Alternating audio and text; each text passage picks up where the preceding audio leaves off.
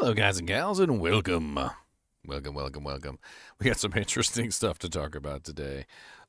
First off, Diablo 4 finally has the cheap vendor back in the public test realm, so we're going to be playing around with that.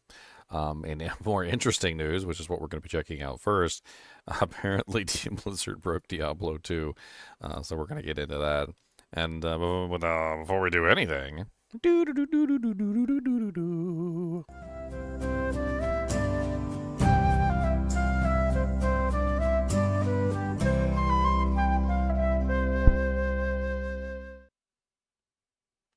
All right. So, little bit of a starter here. Let's get on some interesting news. So first off, there are going to be Twitch drops for Path of Exile 2 coming on the 6th. Twitch drops are basically free for the most part, except for when they do the support of streamer events. Those are different. Twitch drops are usually a specific time frame. And on top of that, they are usually, just like watch the channel for like a certain period of time and you get the drop. You do usually have to link your accounts between, like your thing. Like, for instance, if you look at some of these, you'll see it says, place no break containment zone or whatever, like watch for 45 minutes, watch for an hour, etc. They're pretty simple. My channel is affiliated, so you can get the drops on my channel. There is one that you have to pay for. And I wanted to go over that really quickly. So if we take a look at the PoE 2 drops, they actually look pretty cool. Let's talk about the early access drops real quick. So first off is the Energizing Bolt Flask, which is December 6th to the 13th. That one's pretty cool. And then they also have the Halo of the Righteous Helmet attachment, which is December 6th to the 13th. These are things you can get for free. Then from December 14th to the 21st, you can earn the Temporal Lord's Portal, as well as this one right here is the only one that you have to pay for. This is the Chimera Pet, so you have to gift 2 Twitch subscriptions to get access to this one, to an affiliated or partner channel, essentially. That's basically how that one works. You can't gift a Twitch subscription or to a non-affiliated or partner channel because, well, they don't have access to that. That's not a function of non-affiliated channels. So this one specifically is only going to be affiliated and partner channels. I am affiliated, as I said. So if you guys want to get access to this stuff, you will be able to get access to this stuff through my channel. Just thought I'd point this out in case you guys are interested in grabbing some of these sweet drops. Second, Diablo 2 Resurrected. So they finally added WASD controls to Diablo 2 Resurrected, although it didn't really go quite the way that they had planned. According to everything that I've been looking at, and let me make sure I have the game updated because I totally forgot to check that. From what I've been able to see, Cooley posted a video which was hilarious. Apparently the WASD controls have broken Diablo 2, which I think is hilarious. Let me hop into chat with Leon real quick here. What's up, Leon? You still dying? He's still dying. He's still dying, guys. Don't worry about it. Hopefully Leon will be less dead when it comes to Path of Exile 2 launch, so we can have his excellent guidance. Anyway, we're going to hop into Diablo 2 first, and we're going to check out these this broken change. So what exactly is going on? From Cooley's video, it was a very short, but I was able to get the general gist of it, which is basically that WASD controls are essentially breaking the way that the game functions in a very fundamental level. Let's go ahead and hop into the game with... Let's do Smelter. We'll do Smelter. He's pretty tough. I think he can take his beating. Because we're probably going to get beat up while we're doing this. And you know what? Let's do this in Nightmare difficulty too, because I don't want to die a whole bunch while I'm trying to play around with exploits. Alright, so let's get the WASD controls set up. I'm pretty sure that you can do it now, right?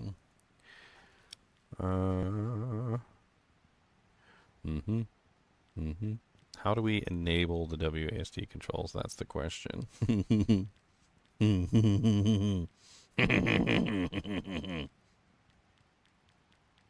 need to know. I need to know. Maybe they're not in the game yet. They might not be in the game yet. if I can't figure it out in here, if they're not in the game yet, we're gonna pull up Cooley's video and we're gonna play Cooley's video because it's hilarious. But I really wanted to get in here and like play around with it myself. So I'm assuming it would be in. Oh, that was not what I wanted. Discard. I'm assuming it would be in here somewhere. Is where it would be. There it is. Move up, move right, move down, move left.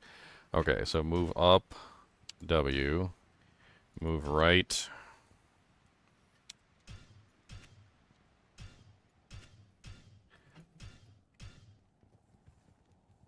All right, now there's nothing especially wrong with the way that the WASD controls work normally, and this is they're just WASD controls. There's nothing special about them, or at least you would think. But when it comes to Diablo 2, there are some things that can otherwise cause your character to desync from its regular position, and apparently what's happening is that the WASD controls are continuing to allow you to move in situations where you shouldn't be able to move. Let me give you an example. So let's go ahead and kill somebody real quick. Alright, so now we have an item on the ground. So what we're going to do is we're going to pick up an item. And when we have this item in our hand, we're not technically allowed to move because, of course, you know, like we are not technically... we're doing something, right? However, unfortunately, because the WASD controls didn't take this into account, you are in fact able to continue to move despite the fact that you are holding this item in your hand. Now, as you can clearly see by the fact that the game border is appearing on the left of me, I am not actually moving. I am I am actually just like transversing across the realm, and now you can see like the border of the game. You can run around and you can do stupid things, like you can go all the way back into town, which is hilarious. So like I can go all the way back into town with this item in my hand and I'm not actually there. Like I'm really, this is, see it keeps pulling me back to the location, so I'm actually here and I'm not moving from here. The server says you can't move from here, but the game client is allowing me to move wherever I feel like moving because the WSD controls aren't constrained by the server problem. So I'm literally able to just explore around the map, which is hilarious. Let's go ahead and play around with this some more. So we're going to go to an area that actually has a large number of monsters, and we're going to play around with this. I'll use potions because potions is easier. Instead of actually killing monsters, we'll just use the potions to scout. So you can essentially scout ahead to see what monsters are there. So let's go ahead and fill up with just cheap healing potions. We're going to go to... Oh, I don't have Frigid Highlands. That's a good one, too. Okay, let's go to Worldstone Keep. This will be a fun one. So we're going to scout. We're going to use this to scout and see if there are gloams. That's what we're going to do, okay? So we're going to open our inventory, pick this up, and then we're going to use WASD controls to see if there's gloams ahead. Now, notice the monsters don't attack us because we're not actually there. So we're not actually, like, doing anything. We're just like cheating the game in a way that forces it to think that we're moving when we're not actually moving. And we're actually still back there at the location. Now, if you ever want to like teleport back, it looks like it does it automatically every now and then. But if for some reason you get stuck, the only thing that you have to do is you just drop the potion. So once you drop the potion, you'll teleport back. So let me show you what I mean. So if I hold the potion in my hand and I come all the way out here and I want to teleport back, you know, assuming, of course, I don't automatically teleport back. Seems like the server is fighting against it tremendously. Oh, this is hilarious. Anyway, you just drop the potion, and once you drop the potion, you'll be teleported back. So you can basically just use this to your advantage to scout out locations. Like, for instance, let's say I was in, I don't know, let's find a good one here. I mean, obviously, there's tons of different potential options here. In Frigid Highlands, you could use it to see whether or not you have... Why do I not have Frigid Highlands? What the hell is wrong with me? This stupid character doesn't have Frigid Highlands. Run fast for your mama, fast for your daddy. You know what? This is nightmare difficulty. That's why I don't have Frigid Highlands.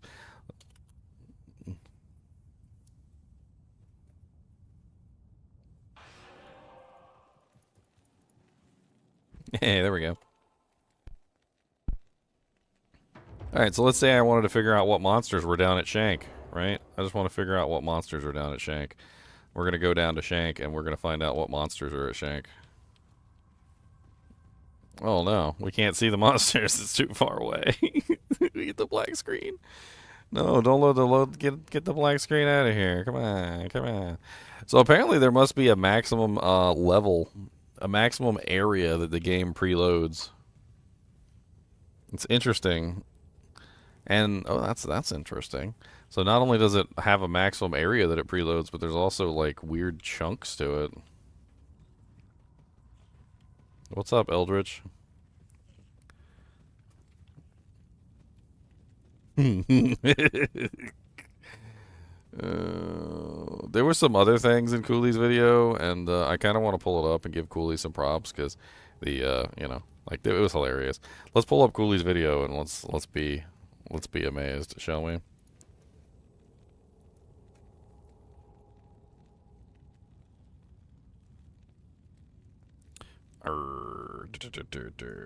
Can I not hear the sound? Oh, there we go. Aside from wonky things like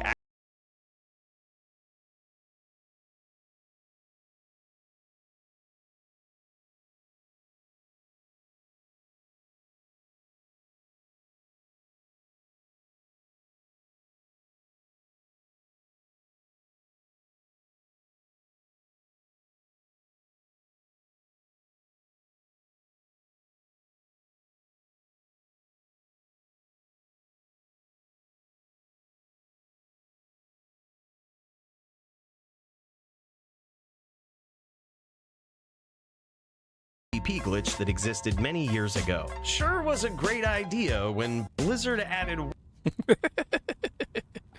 I like that. That's hilarious. So he was exploring the map while using it. So like, let's see here. I mean, I guess that's one thing I was talking about too, like scouting the map. That's kind of cool. So like, I'm just gonna drop a potion right here. All right, let's go. And then we're gonna use our WASD controls to explore the map. We can find out where the waypoint is. Let's go, boys. No need to be in danger from dolls. Who needs to be in danger? You can just scout out the Durance of Hate location. What's over here? Dude, this is so stupid. Chilling with the fanaticized zombies. That's right. Yeah, just chilling. It's no big deal.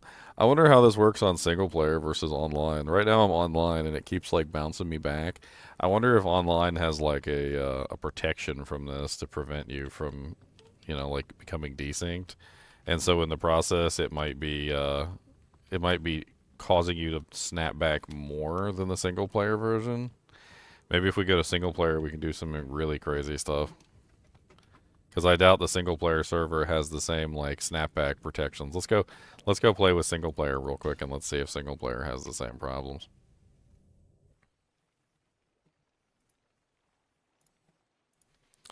Offline. Let's just pull. It doesn't really matter who we play. Let's just grab my newbie character.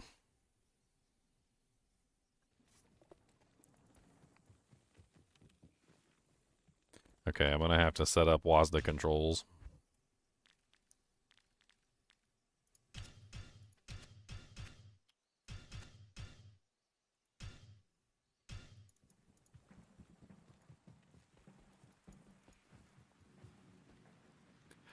Alright, so let's see how well it works in a single player. So we're gonna go outside. I'll go ahead and pick up a potion. Oh wow. Am I stuck at the border of the town because I have the potion on? What's up with that? Ah, so it doesn't work on single player. That's interesting. So this is strictly an interaction between the client-server relationship of the online portion of the game and does not affect the single-player version at all. I think this clearly demonstrates what desync is to anyone who was ever like not understanding what the hell desync is. So in this particular case, the reason why it isn't working is because the server and the client are the same. And so when you try and move, the client says, "Hey, you can't move." And the server because yeah, you can't move. And so since the server and the client are the same thing, it's not letting us move around in single player. However, if we go back to online, online is different. So the problem with online is that the server and the client are not the same thing. So when you play online, you have your client thinks you're in one place, the server thinks you're in another, right? And so what's going on is the server says that you're not allowed to move, which is why you keep snapping back. And then when your client, however, doesn't understand that you're not allowed to move because the two are out of sync with each other. So in this particular case, you're moving on your client, but the server is, of course, locking you in that position, keeping you from being able to move anywhere. But it doesn't seem like it's locking everything. So there are some things that are not being locked, apparently, in this process. Like, for instance, the mapping.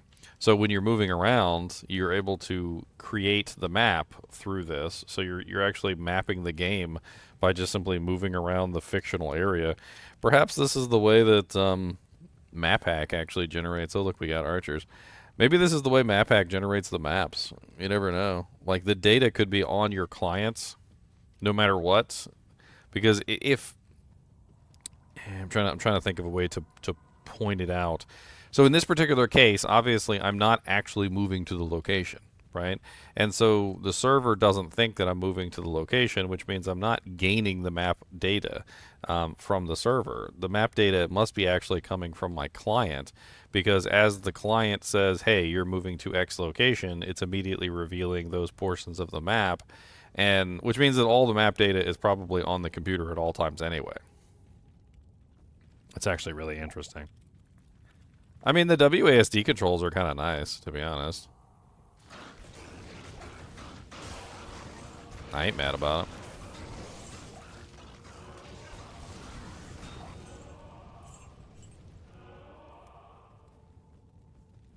They work pretty good.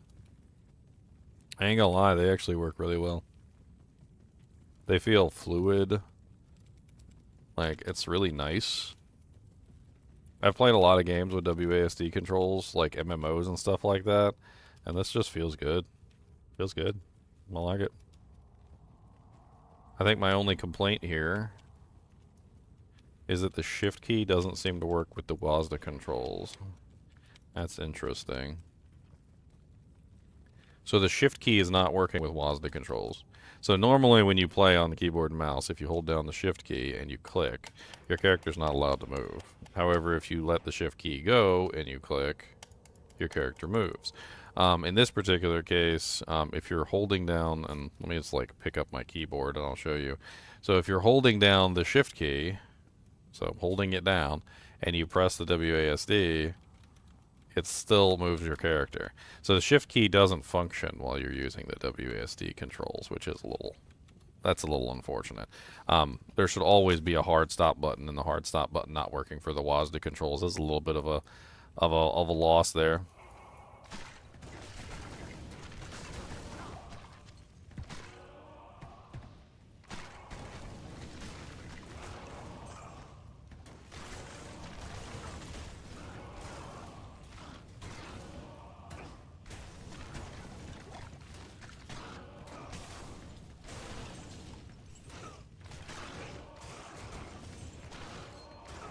Ooh,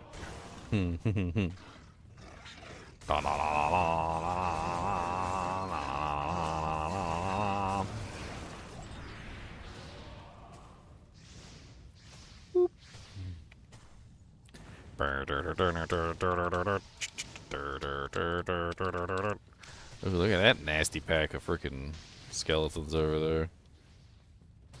Nasty. They're going to big nasty murderer. Serial gangster murderer. Double pack of archers.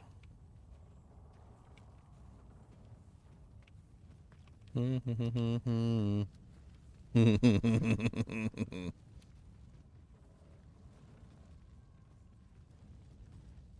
wonder what crazy shenanigans people are going to get up to with this. I feel like PvP is one of the places where this could be exploited a lot.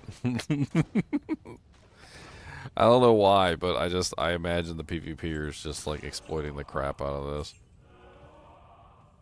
Apparently, you're able to hostile people from inside of town. That's what they said. I don't even know if that's true. We're gonna have to test that out. I guess I'll have to hop into like a pub game and see if I can hostile somebody from outside, from inside or outside town.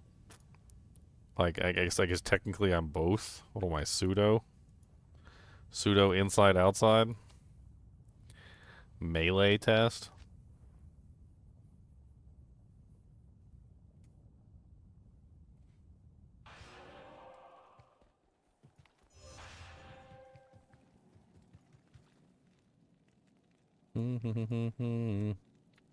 Murderer. Because I'm a serial gangsta murderer.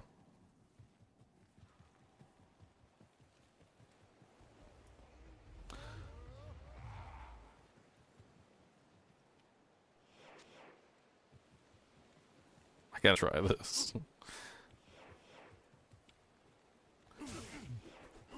Come on, let me go to town. I need to go to town so I can hostile people.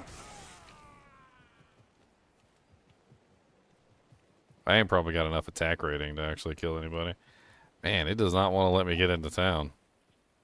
It's giving me a hard time about it.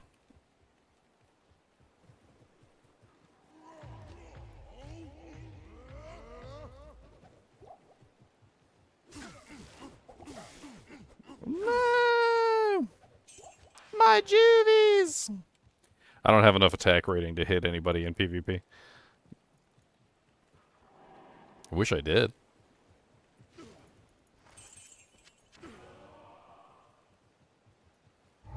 Not even death can save you from me. Probably would have helped if I've turned on my my holy shield. Instant one-hit KO. Hey, I landed the first hit though.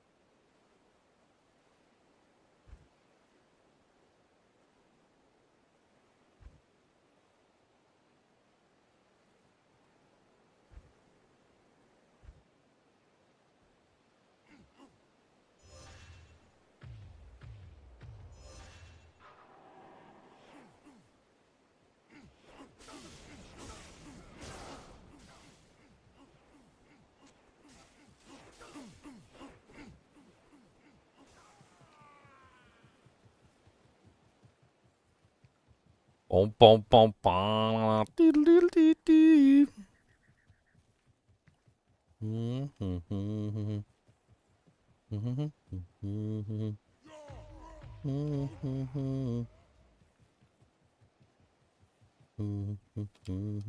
Oh, what was that?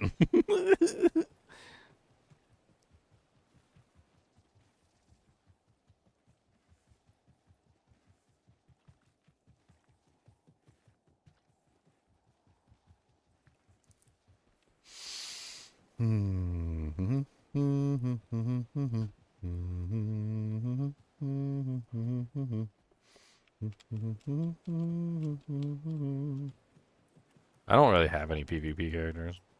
It's like just a random potion drops on the ground.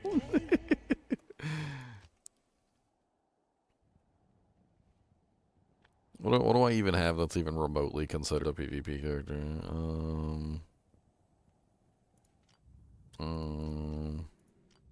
I mean, he is, but he can't hit anything, so that doesn't really do us any good.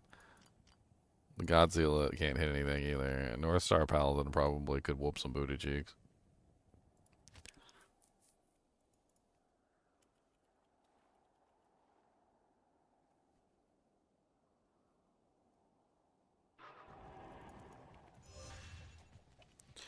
Wow, wow, wow, wow. Do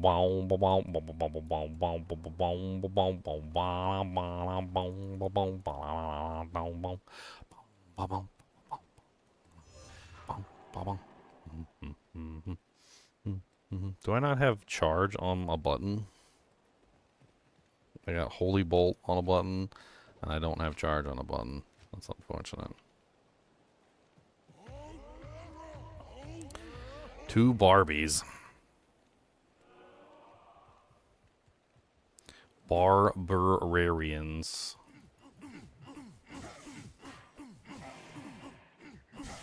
Iron Maiden in a duel?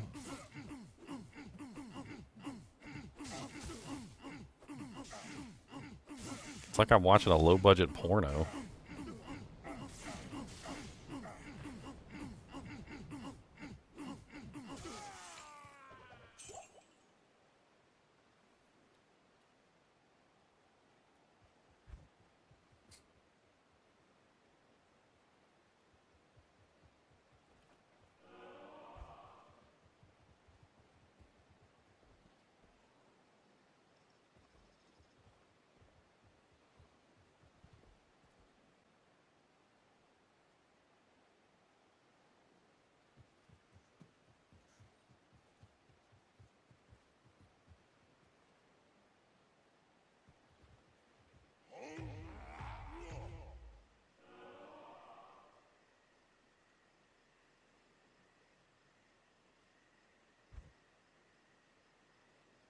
Wop wop wop.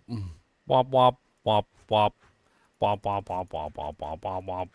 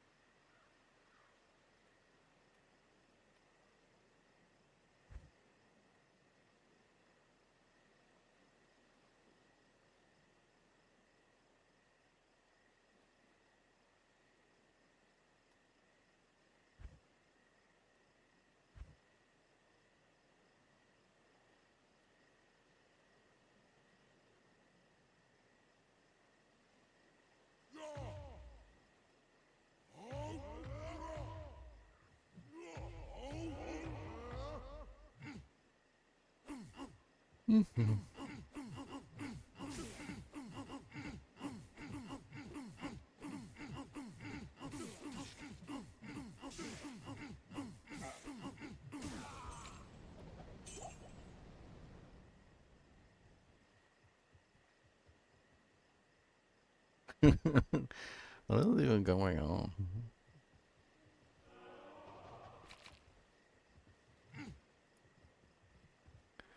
Low rune with a doojank.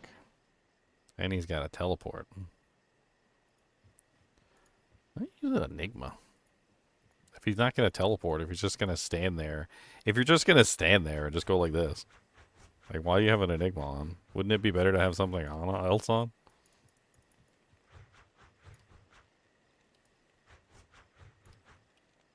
Wouldn't it be nice? Wouldn't it? Why pick on random ears? Is that Chunk's ear? Chunk been dueling in this game? Chunk. I got your ear, Chunk.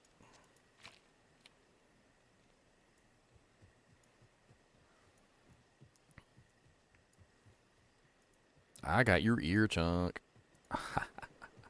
Chunk been dueling in this game. I got his ear. Actually, I have his ear already, but yeah. Nobody wants to fight me.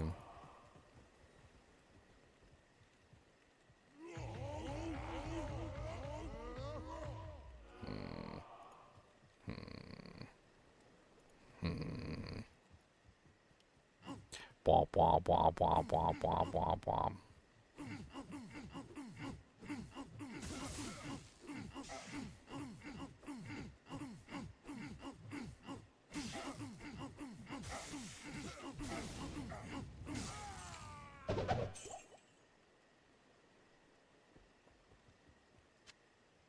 Dang it, stop picking up ears. Keep your chunks here, though. I got chunks here. I got chunks here. I got chunks here. Boop, boop, boop, boop, boop. I got chunks here. Ear. I got chunks here. Boom. Ah ha ha ha la la la la la.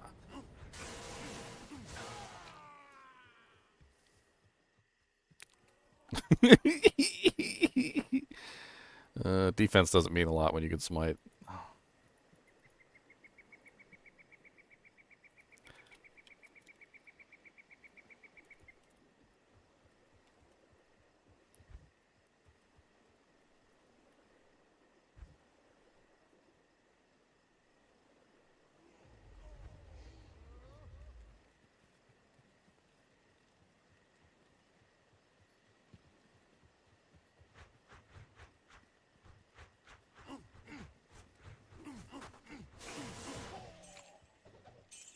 You got me. You got me, Captain. PoE 2 is coming out. Will I play it? I've only put out like 4 PoE 2 videos in the past like 2 days.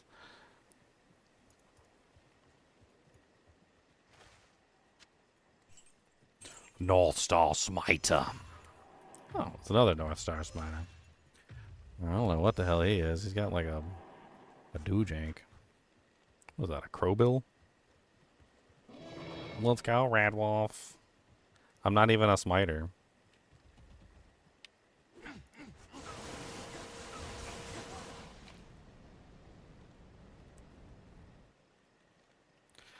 The North Star!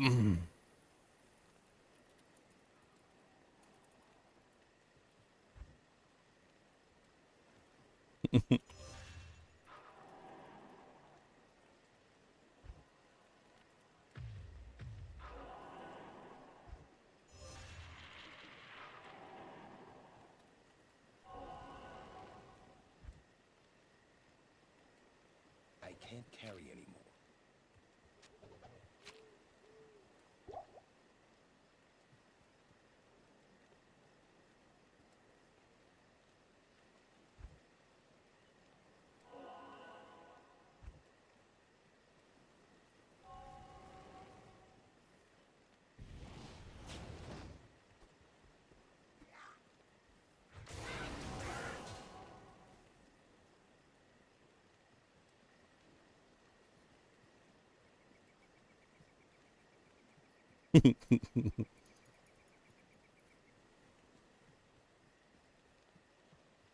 Not here.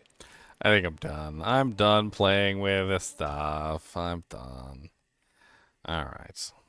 Let's go on to the public test realm for Diablo 4. The WASD controls are good. I like them. The desync the server thing, they might want to fix, but, overall, I think it's a good addition to the game. I think some people will enjoy them. Supposedly, the cheat vendor is working again for Diablo 4, so we can actually test stuff out.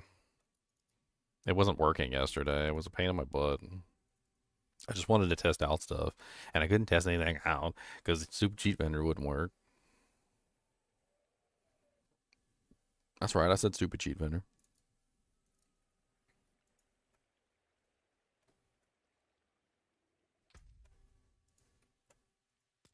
Stupid cheat vendor.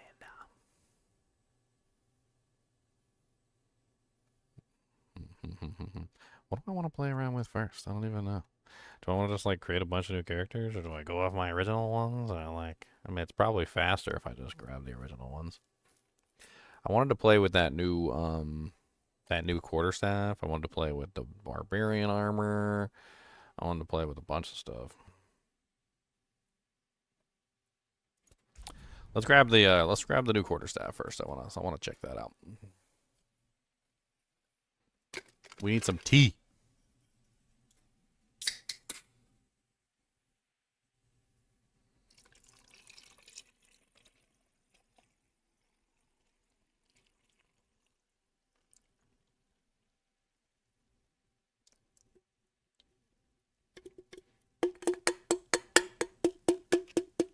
Take it to his last drops. Black screen. I don't like it when you get a black screen. Oh, wait, it's loading. Oh, okay. I thought for a second there I was done. Alright, I believe the cheat vendor is in Cube Shad. Shad of the Cube.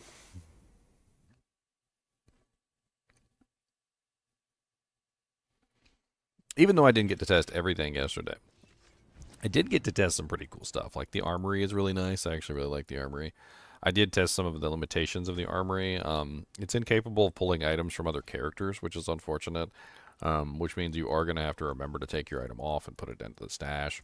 But you won't have to like find your item in the stash, which isn't so bad. Let's go to the cheat vendor and let's get the new. I want the new quarterstaff. That's what I want. So let's grab equipment.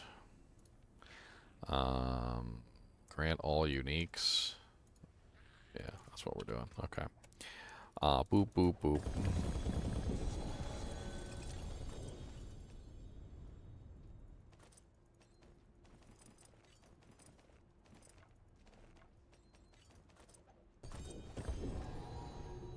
Alright, so the only thing we're really interested in is we want...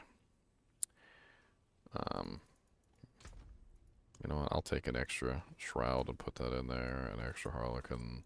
Because I'm going to be building characters, and let's just have a couple extras just of all the crap sitting in here. I'll be chucking most of this stuff, but... I mean, one of everything doesn't hurt. Where's the quarterstaff? Did I pick up the quarterstaff? There it is. Sustained War Crosier. That's the new one. Let's get rid of the rest of this crap.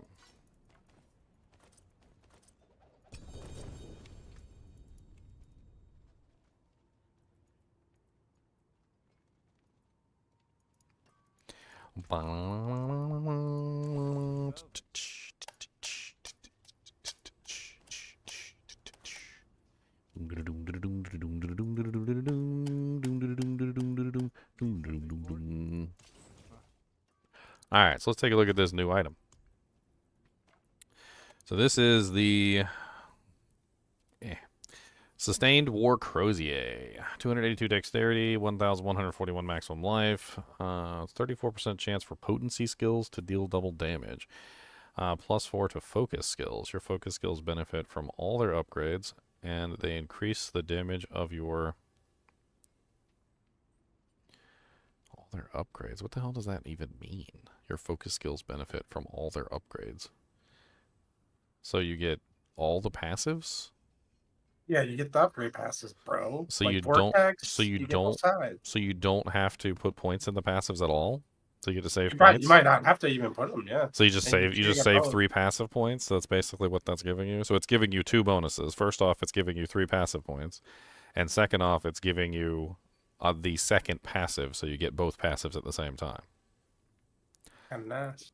And then they increased. Where you been the entire time, Leon? I'm dying. Help. Stop Sam, dying. help. I'm Just dead. have you tried to stop dying? Have you tried to just not die? No, it's pretty hard. And they increase the damage of your potency skills by 19% times for 8 seconds, up to 200% times. That's a lot of potency damage. A relic of an old god, forgotten religion, lost to time and expansion. The staff retains a faint warmth as if still blessed by the dead god it once served. Sir Peget's notes from the Ticklin excavation. So you could build an entire character. I'm going to go ahead and save my current armory, because that's really easy to do. And then we can just, like, strip all of our equipment real quick and shove it in the stash. That way if we want to, like, redo this build at any point, we can just hit the armory button. And you know what? Let's test that real quick just for fun. So we'll click on this, and then we go, oh, look, oh, no, I got the thing. I just got to keyload this real quick for me, please. Okay, see? Look, done. Look at that. That's pretty cool. And I just yanked it all from my stash. I like it. Did you see my ridiculous ring that I got yesterday? No. I was farming one of the bosses, and a freaking 4 greater affix wound drinker dropped. with a pretty good modifier on the unique effect too. It's 6 out of 7. So it's and then I rolled it. I was trying to see if I could get the toxic skin up, and I got it up to 7. So I got a double roll on the toxic skin. And the other one rolled on damage to poisoned enemies, which is really nice. I think I'm probably going to use that in this one. All right, so what are we going to make with this build? Like, what are we going to do? How are we going to play with this? This weapon seems really interesting. It's obviously based around focus skills, and it's based around potency skills. So first off, focus skills, you obviously have access to Toxic Skin, Ravager, Soar, and Vortex. So there's 4 focus skills. You could potentially use more than one focus skill with the build. I don't see why not.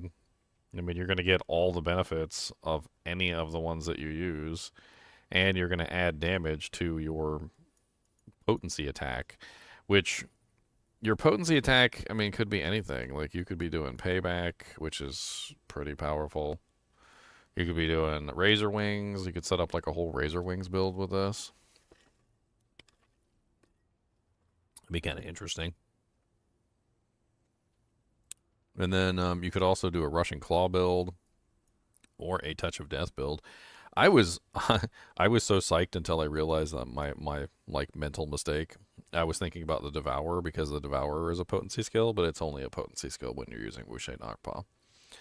I thought I could do like a potency build with the Devourer. Like, no, it doesn't work. So I don't know.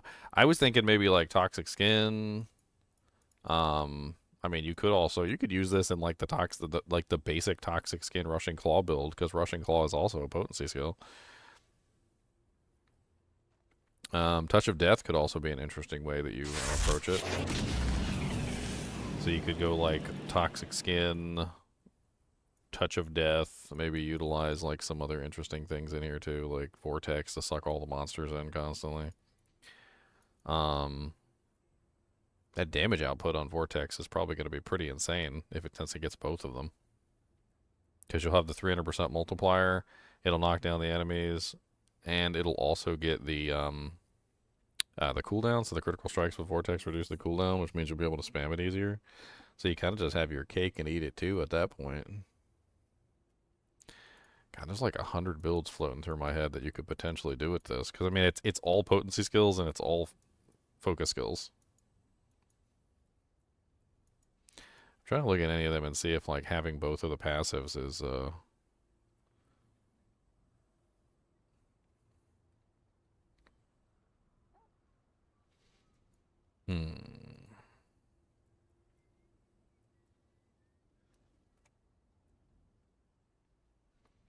I think maybe trying to set up like a Touch of Death build would be really interesting.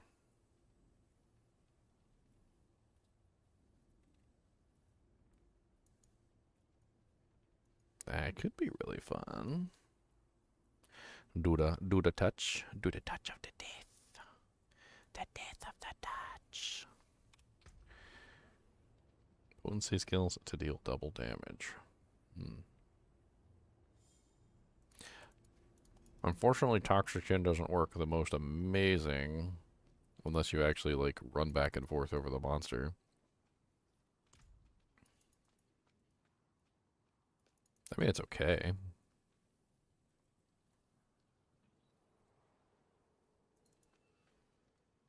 I just realized if Toxic Skin is getting both effects, that means it's also going to be constantly... Well, it'll be increasing Thorn's damage.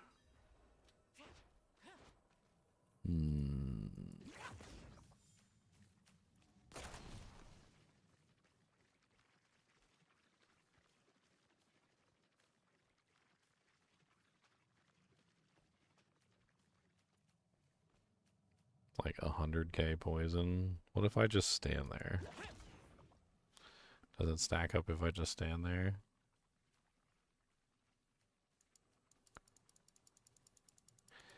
Yeah, I mean, see, the problem with Toxic Skin is that Toxic Skin requires you to move. It's just kind of how the entire ability works. So if you're not moving, you're not creating more Toxic Skin, and if you're not creating more Toxic Skin, then, well, like, it doesn't really add a stack poison damage, which is unfortunate. If you do move, however, you get tons of additional damage from Toxic Skin, which makes it work very nice.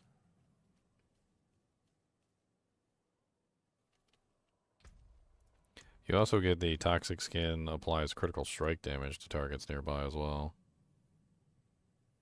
But they have to be vulnerable.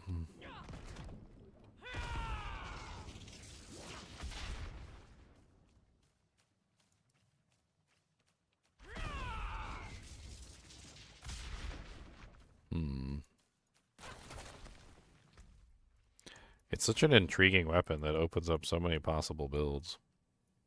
I mean, obviously you can build around any of the potency skills.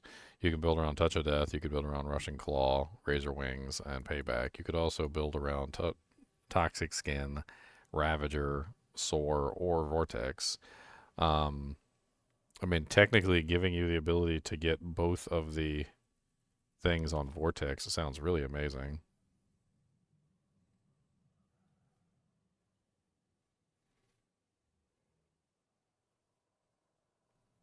Because that's just going to help reset Vortex really fast.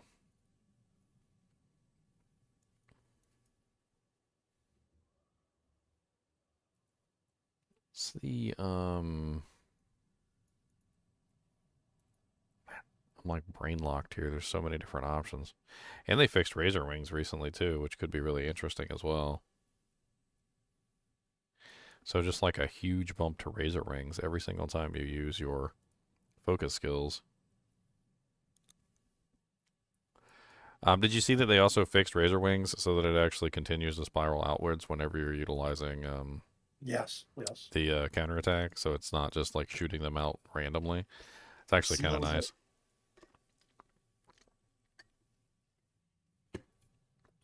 That was a big complaint of mine. Because I like the spiral outward, but then like what was the point if the spiral outward wasn't going to work with counterattack? So then I was like, okay, well I might as well just grab the Poised Razor Wings instead.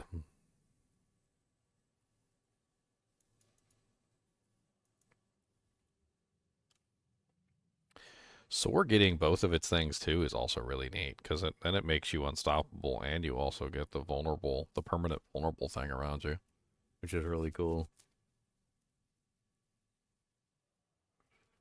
How would you set this up?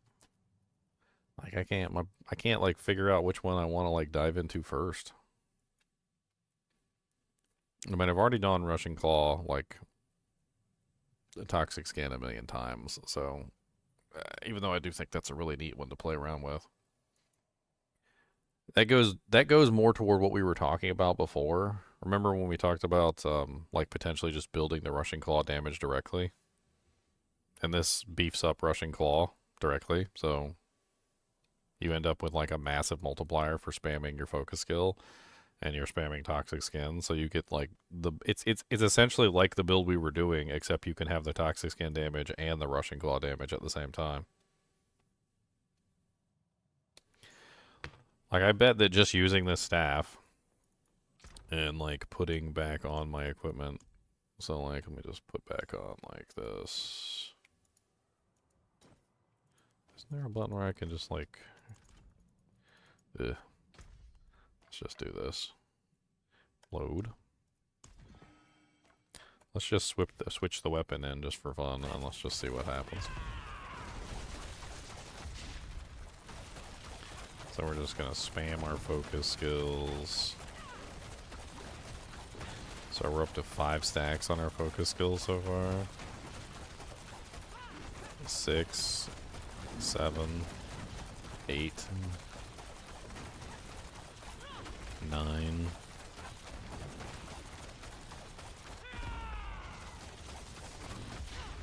10.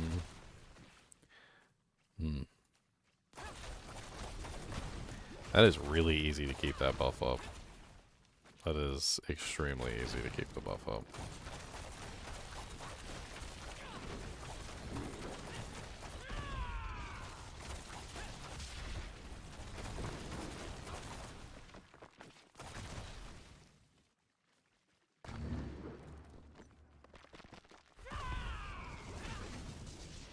It's like a little like Crusader's cross. What it kind of looks like to me. Like a Crusader's cross.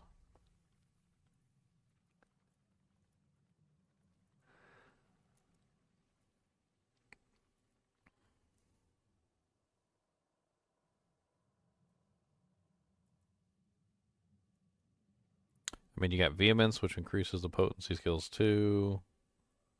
Obviously, you got things like Touch of Death with all the little explosions and the swarms. I'm so curious to play around with some of this stuff.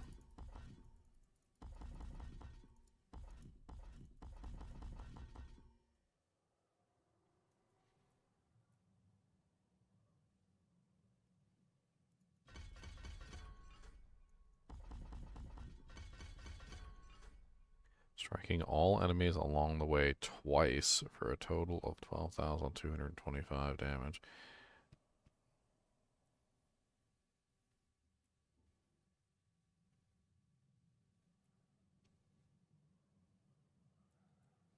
While Rushing Claw hits an elite, you gain 10% increased dodge chance for 6 seconds. Okay.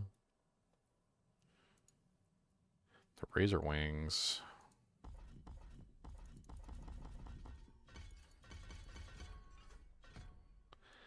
I mean, do you have to use... Well, no, yeah, you do for Razor Wings.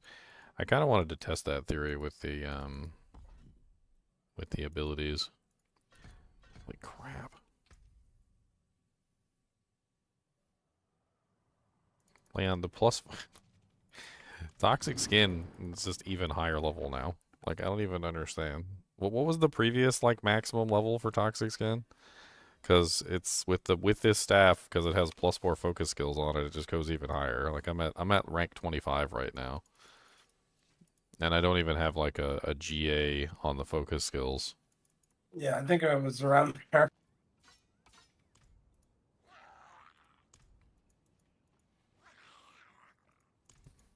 I'm gonna try and get another one.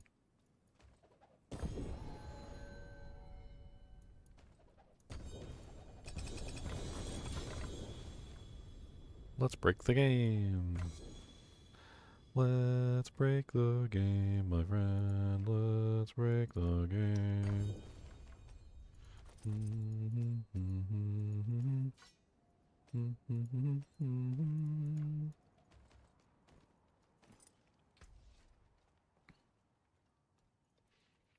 Put my really good Wuxie in the stash before it gets accidentally destroyed.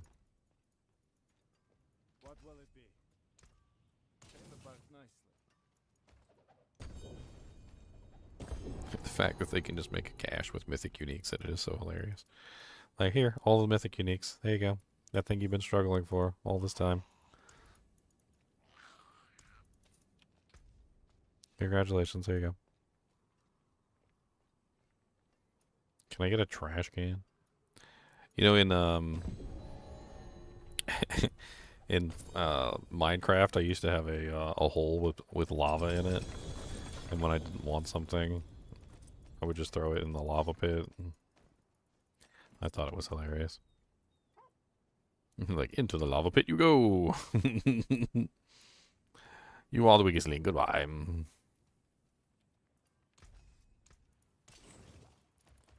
I wish you could just get one of the caches instead of all the caches. I'm tired of seeing them. I don't want to open every single cache every single time. Even though it's the easiest way to get rid of the items from existence.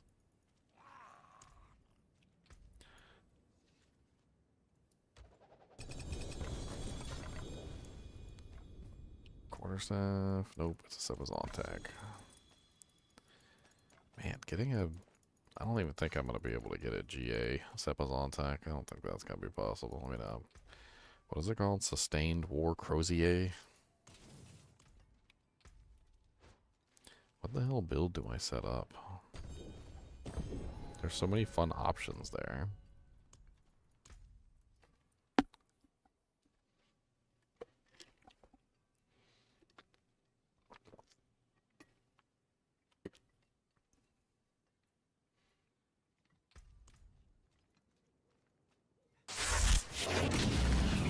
Let's do some masterworking. Let's see if we can get 4 focus skills masterworked on here.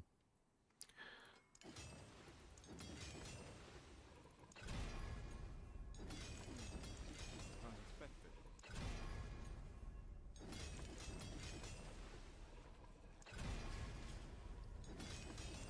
That there is worth it.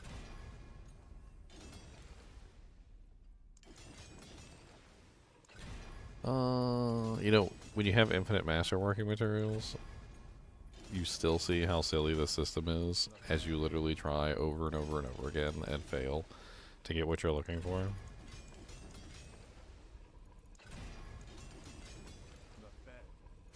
Oh, holy crap.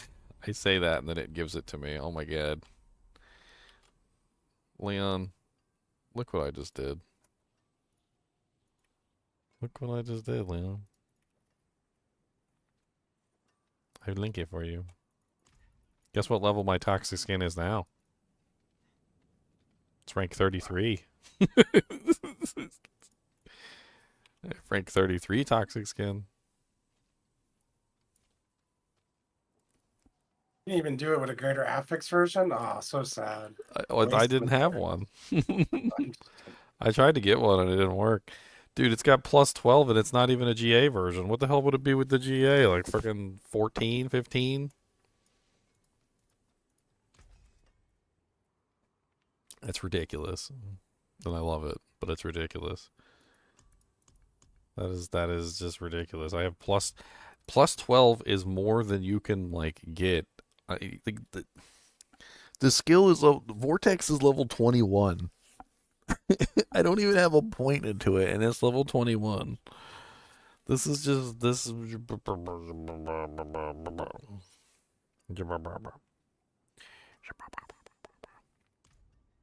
know what I want to do now? You know what I want to do now? I want to triple masterwork my plus 5 focus boots. I want to see if I can get it just a little bit higher. Let's do it.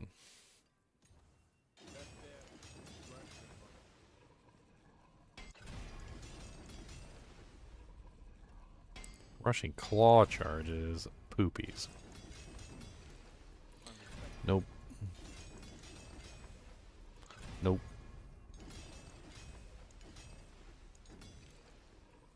Nope.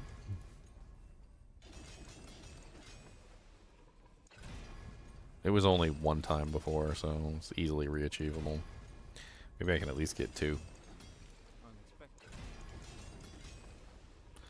No. If only I had infinite masterworking materials and gold. I'm pretty sure I do, actually. Shut up.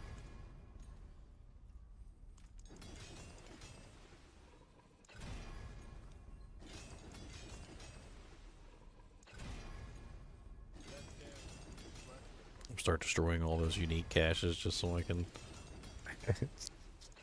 just so I can get the materials I need. I'll start running out of iron.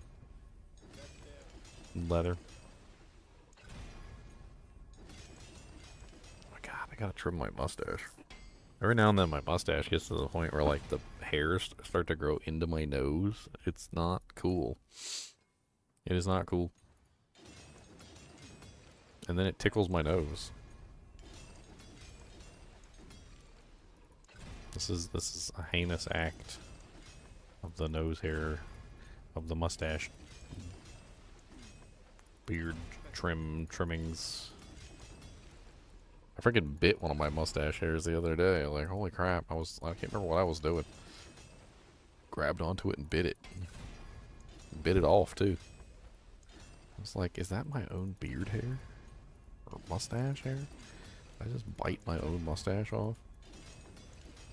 Yes, yes, indeed, I did. I remember that potato chip. What? What potato chip? Yay, plus 5. Plus 6. Hey, we got plus 6. That brings us up to level 34 toxic skin. Woo! Level 34 toxic skin. Level 34 toxic skin.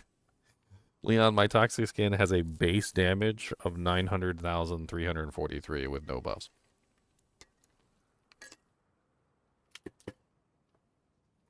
That's a lot of base damage.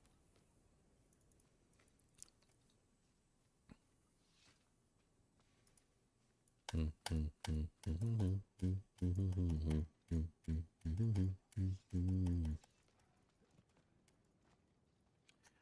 boom, boom.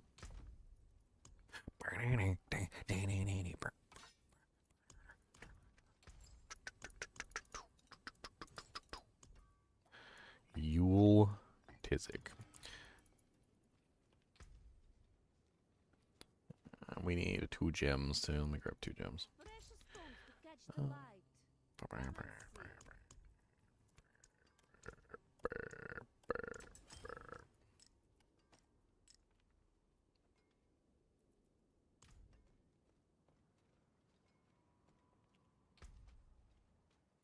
So, if I understand the way that this works, I don't need to put a point in Replenishing Ravager, and I don't need to put a point in Enhanced Ravager, because I should already have both of them, no matter what.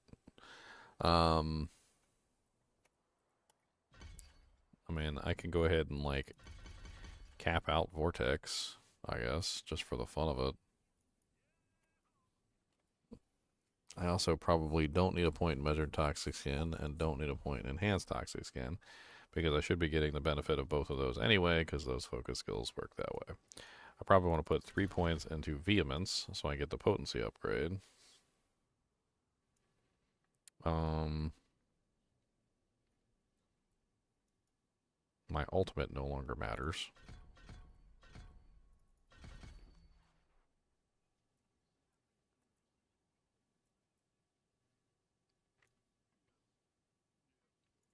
Probably also actually put points into...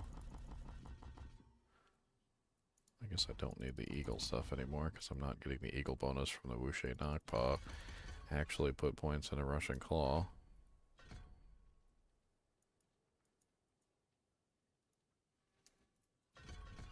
Maybe just go with the Devourer. And then what? Then what? Then what do we do? What do you do? What do you do? What do you do?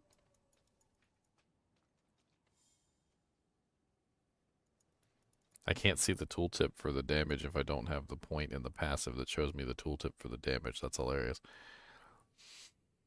Even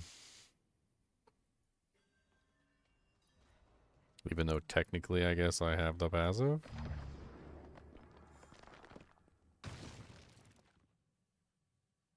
Oh, okay. When I went outside of town and I held my mouse over the tooltip, it now shows me all the passives. Now all the passives are there. Let's see how ridiculous this is. Let's make them elites. Oh, Razor Wings is still on my biome.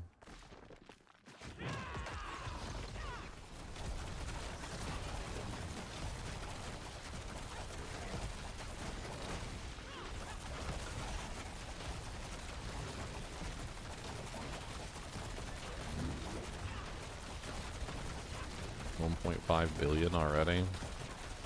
2 billion.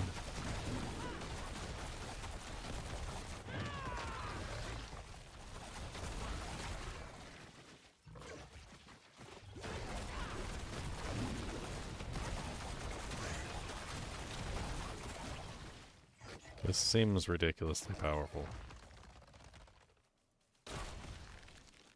I don't know, even Vortex seemed like it was doing a lot of damage. 791 million damage Vortex, Leon. 791 million Vortex. That was like barely any buffs up either. I kind of want to just like stop once I get to like 10, stand there for just a second, and then launch a Vortex and see how much damage Vortex does with this.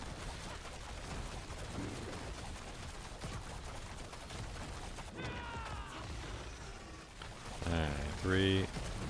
Oh, did we lose it? We lost it, didn't we? Interesting. So having multiple focus skills definitely helps keep the buff up.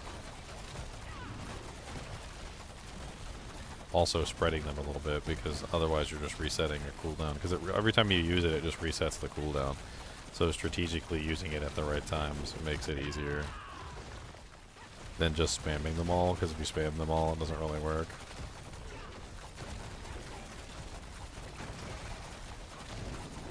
Pretty easy to keep it permanently active though. Alright, you ready for Vortex? Let's go. Ready? I didn't even see what that one was. I can't say. What am I running? I'm running Eagle, so Eagle wouldn't be right. Actually, it doesn't matter, does it? Yeah, we took away the Eagle thing, so because I'm an idiot. Because I thought I was using Wuxie for the gorilla, I think, or whatever. I don't remember what the hell's going on. I must have swapped it at some point. I'm pretty sure this was supposed to be gorilla, but we could also do Jaguar. That would be kind of neat. See how Jaguar works with this build.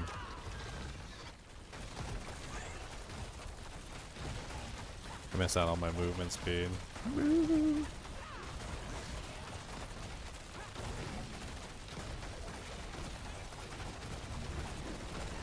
Did it change my character plans at all?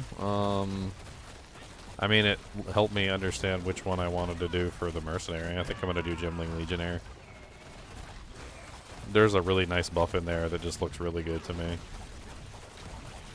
It says there's one in there that doubles the bonus of all of your strength, intelligence, and dexterity bonuses. Makes it a hell of a lot easier to hit like damage caps and stuff like that. It looks amazing. That way I can stack whatever stat I want and get double the bonus from it. That sounds really awesome.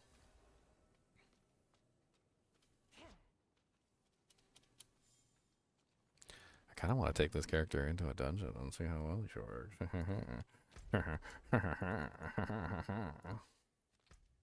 Let's go play with her real quick.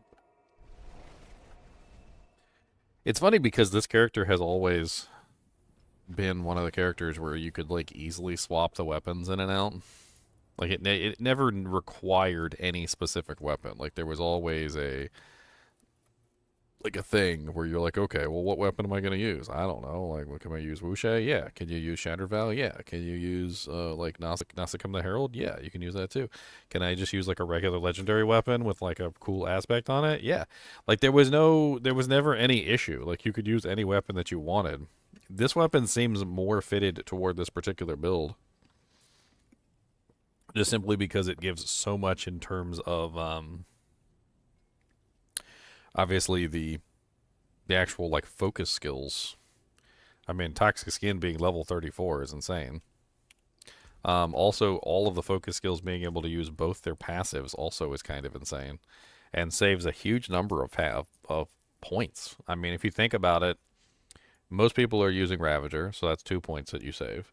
Most people are using Toxic Skin in a lot of builds. Toxic Skin is actually pretty popular for both Thorns builds and obviously Russian Claw builds, as well as other builds that just simply require poison. Like if you need something to like free poison monsters, it works pretty well. It's an easy skill to use. It's also incarnate, so it goes well with incarnate stuff too. But like two passive points there, right? Vortex, if you're using Vortex in your build, 2 more passive points. If you're using Soar, 2 more passive points, and so forth and so on. So that's like a grand total if you're paying attention, and if you use every single one, you would have 2, 4, 6, 8 total points that you're spending that would, be put somewhere else, which is pretty darn cool. And then that plus the focus skills is insane. Dude, I can't, like, it's so beautiful. Let's do a tier 100 and get our booty cheeks clapped. I doubt I can even do a tier 100. With all the nerfs that they did to this class, I doubt I'm capable of it anymore.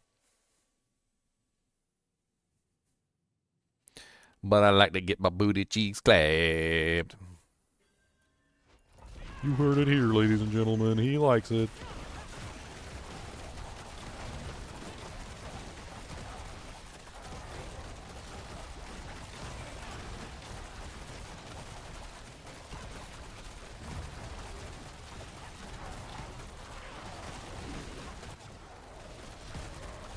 Oh, I can actually kill stuff. So there's that. I don't know if I'm killing it in the timer or anything, but...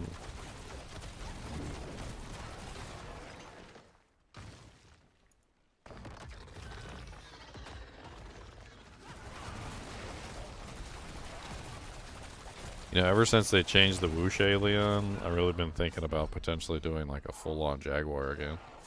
Trying out that build. Like one more time. Do like full Jaguar with the Spirit Hall, Mystic Circle, and like get like the Loyalties Mantle too, and have like, what is it, like 400% bonus to the stupid Barber Gem that's built into the Jaguar Spirit Hall. I don't even know what that would be if you put on both of those.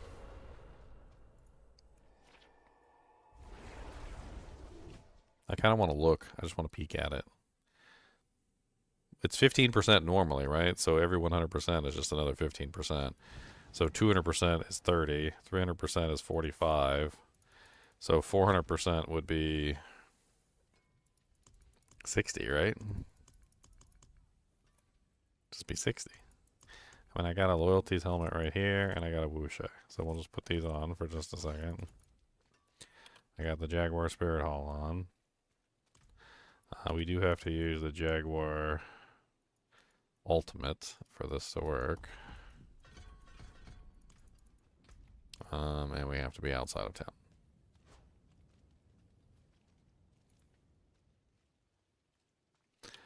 And I have to have both of them as Jaguar.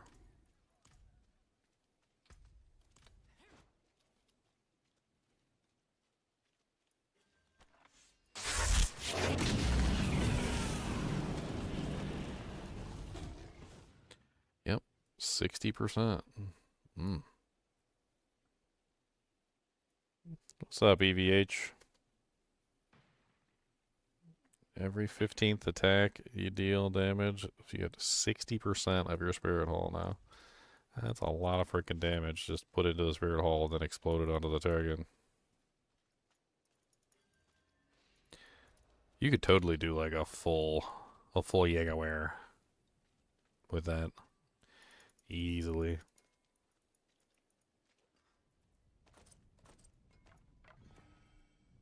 I mean, that's a whole nother build I want to try out.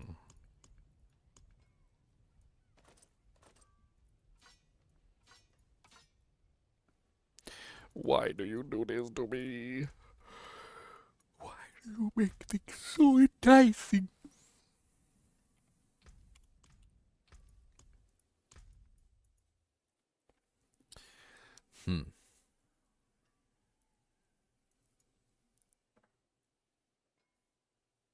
Why do I feel like a Vortex Razor Wings build would be absolutely incredible?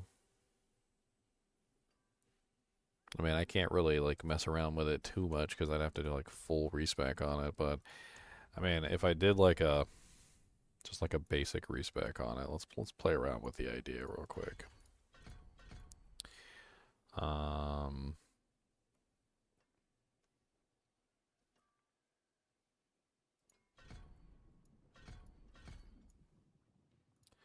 So you would go, actually you wouldn't pick anything, you would just grab 5 in Vortex. Probably want to grab Ravager as well, because why not? Ravager's amazing. I don't know if I want to grab Soar, but I guess technically Soar works really well with this build too.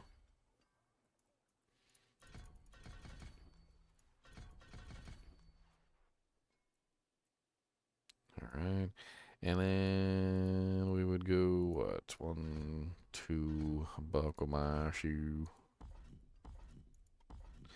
Let's just set it up functionally first, and then we'll play around with the idea of like actually trying to make it work. Max Razor Wings, of course.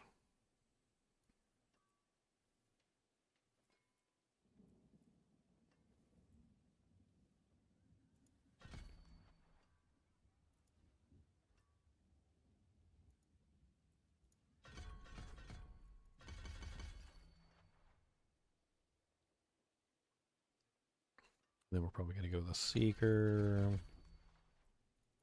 I like the Seeker.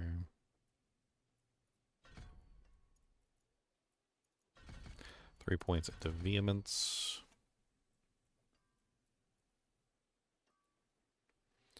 I think we probably go Jaguar.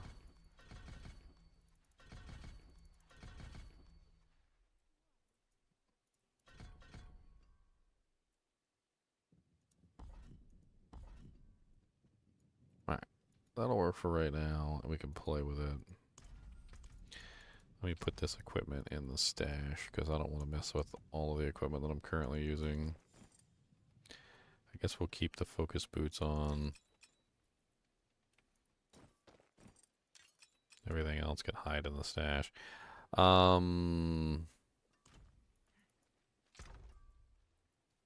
we just need, like, replacement pieces of equipment. I'm trying to think what you would use with this.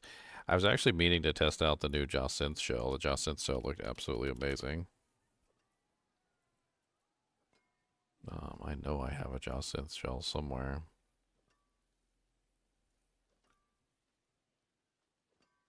That ridiculous amount of armor that it adds is just insane. 72.5% armor, and it has a 256 armor bonus on it. It's, I don't even...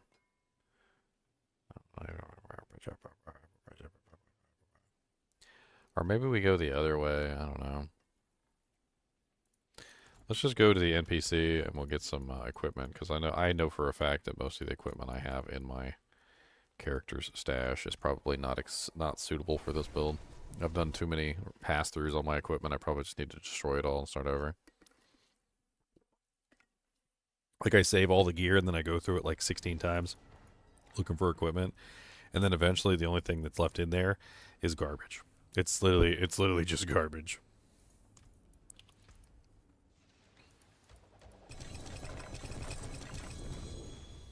Wow, okay. That's... Speaking of garbage, I got one legendary out of that entire 3-box set.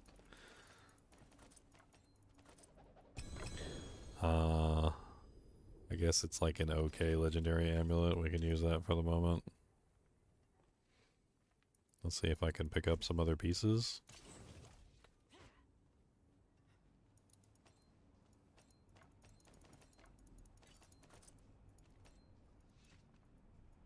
Let's get 3 more boxes. We'll go over by the blacksmith. It'll be easier. One of the things I noticed about this guy is he's kind of buggy, and sometimes you have to like stand on top of him to make it work. I don't really know. I'm gonna teleport away and teleport back because he seems to be bugged.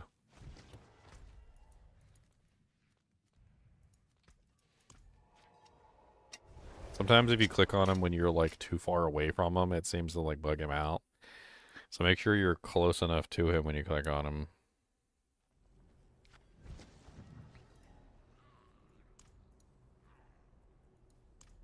I mean, you literally just stand on top of him. I mean, that's basically what I'm saying. Just stand directly on top of him. It seems to fix most of the issues with him being a buggy piece of crap.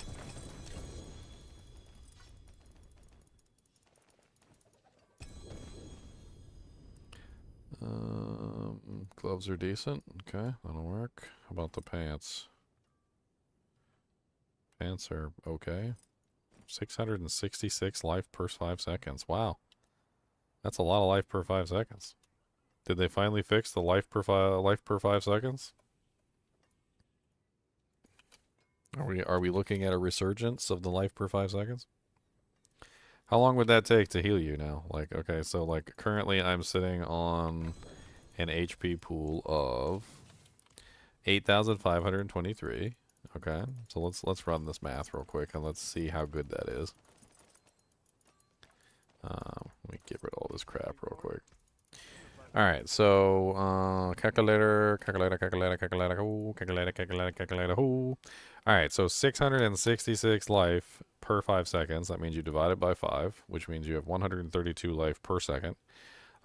We have 8,000, let's just average it out to 8,500, divided by the 133.2, which means that we would regenerate our full life from that in approximately 63 seconds. 63 seconds is a full minute, so it's going to take a full minute for you to regenerate all your life with that bonus. It's not the greatest, but it's a lot better than some of the other ones, which before it was like, what was it, like 20 minutes or like 30 minutes to regenerate your full life? So going from like 30 minutes to regenerate your full life to 60 seconds to regenerate your full life is a hell of a lot better than it was before, but that is a greater affix. You could potentially re-roll that I mean, masterwork it to get it even higher, I suppose. And then stacking on healing received. I'm assuming healing received affects that, so you could potentially get it even higher. I mean, that's more in the range of something that somebody would actually maybe want to like work with. That's not bad. I would be halfway interested in trying to make a character with mods like that. How it was previously though was terrible. I'm not sure if you guys played around with the previous life per second thing, but it was so low it was just laughable. And that nobody was even like remotely interested in it. So it's good to see that they're fixing things slowly but surely as they introduce new bugs. Always new bugs.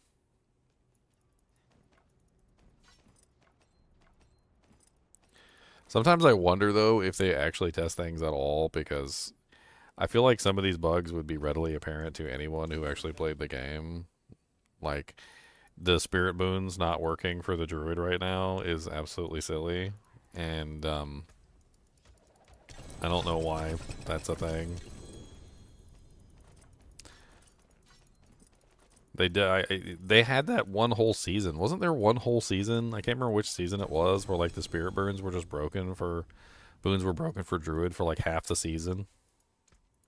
Come back if you need work.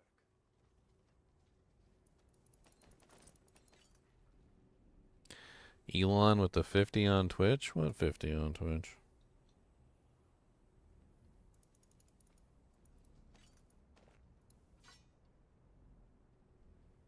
Oh, Elon Musk just donated $50 to me? I mean, you can type in Elon Musk, but that's pretty cool. I appreciate that. You can't do a 150 tier, go drive a gasser. Actually, I already did 150s, but, you know, whatever.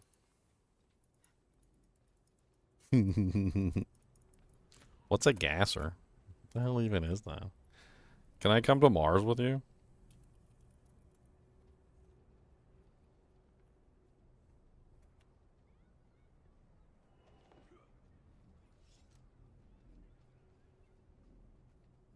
The hell? Drag racing? Gassers were originally hot rods used for drag racing in the United States from the late 1950s to the early 1970s, before pro stock A/J gas cars were the fastest stock appearing racers. What? What the hell is a gasser? That sounds cool. 900 horsepower gasser ride along? Dude, those things look freaking sick.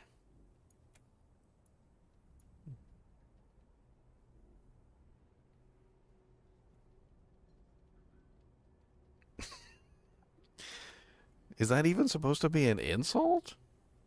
Those things are amazing. I would love to have a gasser.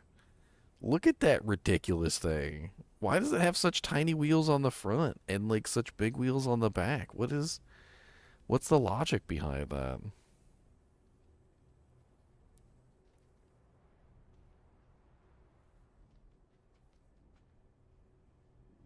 Dude, this thing's got bat wings. Oh wait, no, that's not bat wings.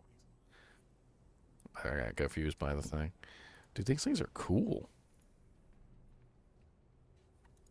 Oh, I know. I just looked up the term. I just thought it was funny that it pulled this up.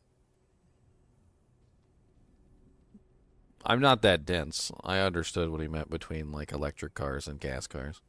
I do drive a gas car. My car's nowhere near as cool as these though. Dude, these are freaking... They look super non-aerodynamic though. Except for that one. That one looks aerodynamic. A little bit anyway.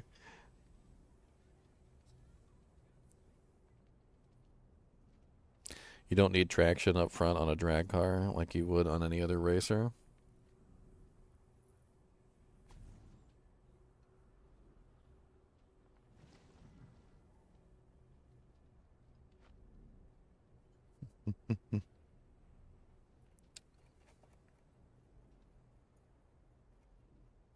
Ironically, you can kill people much easier with electric cars. Electric cars. The murdering tool of choice. Because they're so quiet. Like, they sneak up on you. Like the electric cars are really real. They're real quiet. You don't even hear them coming half the time. It's actually been like a common complaint that electric cars are too quiet. Them things, you gonna hear them things coming. They're gonna be like that big old muffler on the back, like.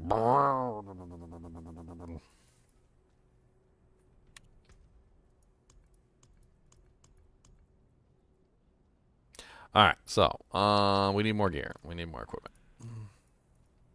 Give me random legendaries. This build, this weapon's gonna be powerful next season. I can tell you.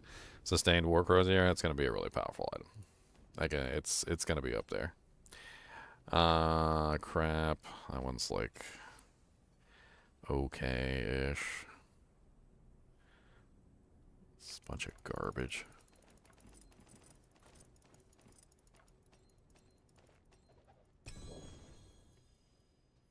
I don't know if that really is Elon. But just in case you didn't get my email, there is a New York Times article. There's a guy trying to write a New York Times article on you. He contacted me a little while ago. I can't remember what his name was. Let me pull up the email.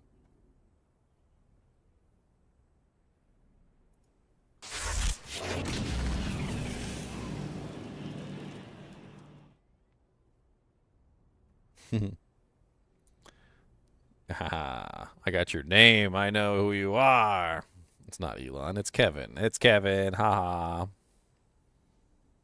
I got you, Kevin. Anyway, I'm still going to tell you about the Elon Musk thing. It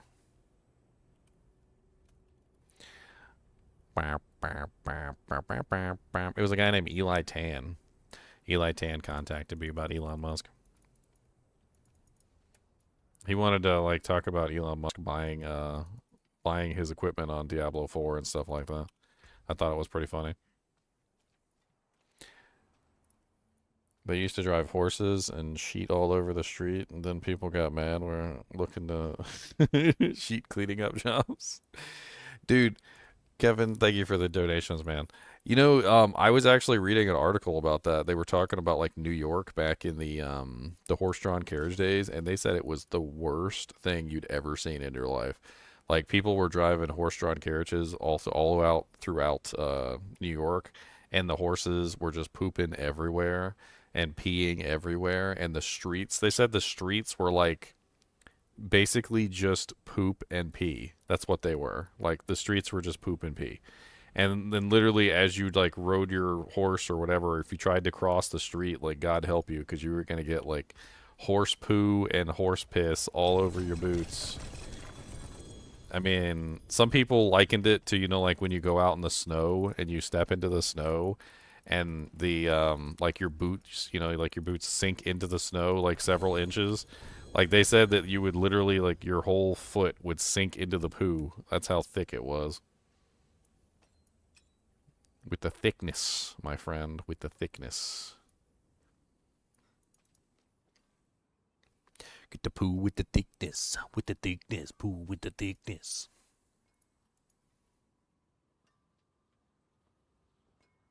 It's like I can reroll the res. Anything breaks, the forge is hot.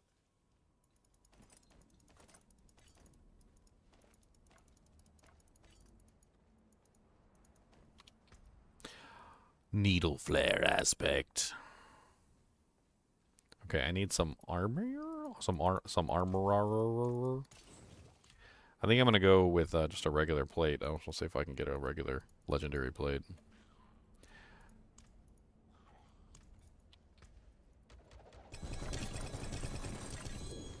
Man, are you just not gonna give me a legend? I might have a legendary chest armor in the stash that's worth using. I'll have to check. Maybe. Need something for it? Because these things are depressing.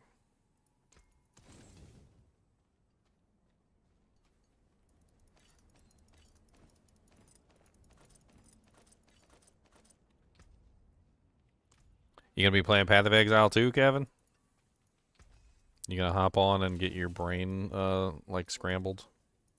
with all the new information. Scrambled brains. Who doesn't like scrambled brains? Scrambled brains are for the best of us. Leon's brain is scrambled. He's got the scrambled brain.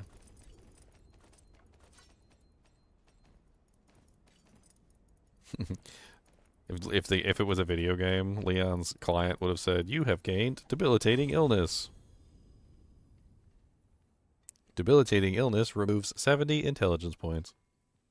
You have sustained brain damage." You're like, oh no, not brain damage.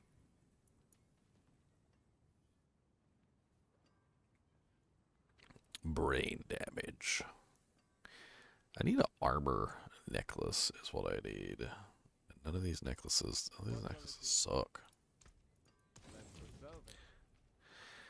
This kind of sucks too, but I guess I can at least put armor on it. I'd like a GA armor so I don't have to worry about trying to get the frickin' armor cap done. I mean, Jacinth Shell could also be a good option. No, I took my portal back. Why does the Spiritborn always look like she's naked, like no matter what? Like even if she has clothes on, she still looks like she's naked. She's just like a like a permanent hoochie. Doesn't matter what clothes you put on her. Like you have to go out of your way to try to put clothes on her that makes her not look like a hoochie.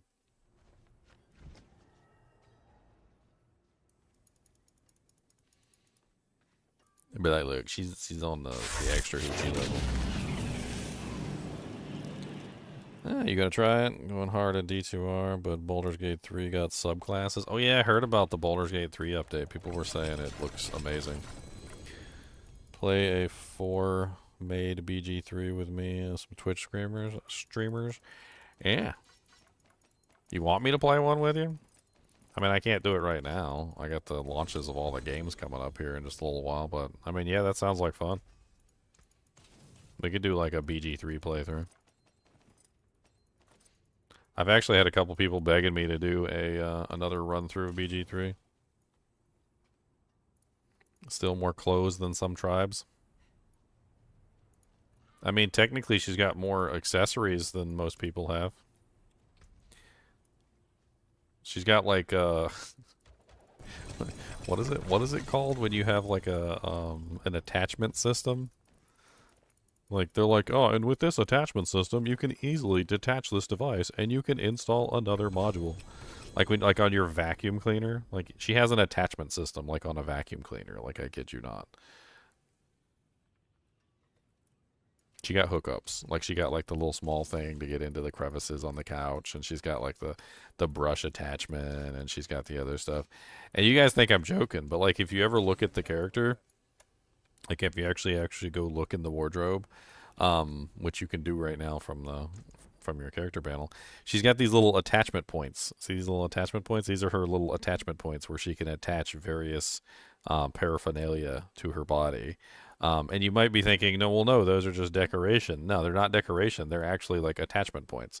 It's where she actually attaches things to her body, like in various ways. So like when you put on pieces of equipment, the attachment points actually, if you look at the way that it changes when you put on pieces of equipment, they're actually attaching to those points on the character. It's hilarious. Let me see if I can show you by putting on just like a random chest armor here. Trying to see if I can get some better pieces of equipment too while I'm at it. So if you watch, you see this. Look, these spikes are attaching to the points, right? So as you change like the different body armors and you look at the way that they are, right? So when she doesn't have anything on, there's the attachment points are here. So these are her attachment points, right? And look, now she has these. Now she has different paraphernalia there. Now they change to like different objects. See, now she's got little buttons on there. And then like there's a couple of them, like this one, she attaches the little eagle thing. That's how it's holding on there. It's like attaching to the little attachment points. In this one, she's got like a little D-Jank there. And I noticed that even in the way that the game codes the functions, like that's just an attachment point on her body.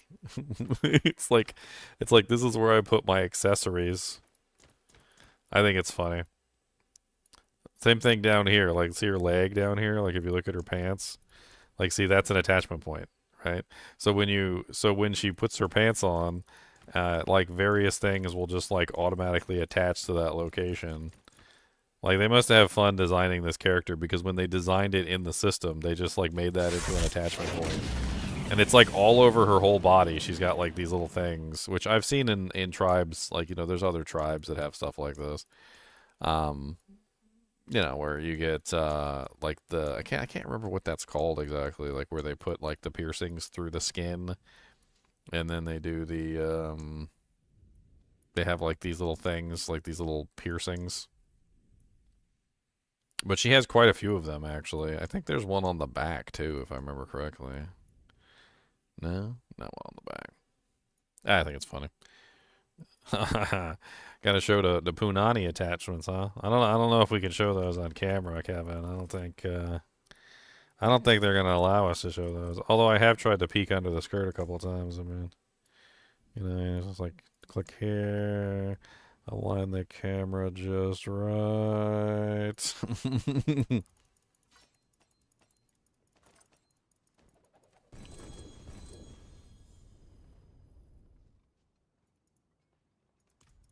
You spent time trying to get her as naked as possible?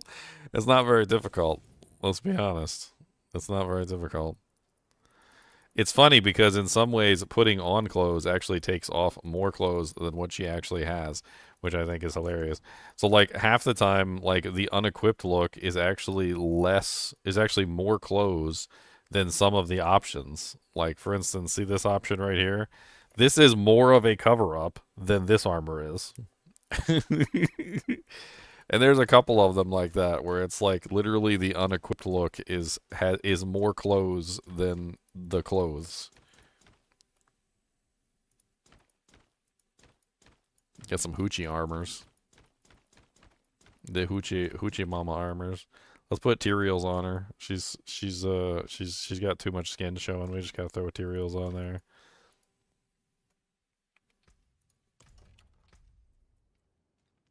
Like, somebody commented one time when I was playing the Spiritborn and I had not set up my wardrobe yet. I was just, like, wearing random pieces of equipment that I had found throughout the world, you know, as we all do. And then eventually I was going to go set up my character in the wardrobe. And I remember, like, somebody was like, why is your hoochie, like, half naked? And I'm like, you know what? She is half naked. I think she totally is half naked. You're not wrong. I was like, but I didn't do that on purpose, I swear. Then 4 Spiritborns later, as I was picking up random pieces of gear, and all of my Spiritborns looked like hoochies that came out of the stripper joint. I'm just over here like, okay, well, I guess they're just all hoochies then. You shouldn't call them that. You can't just call people hoochies. Well, I'm sorry. Maybe you should put on some clothes.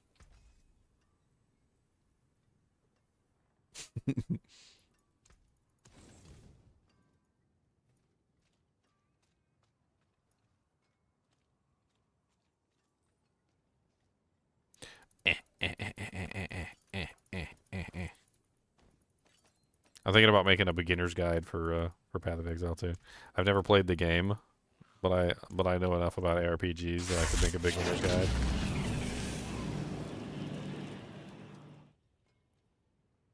Can I show her Tiet surgery scars? Oh man, Kevin. I wonder what Kevin thinks about Hunter Biden being pardoned. That jank has got me a little. Well, I'm trying to think what the term is. It's like some people seem to be under the impression that he was just pardoned for like petty crimes. But the truth is that like that pardon was so like wide and like swathing that jank was just like, you know what? I pardon him for every crime that he's ever committed within the periods of 10 years. 10 10 years. So for 10 full years, anything he did between those years, he's like anything that he did, any crimes that he was committed of, any crimes that he could have committed, like any charges that could be brought against him, like I'm just gonna pardon him for everything. I wonder if Biden really knows what he pardoned Hunter for. Like if he knows like the depth of the many like atrocities that his son committed, like when he's put his pen to that paper. Like is he aware of like the human trafficking stuff? Is he aware of, you know, like the drug dealing? Is he aware of, you know, like the things that he got convicted for were petty. Like they were petty. Like and a lot of people have rightly said that, you know, like they're not really even that important in terms of, you know, like the law. But some of the other things that I think he was still going up for conviction for, like they hadn't actually gotten to the process of filing the convictions on them and going through the process of prosecuting, were way more heinous than the small things that he had currently been convicted on. And I'm just like, I was sitting here thinking to myself, I'm like, do they really think that he only did these little petty crimes? Like that there's no evidence out there that he did anything else? I heard that there's one good thing that came from this, by the way. So I was unaware of this. I don't know if you guys are aware of this. Apparently, if you get pardoned by the president for a crime, anything related to that crime is no longer protected by the Fifth Amendment. You know that whole funny Dave Chappelle show skit where he was like, I plead the fifth, the fifth, the fifth, the fifth, the fifth, the fifth, I plead the fifth, the fifth, the fifth. Where he's literally like every time he gets asked something, he's like screaming out, I plead the fifth. And the Fifth Amendment is basically that you can't answer on the grounds that it may incriminate you. Well, once you literally get pardoned by a president, you can't be incriminated.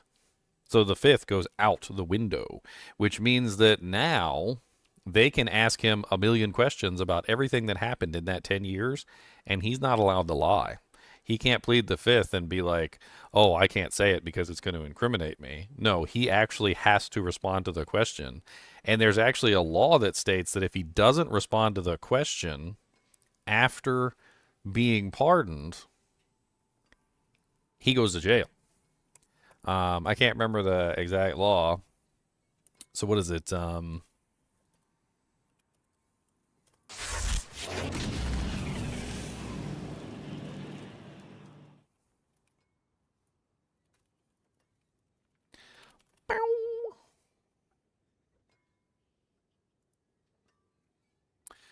here's a news article. Former House lawyers agree that Hunter Biden can't plead the fifth after pardon.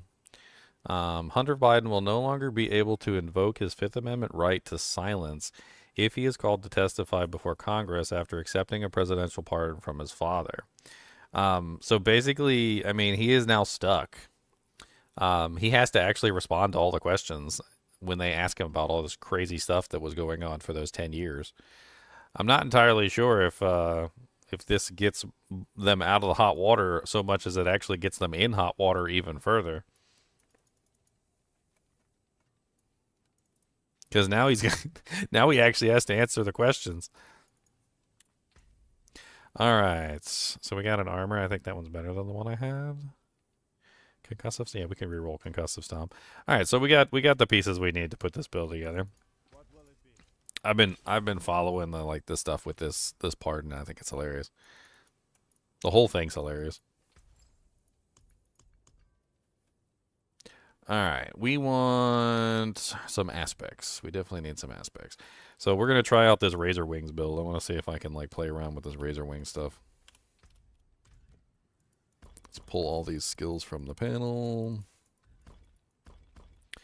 So it's probably going to look something like Razor Wings on right click. I would think Vortex on left click to pull them all in. That would be kind of crazy. And then maybe we use Soar as well. I think we're still using Ravager. Holy Jesus!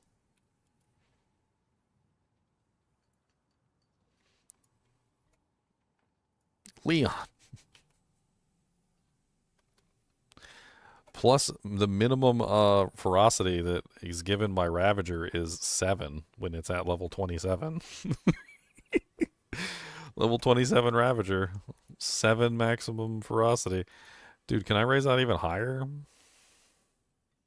What was the point at which it went to 7? Level 25? It went to 7 at level 25? That means if I can get it to level 30, it goes to 8?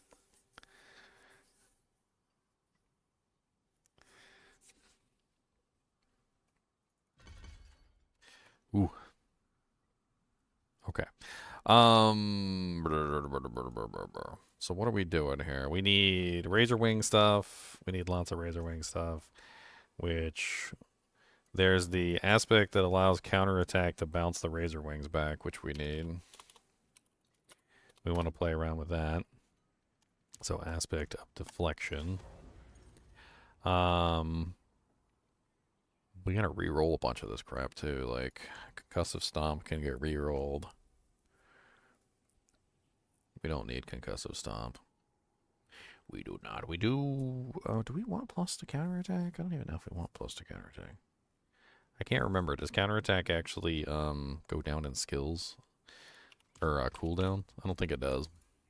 I think I remember checking that before, and it doesn't go down with skill points. We need one more point from somewhere. Let's pull one from the Seeker.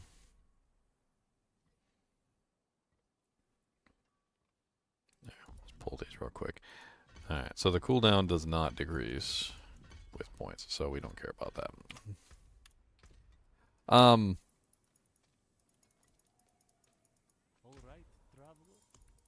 So some people kept pointing out that Trump, like, pardoned his son's father-in-law, and I'm like, that's not the same thing. I don't know why people keep trying to equate the two. I mean, blood is blood. Your son is a direct descendant of you. He's someone that you took care of. He's someone that you love. He's someone that you raised. He's someone that you're proud of and sometimes you're disappointed of. Right? Who the hell is your son's father-in-law to you? A person that you probably dislike? A person that you probably couldn't care 2 bits about? Maybe the only reason he did it was because his son asked him to? Like, it's not really the same thing. It really isn't. Alright, so aspect of deflection. That's the one we want. Let's throw that. We already have it on the armor. Alright, what's the other stuff with Razor Wings? I think that's like, there's only 2 aspects for Razor Wings, isn't there? The 2 aspects are Fleet Wings and the deflection. Oh, this is new. Razor Wings hitting an enemy increases your eagle skill damage by 1% for 4 seconds up to 45%. Razor Wing critical strikes generate 3 stacks. Ooh, that's nice. That's an offensive. Yeah, that goes on something. Let's throw that on the gloves. Actually, I'm not sure. Maybe we put that on the amulet? How much does it go up if we throw it on the amulet? 67%? It doesn't have an X next to it, but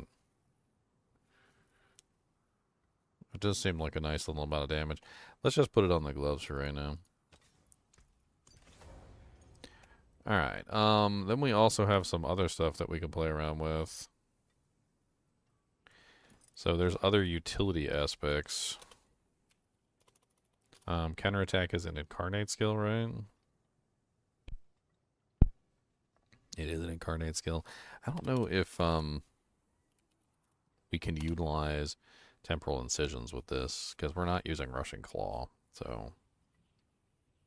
I mean, we could potentially use Rushing Claw. There's no reason why we couldn't include it into the build. The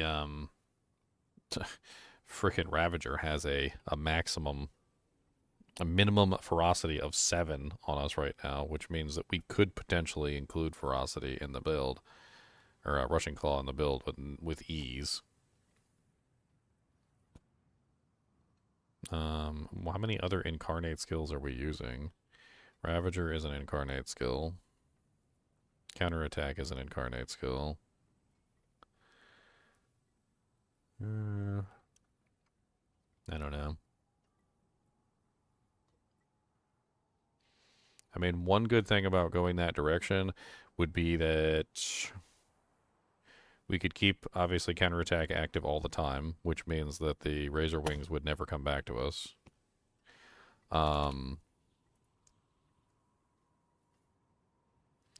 Actually, doesn't this thing state that the Razor Wings damage that reflects... while active, counterattack reflects incoming Razor Wings back out. Other small missiles are also deflected back at enemies and deal 50% of counterattack's base damage. So Razor Wings comes out at full power, right? It's not 50% of counterattack's base damage. It's the other small projectiles that are bounced back that do 50% of counterattack's base damage. So I guess we don't really need the plus to skills there then.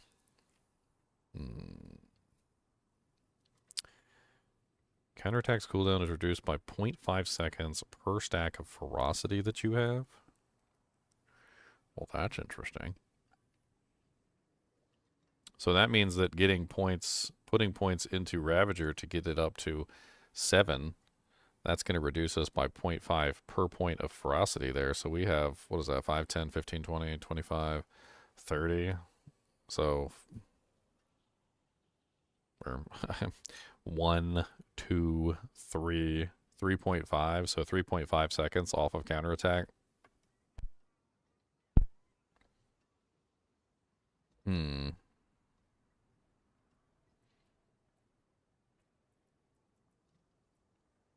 Trying to think what we use for offensive aspects here. Let's figure out the utility ones first.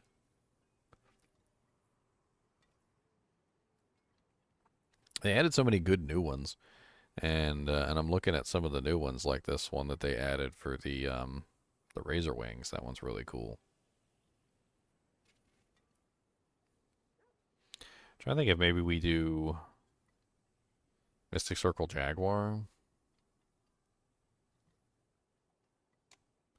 Oh, did you see, Leon, that they fixed your bug with the Centipede Mystic Circle? It no longer removes the damage reduction from the monster.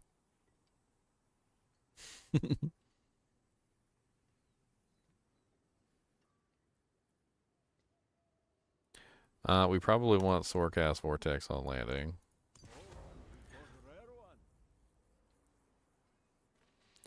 And what else do we want? Got Razor Wings. We're utilizing the Eagle skill bonus. I don't think we're going to get much use out of that one.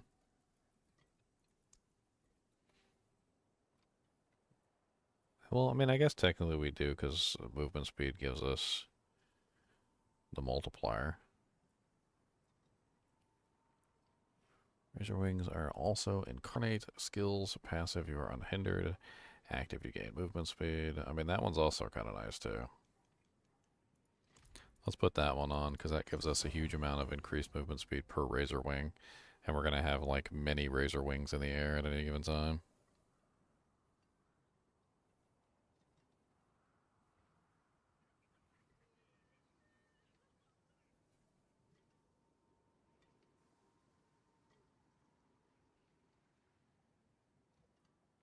Oh, dang, Kevin, you sent me another $50. Can I play the Baron song? The Baron song? What is that? I have no clue what this is. I'm going to get in trouble. Let's live dangerously, folks. TikTok is obsessed with a video of Baron talking about a suitcase. Goes like this. I like my suitcase. Has since been turned into an international banger. I like my suitcase. I like my suitcase. I like my suitcase. I like my suitcase. go to school now. I like my suitcase. Suitcase. Let's do the plan. I like my suitcase. I like my suitcase. Suitcase. I like my suitcase. Suitcase. Suitcase. Suitcase. Go to school now. I like my suitcase. Why is this so good? Paris Hilton is using it in her own TikToks, riding around on a suitcase. I like my suitcase. Why is this so good? I don't understand why this is so good. I need to share this with you guys. You guys can listen to it on your own dime. I like my suitcase. Who doesn't like their suitcase? Come on now. Who doesn't like their suitcase? I like my suitcase. I had a really nice suitcase back in the day. I like my suitcase. Dude, that thing's catchy too. I'm totally getting copyright strike. Let's go. There you go. What's wrong with D2R? So, they added WASD controls without actually like thinking about adding WASD controls, and it allows you to like move around the map in really weird ways while you're holding items, but you're not actually moving around the map. It's kind of crazy. I'll show you real quick. It don't take but like a couple seconds to boot up the game and show you. If you want to see like the full thing though, you know, just rewind a little bit. I did it toward the beginning of the stream.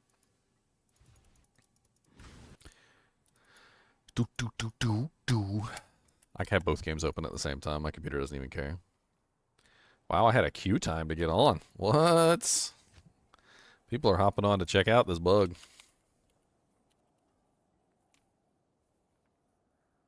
You ready for silliness, Travis? Are you ready for silliness? I'm going to show you some silliness.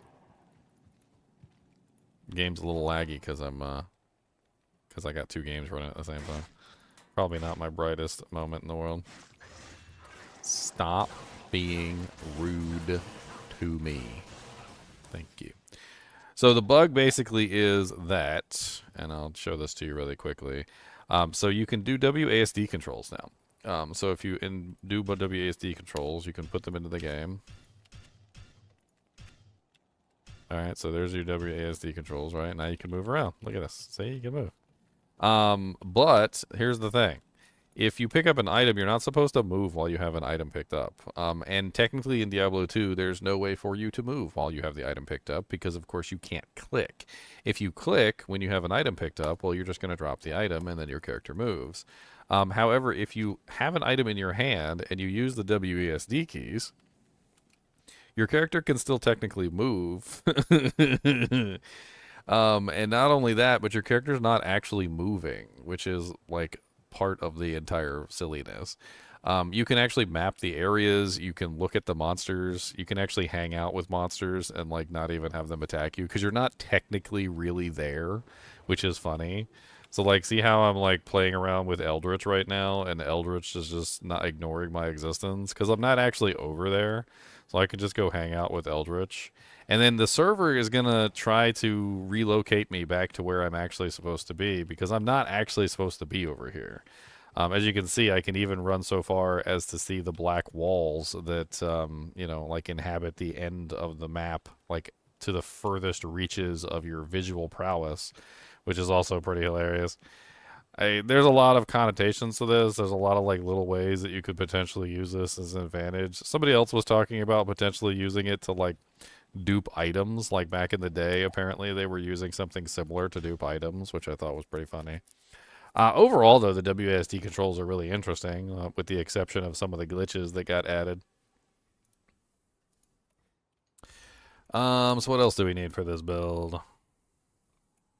We're going to have to put tempers. We're going to need tempers. We got Soar, we got the Razor Wings, we got the counterattack. We're using Harlequin Crest, which is fine. Get that nice plus to skills. Let's throw Mystic Circle Jaguar in here. Mystic Circle Jaguar, Mystic Circle Jaguar, Mystic Circle, Mystic Circle, Mystic Circle Jaguar. Alright, then what do we want for our last offensive aspects? We got two more offensive aspects that we can use. I'm not entirely sure what else we throw in here.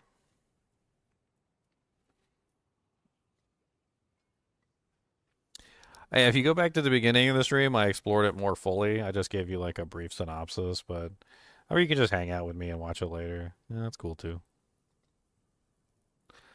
Potent Exchange. Gain 1 resolve when you dodge an attack. Your potency skills consume 2 resolve to deal 45% times increased damage. I feel like this is definitely something that I want to explore for this, but I need a way to have infinite resolve is essentially what my problem is. So let's pull Potent Exchange in.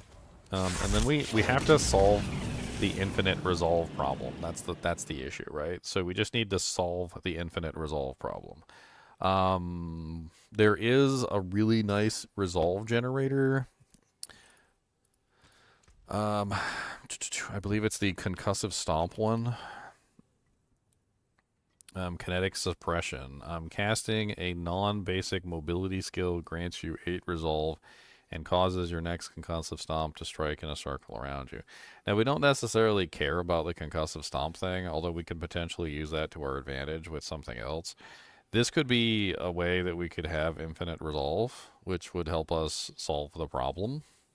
The issue is, though, is that it has to be a non-basic mobility skill, which I'm pretty sure just comes down to soar. So we're basically just going to have to spam a soar over and over again to make that work. Do we have any other abilities? I mean, we could also potentially utilize... Is it tenacity? You gain resolve for each 25 vigor you gain at maximum vigor. This can overfill your resolve stacks by 5. So yeah, this one could be a good way to do it too. Aspect of tenacity basically allows us to just generate resolve for generating vigor. So we just have to have ways to generate vigor. We're not really spending vigor with this particular build, so that could definitely work. We'll just have to figure out a way to generate vigor, like on a regular basis. So that's no big deal. No big deal, right? We just gotta generate vigums. We just gotta generate some vigums. I mean, there's ways on the board that we can generate vigor, like velocity. We could also generate vigor by just simply including like a basic skill into the mix. Trying to think like the various ways. There's all those crazy rings, and like the rings all have their own specific ways of generating vigor as well. I wonder if one of the rings would be an interesting choice for generating huge amounts of vigor.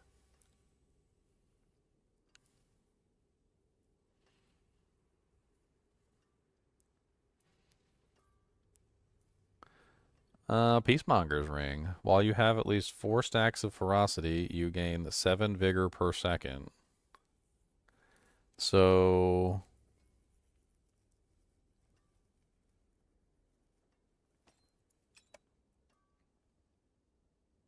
maybe? This also makes it so gaining ferocity also grants resolve. So both of them would help.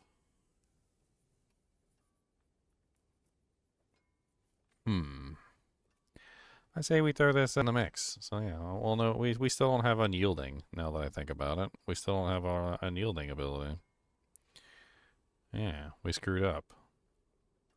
So I don't know, that won't work then. Oh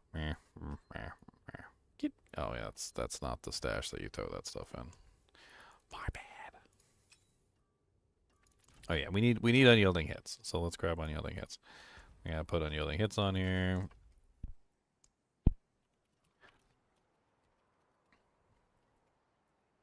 Unyielding hits is too good.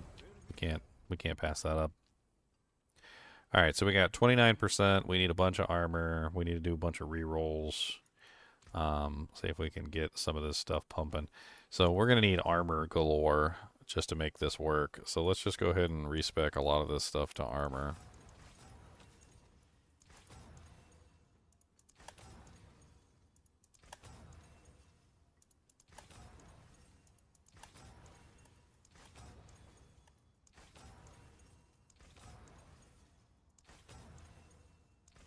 Can I have armor for 500, please? For 700? 800? 900? 1000? 1100? 1200? Is armor not available on armor? Dang it.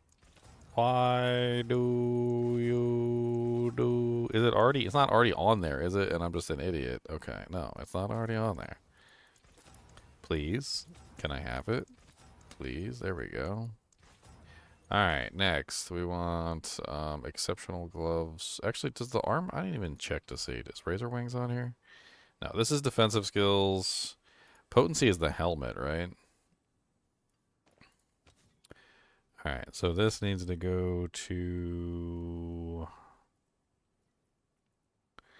Yeah, that's all core skill stuff. Resistances, critical strike chance. Let's just grab another armor here so that we don't have to worry about, like, armor on anything. We just want to cap out our unyielding hits and we'll figure out the rest later. Healing received or life per second? I don't even know which one to pick. I guess we just go with that one. What is available on pants? Pants is what? Defensives? Oh, no, it's basics. Okay.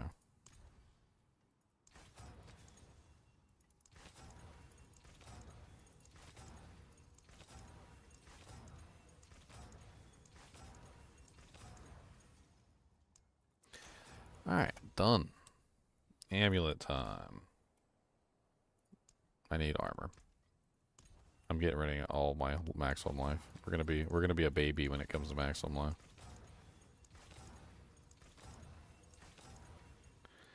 $47.1 maximum armor. Yay!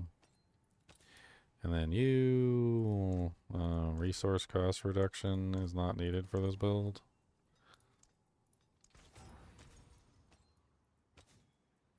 We don't need lucky hit chance to make enemies vulnerable. We're using eagle skills. We're gonna everything's gonna be vulnerable like all the time.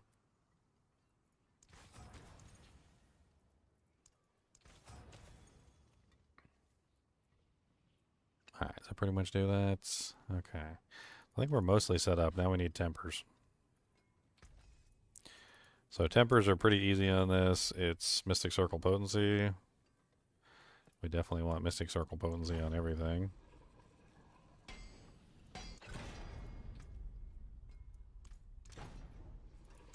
Nice. 14.3 on the amulets.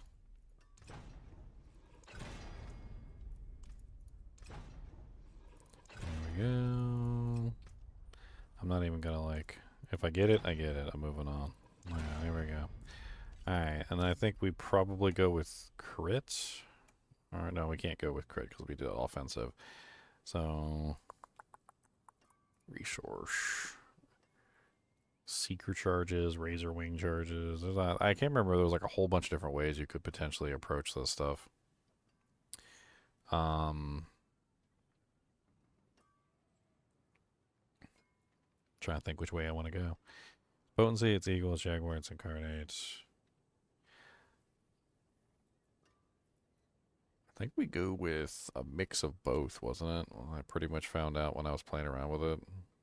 It was like you kind of want like a mix of both Seeker and Razor Wing charges together. And that's what makes it the most effective. So let's grab, let's just grab one. So, okay, we got Razor Wings there on the amulet, so that's fine. We want at least one Seeker. Okay, so we got 3 Seeker. And then I don't think it matters which one this one rolls. We just want 3 on one or the other.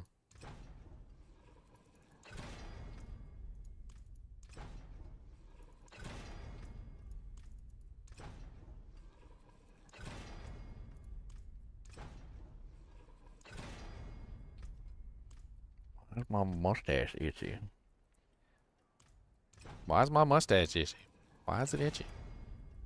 Y'all need to let me know why my mustache is itchy.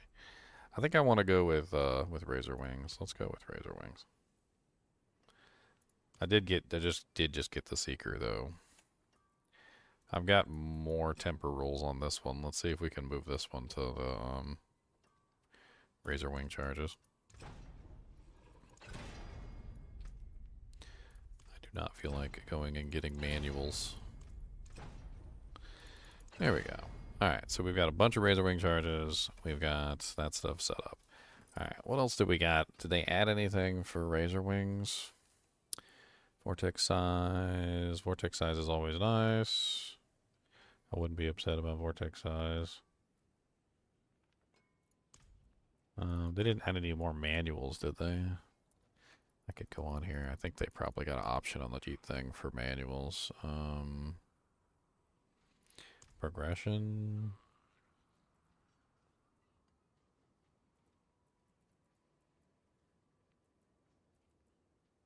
Never mind. Crafting and materials. Grant all temper manuals. Okay, so nothing came out of the boxes, which means I'm assuming that means that we already have all the temper manuals. Okay. Alright, so in that case, we're definitely going to go with vortex size. This one's already done with rushing claw charges. We're not going to mess with the boots. This one ends up being mystic circle size.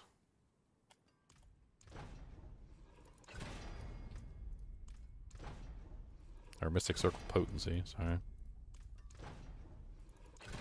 And then we probably go with another vortex size. Just get it capped out. We want to suck everything in real good. We want a lot of suck. We want all the suck. We want a mega suck. Suckity suck, suck, suck. Suck. Suckington.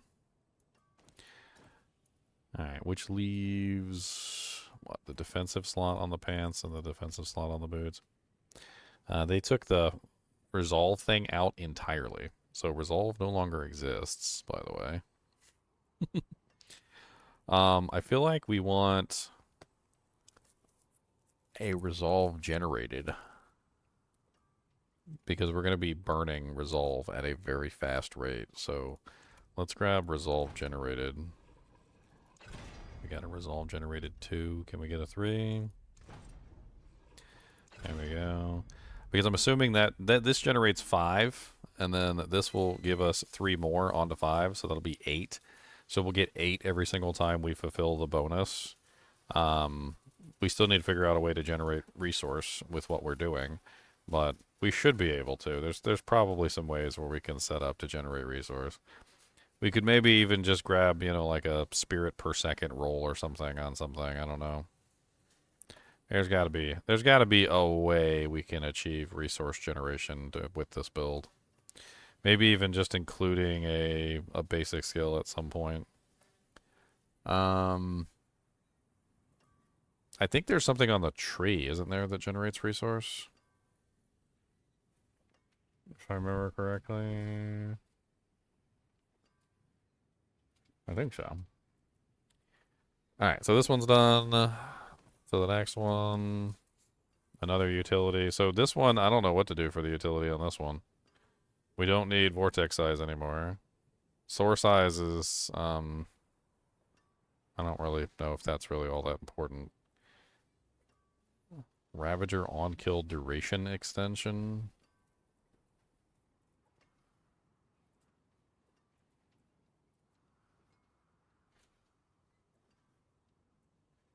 Probably just go with something like barrier generation. And then the defensive, we could just stack it on so that we're constantly getting more resolve. But I don't know what my maximum resolve stack even is, now that I think about it. I'm assuming that because they took away all the resolve stacking bonuses, that my resolve stacks are actually quite low.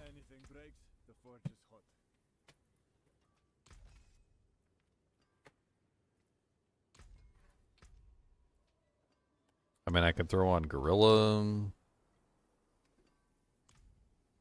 here. I don't know.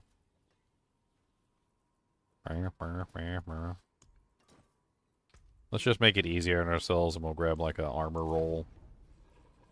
Just so that we can hit the unyielding hits armor cap easier.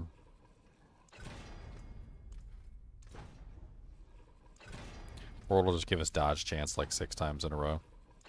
Dodge chance, dodge chance, dodge chance, dodge chance, dodge chance, 140 max of life. Okay. Okay, what's left? We got that. We did that. We got this, this, this, this. I mean, everything's pretty much set. I need gems. I need Jimbalems. Stealing your gems. Many fine pieces, rare and beautiful. May the light keep you. Thievery, thievery, radioactive thievery. Does whatever a thievery does. Gonna hit you right in your puss. Come and see.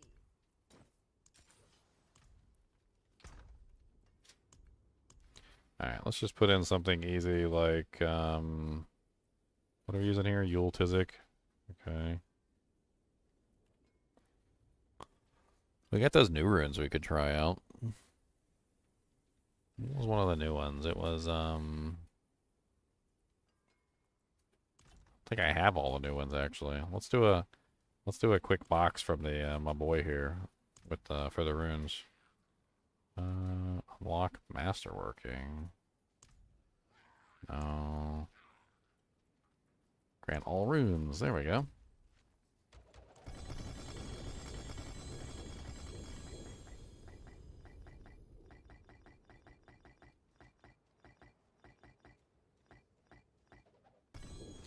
There's definitely some new ones in there. Let's consolidate all the runes into one tab here.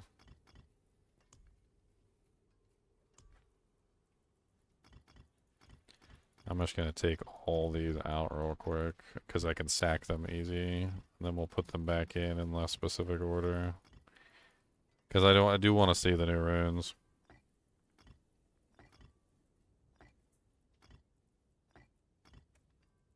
It should be obvious because the new ones I'll only have one of.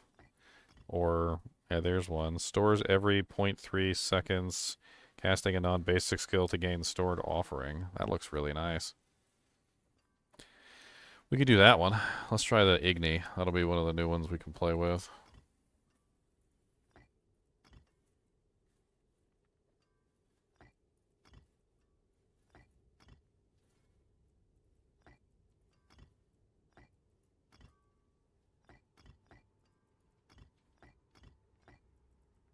Like 55 Pock runes.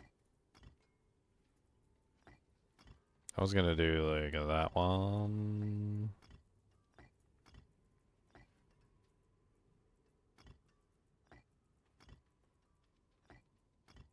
All that Thul. Okay.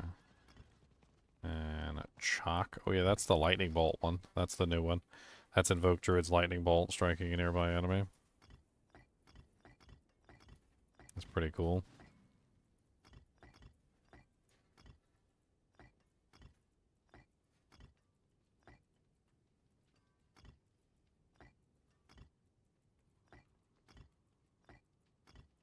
Trying to get these somewhat organized so I can actually see like what's going on.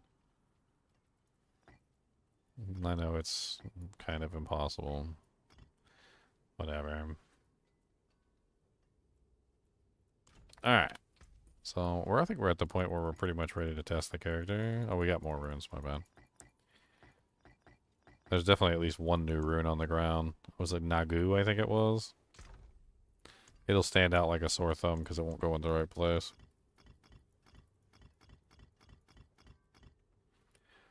Here's Ohm. Seer. There it is right there. Nagu. Maintain at least one summon for 5 seconds. Gaining offering for up to 6 summons. Wow. That seems like ridiculously powerful for like a summon character. To the point of absurdity. I'm gonna have to try that on the summon character at some point. Alright, so my Paragon board is totally not set up for this character, but we can at least go in and play with this. Let me grab some diamonds so I can actually survive, because my resistances are trash right now. And let's bring this character into a dungeon and see how good it is.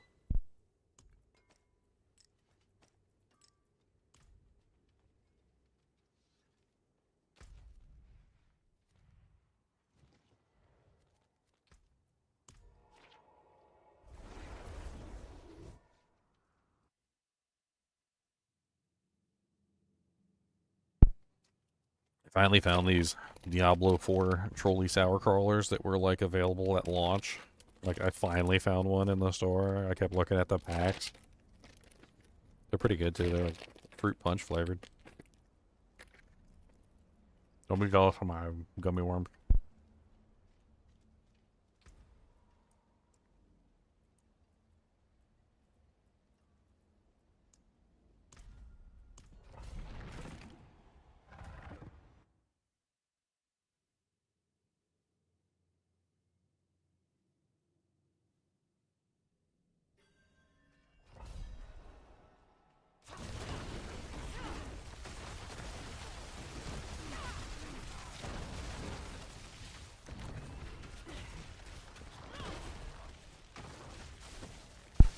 I don't have my ultimate, so this is not going to work. It's never going to work. I don't have my ultimate. The ultimate is like such a big part of this. So I couldn't, once I ran out of charges, that was it. I couldn't couldn't do anything else. I gotta put my ultimate in.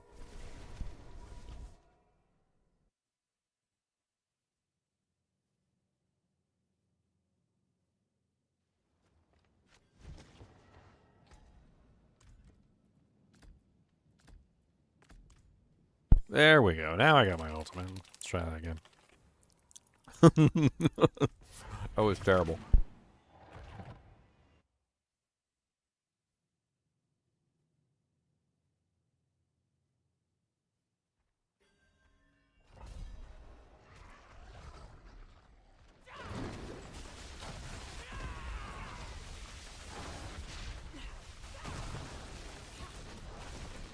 Did I forget to put a point in, God bless it. I think I might be mentally handicapped, guys. Yes, I did. I forgot to put a point in the actual thing that matters. So the whole build functions based on this thing with the ultimate, so that when you use the ultimate, it gives you like an infinite number of casts of the ability. And apparently I didn't put points into it because I'm stupid. I'm a dummy.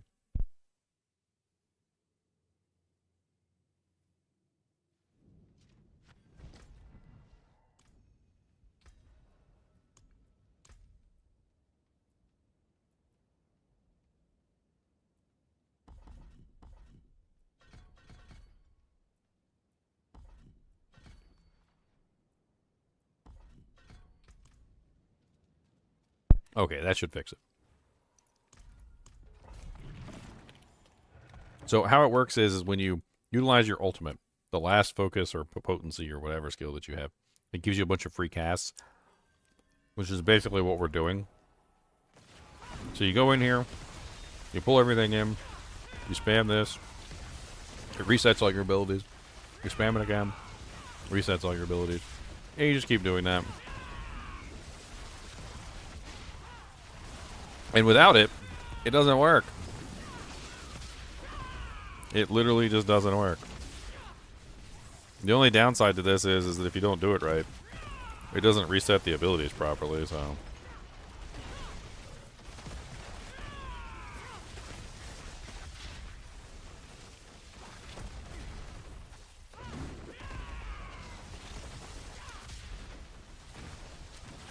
Die, punk. Oh, you coming for me? You coming for me? Mm-hmm. How about I do this, and I do that, and I do this, and then I do this, and this, and then I come for your neck with my razor wings.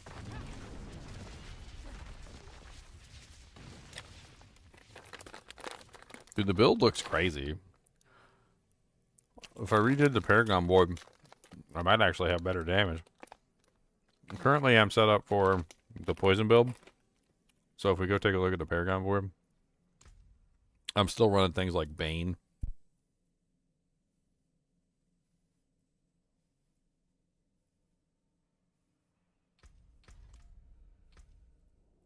I think another thing I forgot to do. No, I got Prodigy's Tempo. Okay, never mind. I thought I was still running Noxious Resonance.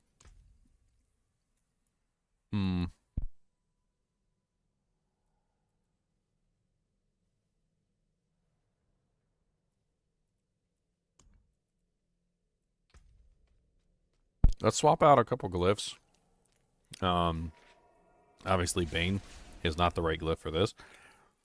And there's probably a couple other changes we can make on the Paragon board to make this a little bit more appropriate. So it's not like the worst build ever.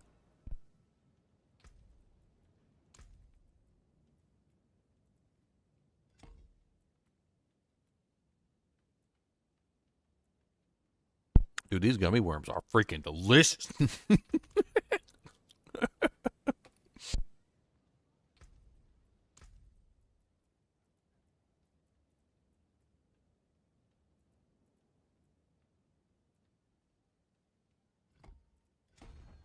Oh yeah, that's a big buff right there. We want the Mystic Circle potency. Mystic Circle potency. Potency. Potentate. Mystic Circle potentate. My fair potentate. Alright, there you go. So now we got... That's a massive bonus. Mystic Circle potency is a massive bonus. That's just a really small change that we made. What else are we running on this? We're running Viscous Shield. Okay, we're running Revealing. Sapping. What's the last board? Bitter Medicine. So Bitter Medicine is the wrong board entirely for this build. Does us absolutely no good whatsoever. So let's pull Bitter Medicine.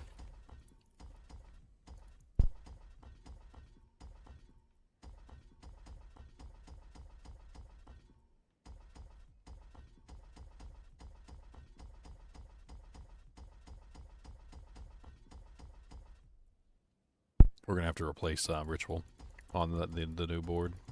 Because I literally just put that on the wrong board. My bad. Oops.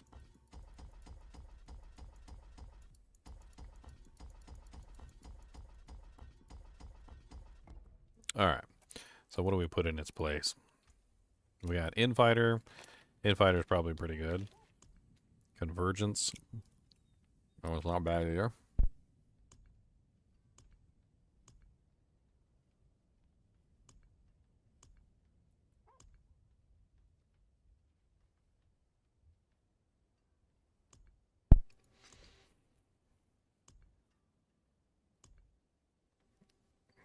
Let's do Convergence. Convergence has non-physical damage on it. I like that. Non-physical. Razor Wings is non-physical. It's lightning, so.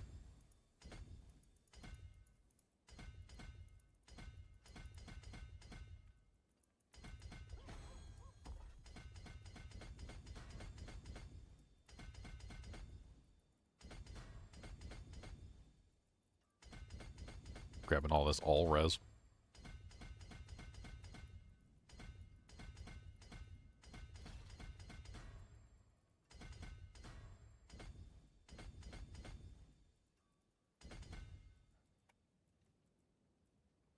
Ritual back in place. Again, grab all the intelligence.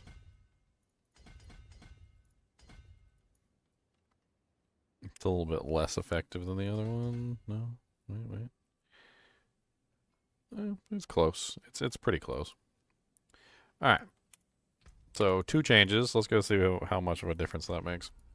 We got a glyph that actually matters for our character, a really big glyph. And then we also have the whole nother board. Because we had one whole board that was basically useless to us.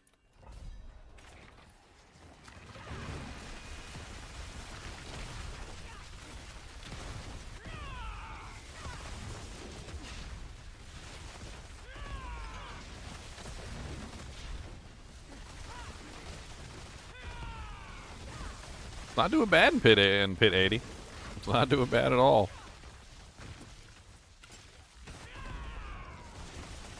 Infinite pull-ins. Which, by the way, if I wanted to do, like, infinite pull-ins, I totally could, which is hilarious. For instance, let me show you. Like, if I wanted to just do infinite pull-ins, I could just do something like this. Click. Click, click, click, click, boom. Because I'm making some noise. I'm playing with toys. I'm using my razor wings all over the place with the boys. Come on down, get right out. Gonna hit you with the find out. Oh, how did I mess that up?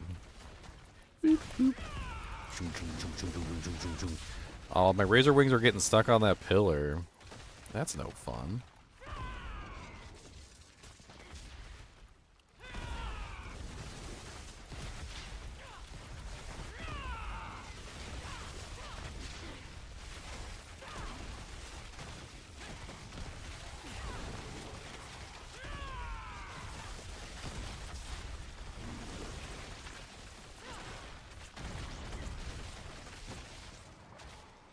I mean, it's interesting. I'm starving out a little bit, but I mean, it works okay. Let's try another variation of this build. It's just a small variation, and let's see how well it works. So let's go back to town real quick. We're just going to make one change to Razor Wings, and we're going to see how well it works with the different variation of Razor Wings.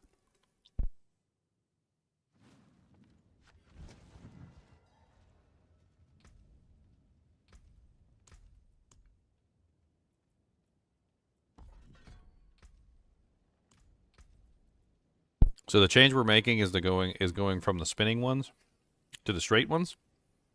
And we're basically just going to have like a infinite number of straight razor wings coming out. It should be like an insanely large number, right? Easily hitting the cap, whatever the cap is. 15 active razor wings. So the cap is 15. We're going to be at 15. We will be at 15 razor wings, no doubt.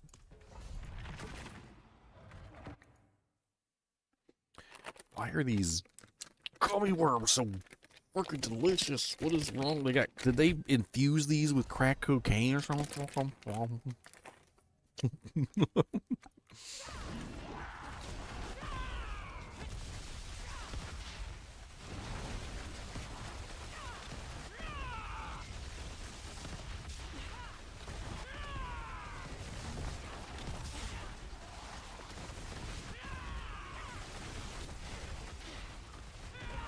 Wow, that's crazy.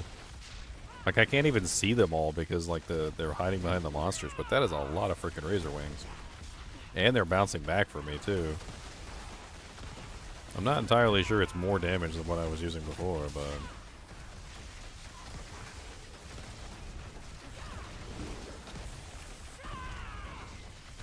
Looks like my resolve stacks are holding very steady, so there's that.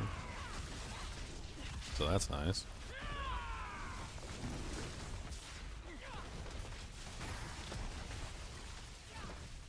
Eagle skill bonus damage at 741? What? What the hell is that?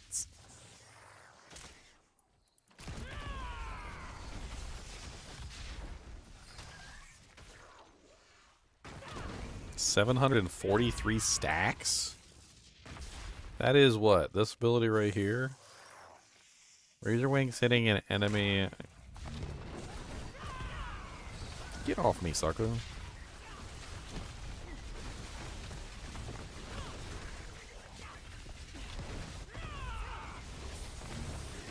Why is this guy, like, invincible?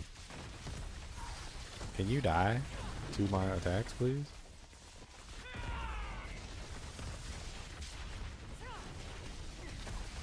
He takes, like, no damage compared to the other monsters. All the other monsters are dead. He's not dead. He's the only one that's alive.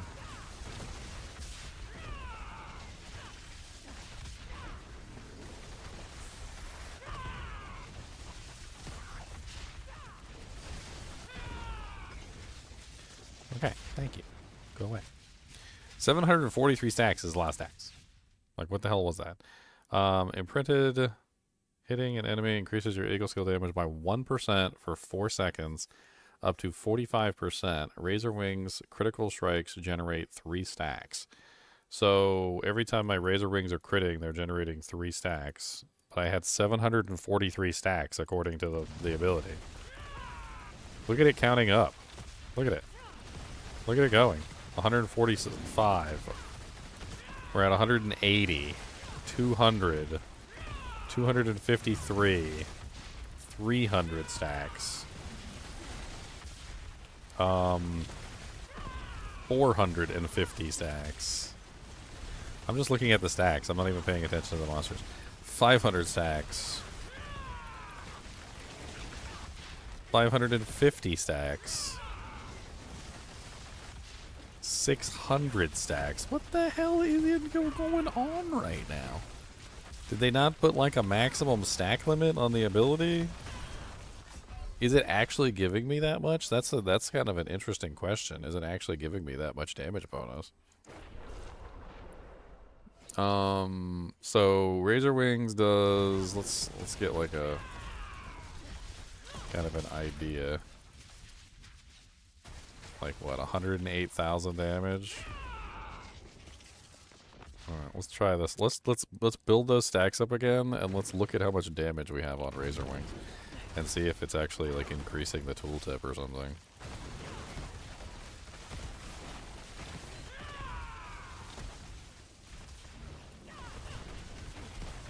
Alright, so just fire off as many as we can.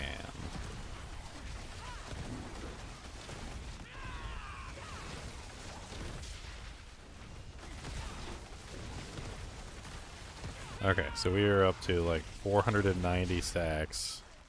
It says I'm doing 3.2 million per Razor Wings right now.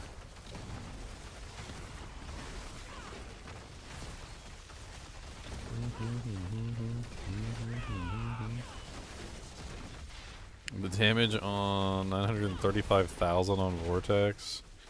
Razor Wings is still at 3.2 million. Alright, let's get more crits. Let's build it up even higher. 600, 675, 4 million damage is what it says now. I think it is stacking infinitely. I don't think there's a, I don't think that's only stacking to like 50%. I think that's stacking way higher than 50%.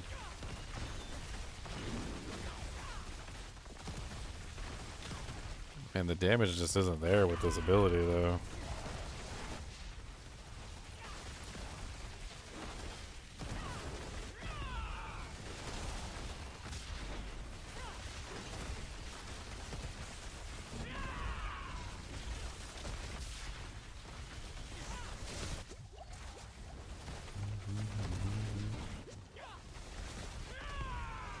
I mean, it's okay. Why did it seem like the spinning version just like did way more damage than the straight version?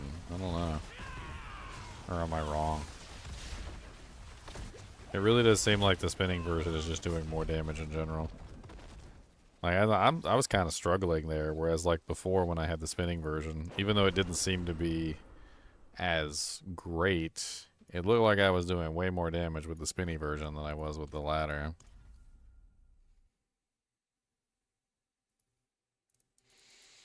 Hmm.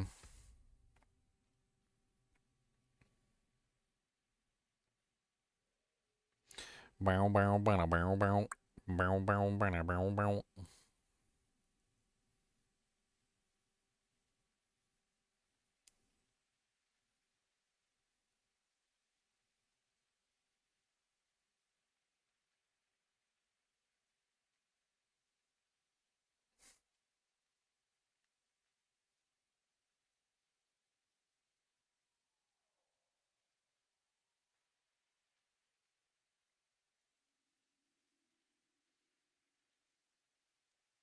I think I might need to report that. I think that's probably a good idea. I should probably report that one.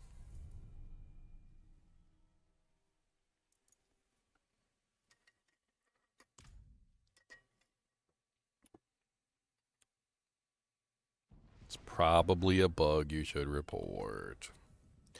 What is it called? It's called Endless Talons. That's what it's called. Endless Talons. So let's get bug reports.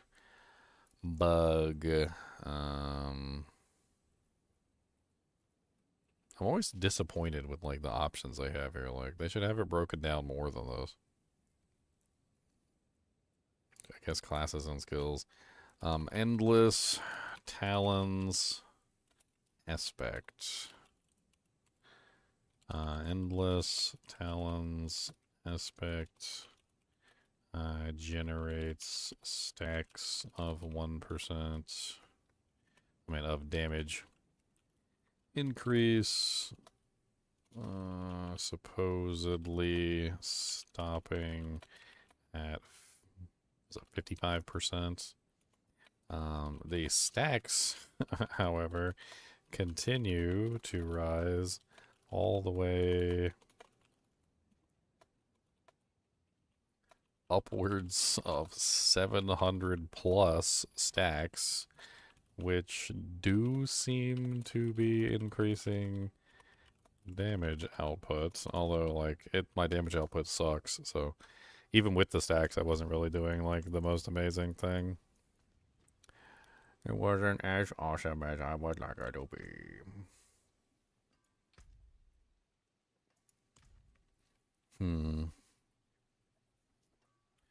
I wonder if my unyielding hits isn't... I mean, I'm not capped, right? So I'm not capped on unyielding hits, which is a problem. Let's get unyielding hits capped real quick. It shouldn't take much effort. We just need to dang it! I hate when it does that. I don't care about the Razor Wings, dude. I want the armor. We need the armor bonus increase.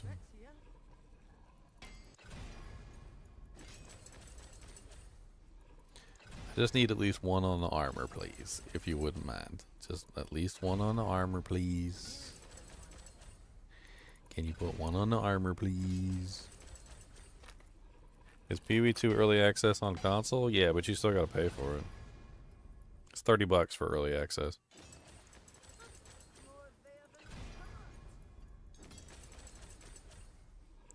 It's 30 doll hairs.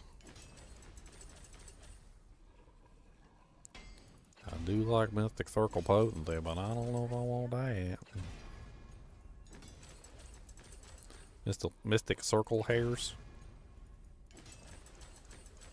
Boy, if you don't go on the armor thing, like you doing everything but the armor thing, and you keep going to the same things over and over again, like, how many times is it going back and forth between Dex and Razor Wings and Mystic Circle Potency, and it doesn't choose anything else?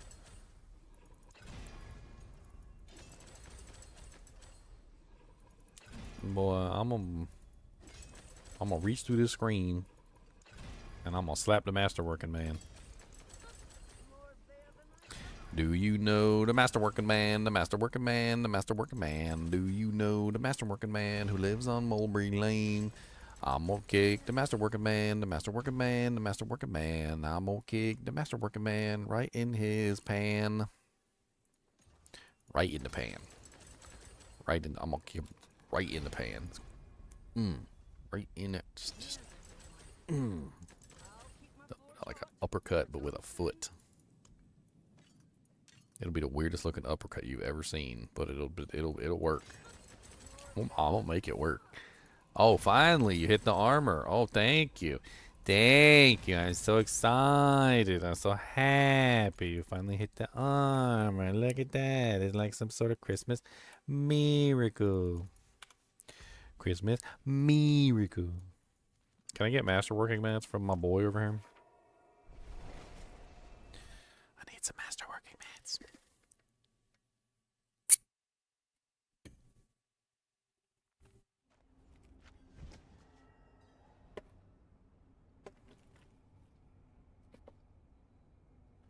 Where'd I put them things at? I got like some little energy chew things. They're like little now and laters or something. They're kind of neat. They're called one-shots. Sponsor me, One Shot. I'm over here chewing your chews. They're actually pretty good. They got like 75 milligrams of caffeine, and they got like some other doojangs in them. Keep you burning. I think I'm gonna be using a lot of these for the launch period. They remind me of now and laters.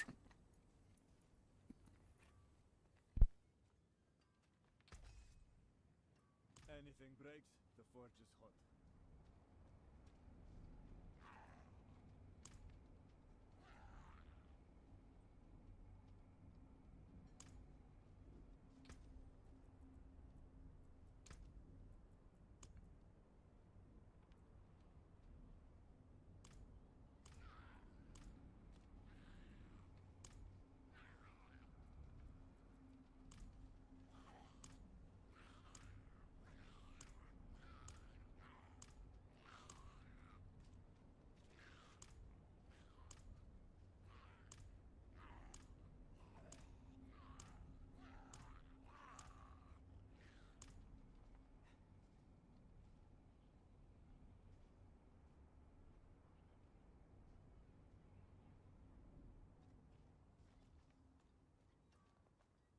Went down the wrong hole.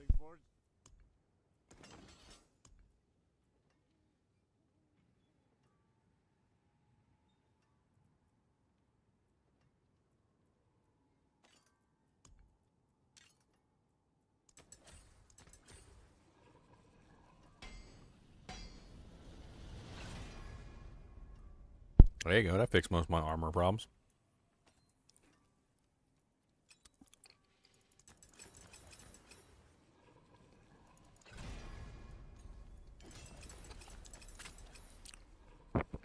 Sorry about that. Forgot to mute my mic.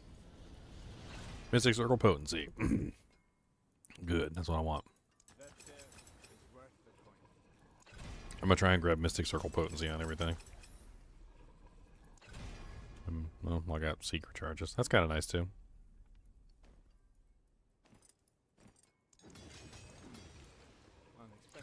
Resolve generated. Vortex size.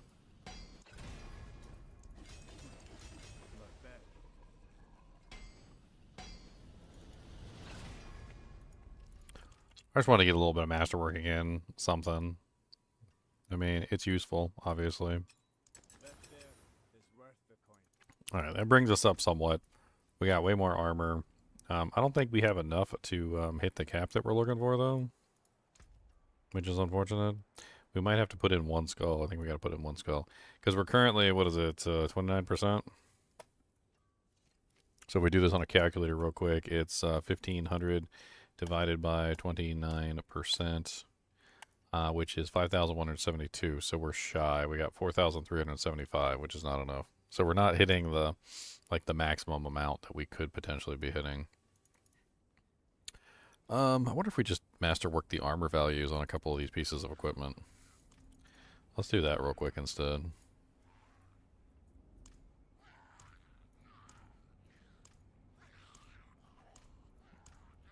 Probably take a couple seconds. It's not that hard to hit the first masterwork. It's really not.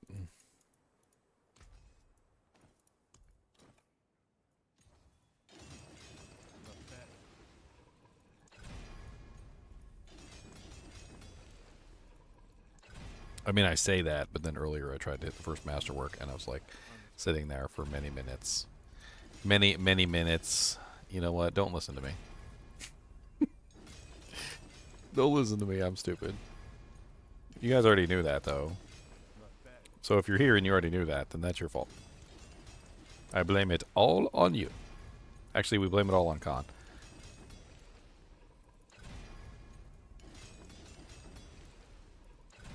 It's always Khan's fault. When he's not here, it's always Khan's fault. We just blame it on Khan. And then Khan just randomly shows up.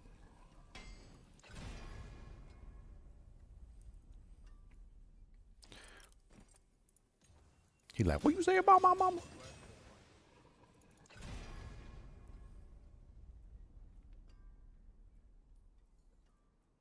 Okay, so armor. We got armor here too. Okay, let's do this one as well.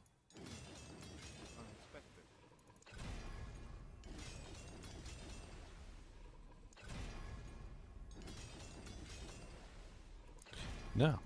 Stop giving us give us what we want, not what we don't want. Why you always give us what we don't want? What kind of mind reader system do you have that like ranks what we want and what we don't want and always gives us what we don't want? I swear, it's like the program is reaching into my very soul and knows deep down what it is that I'm looking for and just deliberately gives me the thing that I don't want.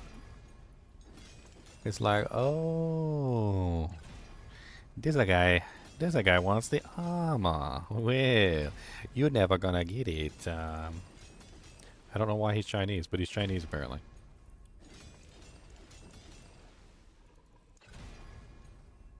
Never gonna give you armor, never gonna give you armor. Then he gives me armor when I say that.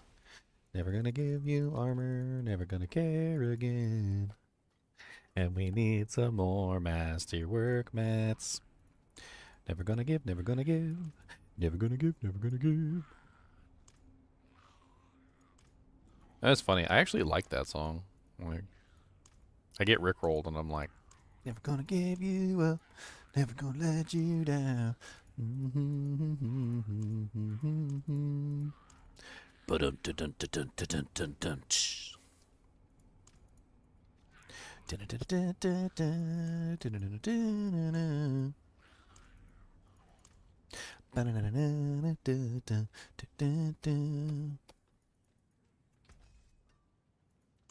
Never gonna give, never gonna give. That care is worth it for Alright. Beep, beep, beep, beep, beep, beep, beep, beep, beep.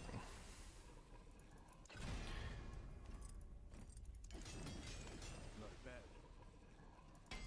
Does that give me enough armor? No. No, it does not give me enough armor. I need more armor. More armor! Need more masterworking mats is what we need. I'm pretty sure that if I do this, I'll get enough armor, or very, very, very close to enough armor. One way or another.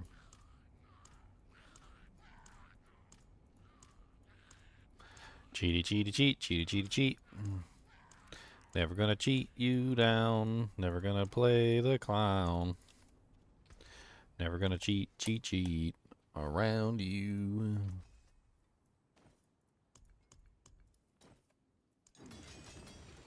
Oh, Lord. Okay, that's done.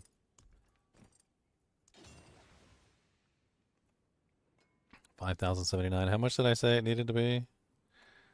What was the official calculation? It was 1,500 divided by 29%. It's 5,172. So we are pretty darn close to the value that we need.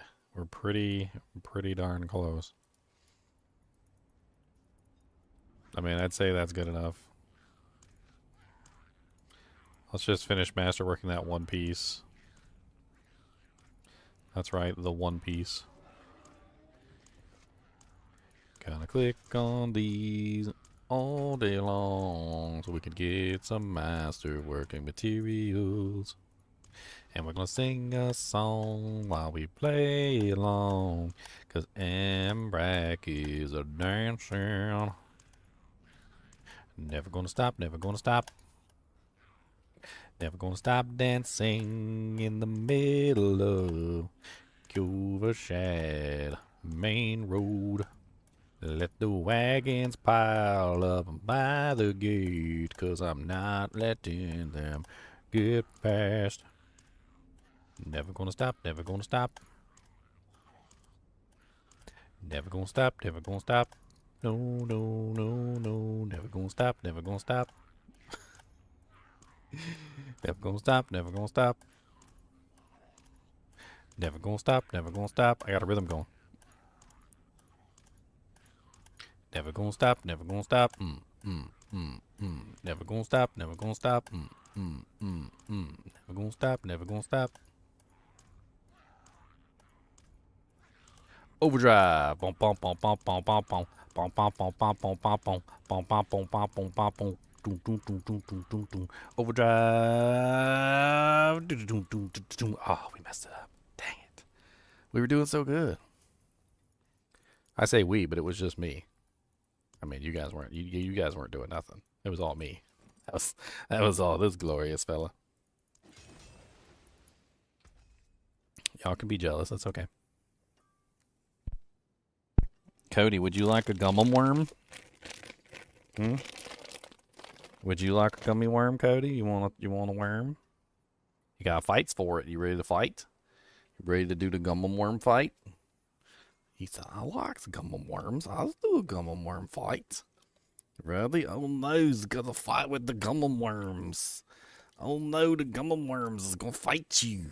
Oh no. You cut them in half. That's the poor gummy worms. You cut the gummy worm in half. Why would you do that to the poor gummy worm? That's not very nice. He said, give me my dang gummy worm and stop messing with me. He's rude. Alright, we're pretty close to the value that we need. So our armor is up there now. We got fully masterworked gear. Let's push this build a little bit and see what it's capable of. I think it's way better off than it was before. I got the Razor Wings as an incarnate skill. Oh yeah, I forgot about that. God, we got 16 Razor Wing charges now. What? No, wait, we got more than that. 18 Razor Wing charges now. Woo-wee! All right, now it's time to go back in there. Let's see what we can do with the 18 Razor Wing charges, better unyielding bonuses, and all that other crazy stuff.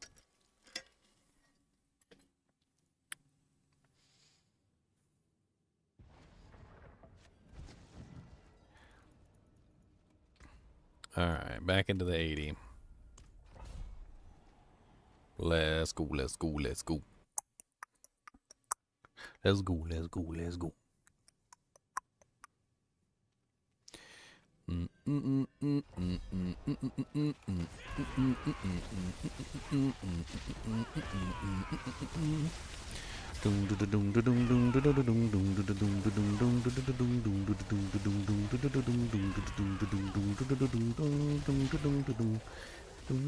was a 2.2 billion there. I don't know where that came from, but that was definitely a 2.2 billion. It was an overpower, wasn't it?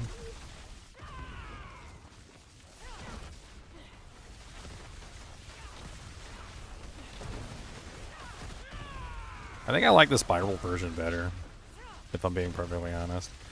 I think the spiral version is cooler. Like, this one's okay. Don't get me wrong. Like, I think it's okay. It definitely has a more interesting, like, usefulness, like when you're doing, like a hallway or something like that. It's kind of cool in the hallways. But, like, I also, you know, I don't know.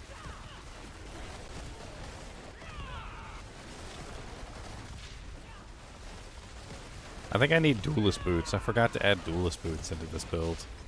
Yes, I forgot to add duelist boots. Yeah, that's a big bonus that I'm missing. Okay, let's make two small changes real quick. Some refinements. We're just going to make some refinements. No big deal.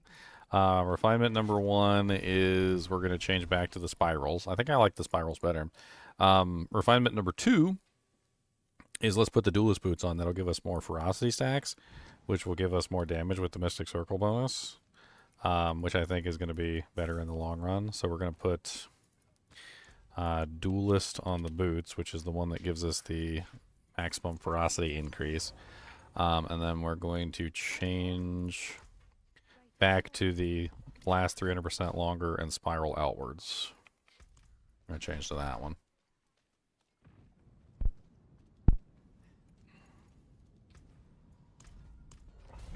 I think I like the spiral better than the straight. They both have their advantages.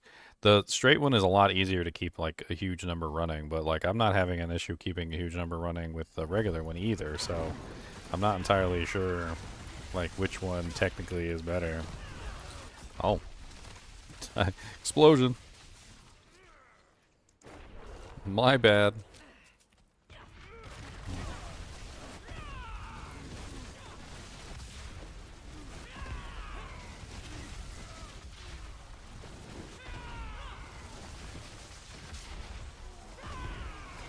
I keep hitting the wrong button. I keep putting the focus on the wrong ability. That's hilarious. It's funny though, because I have so many out there already that it's not necessarily diminishing the number that I have because I'm bouncing them back with I stand still too much with this one, I guess, and I keep dying to like random silliness. That is pretty crazy looking though.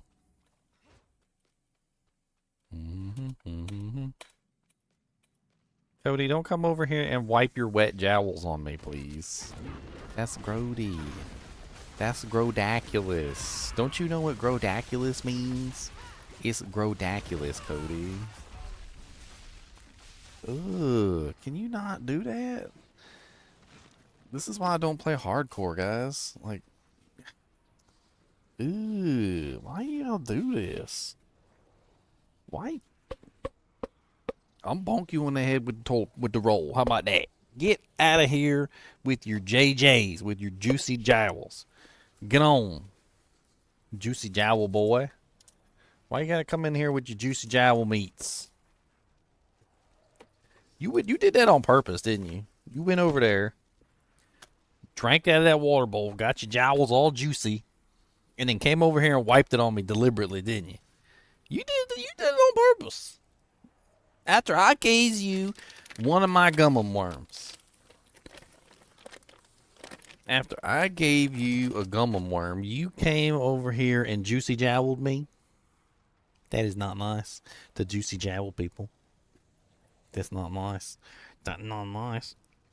Juicy jowl boy.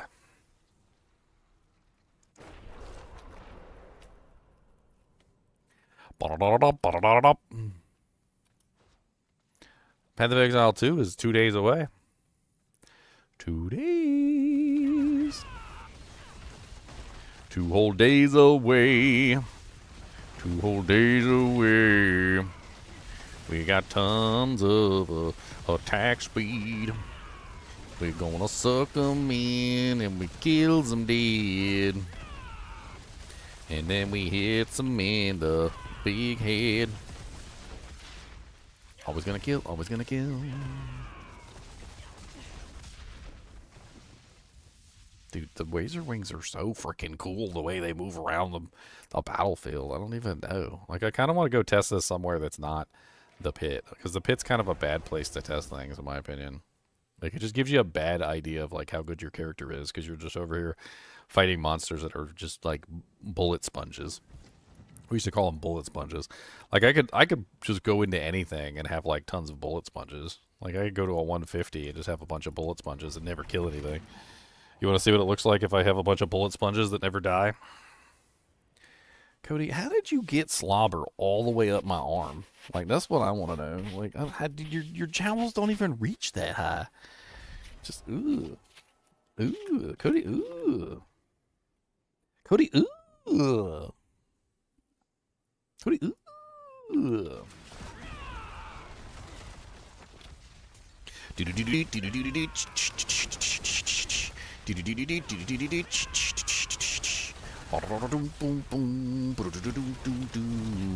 I won't be able to kill nothing because this is a pit 150 and these monsters have a trillion billion HP, but I can still fire off my doojanks. Never gonna die, never gonna die. Never gonna die, never gonna die. Never gonna die, never gonna die. Never gonna die, never gonna die. I mean, I'll die, but they won't die. No! Why you do this? See, now I gotta leave the game because I can't get out of the doojank.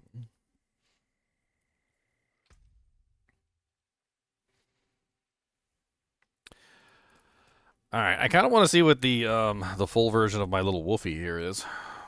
I was playing around with this wolf character, this companion druid kind of a character, yesterday when the cheat vendor was broken. Now the cheat vendor actually works. Let's go over to the cheat vendor and beef this guy up.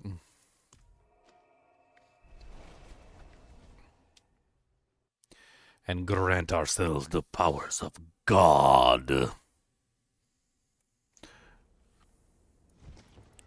Do you know the Muffin Man? The Muffin Man who lives on Mulberry Lane.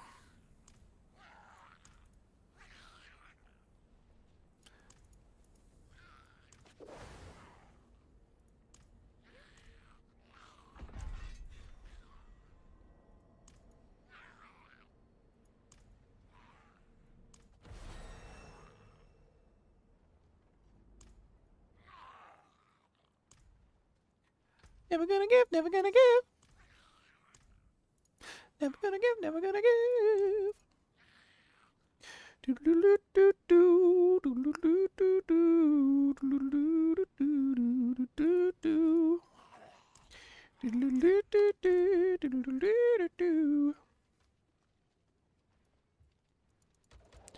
You look like the poo-poo. Yes, Cody. Cody said don't talk to me. I'm not listening to you. Use rude. All right, we're probably definitely most likely going to be using Harlequin Crest on this build because +4 to all skills is just way too good. And I need the other. Where's the pants? I need the pants.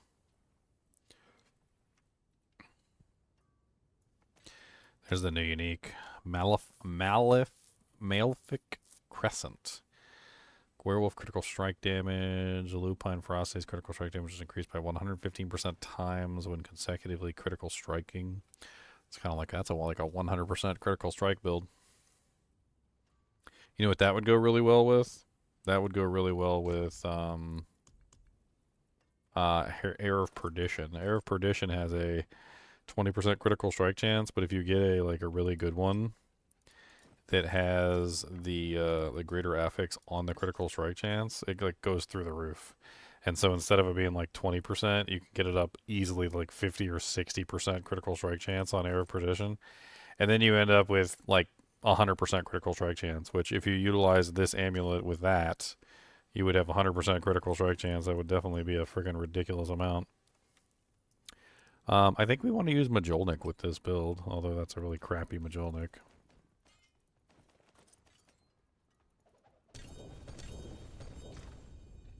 Let's put a grandfather in here for ourselves.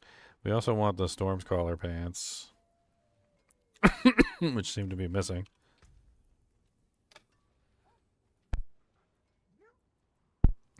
They must still be on the ground. Or maybe I haven't opened the box yet. I don't know. Or maybe I destroyed them by accident. One or the other. I mean, none of them are exceptional or legendary anyway, or ancestral. So it doesn't really matter.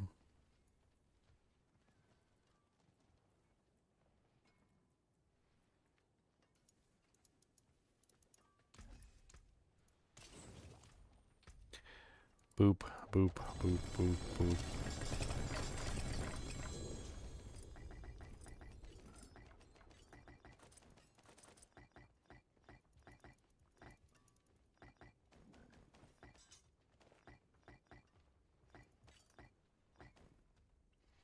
What's wrong with a consultation for the monster dog on the meaning of life? What's wrong with that? You act as if there is something wrong with that, and I say there is not.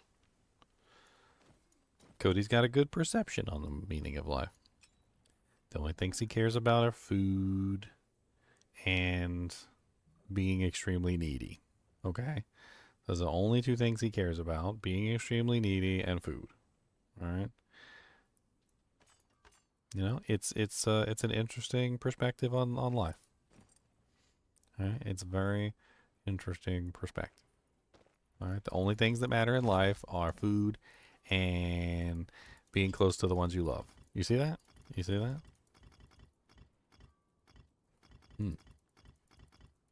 Food and being close to the ones you love. Oh, and being safe. He cares a lot about being safe as well. That is definitely something that he cares about. Being safe. He's a big safety conscious person, you know. Like if anything comes near the house, he borks. He does the heckin' bork. He likes to watch out the window like somebody's old grandma who's pretending that she's like a neighborhood watch person.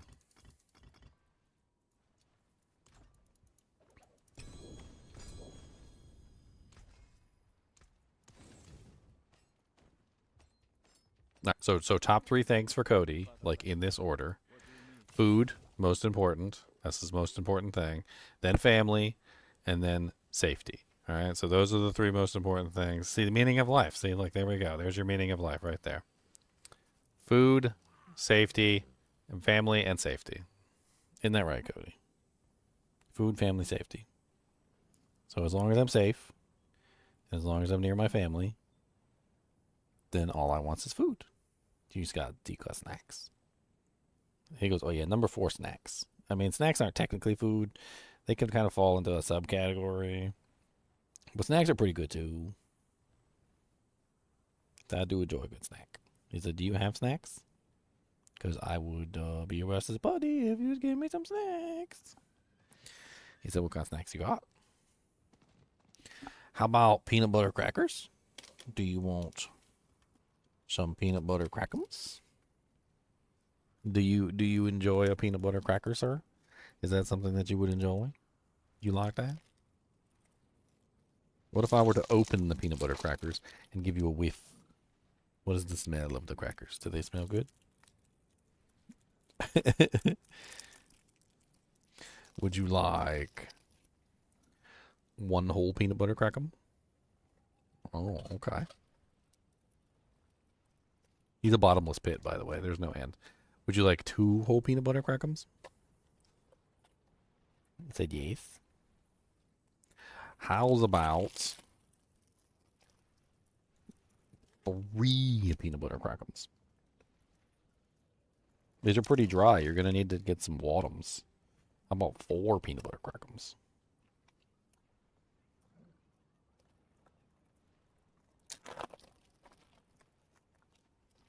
How about 5 peanut butter crackers?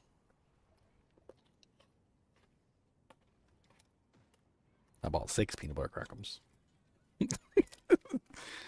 All gone. Just got them all. Oh no. Ugh. You left crumbs all over my arm. Can you get that, please, sir? Ugh. Why do I always get slimed whenever I have... Like, you know what they should do? They should go back to Ghostbusters and they should just edit Slimer as a dog. Because apparently that's all you... Because that's what Slimer is. Cody is equivalent to Slimer. Any contact with Cody immediately ends up in you being slimed.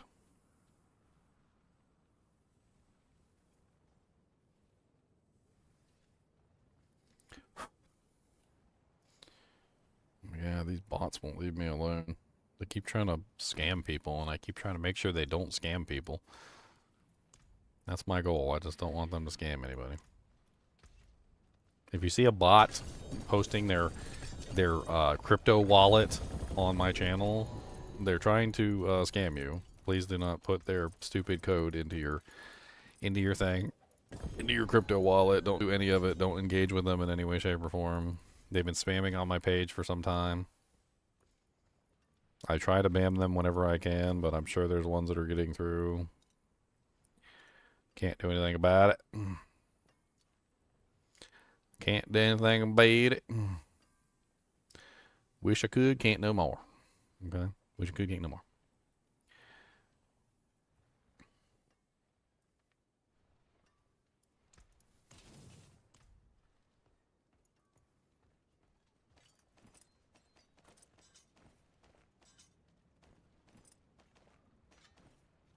Oh, I can finally do my ball lightning sorceress too.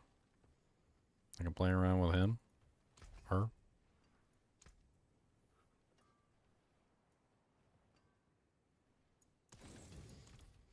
Alright, so I got the pants. I mean, this is a very rough setup, but I'm not going to sit there and keep doing that stupid merchant over and over again until I get what I'm looking for. I think I have all the aspects now, so we need the companion aspect. We need the one that gives us the companion skills. There you go. That's the best. That's like the biggest damage bump that we can get. Then we're also going to take the Stampede. We need the Stampede. That gives us +1 to all of our Dujanks. We also want the Wolf one. That one's really neat too.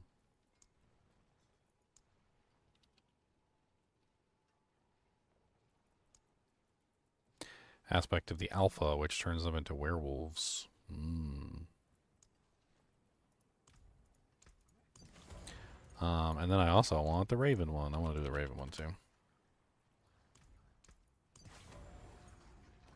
Which doesn't leave us with much other options. I'll take the Spirit Bond aspect to make them immortal.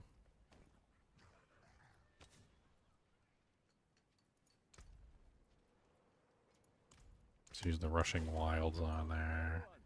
Okay, good enough. Like, we got, like, most of what we need here. Let's put some gems in our equipment, and then... May the light keep you. we can get some other stuff, too. There's that companion one. We're going to try out that companion rune. That'll be really nice, too.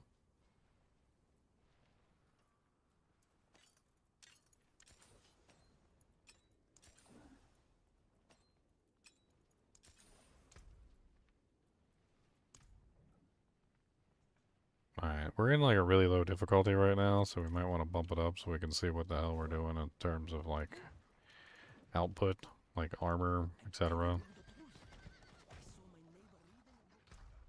So let's bring it up to like Torment, let's just bring it up to Torment 4 so we can actually see realistically what we're looking at for armor and resistances. Really bad, okay. Armor's at half of what it should be, and resistances are also pretty bad as well. Alright, so rune-wise, there's that new companion rune, or summon rune, which is really neat. That's the Nagu. Maintain at least one active summon for 5 seconds, gaining offering for each up to 6 summons. So that's like really powerful. I'll play around with that. And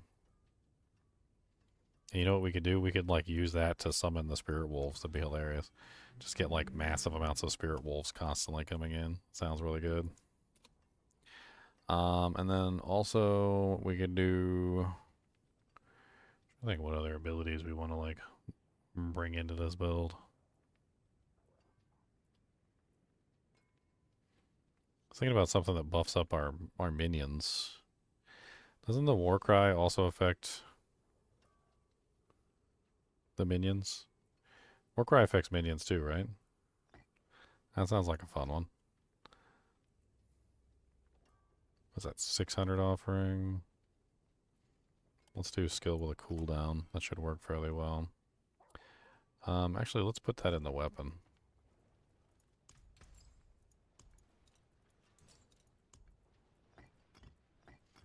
And we need some gemlims. Should be sapphires. We have no materials apparently. Okay.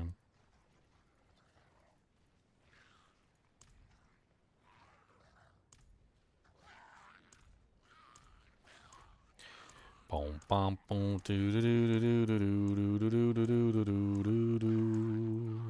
Boom, bum, boom, bum, ba, boom, ba, boom, ba, boom, boom, ba, boom, boom, boom, boom, boom. Doom, doom, doom, doom, doom, doom, doom, doom, doom, doom, doom, doom, doom, doom. Doom, doom, doom, doom, doom, doom, doom, doom, doom, doom, doom, doom, doom, doom.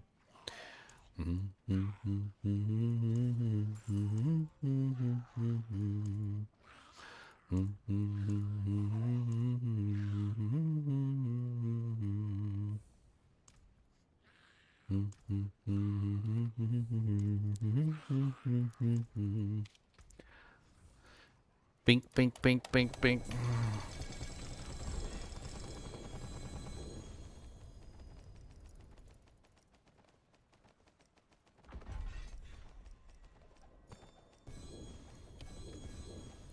Manuals.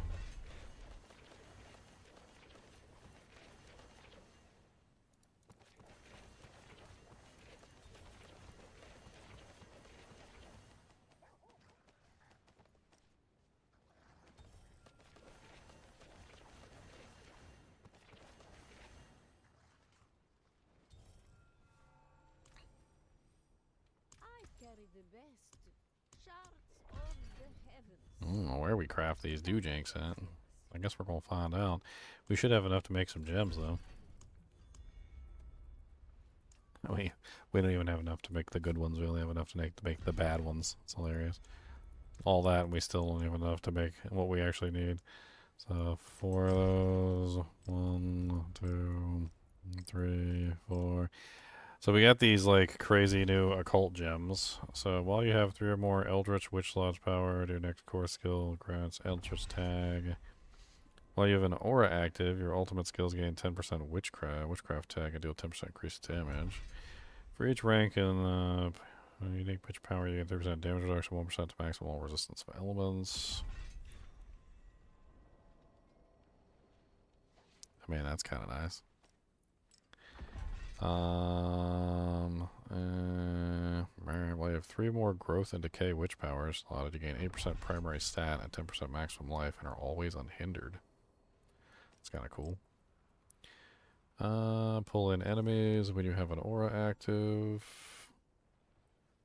Generate more barrier, fortify, and thorns. 3 more Eldritch Witch powers slotted, 20% movement, 50% critical strike chance. Unique witch powers deal 40% increased damage. What is unique? Witch powers.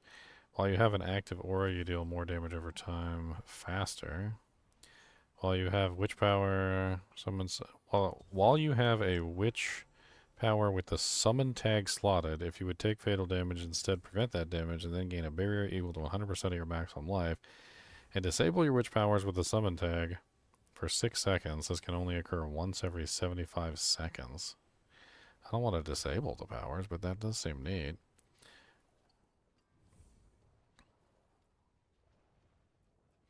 Your non-unique Eldritch Witch powers gain 25% potency.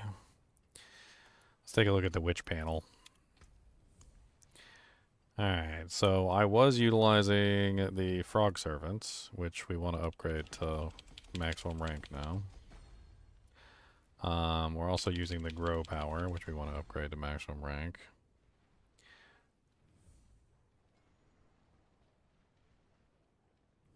We have the Firebat Servants. Actually, I want to take this one. Actually, I don't know if I take that one off or not, because this one I think goes into this slot, right? Mm-hmm.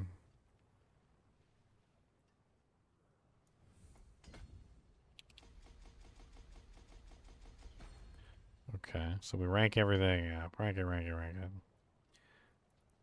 Oh man, this is gonna be crazy.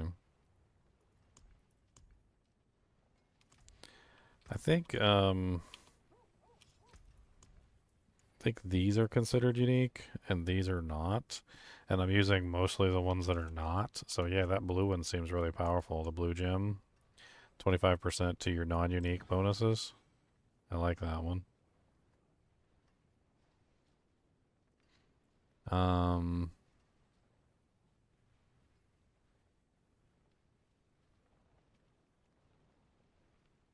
For each rank in your slotted unique witch power. Okay. Well, there's one that increases the unique witch power too. Your unique witch powers deal 40% increased damage. Let's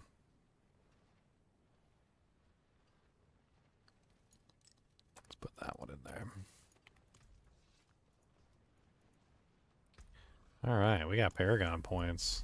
Let's go get some Paragon, shall we? And Skill Tree. We got Skill Tree too. We can max out some Doojanks.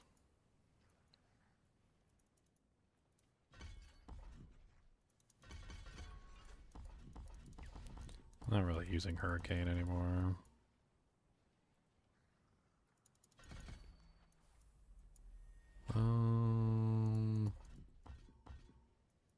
We don't really need that anymore either because we're not using the landslide bonus.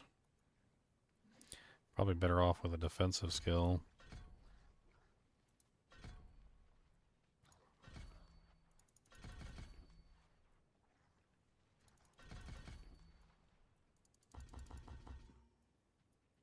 Got 8 more points. So many freaking points.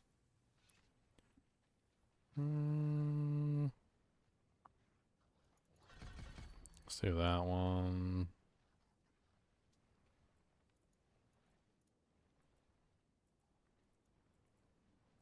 These guys are technically nature skills, so I'm going to grab a bunch of this stuff too. Alright, Paragon Tree. We want that crazy Paragon board. Let's go. I just realized I don't have any of the Paragon, and my resistances are actually pretty decent. We want that new board that gives us companion damage.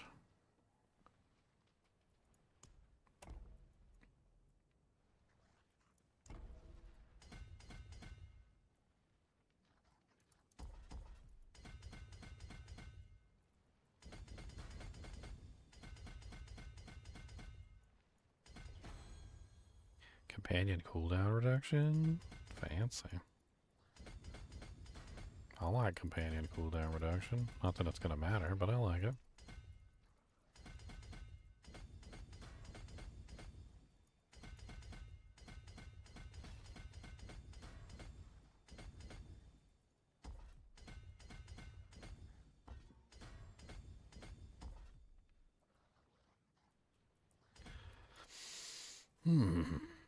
Alright, what next? We got Ancestral Guidance for not really spending Spirit, but we could. Heighten Malice, we definitely can utilize that one. 100%. Thunderstruck, we definitely want that one too. Let's go ahead and attach that board. We want Heightened Malice and Thunderstruck, both of them. They recently changed the Heightened Malice so it actually works properly now. So instead of it being like a waste of space, it actually does work as it's actually supposed to.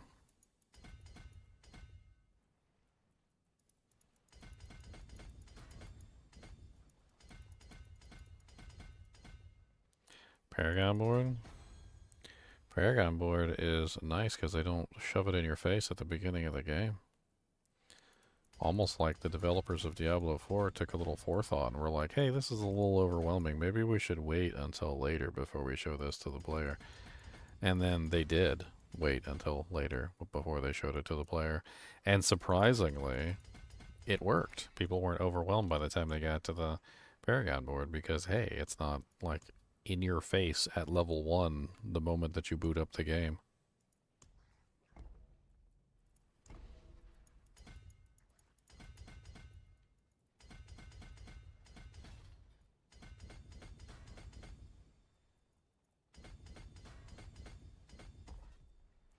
This is the hill I will die on. I will die on this hill.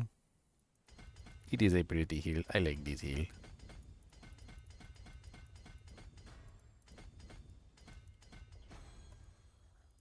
No, no, no, no. What? We gotta just shove it in their face right from the beginning? Okay. We'll just shove it in their face right from the beginning. Don't worry about it. You got it, dude. Okay, so we got all the ones I think we need. Earth and Devastation doesn't apply to us. Ancestral Guidance would be nice, but we don't have any way to spend it. We don't have any way to spend resource. We could add some way to spend a resource. Constricting Tendrils is nature magic. That actually does work.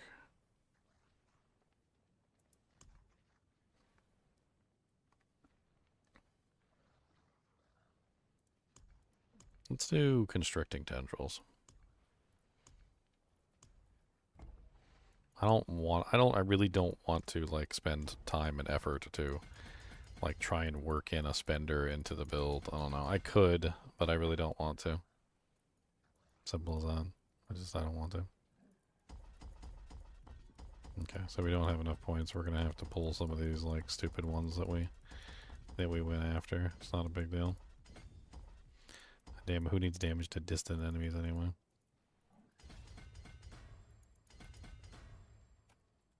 What was that? Life and damage reduction and resistance to all. Okay, I'll take the life.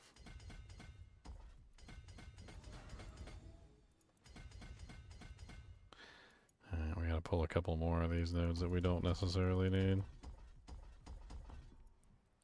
Boop, boop, boop, boop, boop, boop. Alright, and we're still not done. We probably might still have to pull more. What do we want here? Let's put some nodes in. I'm not going to be like too picky about this stuff. Passive portion of your companion skills deal more damage. Sure, I like that. Let's do it. We need intelligence. We need one more intelligence node. Pull one armor node and grab one intelligence node. Okay, done. Next, I'm trying to think if we want to go down the poison route or if we avoid the poison route. I like the poison damage. But if we go the poison route, we're going to lose... Actually, don't technically the wolves also cast rabies? So I guess it's like double... It works for either one, doesn't it? I feel like that works for either one. I mean, that's not terrible either way you look at it.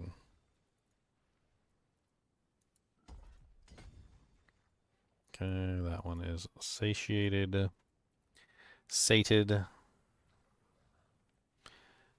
You're running a Desync this season? Alright, Desync, let's go. 'Cause I was born to be a Desync-a-din, and at least I know I'm free. 'Cause my Desync-a-din is better than thee. And I proudly stand up next to him and say, Dinkus, Desync-a-din's the day.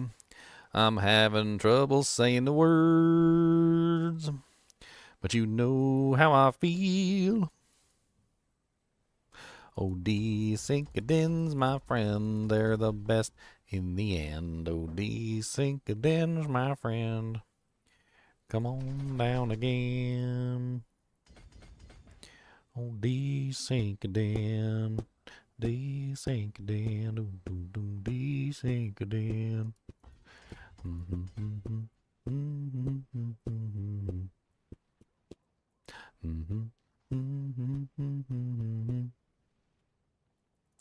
Oh, the Desync-a-din, him's a sink-a-din. Got a desync and sink and dink-a-din. Alright, next. Got that desync-a-din. Cody, what are you doing? Are you being a goodest? Or are you being a baddest? You got the gas? Cody, do you got the gas? Cody said, what about the gas? Don't talk about the gas. He said, you don't know nothing about the gas. Let's do Bane, which needs 5 more intelligence to be activated. Ay, ay, ay, ay, ay. Ay, ay, ay, yippee, yo, yippee, yay. Alright, done. And what do we got left? One more glove socket? One more glove socket. Cody, are you the goodest boy? Or are you the baddest boy? You the goodest? Or you the baddest? Which one yous be? Goodest or baddest? You know, do you even know if you're the goodest or baddest? Has anybody told you were the goodest or the baddest? Do you know anyone who is the goodest or the baddest? Have you been in contact with the goodest or baddest boys?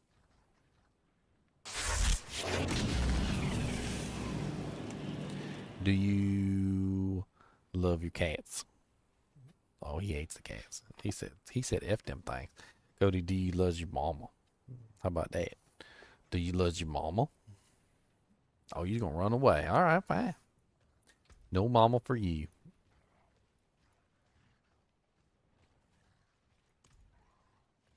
All right, let's go see how crazy this is. I think it's gonna be nuts. We didn't even do tempers. I mean, we could do tempers, but I mean, we don't need them right this second.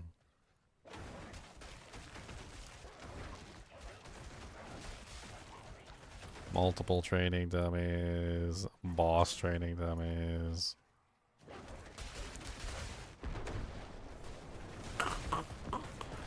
Why are they so big? They're so big.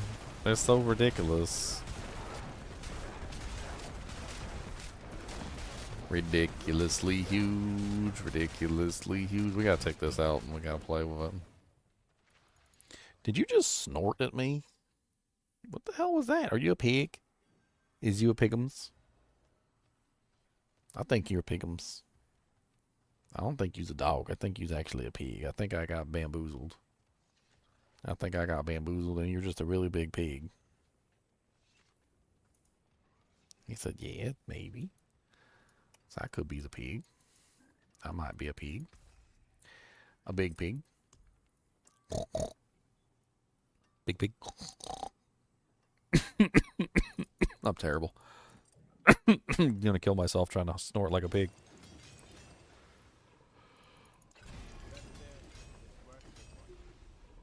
Yes, Cody.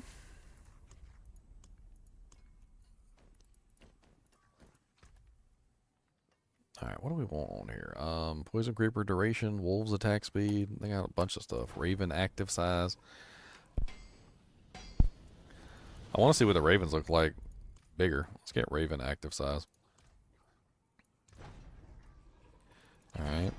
And then... There you go. Poison Creeper duration. And then we'll throw in another one. Let's do, Wolves attack speed or something. We'll grab all of it. So, Poison Creeper duration. We got the whole 9 yards. And then we can grab some more utility here. We can do another one. Another Wolves attack speed. Is there like an offensive temper for the companions? Like summon damage or something like that? We got storm damage. Basic damage, grizzly. I think storm damage actually works for the way that we're setting this up. Let's grab storm damage.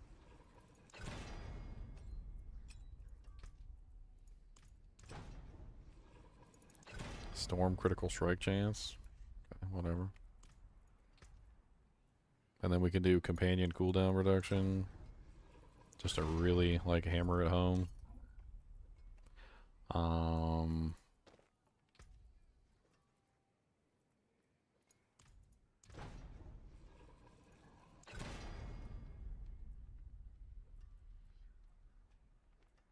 Is that everything? Is that everything? We're gonna do everything? Did I forget to do a second one on here?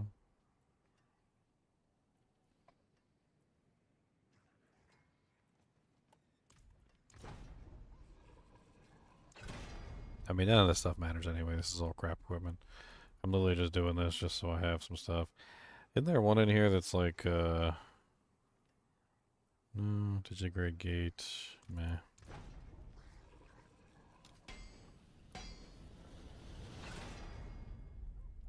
Alright, and then we also have the weapon tempers, which we've got chance for wolves to deal double damage, chance for poison creeper to deal double damage, and chance for ravens to deal double damage. I mean, we can only get one. If we go with a single-handed weapon, we could get one for both of them, but... Or two of them. We could have at least two of them. Let's go for the wolves, because I think the wolves are probably one of the stronger ones. Here we go, and then... Same thing, we'll go with some more storm damage. Both my wolves and the ravens should be storm, so... I'm just playing games here. I have no clue exactly what's the optimal button.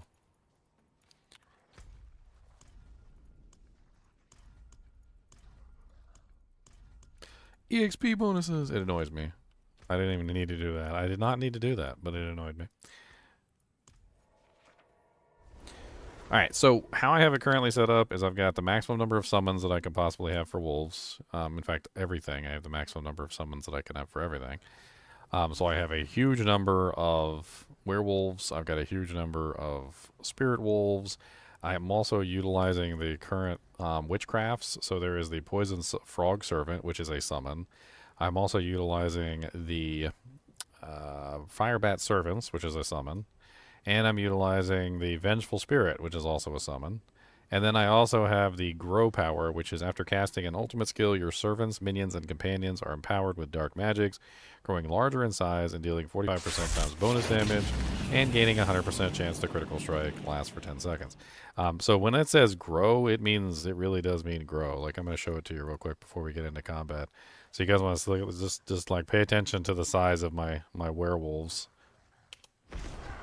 They get really big. It gets big, okay? That's what she said. It gets big, okay?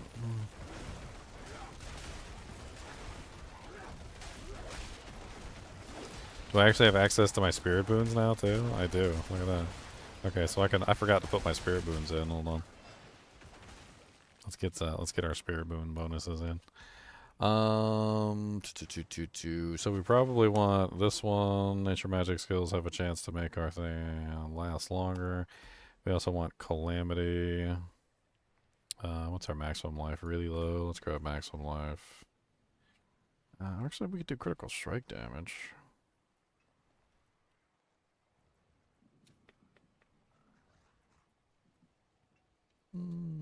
Damage from elites. That sounds good.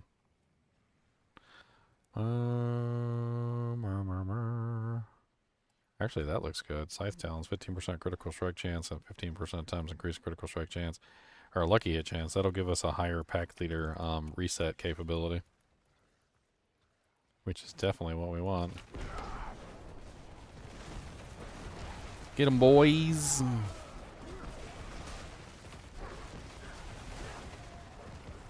Werewolves go and murder everything, my friend. The werewolves going to murder and he's murdering the end. Little summons everywhere coming down in your hair. I need Earthen Bulwark on the bar. That's what I'm missing. I don't have my barrier creation. I just realized that Earthen Bulwark is not on the bar, which we need to pull on the bar. I think that's it. Once we get Earthen Bulwark, that'll help tremendously. We actually have some barrier attached to our life. Our life is really low at 3,200.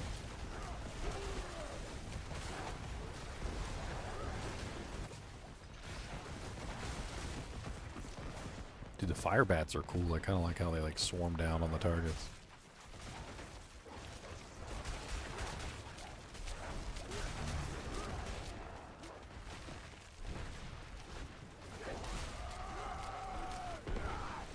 I mean, I'm hitting for like 30, 40 million, 60, 70 million. I'm seeing some pretty large hits in there.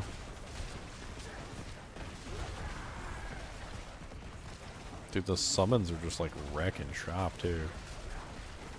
This is Torment 4, so I mean, this is what you would want to be able to clear with extreme speed. I mean, I can't say that I have a lot of control over what's going on, which I really don't, but I mean, I can very easily place my ravens down on a target, or I can tell my wolves to attack a specific target. But for the most part, they're just running around murdering everything. I feel like I'm playing a Necromancer right now. Get 'em, boys!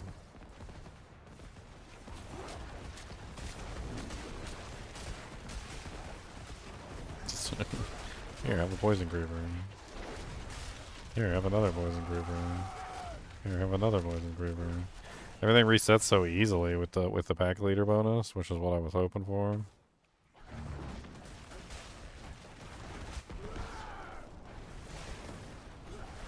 I mean, half the time, like, everything is up.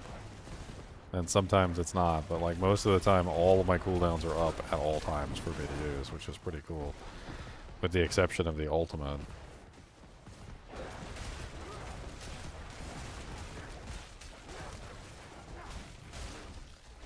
Oh, the poison was so killacious. My face melted off. I don't like that. I need my face. Could be because I need more resistances. You know, could have something to do with that. Possibly. There's a small possibility it could have something to do with my low resistances. I don't think so personally, but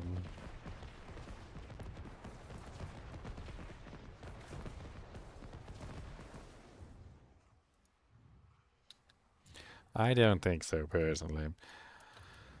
That's pretty fun. I kind of want to set up a sorceress with that new ball lightning. Like, I don't even know what the hell it's called. People were making fun of it. They said it was like fireball with the color blue. It's like a blue fireball. They said that the new one is like a blue fireball. I gotta play with it. I like blue fireballs. I like the color blue. What's wrong with blue? They got something against the color blue? I think they got something against the color blue.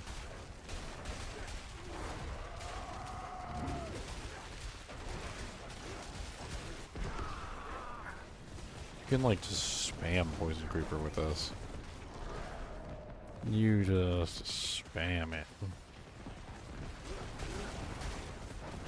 I wonder if I should beef up rabies so that they, because I think they use the rabies skill when they trigger rabies, because they trigger rabies on the targets. Because if I don't even use any poison, you'll see that the targets do get poisoned. They are poisoned with rabies. So they're instantaneously poisoned with rabies from the wolves. I'm also using the spirit wolves too, which is really cool.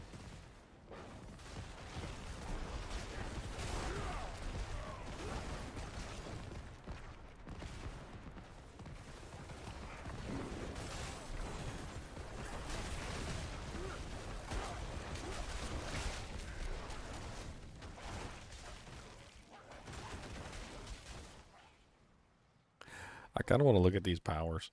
I haven't really taken a look at like all the witch powers yet.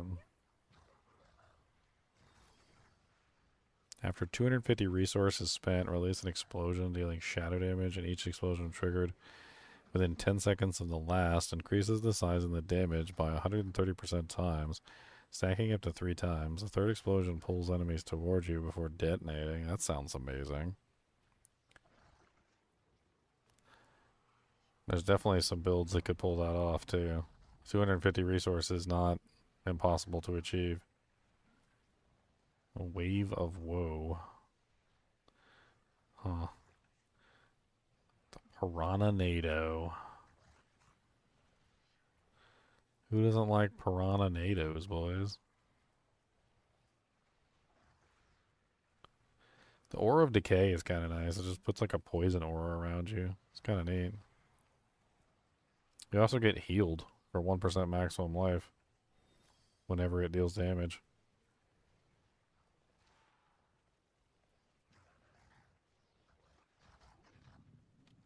For 10 seconds after using a defensive, macabre, or subterfuge skill, any linked damage will be guaranteed critical strike.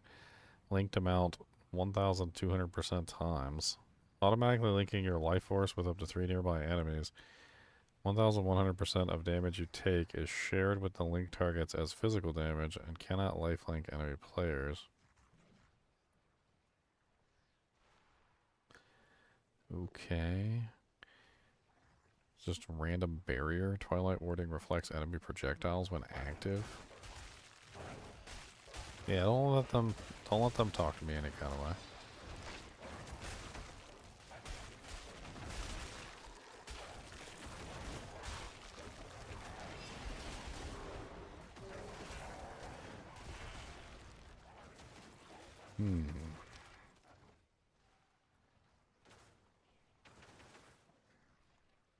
When you first strike an enemy, it is inflicted with an aura of lament. Slows enemies for 70% times. For each enemy inside the aura of lament, you gain 2 primary resource each second. If the initial enemy dies, aura of lament is passed onto another nearby enemy, retaining the duration and lasts 11 seconds. Only one enemy may be afflicted at a time, may only occur once every 30 seconds. At rank 15, you may now apply 2 auras of lament to 2 enemies at one time. The Poisoned Frog Serpents. That's what I'm using right now. Poisons enemies for 1,800 damage over 3 seconds. In addition, Poison Frog will pull enemies toward itself and taunt enemies for 1 second. On death, the Poison Frog explodes violently, dealing 8,000 poison damage instantly. To any enemies, this explosion will always critically strike.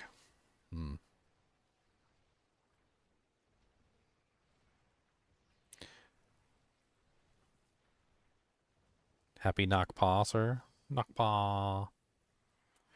Ooh, she knock. Paw, paw, paw, paw, paw, paw, paw. Whooshay, knock, knock, whooshay, knock, paw. Size of your aura effects are increased by 42%. Increase the critical strike damage by 35% against enemies inside your aura effects. I cannot afford that. Huh.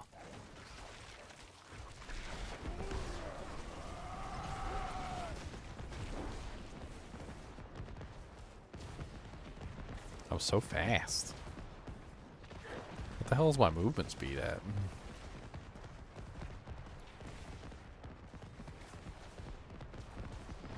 164%? 170%? Dude, my movement speed is insane. I'm just be flying around.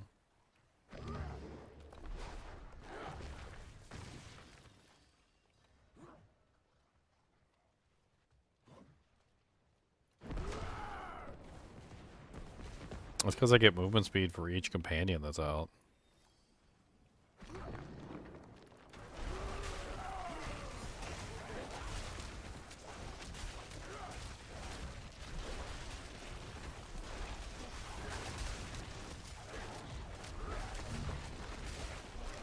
Die. Nobody likes you, stupid monsters. Nobody likes you, get poisoned with the herd. I'm gonna give you the clap. That's right, the clap. I'm giving you the clap, clap, clappy, clappy, clap. Look clever.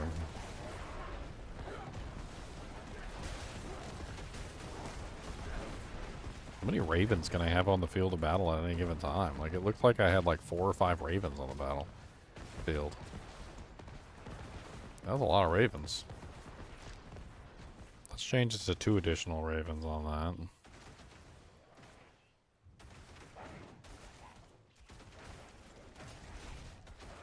What's up, Eric? Oh, season 7 is looking really fun. I think it's gonna be very fun. I mean, I'm dying a bunch because I don't have my character set up properly, but that's just me. Look at my frog, though. I got some frog. I know you guys are jealous of my frog. And you should be. And you should be jealous of my frog. Because that's my frog. I got some frog. And you don't got some frog. I got some frog. Watch me. You want to see my frog grow? That's not a pickup line, by the way. Look at all my big giant minions. It's going to be a fun season for minion necromancers, for companion druids. It's going to be a really fun season for those characters. A lot of summons. The summon unification thing looks really good. I think across the board, I think a lot of summon characters are just going to have a blast this season. Season 7. Cody, I'm going to summon you as my wolf companion. You want to be my wolf companion? You want to go fight demons and undead? You can gnaw on their bones. They've got bones, and you can gnaw on them.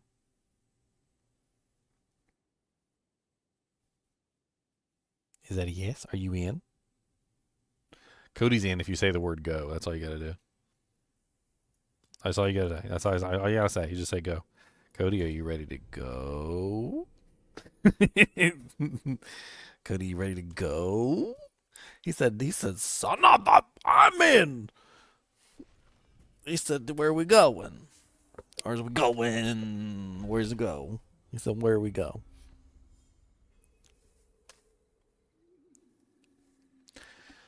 Cody, do you want to cash you?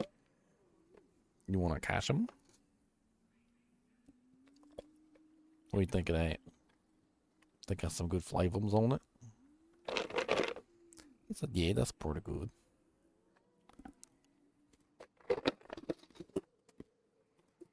What's up, Dargon 6? Whatever.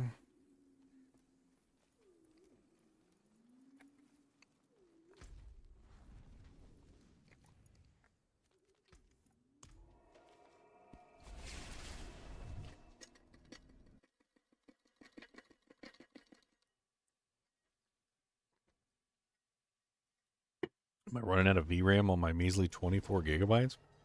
What the hell? I don't even know how much I have. How do you know how much I have? How do you even know how much I have? I don't even know how much I have. Yeah, but there's multiple models. Like I got a GTX 1080 that's got 8, and then there's another GTX 1080 that's got like 12, or I can't even remember. It's been a little while. Yeah, 24. I haven't had any issues with the VRAM.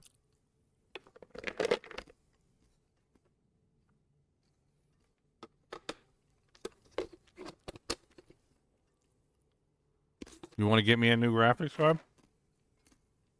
I will gladly accept.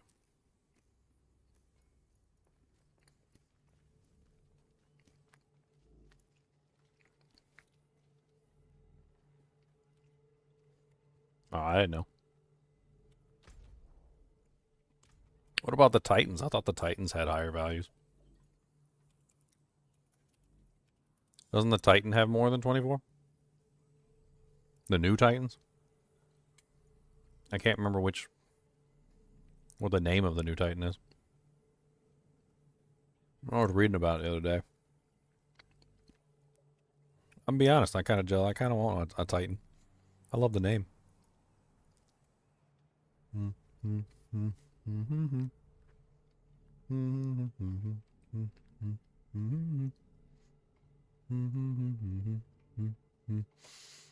Yeah. The Titan has 48 gigabytes, the new Titan. It's the RTX Titan. Apparently it's going to be using the Blackwell architecture. It's not on the market just yet. But eventually.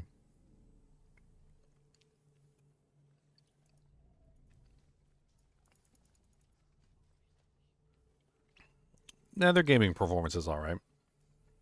It's not bad. Like saying that it's bad would be a lie.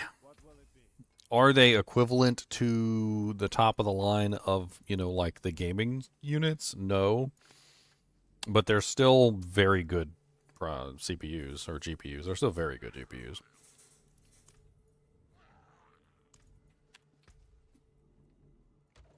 You ain't gonna be sad you have one. But oh no, I got a Titan. Let me dry my tears with these golden dollar bills.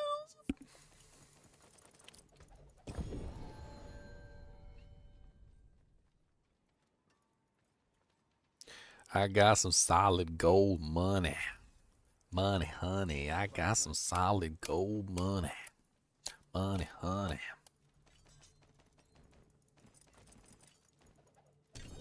Okay, we're looking for the stupid focuses. Where's the focuses? Alright, there's one. We got one focus. That's the Okun's Catalyst. That's the Orbit one. I don't care about the Orbit one. There's the Strike. It's called Strike of Stormhorn. That's the one I'm interested in. I want to play around with Strike of Stormhorn.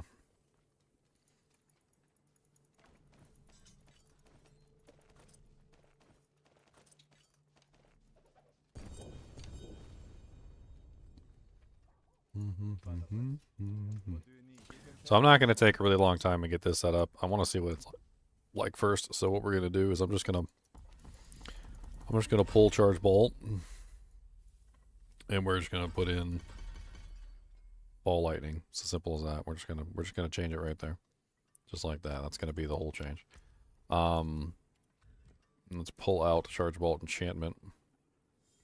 We got Ball Lightning enchantment already in. I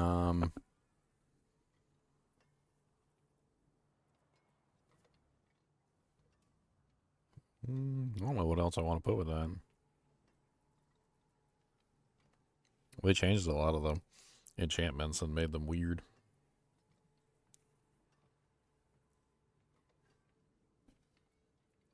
I mean, I guess Charge Bolts could still work. Whatever. Just leave it in there. Cody, you sound like a straight up 100% monster. Can you please, cease and desist all monster activities for the moment? He said, don't tell me what to do. He said, I can be a monster if I want to be a monster, and you can't tell me I can't be a monster. So, shut up.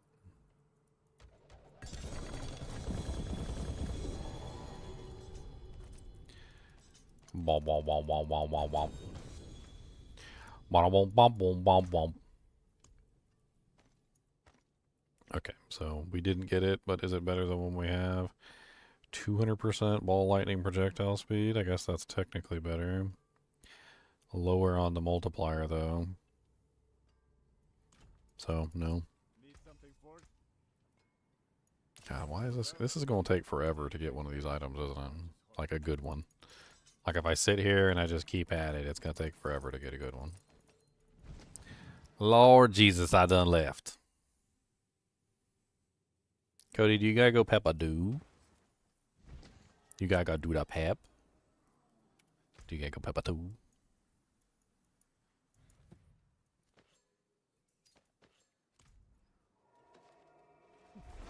I don't know if he has to go pep-a-do or not. Cody, do you gotta go pep-a-do-das?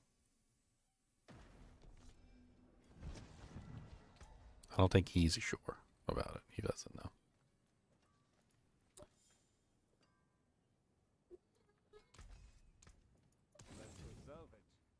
Are you hungums? You hungry? You want to eat?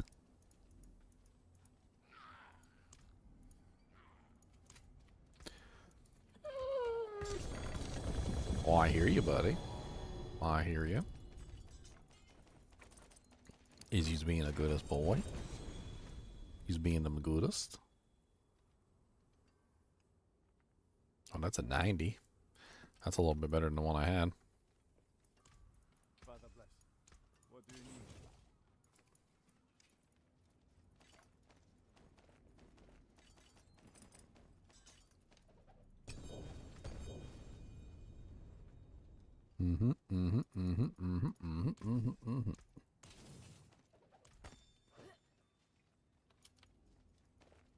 Alright, well, we can at least test it. Like, we have an item. We can go play with it. It's not an ancestral item. Like, I don't want to literally sit here and do this forever, because this is stupid. I'm not going to, like, just keep opening boxes forever until I get a ancestral. I'm not going to waste your guys' time like that. Or mine. It's just a lot of time to waste. Let's go play with the ability and see how it works. So let's put ball lightning down here.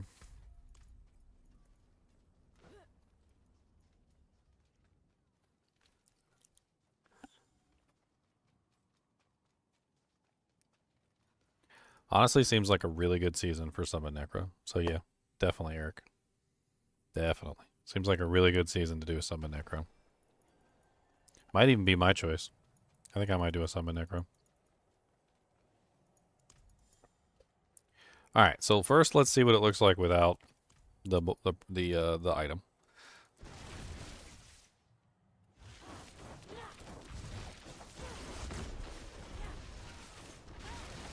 So not really that impressive, you know, like you can fire off some ball lightning. It's like, okay, big whoop. Okay. Alright, with it we gain ball lightning splashes on contact. Super ball lightnings are larger, have more doojanks on them. Like there's a whole bunch of stuff going on here. We also get a projectiles cast twice ability.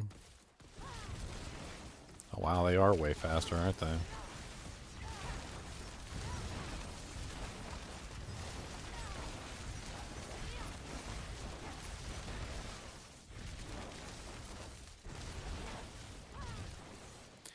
How much mana does that cost? It's only 25. When it has the 5 stacks, which is not too terrible. And aren't I using that one that gives me like mana back whenever I... Where is it? Fundamental release. Fundamental release.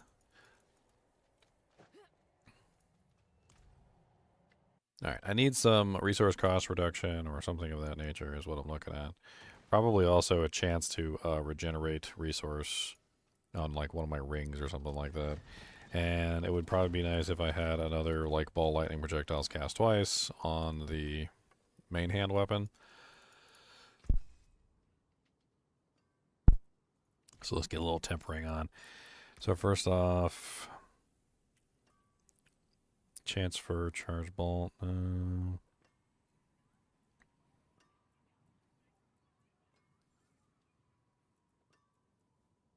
Ball lightning, there it is. Alright, so we got ball lightning. We probably also want... Okay, so we have a lucky hit primary resource on the ring.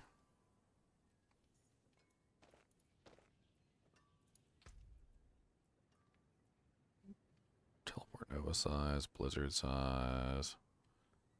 Hydra lucky hit chance.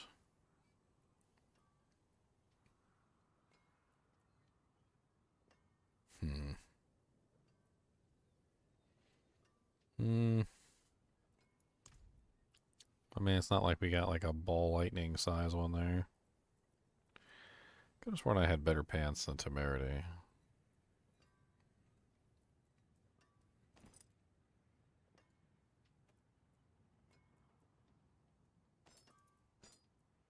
I mean, it's pretty much just a bunch of utility aspects at a point.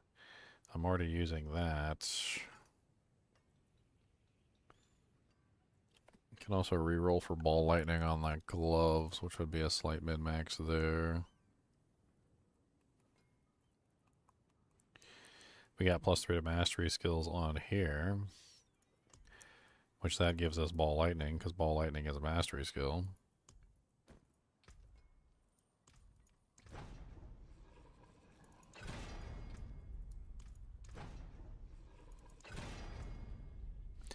I don't even care what these are. Like, that. They're not really all that great. Convulsions might be handy. Because it gives 3 chances to stun. Okay. And then we can upgrade them for more ranks of ball lightning.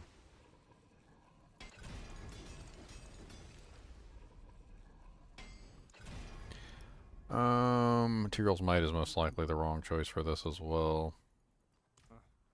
I mean, it's an easy choice, which gives us tons of resistances, but probably like Shroud of False Death. Shroud of False Death also comes with resource generation as well,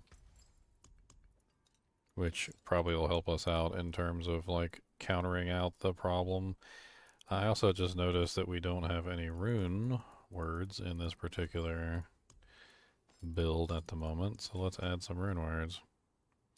So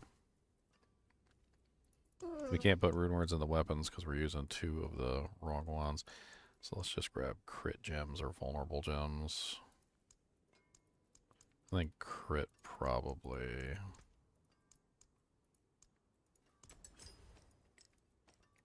Alright. And then we need some way to like make up for our resource getting like eaten up like crazy. So probably a Lum Rune. Lum Rune will probably help tremendously for resource problems. And then we just need a Ritual Rune to go along with it.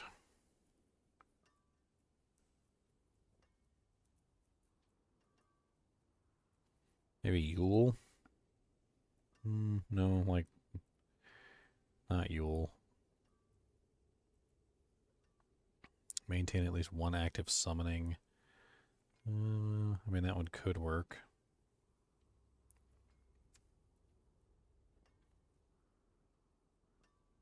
We could also do Lith.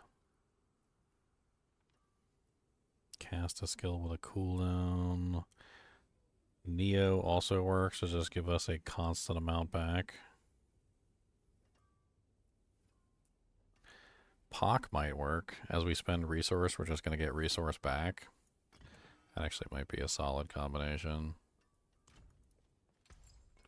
And you know what we could do just for fun? Let's bring in the druid stuff. So we got that new druid rune we haven't tried out yet. It's the one with the lightning bolts that come down. It's called Chalk. Invoke the druid's lightning bolts, strike nearby. And let's use one of those ones that like builds resource and like holds it. There's a couple of them in here. I think technically, don't we all have summons? Because now these count as summons, right? The familiars. So the Nagu should work for that. Alright, let's see if adding the Lum Rune in there fixes some of our issues. We've also got some additional skill points that still need to be spent.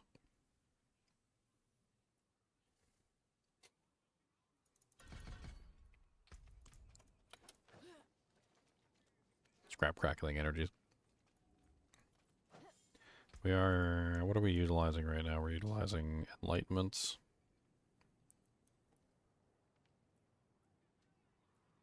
I was thinking maybe we go back to Veer's Mastery.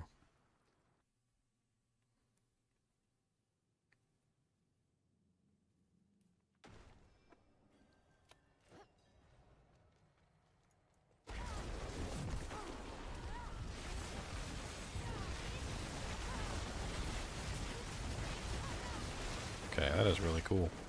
Alright, let's get the multiple. Let's pull out the elites.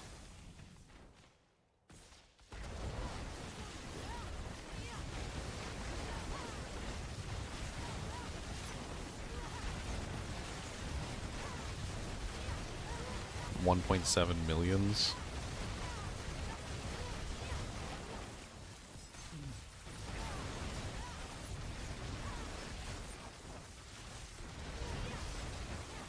Let's back up a little bit.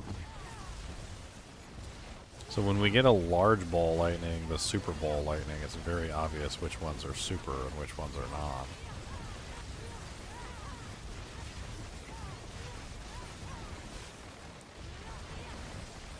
That's pretty cool, to be honest. Let me masterwork this up a little bit, because I think the projectile ball lightning projectile speed goes up tremendously. I wonder if that's like a thing. You'd want to like increase the ball lightning projectile speed. I'm also kind of curious if maybe the ball lightning is going slower is technically better. I don't really know. Maybe finding one that doesn't have a GA and like getting like a slightly slower ball lightning could be another way of doing it. I mean, you've got ball lightning projectiles chance to cast twice. You also have the projectile speed itself, which goes as low as 155. Let's try masterworking the projectile speed. Oh, look, we got it on the first try. Okay, that brings us up to 302%. So we're 100% faster than we were before on the projectile speed. Let's see how much of a difference that makes.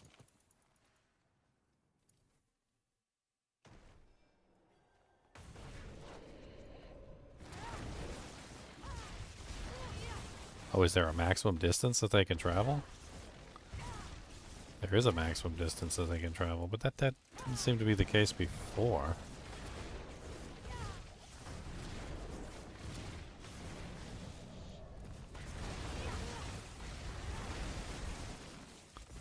That's weird.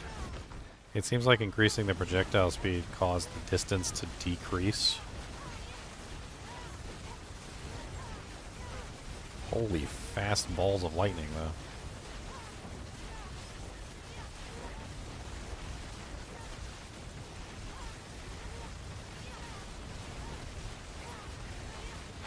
Thunder and the lightning, very, very frightening. Thunder and the lightning, very, very frightening.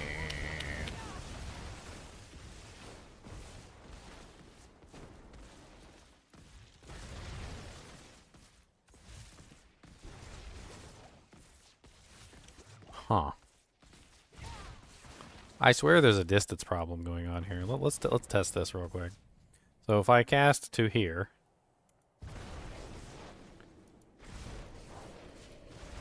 so it only makes it to right here on the platform with the current version that we're using. So right here. That's only like, what, 3/4 of the way? So it only makes it 3/4 of the way.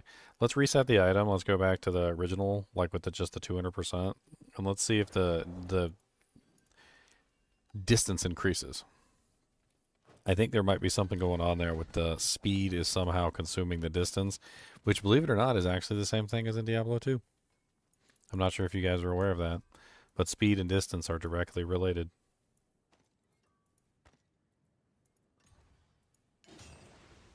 Speed and distance have always been directly related in Diablo 2.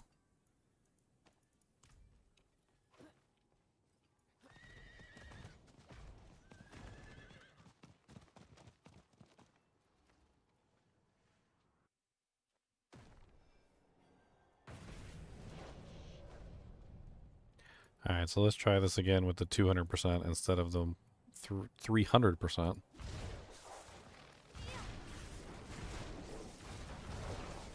No, I mean, it looks like it's going the same distance to me.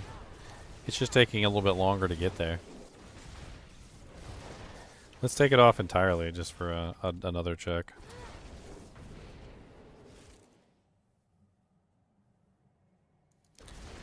Definitely goes a lot farther.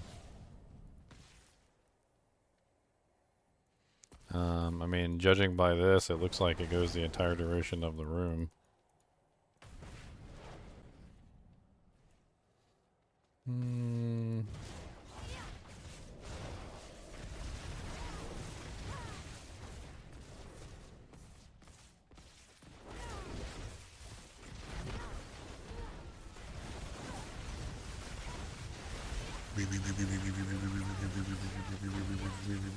I always loved how ball lightnings looked when you cast them like this, like really fast, back to back, where you just get like tons and tons and tons of them all lined up in this crazy line. I always thought that looked absolutely insane. Unfortunately, you don't get that with this, because this one causes the ball lightning to destroy itself, so you don't get to see that really cool, you know, like back-to-back ball lightning, unless you're standing like really far away.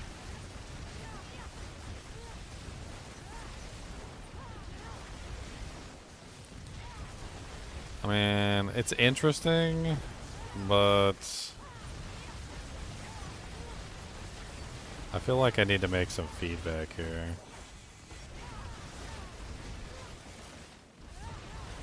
Like, I don't like the fact that it no longer pierces. And I'm not really, I think I can kind of see what they're trying to achieve here, but at the same time, I don't really like the fact that it dissipates the ability. So if you get my meaning, like when I use ball lightning regular, you'll notice that it like travels through the targets, right? And so it doesn't really matter, like it continues to travel through, it pierces. What they did was took away the pierce. Now I do like the like little AoE thing that comes out at the end, but as you can clearly see, like the ball lightning's piercing is a massive number of hits on the targets as they're piercing through and traveling across, which I don't particularly like. Like, I don't particularly like the fact that the new ones don't travel through, they don't pierce. So, I mean, yes, while the damage is much higher, because of course they added a bunch of damage to it, the thing is, though, is that the ball lightnings no longer pierce. Now they just smack into the target, they destroy themselves, and then they make that wave behind them.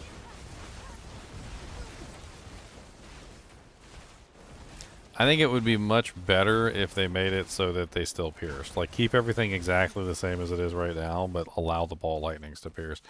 I'm going to do a little feedback. We're going to do feedback, class skills, ball lightning, or let's see, it's called super ball lightning, right? Super ball lightning. The new unique item that turns ball lightning into super ball lightning is neat, but it has some serious drawbacks. Number one, it takes away the pierce function, so ball lightning no longer pierces enemies, which lowers damage output on groups. Number two, shorter range.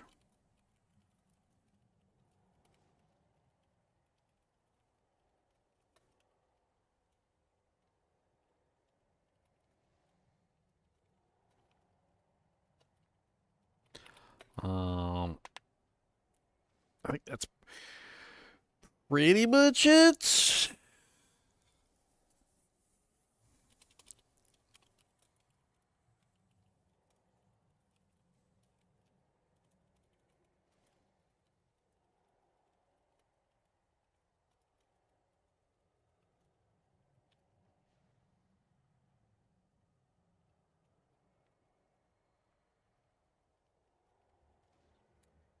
Boop.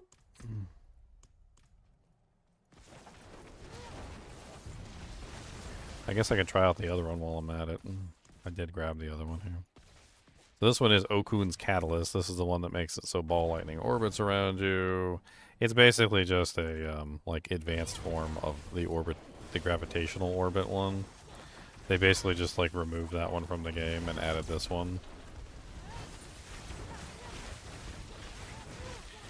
Supposedly it makes some sort of like static field around you, which is kind of interesting. For those of you who really like the ball lightning build, I guess the ball lightning build is back on the menu, boys. Back on the menu, boys. I'm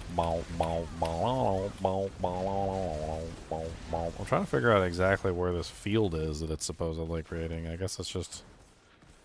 I don't know. It says...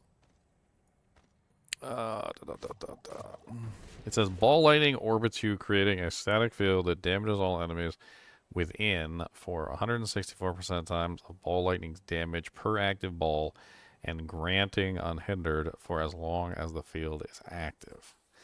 So the field is only active when you have a ball lightning up.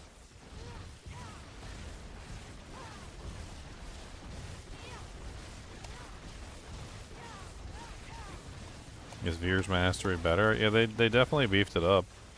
I was currently using Enlightenment, but I mean, I can swap over.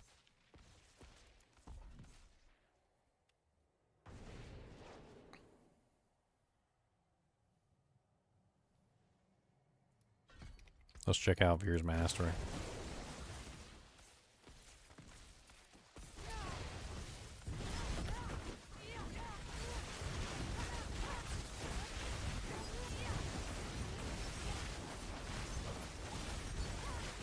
The speed at which she attacks. Look at her speed. She's just like... Look how long it takes her to get to 20 ball lightnings. You can see the countdown here, right? Okay, watch. Watch. 3, 2, 1, let's jam. We gotta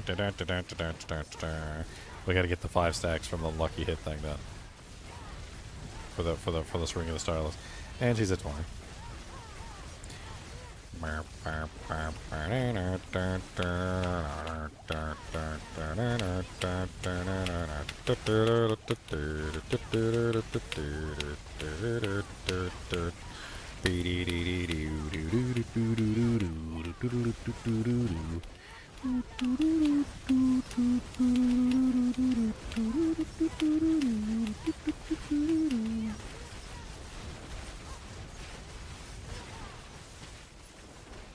Ball lightning ooze.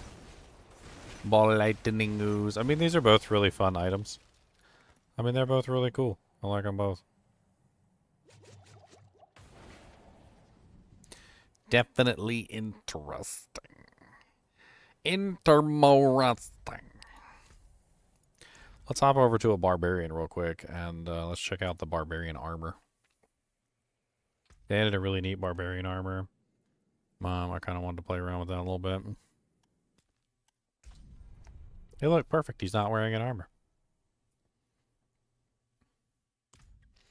Perfecto. Boom, boom, boom, boom, boom,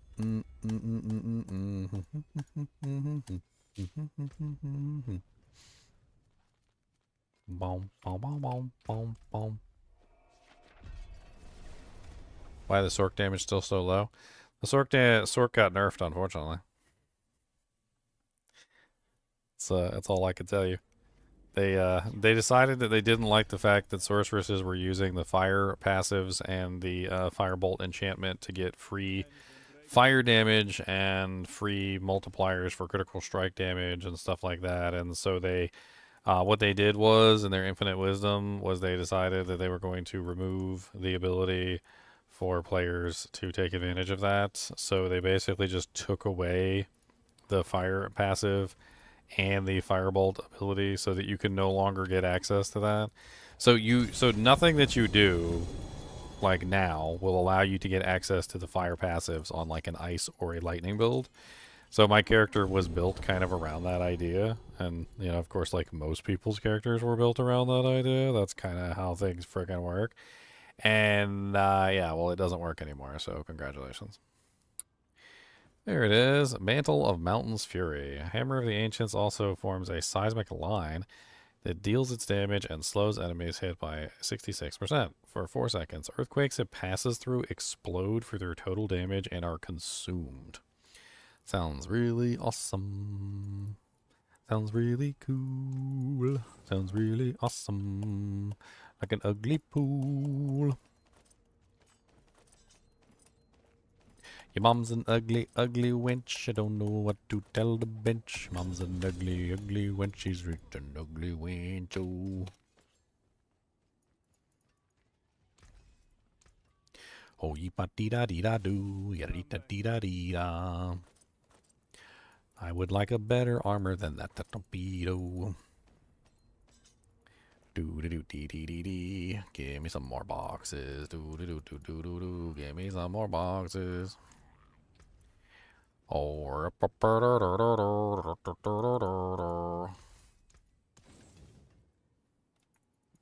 I don't need to open up all these boxes. And I'm not going to.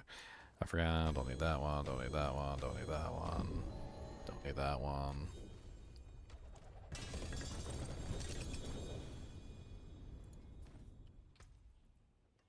How did I get the right one? Oh, that's cool. 50% times Hammer of the Ancients damage for 5 seconds after an earthquake explodes. Oh, that's kind of neat. 75%. That's better. I don't really have Hoda in this build, but I can put it in here to test this out. I'm not really like stacking the earthquake damage like other characters are, but I still want to see it. So we need Hoda to make this work, to test this. Hoda is, of course, this one. Yeah, this one. I guess what we can do is we can pull some points from pressure points.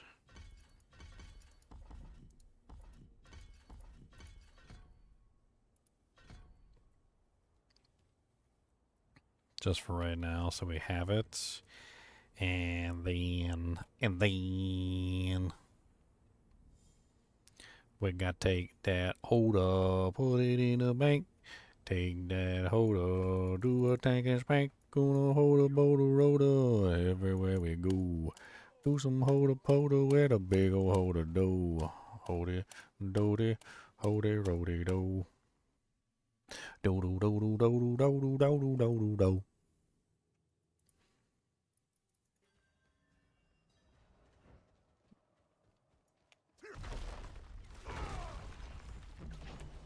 That was kind of cool. That was kind of cool. I like that. So you build earthquakes, get a bunch of earthquakes running, right? So you get a whole bunch running, get your little earthquake factory on the move, and then you just go boom, and they all explode. So many earthquakes in your face. I don't really care that you got a mace. You can go back to freaking town and drop yourself an ugly brown turd. Gonna drop a turd, dropping them turds, turds, and I'm dropping them turds. Don't tell me what to do, dropping them turds. Man. Dude, this looks promising. This is a build that basically is just designed around spamming Hoda and then like having as many earthquakes as you can have on the battlefield at any given time, so that the earthquakes are just constantly spawning and then you're constantly able to just cause them to explode and dish out damage. The amount of damage that the earthquakes are doing is pretty nice too. It's basically just taking the full damage of the earthquake and it's just exploding it on the target.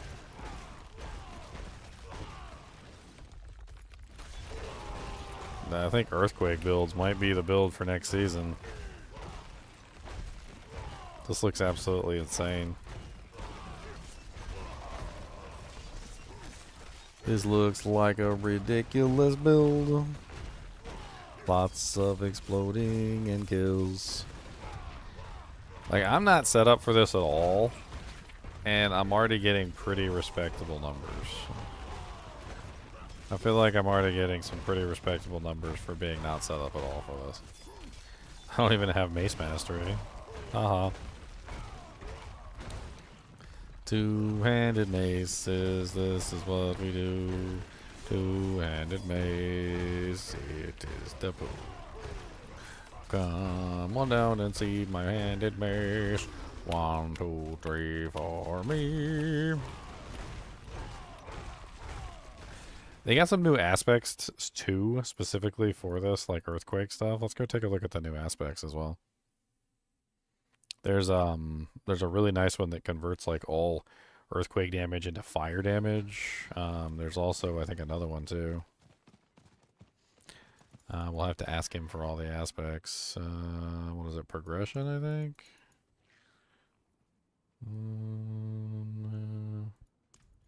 No. Equipment. Max all aspects. There you go. Alright, so let's type in earthquake into our handy dandy aspect searching here.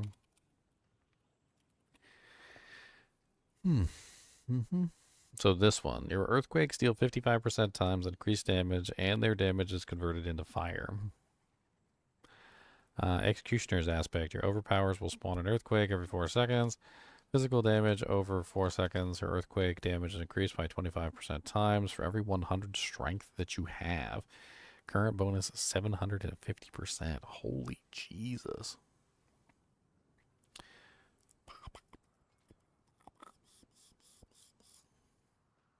Das ridiculous. Das unridiculous. Das ridiculous. Das unridiculous. Das ridiculous. Das unridiculous. Das ridiculous. Das unridiculous. Das ridiculous. Das so ridiculous. So freaking ridiculous.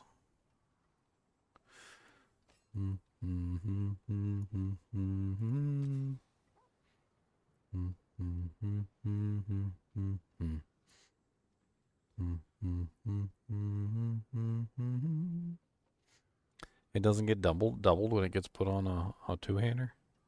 Nothing gets doubled at all, from what I can see. It looks like everything stayed the same on the two-hander versus what I'm seeing right there. So it's currently that's not worth putting on a two-hander then at all. The other one,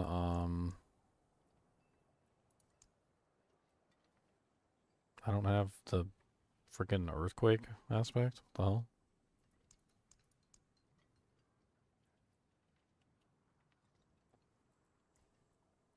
What? Did they take away the earthquake aspects? So this aspect doesn't exist anymore? The ground stomp creates earthquakes one?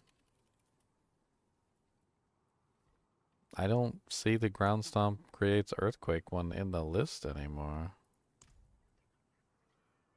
Or maybe it's just not showing it to me because I already have it on the item?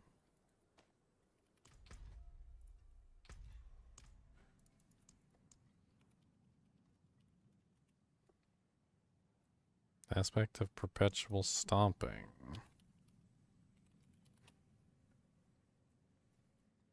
No, it doesn't exist anymore. Did they say they took that one out in the patch notes? I don't remember them saying that.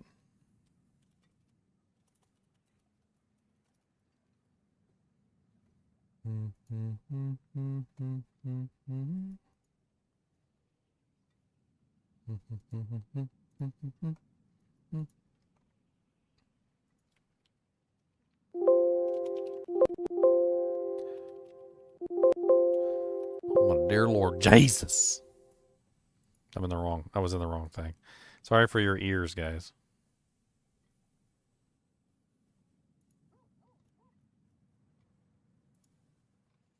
I'm sorry for your ear. Your poor ear.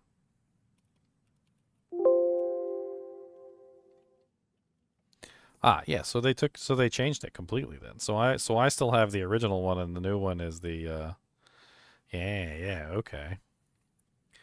All right, so the of earthquakes aspect was changed to.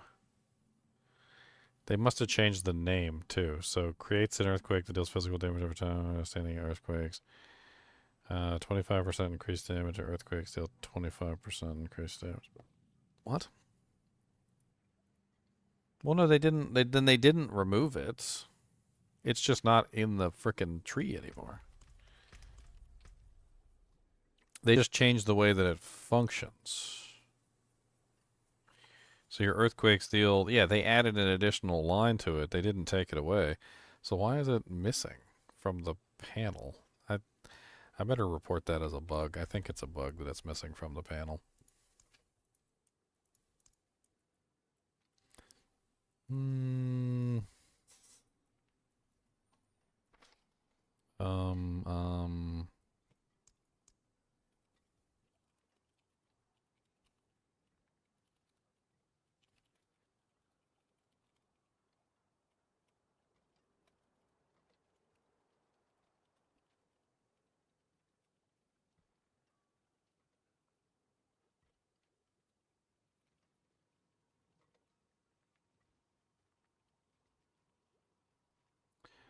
Okay.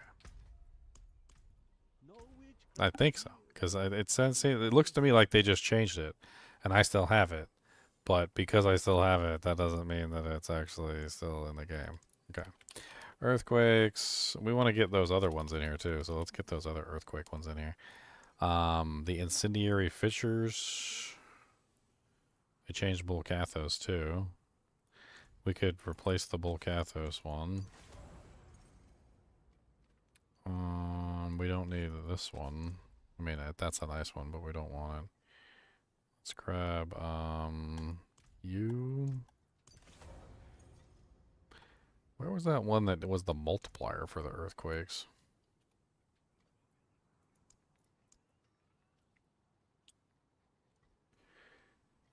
Yes, this one. That one's insane.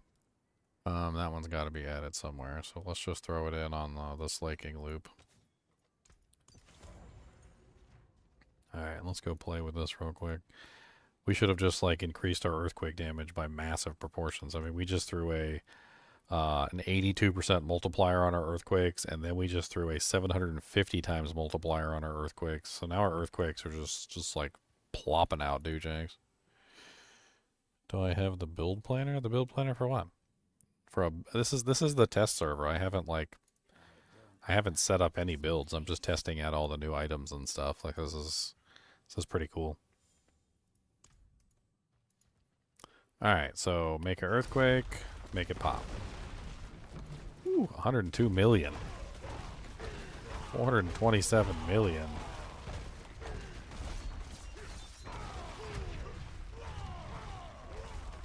Man, this is like not even really trying to scale things.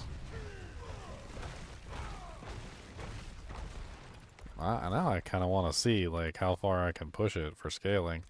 The one thing that I would need the most with this would be maxed out rumble glyph. And then I already have rumble glyph on too. Forgot I had that on. And then cap it, right? So get as much earthquake damage as we can from the rumble glyph.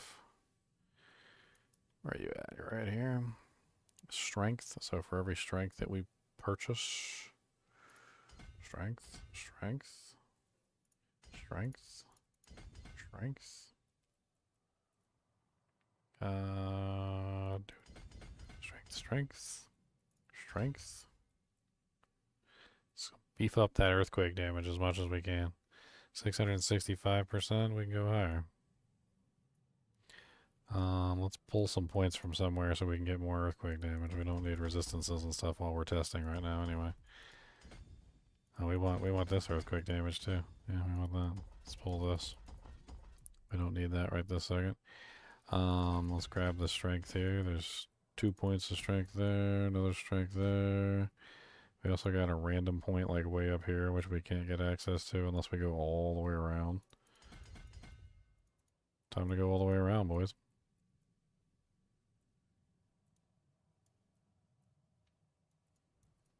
Let's pull some more crap from somewhere. We don't need this. There you go. Is that enough to get my last strength? Okay, so now we're at 843.2% earthquake damage, so we beef that up as much as we can. So let's take this further. First, let's just try and build up as many earthquakes as we can. Alright, we got all our earthquakes pumping. Upheaval. Alright, get your earthquakes pumping. Upheaval. Or we can just hold down the upheaval button. That works too. Don't think of nothing of it, we just are gonna love it. Don't think nothing of it, push it down the hill. Don't think nothing of it coming down, but because it comes down, hey ho, it's upon a hill. I feel like this build would be nice with a Banished Lords too. Get those sweet overpower crits.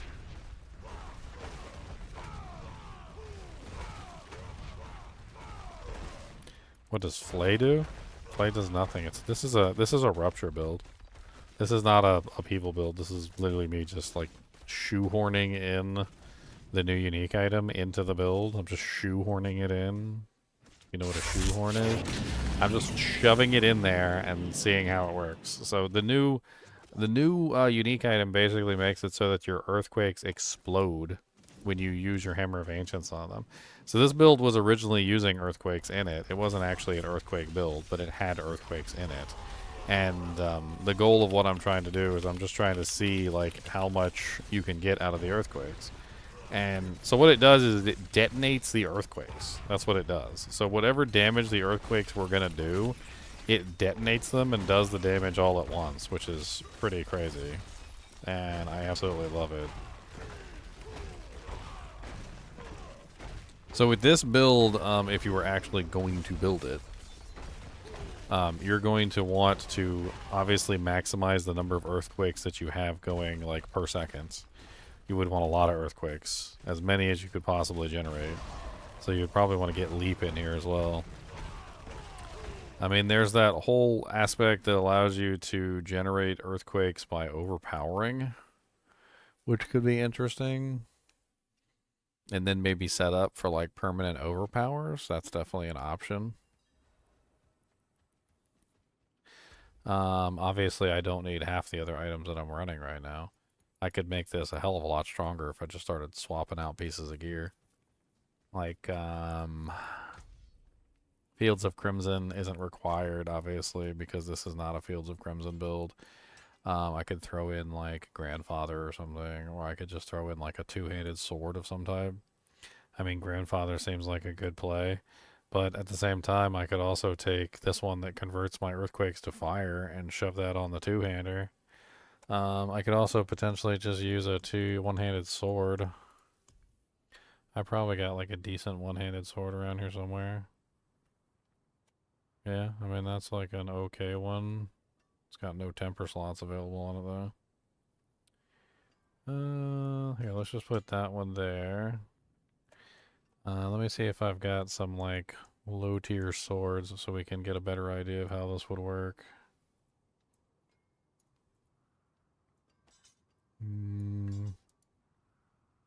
That'll work. And I think that'll work. It's got one temper left on it. That will not work with only one temper. That mace will work. That'll work. Okay, we'll use the mace. Alright, so we're going to take this and this. Alright, so what we're going to do is I'm going to take this aspect, which just seems really good. The incendiary fissures, and we're going to put that on the two-hander.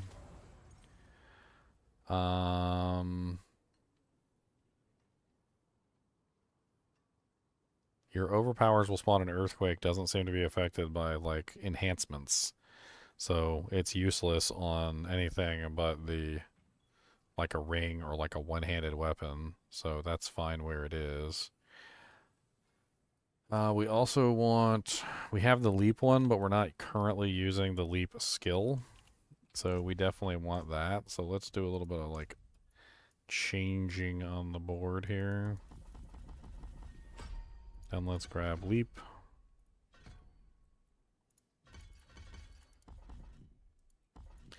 And let's also grab kick, because kick will allow us to spawn more leaps. I mean, more earthquakes, which is what we want.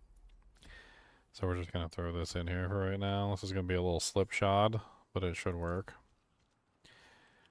And then we want the aspect of perpetual stomping, which we can't currently get because we don't have the right boots on. That's a lot of additional damage. What else do we want to throw in here? We have 2 more offensive slots, and we can fit 2 more things in here. We definitely want some more damage aspects.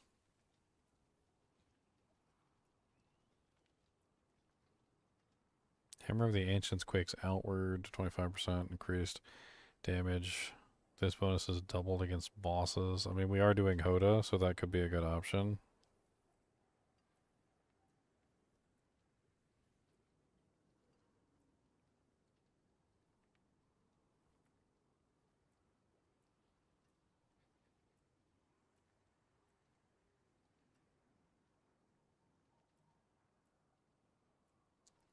And we might want the physical damage one. Or not the physical damage one. You know what we want? We want elements. We definitely want elements with this build. So we'll throw elements on the amulet. That's actually super powerful on the amulet slot too. And then what else do we want on here?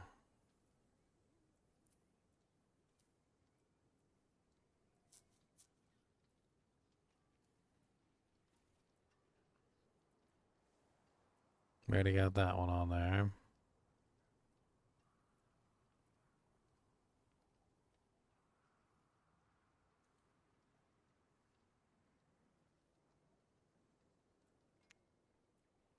We need some way to generate overpowers. That's what we need. Unfortunately, we just don't have it. This one's a guaranteed overpower, but it's not really all that amazing.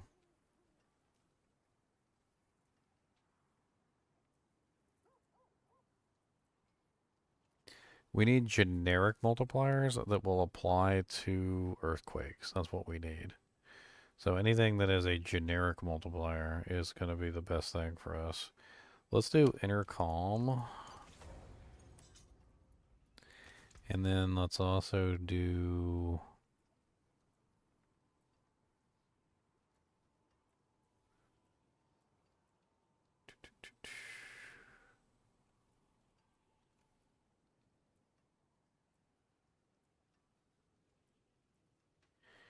Where are you hiding at, sir? Conceited. Let's do Conceited as well. We need to make sure we have some way to generate a barrier, though. So we're probably going to have to put in Queh, because I don't think we have a good way to generate a barrier otherwise.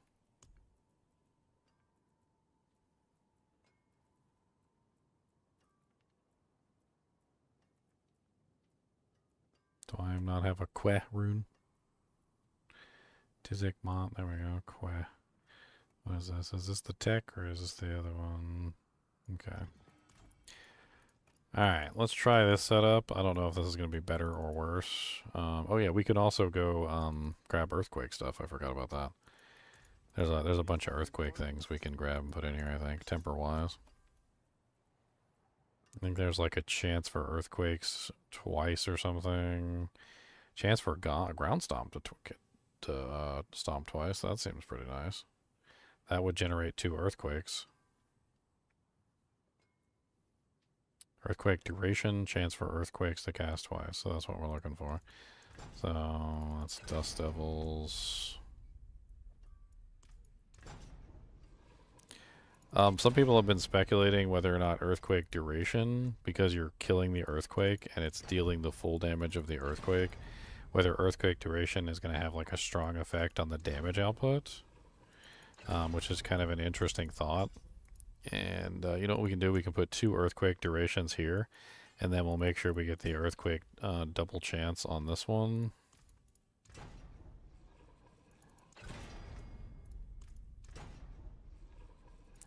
Earthquake duration. Earthquake duration. Man, what is that? A 62.9? Chance for Dust Devils to cast twice.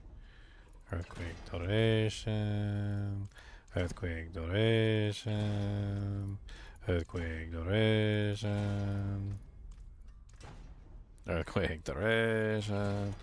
Okay, well that's bricked, so let's try and get an earthquake chance to cast twice on this one. Or actually, can we do it on this one? Is that a tempers? Mostly out of tempers. This is my rupture character. I'm not really too worried about it. We can at least try. Dust Devils to cast twice. Yuck.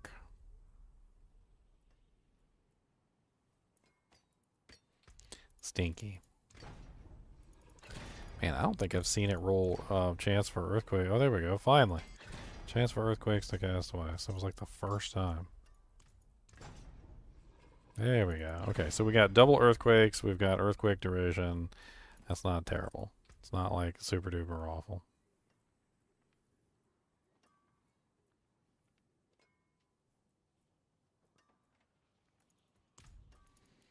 What's up, Mr. Seamus T. Baggins? Okay, massive changes. Let's see how much damage we got. Let's see how things roll from here. We got multipliers. A lot of extra multipliers. We threw some of the multipliers onto bigger items. We got additional multipliers from like the elements coming in, which may be double dipping. We've got a lot of crazy changes going on here. Let's see how this changes the damage output. Let's go to boss training dummies. Let's go to double.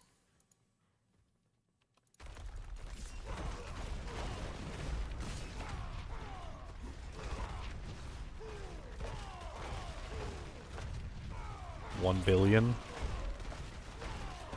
2 billion.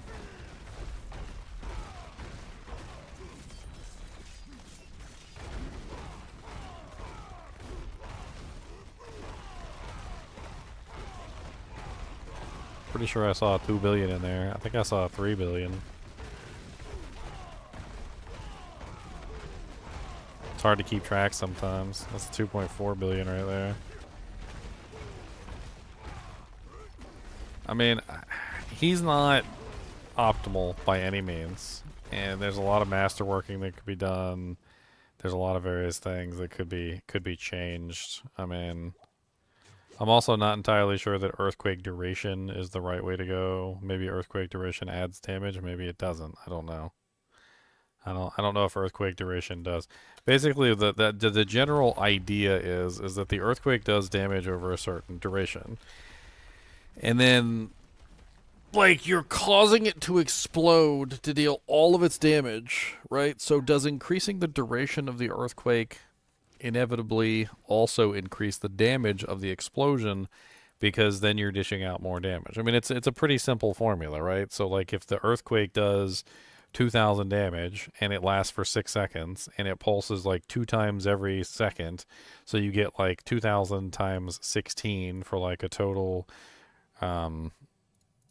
6 seconds, so 12. So like 2,000 times 12, right, is what you end up with.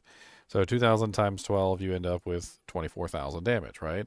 Well, if you increase the duration, so if it's the same 2,000, but instead of being 6 seconds, now it's 10 seconds, then that's times 10, which is going to get you 20,000, and then it's gonna pop for a larger amount, or sorry, not 20,000, so 10,000. 2,000 times 20, because it ticks 2 times per second, right? So that's 40,000 damage. So the damage, the idea is that increasing the duration could have a stronger effect in general, and maybe going with like a massive amount of Earthquake duration would be the way to go. Now we could potentially test this. Let's let's see if we can test this. So we can do this with the Paragon board, I think. I think that's where we can play around with this. Yeah. Yeah. Okay, so we've got a huge amount of duration right here. We've got, what, 5, 10, 15, 20? So, what is that, 35%? So 35% duration right there. So let's take this 35% duration away. Or we can only take 30% away. That's okay. So we're going to take 30% away. I'm going to use the Earthquake and then explode it. So we got, what, 277? I'm trying to make sure I'm not like standing still and stuff. I don't want to get all the buffs. 268, 267. It seems to be pretty static. Okay, so let's put these in here. Alright, so now we have a longer lasting one.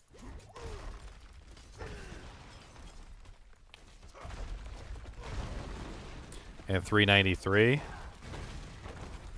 So did the duration really have that big of an effect on the damage output? It looks like it did. Unless I'm wrong.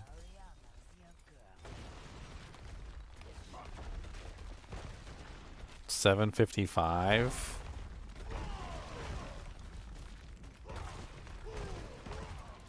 Now the other thing is that there are earthquakes coming from different sources, and I'm not sure if all the earthquakes have the same damage output. So obviously we have the earthquakes coming from the Bulkathos aspect, which is 1,514. We also have the earthquake coming from the earthquake aspect, which is 2,666. So the ground stomp earthquakes are going to be stronger than the Bulkathos earthquakes. Then we also have the earthquakes coming from overpowers, which is 2,798.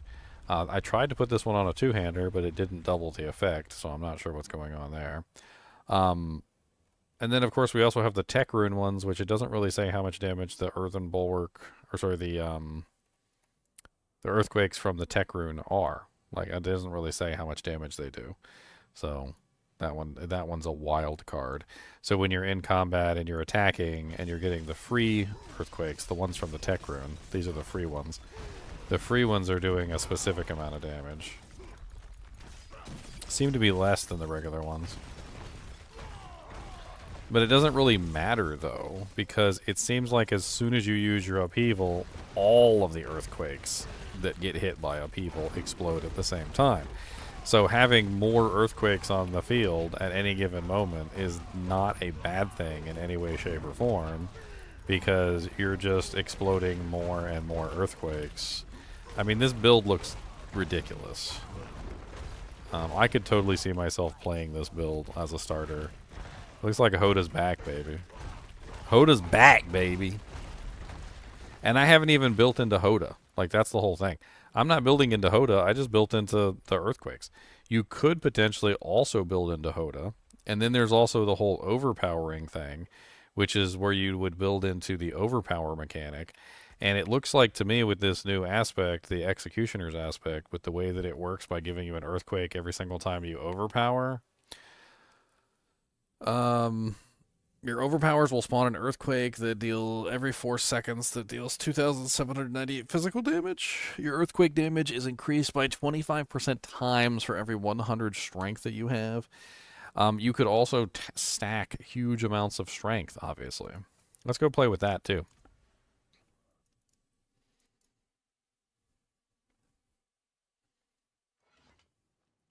So if we go to the gem vendor, let's just go ahead and craft up some strength gems.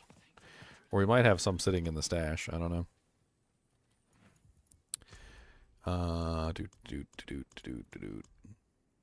Okay. So let's just craft up some strength gems and we'll play with this. So we'll see how much strength actually affects that multiplier. By look, we can just see it. You know what I mean? We'll just look at it. All right, so right now we are at 700%. You can see it just above my head, like a little halo. And putting one gem in brings us to 725. So the 60 strength that we get from one gem gives us a 25 times multiplier. And we put another one in there, and we get another 25 times multiplier. This means that we should take our earthen bulwark,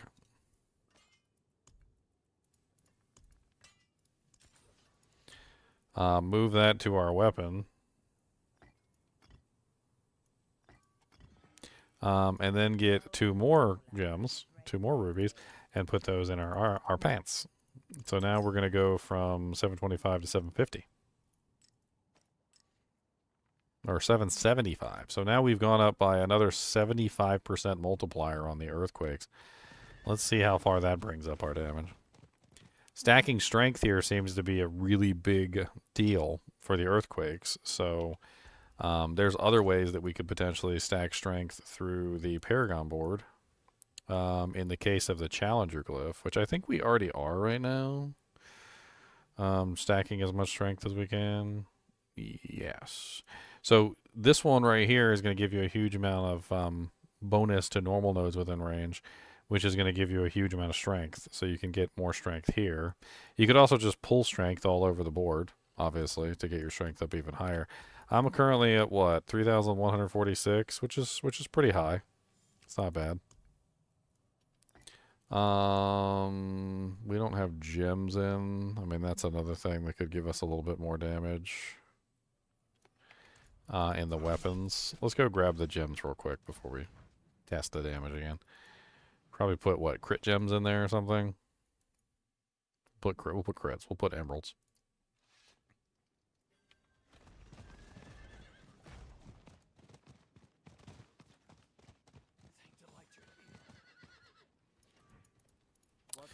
This is going to be a strong build. It's going to be a very strong build. I think those of you guys who enjoy Barbarians, you guys are going to have a blast with this build next season.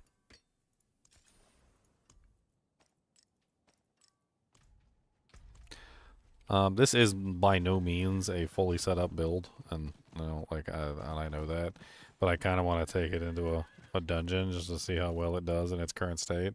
I mean, he's already hitting for like 2.2 billion.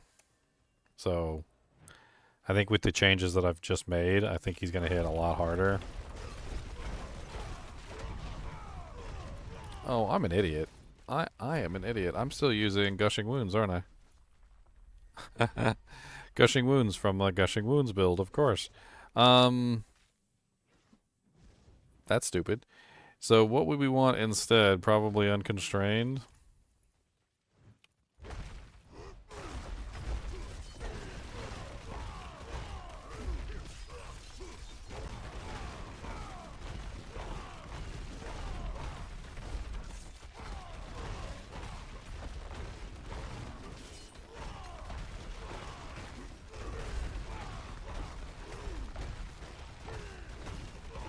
$1.3, 2 billion.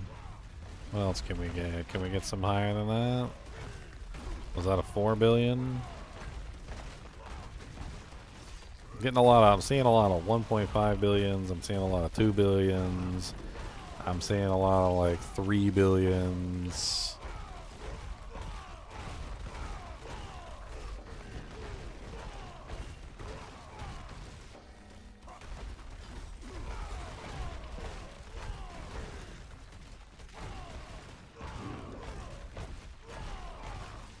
And need telestomp. Let's go take this into an actual run real quick and just see how terrible it is. This like cobbled together Frankenstein monster that I've created.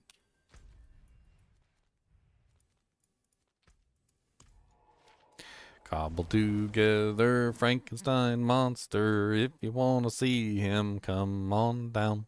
Cobbled together Frankenstein monster. I got a monster just for you.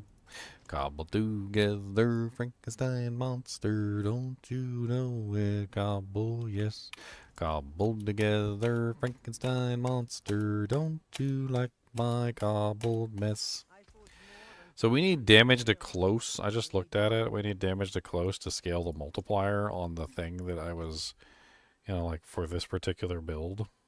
And I was not even paying attention to that. We need damage to close enemies, which I can put on a couple pieces of equipment. I didn't even realize that I needed damage to close.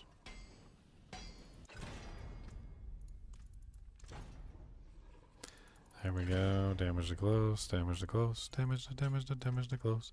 Damage to close, damage to close, damage to damage to damage to close. That's not the right one. We need a better one.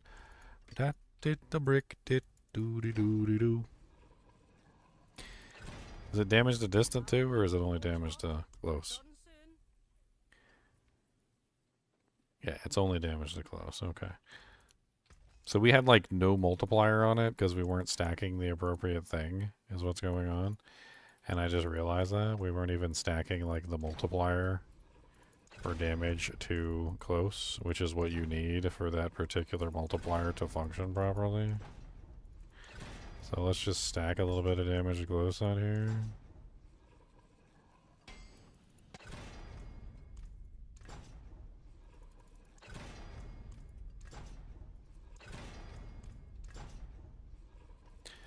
Come on, buddy, damage to close. Not damage the distance. How do I get scrolls? I need scrolls. I need some scrolls. I need some scrolls. I need some scrolls. I need some scrolls. I need some scrolls. You didn't get the right thing you needed. You suck. You suck. Ooh, hoo, hoo. You didn't get the right thing you needed. Doo, doo, doo, doo, doo, doo, doo, doo, doo. Can I reset you too? Okay, nice. That's only a 750 hammer too. That's terrible. Alright, let's see if I can get the damage to close on the other two-hander.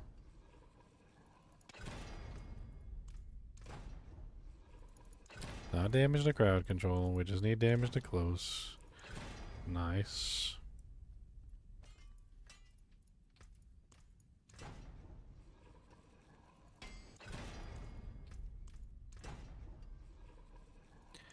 Damage to distance, damage to close. Okay. So what does that bring our multiplier up to on the Paragon board? That brings us up to 142 times multiplier. So like just a minimal amount of effort there, and we were able to get the multipliers up a little bit. We could also just do like 4 Masterworks on this little Frankenstein character.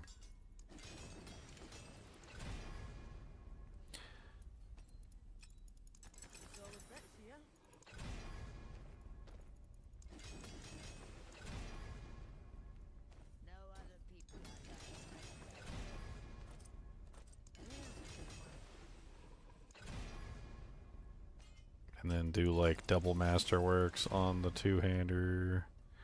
And the amulet's already doubled.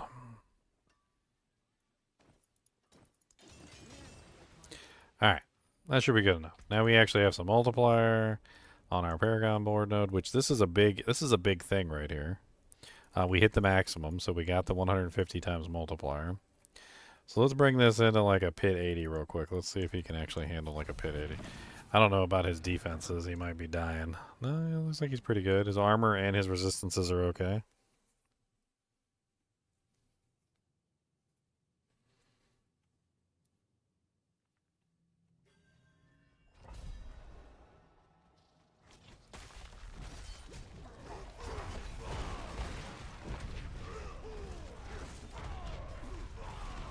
I do like no damage unless I have an earthquake up. I need a earth. I need a quake. I need a freaking earthquake. That's like some dynamic entry level stuff though, right? I build an earthquake underneath the monster's feet, smash it, they explode. Why is that guy invincible? He's like taking no damage for some reason. There you go. Those guys exploded. Not that guy. That guy was like, you know what, screw your stupid earthquakes. I don't want to explode, and you can't make me. We gonna jump in. We gonna win. It's a little wonky trying to make the earthquakes and then explode them. But like when they do explode, they do so much damage. Like you just go stomp, and then you go pop, and then everything dies. And then you jump, and then pop, and then everything dies.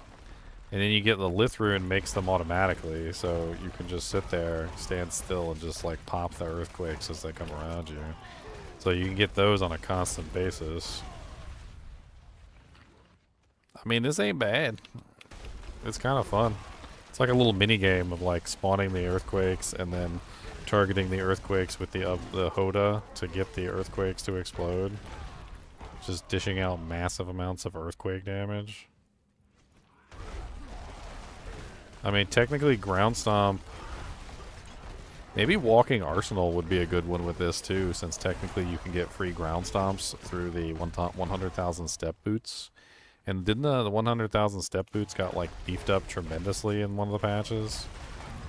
That sounds like a very interesting option.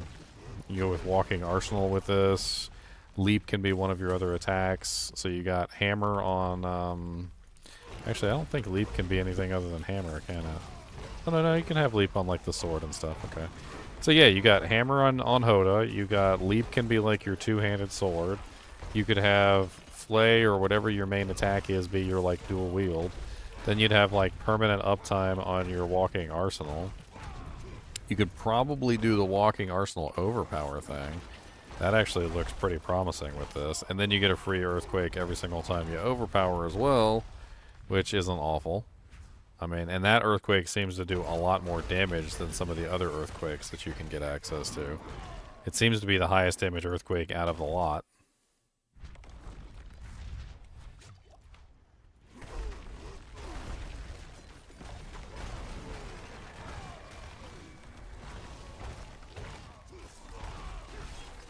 I was also thinking about the aspect of perpetual stomping, which would allow us to leap more often. So that makes it so that kick and ground stomp can reset leap. And leap is also obviously one of the ways that we can create earthquakes at will, getting tons of explosions.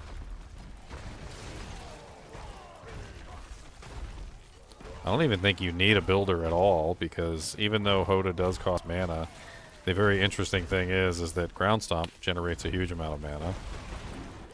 Leap generates a huge amount of mana as long as you, or it's not mana, I don't know, Fury, because it's a barbarian. But it generates a huge amount as long as you hit targets. So you, at any time, if you're running out of mana for whatever reason, you can always just ground stomp, refill your mana, I mean your Fury, and then you could use, obviously, leap also.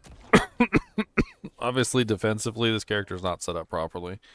But, I mean, he's clearing a pit 80 on a Frankenstein build. This is, like, tossed together with some salad, and they got, like, some chicken nuggets in there. Some like a chicken nugget salad build. We just threw the dino nuggies right into the Caesar salad. Like, that's basically what this build is. And it still works really well. I do think 100,000 steps and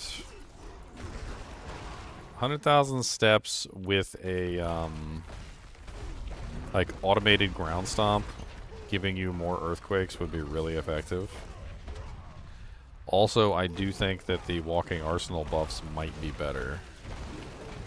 I think this might be a walking arsenal build.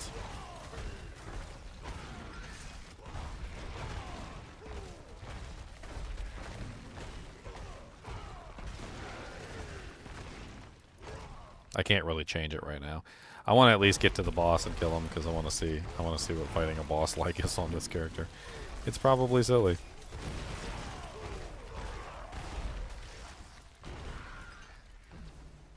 I'm assuming it's pretty much just like build a couple earthquakes up, maybe use my basic attack for a little bit, let the earthquakes build, and then oh, look at that damage. Okay, that's pretty nice. That's not bad at all. That is very nice. I like that a lot. I like that a lot. That's a very nice. That's a very nice thing indeed. That's a very nice thing. That's a very nice thing. It's a very nice thing. It's a very nice thing. It's a very nice thing. And of course, we don't have these maxed out or anything. Like, obviously, we get a lot more damage out of the earthquakes if we max out Rumble. Which it's not even approaching the max for like 80. I mean, we could go max out all our glyphs real quick and see how far that pushes us as well. The Rumble glyph specifically is going to have a huge effect on the damage output of this build. Because you're detonating the earthquakes, and because the earthquakes are so tied into the way that this character functions, man, I don't even know. Where is the max all glyphs? There we go. Alright, so now we've got the earthquake glyph maxed, which gives us what is that? Rumble is 62.2% increased earthquake damage per 5 strength. Which now becomes 1,181.8% earthquake damage, which is a lot of freaking earthquake damage. So now we're approaching not maximum damage, but at the very least, we're getting a large amount of like a good idea of how far you could push the build. Which I think you could go much further though. Like there's definitely ways you can still scale this further. I mean, first off, obviously you could have way better weapons than what I'm running. You could masterwork these weapons better, better tempers. Obviously, you could also stack a lot of strength, which apparently seems to work very strongly with this aspect. So trying to get my strength as high as I can possibly get it is also another way. I'm not entirely sure that Frostburns is the right choice, but it does give me a large amount of fire damage, which since I'm converting my earthquakes into fire damage, there's that whole aspect as well. I was also thinking that perhaps maybe the upheaval hammer might be a good choice with this too, or the Hoda hammer. Isn't there a Hoda hammer? Not that one. I could have sworn there was like a hammer of... No? I guess I don't have it anyway. Alright, so let's see what we've got now. 5 billion, 5.4 billion, 5.6 billion. I don't even have the Mace Mastery max. This is terrible. And I'm probably also... What does it do? 3% chance to gain double if you're hitting enemy. Rank 10, you deal 15% times increased critical strike damage while berserking.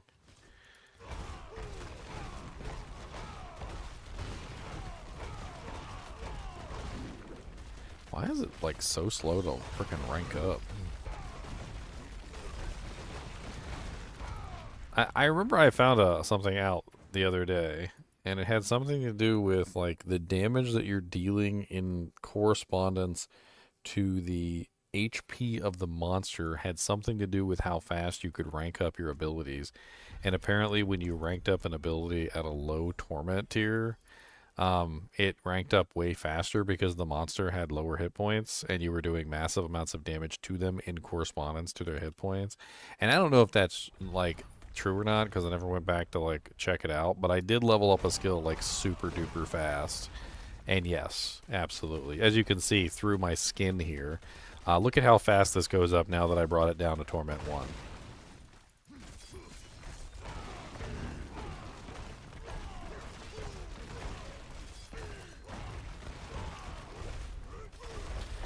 And it was going super slow. Like I was hitting the target for like 5-10 minutes and I was only at like rank 3. And I brought it down to Torment 1 and look, I just hit rank 10 in like seconds. That's crazy, right? And you can do that with anything. Like, hold on. Let's switch this to let's switch Flay, right? So we're gonna switch Flay to the one-handers, okay? Alright, so I haven't maxed out the one-handers, right? I got one-handed mace and I got one-handed sword. Sword's at 6 out of 10, and mace is at 0 out of 10, right? So let's switch it back to Torment 4, and I'll show you what I mean. Just a little trick if you guys want to level up your weapon expertises. Change the difficulty down, and it makes such a huge difference. So we're gonna go back to Torment 4. I'm gonna go in here to the training dummy, and I'm gonna wail on the training dummy now. And I'm gonna open up the panel so you guys can see. Right. So let's wail on the training dummy, and I'm just gonna hold down the button.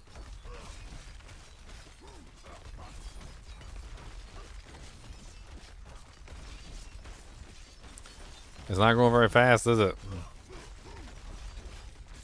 It's actually really, really slow, and it's not really making any progress whatsoever over here for some reason. Don't know why. Like, I don't know why it is, but like Torment 4, you may get like no progress, right? Alright, so now let's go back down to Torment 1, just for the leveling of the abilities.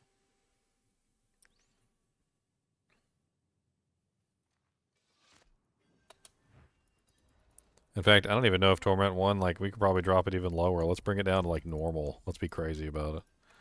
We'll go down to normal difficulty. Let's see if, like, going down to normal makes it even easier. We did Torment 1 earlier, and it was like super duper easy, but it'd be hilarious. Like I hit the target one time, and I'm like already rank 10.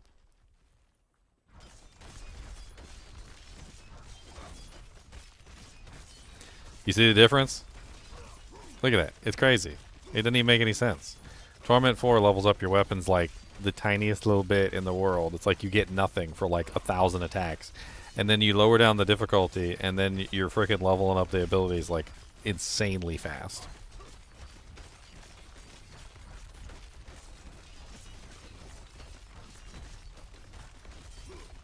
I think Torment 1 was faster. I think normal difficulty is slower than Torment 1. Why in the world the difficulty of the game matters for leveling up your weapons is stupid.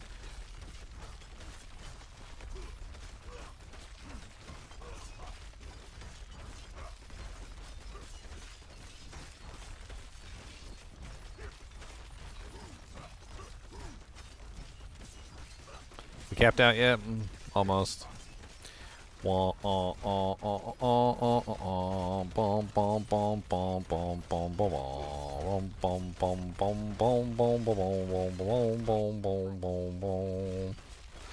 Bleed monsters, bleed, bleed, bleed, bleed, bleed, bleed monsters, bleed, monsters, bleed, bleed, bleed, bleed, bleed, bleed, bleed, bleed, bleed, bleed, bleed, bleed, bleed, bleed. Alright, we capped them out, look, see? Super easy.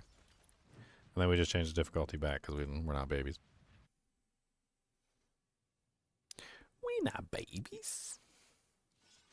Truth be told, I've never been the sort. Like Dakota took a nap.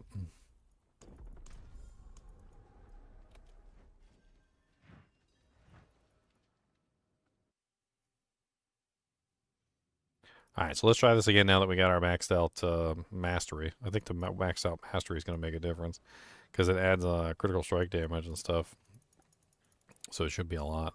Let's go to boss dummies. Let's grab multiple dummies. And let's try this one more time.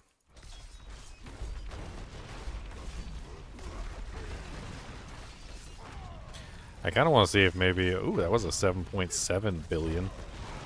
12 billion, 13.3 billion, 14.4 billion. These aren't even overpowers. I feel like if we added in some overpowers, this would get absolutely crazy. So how do we add in overpowers? We need like guaranteed overpowers somehow.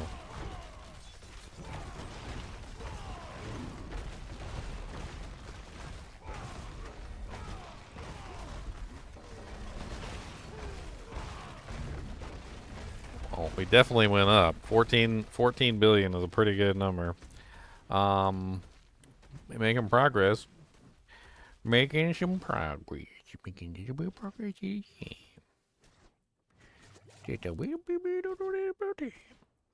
I'm so curious if just like full duration is better for this than the latter. Like maybe duration is the way to go. Like maybe you just need maximum earthquake duration.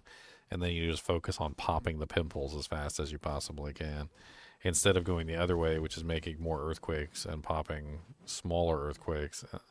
I don't know. Like I don't know if the duration is really that big of a deal to increase the damage output. I mean, I feel like we're getting to the point where duration is making either a huge difference or it's making no difference at all.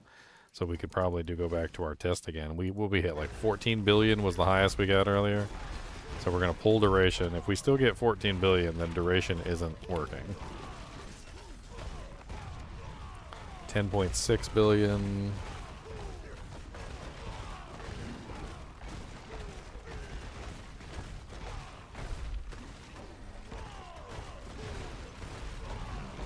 I'm going to change my position a little bit so I can make sure I get all the earthquakes.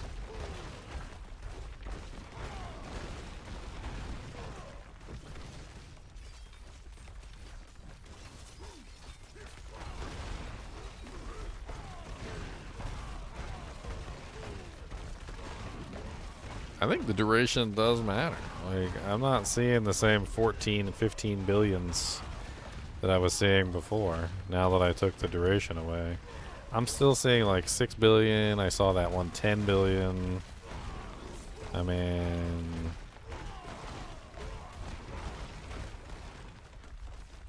another interesting thing to consider is that there's another option that we could potentially employ to make this even more ridiculous. I know you might be thinking, like, how could you make this even more ridiculous? Well, the answer is we could go with Call of the Ancients. So Call of the Ancients is interesting because if you utilize the pants with Call of the Ancients, which is like a whole thing.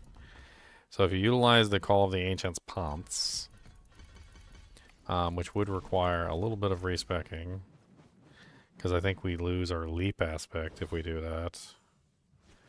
I mean, I think we could probably get away with like a little bit of a reassignment of our buttons here. Do I have the Call of the Ancient pants in here? I do have some Call of the Ancient pants. Nice. Okay. So to do this, we're going to have to work this in. It's going to give us more earthquakes, and it's going to give us more dust devils. So it's going to allow us to spawn even more earthquakes and even more dust devils by switching to this the different thing.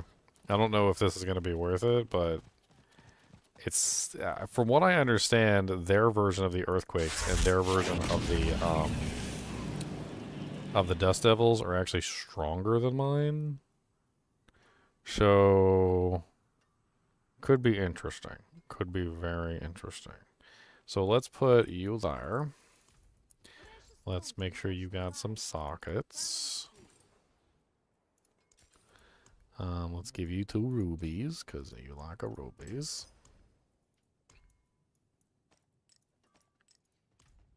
And then we need to do a little bit of swippy swapping. So, elements needs to go on one of the weapons. I think we'll replace the inner calm. So we'll take elements and put it down here. And then we're going to take the aspect of Bolcathos and put that on the amulets. It's just a little bit of a swippy swap, but we'll see how that goes. And then what we're going to do is we're going to be spamming the Call to the Ancients. So every time Korlik leaps, he's going to create an earthquake. Every time Talik spins, I believe he creates... what is it? Yeah, so Korlik creates an earthquake that deals damage. Talik leaves behind dust devils. And Maddock ignites the earth. So we get another earthquake and we get more dust devils as well.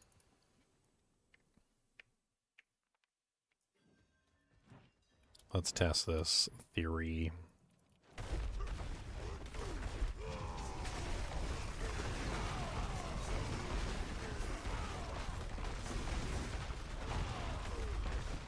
Is he exploding the earthquakes too? Kind of looked like he was exploding the earthquakes too.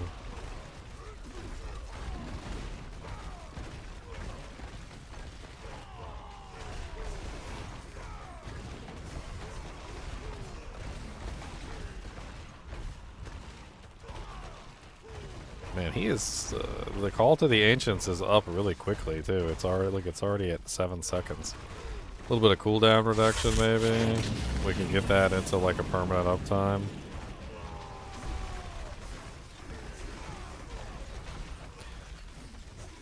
What was the bonus, the special bonus? The special 5-point bonus that came with Call to the Ancients. 50% movement speed, 20% distant damage reduction. Okay.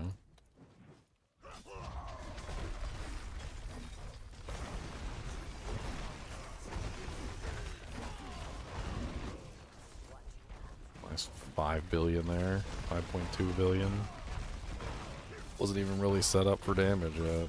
I'm also not maintaining the barrier properly, which is a whole nother problem. So the conceded isn't really like giving me a good amount of damage bonus. Maybe it'd be better if I swap conceded for the inner calm, so I get it while I'm standing still. Or find another way to get barrier.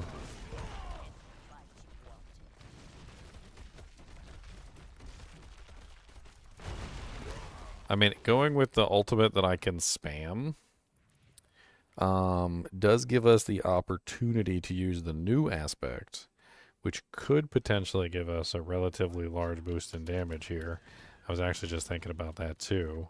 So there's a new aspect that has to do with ultimates. And first off, let me masterwork these pants so we can get like permanent uptime on our ultimate. We want our ultimate to be up all the time. I hate when it does that. Hey, look, we got it like right away. That's great. Good, I'll just like spam points into it. All right, so what I was thinking is we could go swap conceited for that new one that has to do with ultimates. It's called Casting an Ultimate Skill increases your damage by 30% times for 8 seconds. Gain 4 additional ultimate skill ranks. So that way we can get our 30% times multiplier. And we also get 4 additional skill ranks to the Call of the Ancients, which should technically increase the damage of all of the earthquakes and everything that we're currently getting. Which could be another potential way that you could roll this, which would bring us up to what? From rank 9 to rank, what, 10, 11, 12, 13? So rank 13 on that.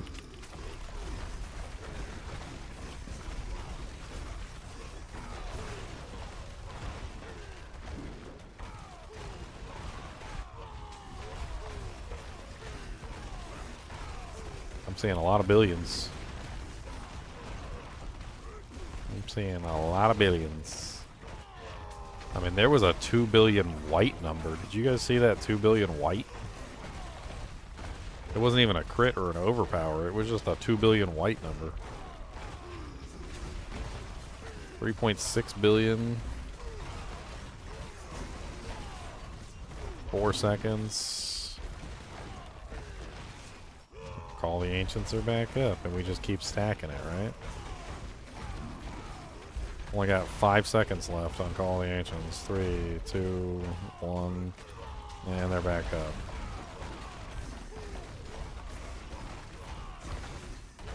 And 9.8 billion. Now, what if we switch this over instead of from on the Berserking, which is a nice one? What if we switch this over to doing direct damage with 2-handed bludgeon weapons? Increased damage for 15 to 10 seconds. While all 3 bonuses are active, you gain 20% in crowd control duration and attack speed. Huh. I don't know if that's better than what we were using.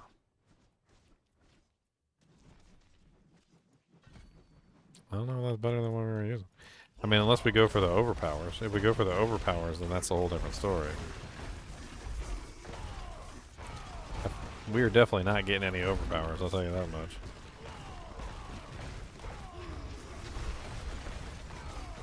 I see like an occasional orange number, like once in a blue moon, because we have like no guaranteed overpowers in the build.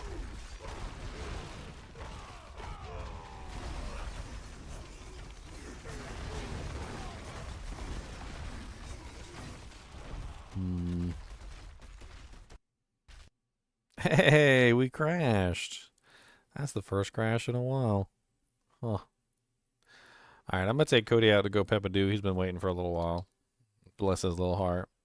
I'll be right back. We're going to continue some more stuff here in a minute. Mr. Goody Two Shoes, Mr. Goody Two Shoes. Ginger Evil Mentor here. Why bother farming when you can go to MMOEXP.com and simply purchase your items in gold? GGM would have you farm the items. What a pathetic being. Use code GEM Ginger Evil Mentor for 6% off your entire purchase. And don't tell Ginger Gaming Mentor that I was here.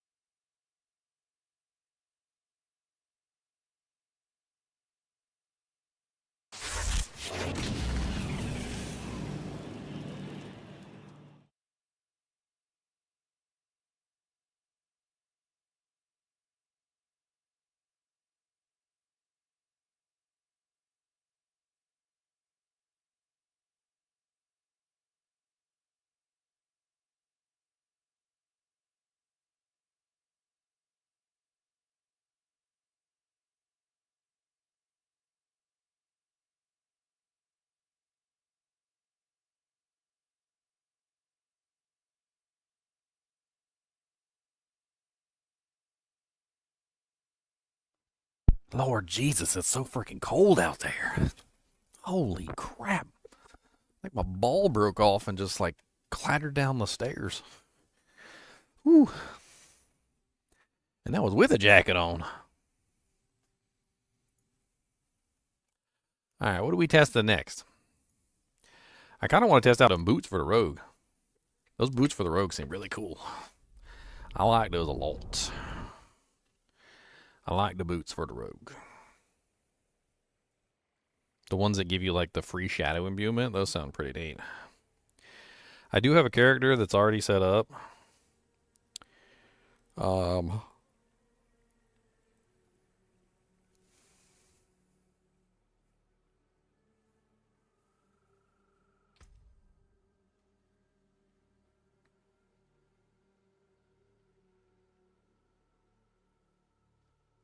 So let's go to my In the Shade.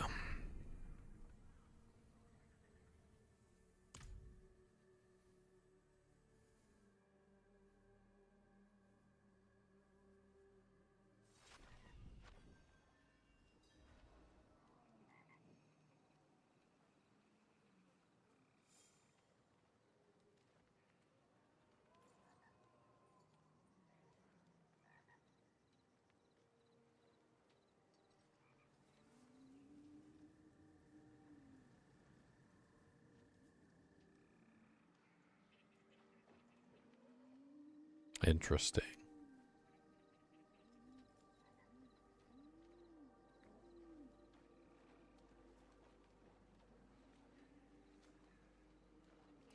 DS Lily is making a comment about like toxic elitism in PoE.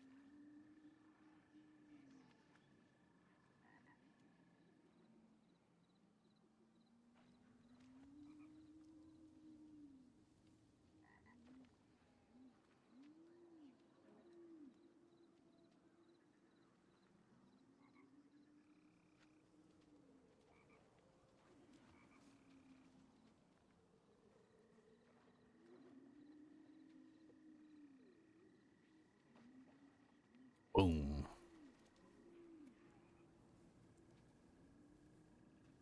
Ginger Evil Mentor? Who's that? Who's Ginger Evil Mentor? I have no idea what you were talking about.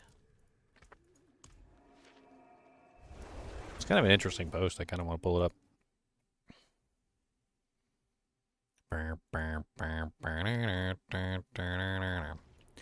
Said, genuine question. People talk about PoE gatekeeping / elitism. I don't really see this often. Does anyone have any specific examples, or is it just people getting baited by random commenter trolls and such?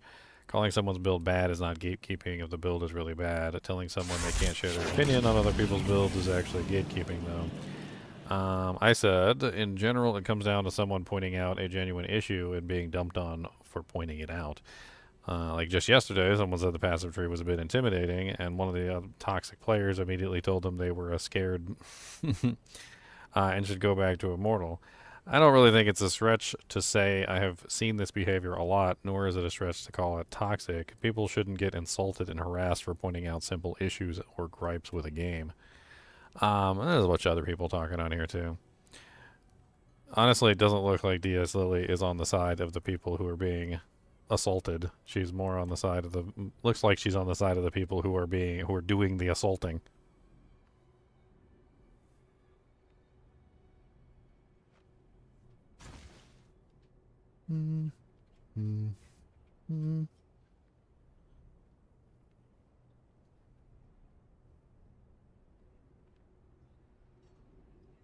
What's up, JCB?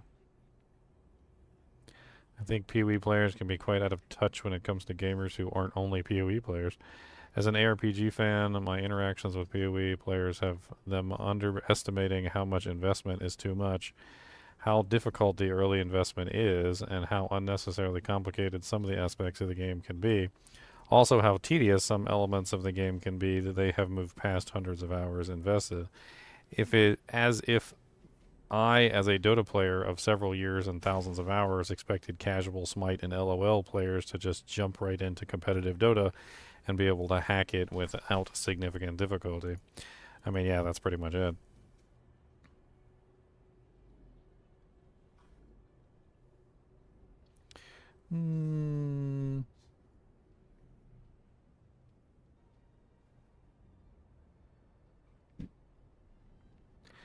I've mentioned previously being jealous of attention streamers get from GGG. I spent X dollars on the game, and why don't I get such treatment? But I know in my head streamers are advertisers, and that's why they get it. Not so much for gatekeeping, but I would definitely say the elitism is more prevalent. I mean, I'd consider much of the D4 bad commentary to be elitism, or maybe just that's how I use it. That's how I use it. Okay.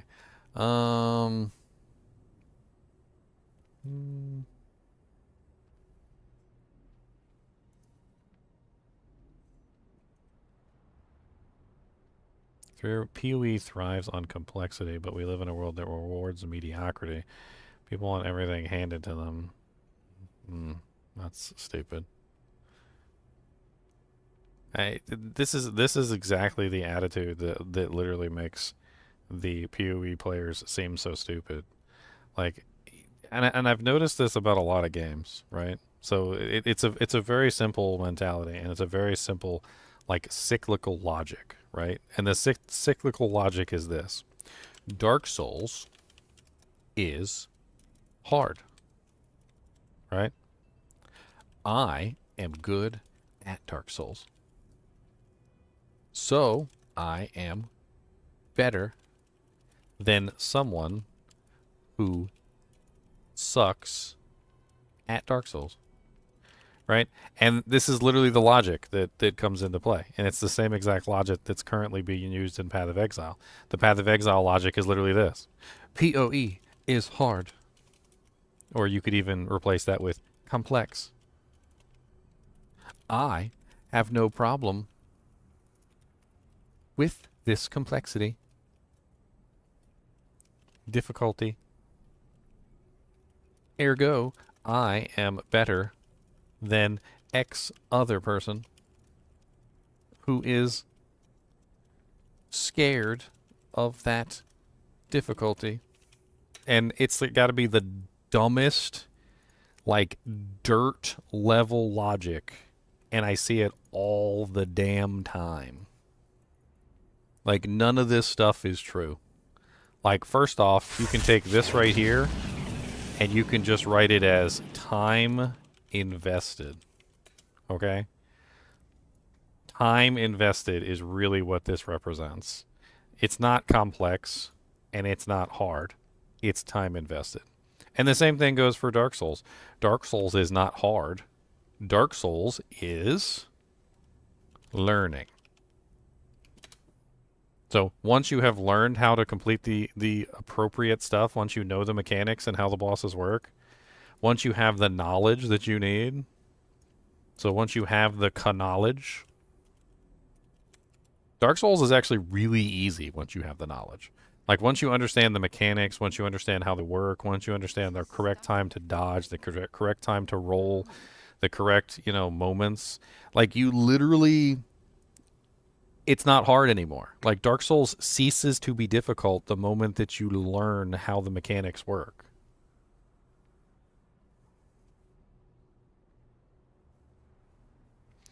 What happened with D2R? There's a crazy bug with the new WASD movement where you can like move around the map as like a shadow ghost. It's kind of crazy. If you go on YouTube, you can rewind to the beginning, and I like go over a bunch of it. I did it at the beginning of the stream, like nearly 5.5 hours ago. But it's really this logic, and I probably should just write this down. Like, it would be easier just to write this down as a comment in the post. Like, let's post it. Why not? We can even post it as a reply to my original comment. So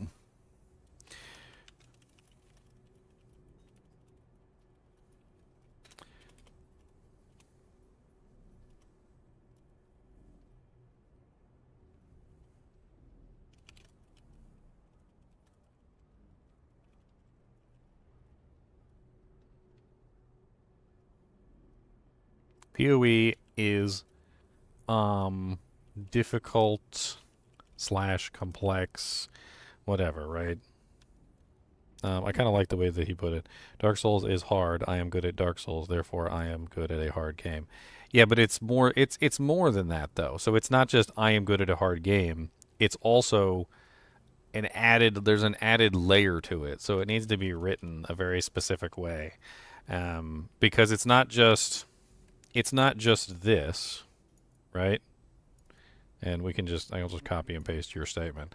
And let's put your statement up here, right? So this is your statement. Dark Souls is hard. I am good at Dark Souls. Therefore, I am good at a hard game, right? But you have to also add in the second line, which is you are bad. Or sorry, you complain Dark Souls is hard. So I am better than you. And then we add in the last line, which is when anyone challenges the difficulty of the game, they are challenging my prowess. And that's basically how this works. And you could just remove Dark Souls, and you could just type in PoE. And then you could just type in PoE. Anyone points out valid issues about PoE,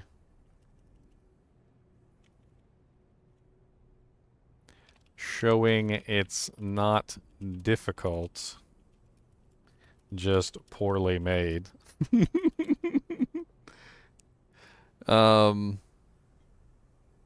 Anyone points out valid issues, showing PoE is difficult, not this is poorly made. They are challenging my prowess.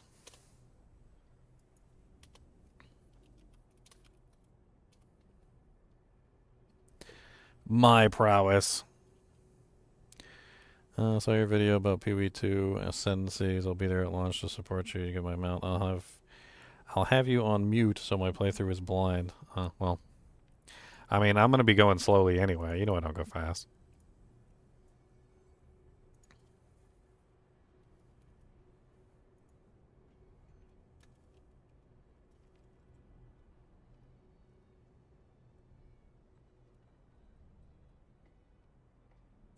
I need the last line to be better written. PoE is instead of hard, let's say difficult / complex. Let's say difficult. I am good at Dark Souls, therefore I am good at a hard game. Um,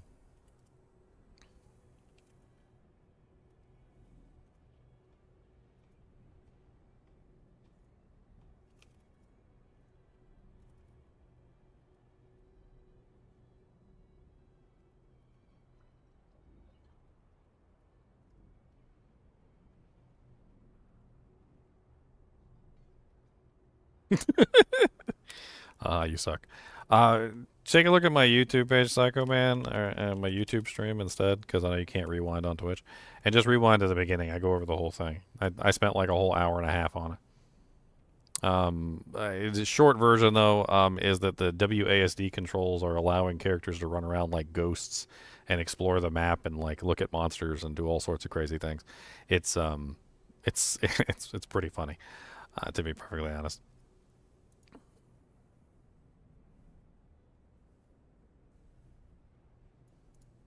I think it's better to put anybody who points out valid issues about PoE. Because this part is too badly written. This part right here. Anyone who points out valid issues about PoE.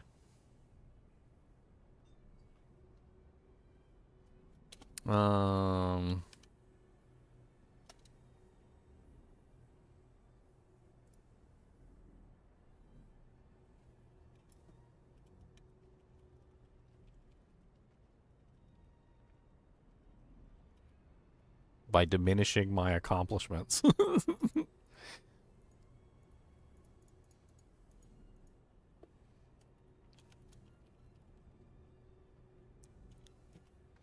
I don't even know how to write this like properly and like a statement. Like I can relay it to somebody. I can like make the point to them, but it's very difficult to just write it in a statement succinctly and like, you know, like actually have it understood.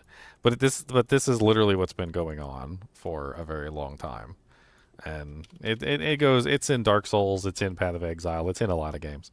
Like any game that's overly complex or overly difficult in a certain way, but not necessarily really difficult, people will spend endless amounts of hours, you know, like mastering this game. And somebody will come along and do the same thing in like a day. And then point out that, you know, the game has some serious issues that need to be worked on. And then it's not even really that difficult. It's just got a bunch of bugs, or it's got like a bunch of mechanics that you have to learn. And then once you know the mechanics, it's like super duper easy.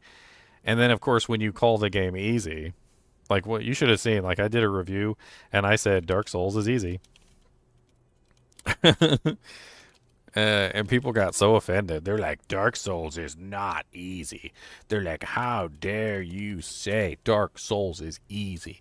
Like, it is a difficult game, and you saying that Dark Souls is easy is an affront to the very nature of the way that I view the game in general. I'm like, dude, people can do, like, naked run-throughs on the game. Like, they literally go through and they do, like, naked run-throughs. The reason why they can do naked run-throughs is because it's just a learning process. All you got to do is learn the mechanics. And once you learn the mechanics, it's just a matter of doing the mechanics properly. And then you can even beat a boss naked with your fists.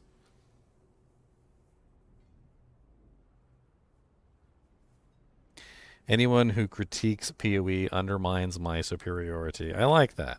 I like that. You have a way with words, sir.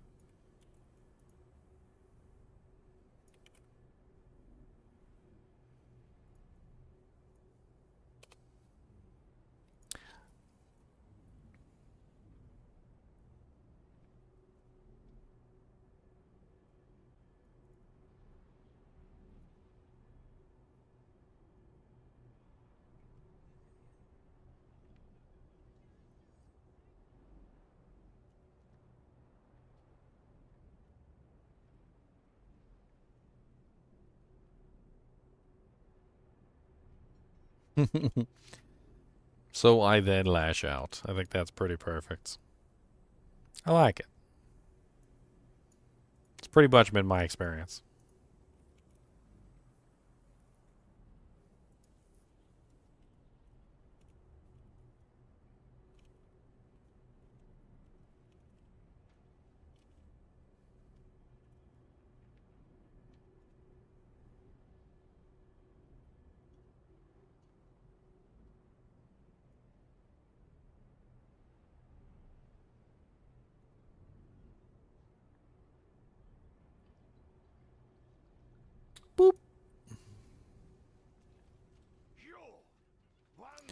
Correct grammar. I couldn't care less about correct grammar. I couldn't care less.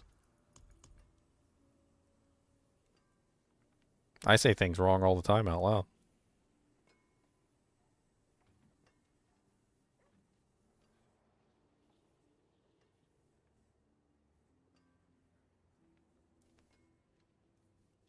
My opinion of grammar is that grammar doesn't matter. That's my opinion of grammar. Grammar doesn't matter. That's my opinion. I think context is the most important thing by far. Context is more important than grammar. Context is more important than anything. Context literally tells you exactly what you need to know. It even tells you how to use the correct grammar. If the context is there, the grammar doesn't need to be correct in the majority of situations. There's obviously going to be outliers, but the majority of the time, context is more important. Like the difference between there and there. How do you know which one I'm saying? Did I say the same one twice, or did I use the two different ones? Which one did I say in all? Did I say there, or did I say there? Or did I say there? Which one did I use? You don't know. Context is the only reason you know. If I say over there, now you know which one I'm using. Or if I say they're going to the store, then you know which one I'm using. Or they're going over there, now you know which one I'm using. Context is the most important thing there, not the correct grammar. I could use the same word in all examples without any different spelling whatsoever, and you would still know the correct meaning of every single one, because context is more important.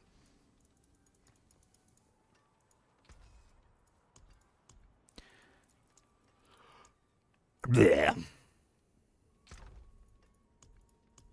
Okay, we need the boots. We need the boots. This is this live? This is live, isn't it? This is wrong. No. Because there's no cheat vendor. There was no cheat vendor. That must have been live.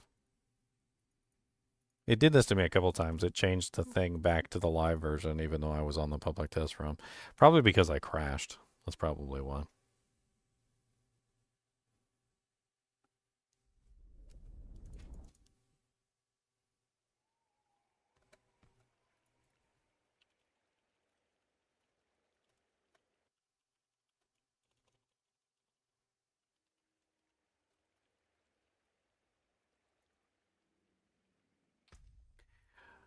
Okay, in the shade, on the test realm this time. Take two.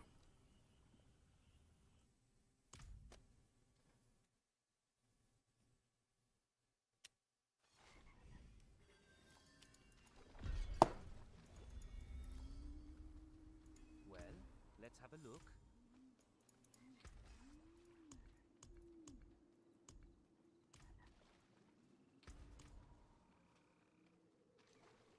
Alright, so we need to go back to Kyovishan. Boop, boop, boop.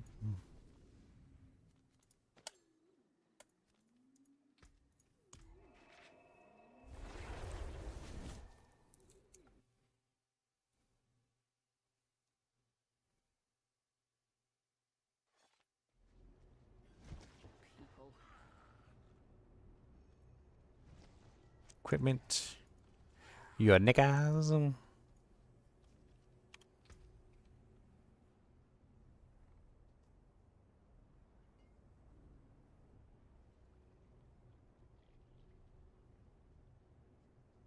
D2R is broken. It's broken.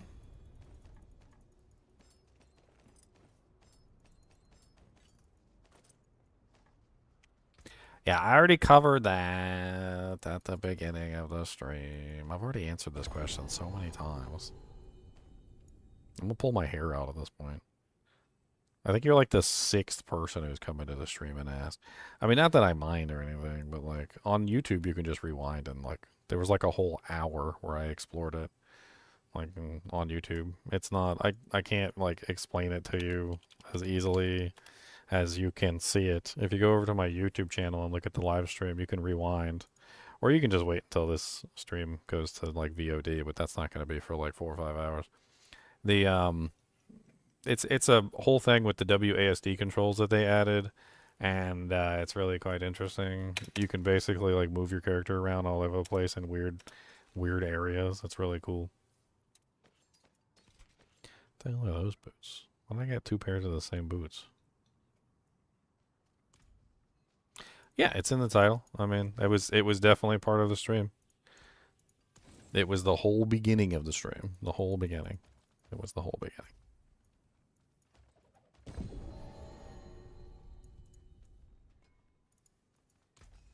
And I'm not taking it out of the title.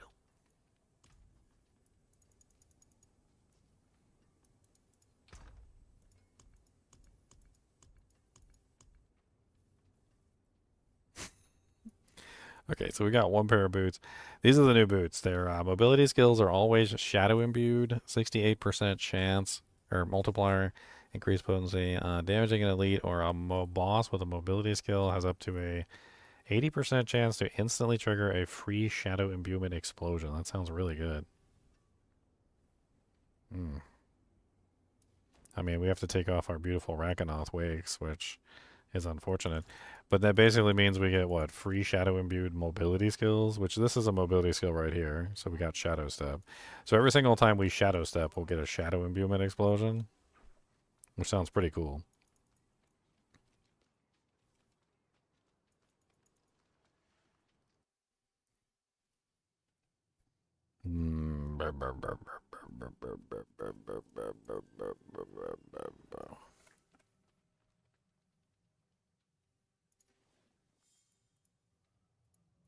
I'm just going to make a timestamp of the Diablo 2 part of my stream. That way I can just link it when people ask.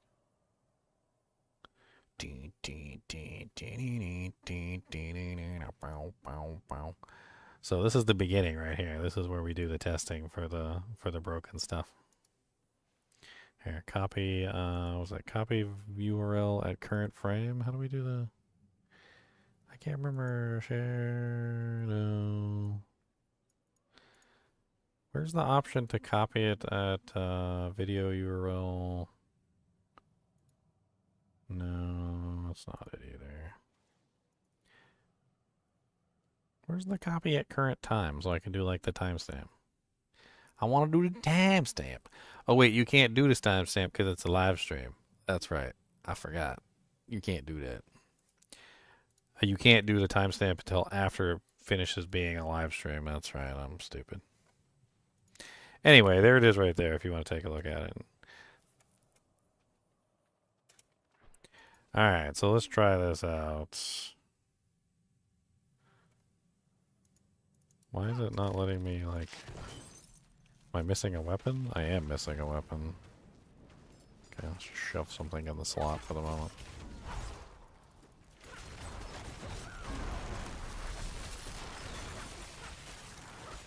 I mean, it's kind of neat being able to throw another imbuement in. Multiple training dummies.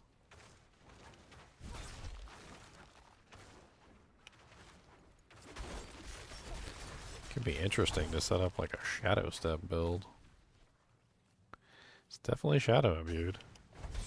I mean, I don't know if it really did like a massive amount of damage, but it's definitely there.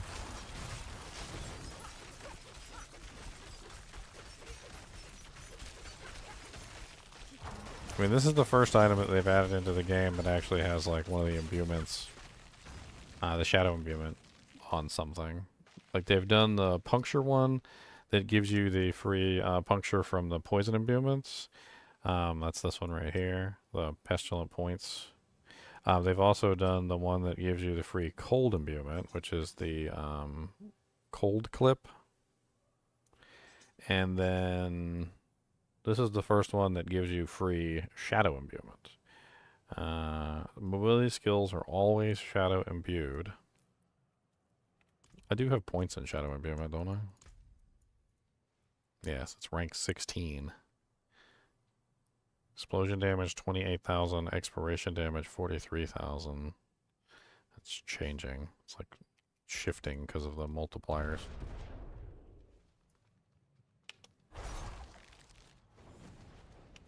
I just don't see the damage actually hitting the target. It's weird.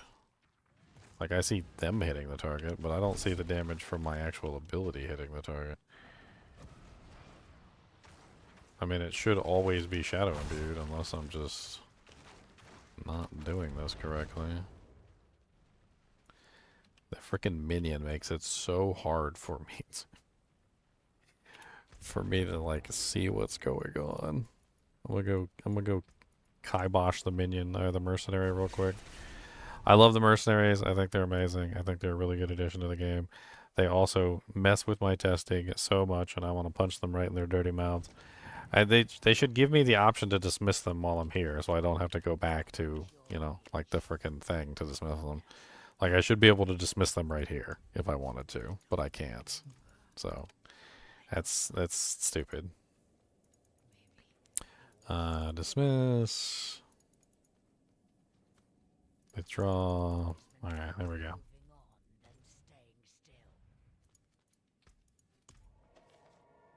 Let's try this again.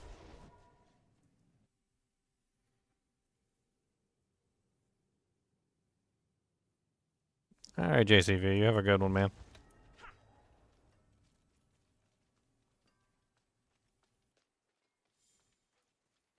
Oh man, I'm so hungry. I need something to eat. My girlfriend's got some like some soup down there. It smelled so good when I came upstairs. She said it'd be ready for me when I came back down. I'm so excited about this soup. It's nice and cold out too, so the soup's gonna be like extra good. You know how it is, like when it's like super freezing cold and you eat some soup and it just has like that. It's got that extra flavums. It's got the extra flavums because it's cold. The cold flavums. Oh wow, 316k damage. That's pretty good. 635k. So basically every single time that you use a mobility skill, anything that classifies as a mobility skill, it just works that way. Dance of Knives is not a mobility skill. Dash is a mobility skill. I guess you could throw dash into the mix. Isn't there like an entire build around dash? I could have sworn there was. Let's pull some points from Weapon Mastery real quick and let's grab dash.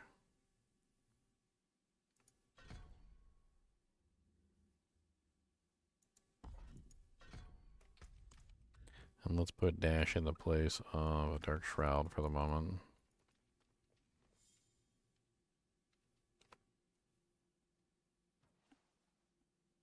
I just want to see what it looks like if you have like some rapid movement abilities. So we've got 3 charges on dash, so 1.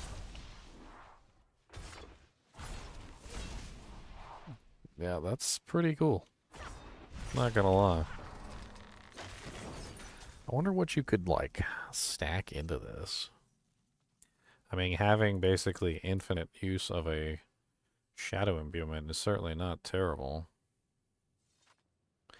But it's strictly mobility skills, so it has to be a mobility skill, otherwise it doesn't count for the way that this skill thing works. I mean, what technically counts as a mobility skill, like on the tree? Summon, the Marksman, Arrow Storm. Of course that doesn't count. None of these are going to count as mobilities, because these are all just imbuements. Dark Shroud. Dark Shroud counts as a mobility skill? How does Dark Shroud count as a mobility skill? What? It doesn't even hit anything.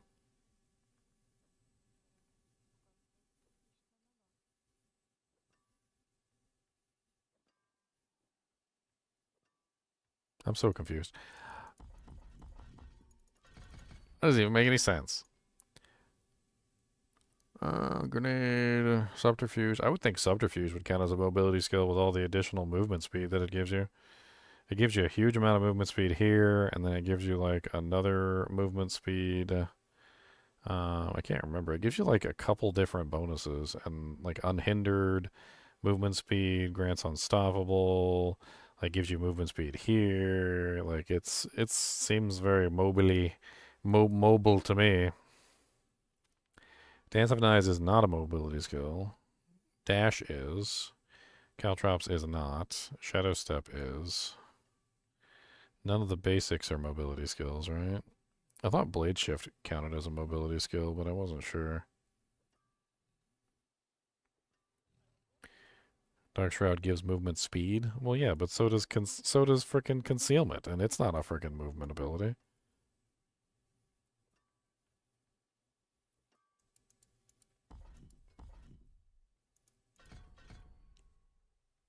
Your Dark Shroud doesn't say mobility, then it must be a unique. I'm using this unique, Shroud of Condorus.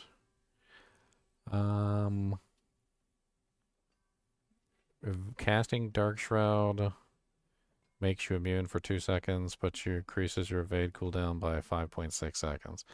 Evading while Dark Shroud is active leaves behind an explosion that deals 5,607 shadow damage and pulls enemies in. I mean, there's nothing on that that says that it gives Dark Shroud mobility, a mobility tag. Did I take off Shroud of Condorus? Does it lose the mobility tag? It does. So somehow Shroud of Condorus is making Dark Shroud into a mobility skill.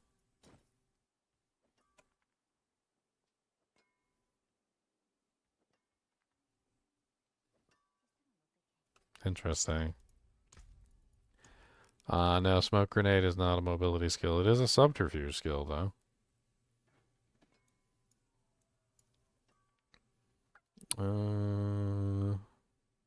I would have thought Dance of Knives would have been a mobility skill, but I guess not. I mean, you are technically moving while you use it, but... Alright, let's go take a look at the aspects. I'm kind of curious. Oh yeah, hold on. Let me go get all the aspects from the cheat vendor, because I'm sure there's the new ones that I'm missing. That way we got a full list. I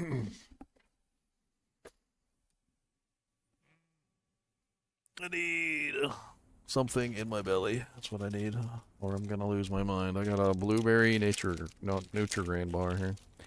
That will work perfectly. Nutrigrain.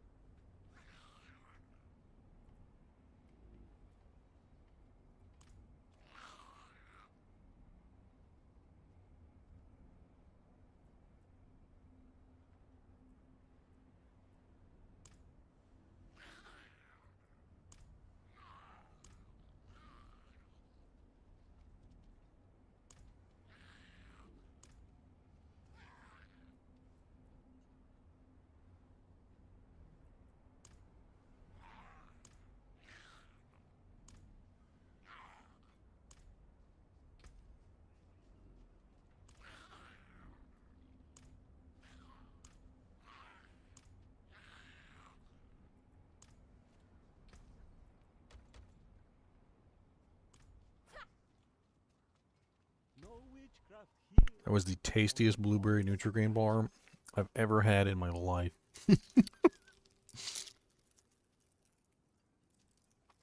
That was so good.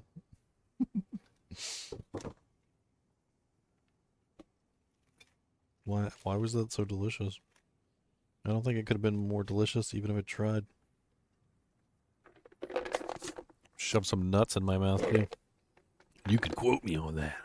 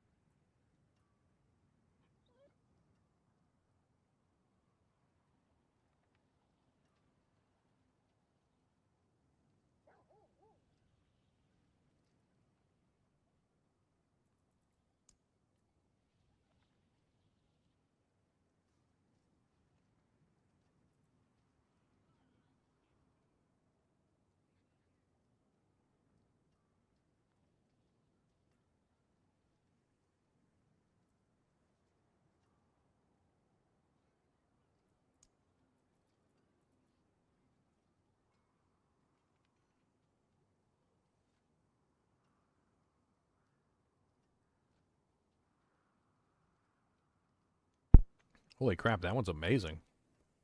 Shadow imbuement takes 50. Enemies infected by shadow imbuement take 50 times of its damage every second. Your shadow imbuement deals 50 times increased damage. Why is that so insane? That seems insane.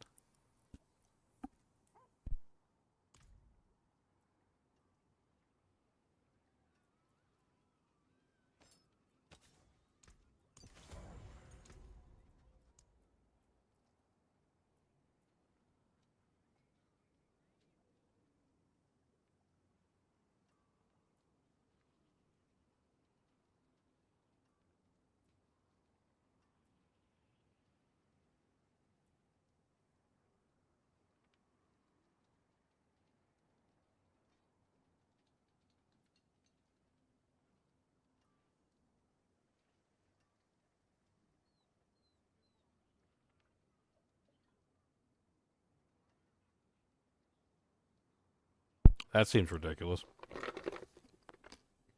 I wonder if you combine that together with the Shadow Clone. So if you combine that with this one,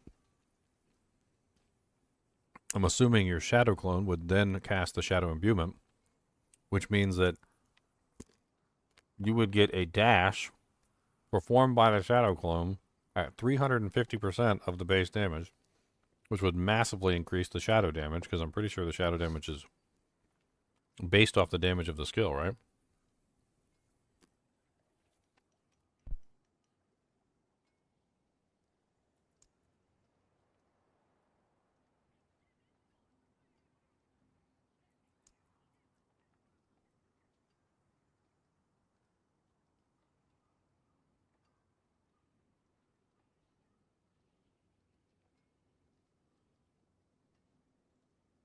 Wow.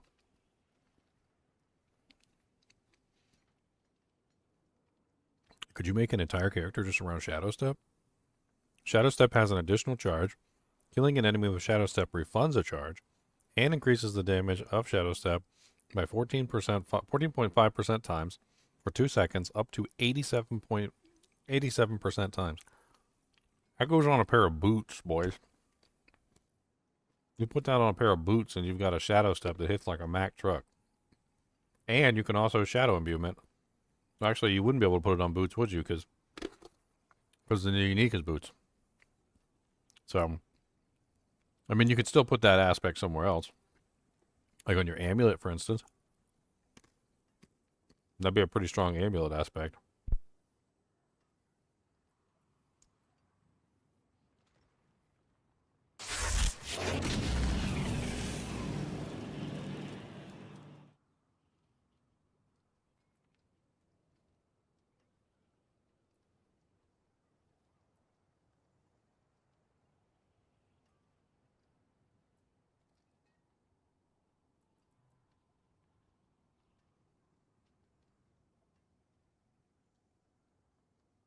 They buffed that up. They took away the and/or do-jank. They took away the little thing that was like your imbuement effects deal 45% times increased damage or increased potency, like when the monster is like vulnerable or whatever. They took away the conditional. That's a straight buff.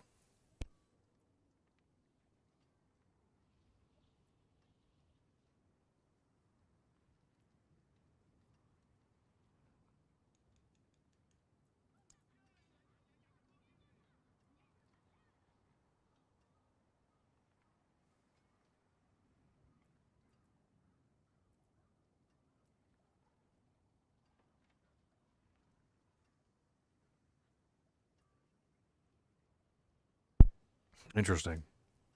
Aspect of volatile shadows. When a dark shroud shadow is removed, you trigger an explosion that deals 716 shadow damage and applies shadow imbuement to every enemy it hits. That's got to be one they changed in the patch. I still got the patch notes up.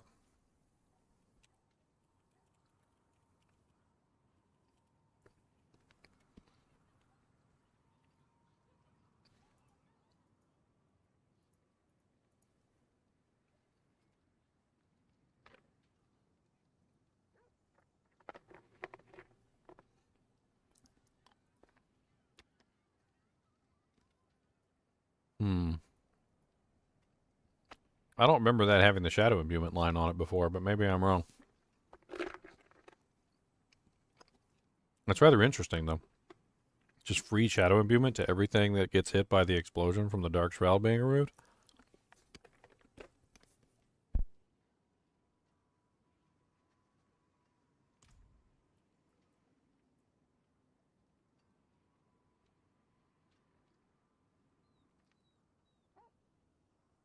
I wonder if when you recast Dark Shroud, does it automatically cause the explosion? That could be interesting. So if you recast it, does it just auto-cast the explosion?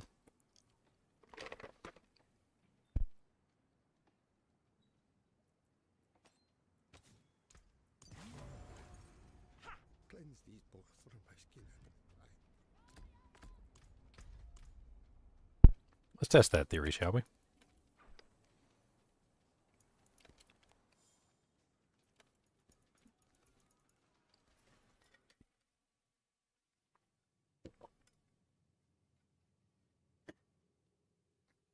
Because there's also a condition on here that says, what is it? Yeah. No, that's right. They changed this one. I forgot. Oh, it doesn't have that same condition anymore.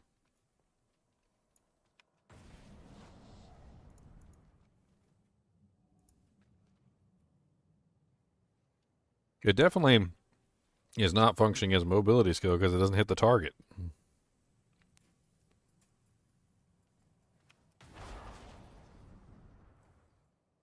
Now, Shroud of Candorus works.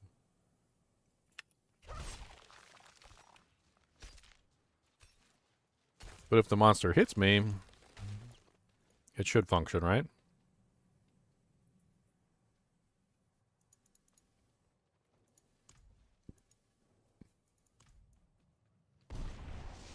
Yes, and now he's shadow imbued because he touched me. Don't touch me. Don't touch me. Don't touch me.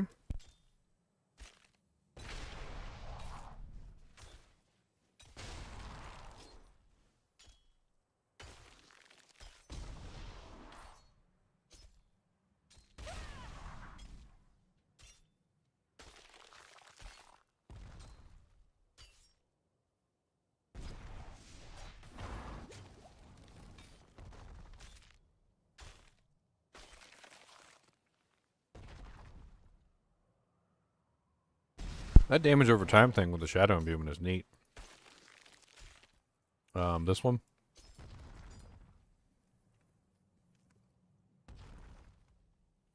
It just pulses the shadow damage over time, or the shadow imbuement damage on the target every second while it's on the target. So anytime you imbue the target with shadow imbuement, they're just taking a steady stream of shadow imbuement damage.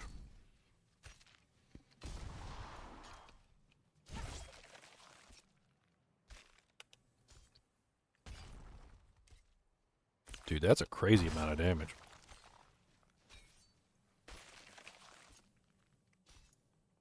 For being just like me pressing the dash key, that is a crazy amount of damage. I gotta do some testing here. I want to try some combinations.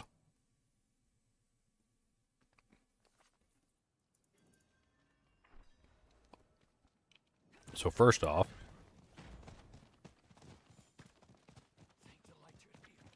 let's do some changes on the way these aspects are working. So let's take the bow, and let's put the infection aspect here.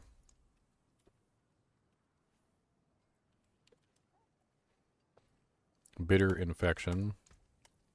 Alright, we still want of the elements. So let's pull in elements. I don't really care about the Dark Shroud one. We can take that off.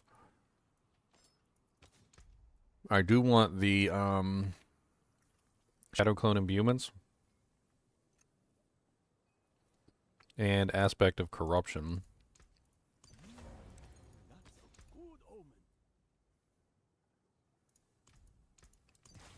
Alright. So it's pretty simple. I grabbed the dash out one, didn't I? Did I not? I don't even know if I grabbed the dash one. I'm an idiot. I forgot to grab the dash one. Okay. The dash one, Shadow Slicer. We need that one.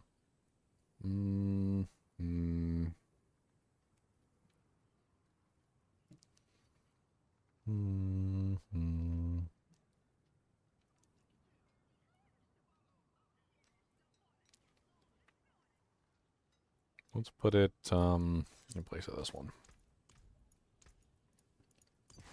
All right. So how I'm thinking this works, at least in my head anyway, I don't know if it actually works this way in reality. I'm pretty sure that the shadow damage is based on the base damage of the ability. So the higher the base damage of the ability, the better it ends up being. 100% damage to all surrounding enemies. The infection inspires. I could be wrong.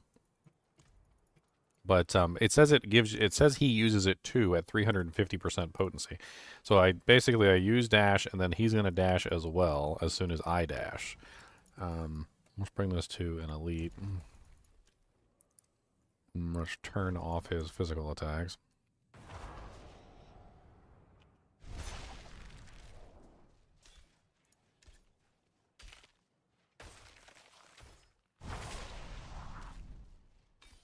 $622K.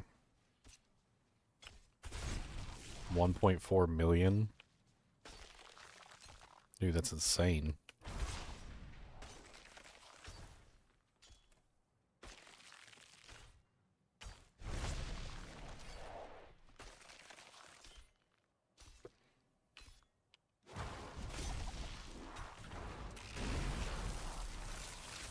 Dude, I really like that shadow damage, like, over time thing. That is hot. I like that a lot.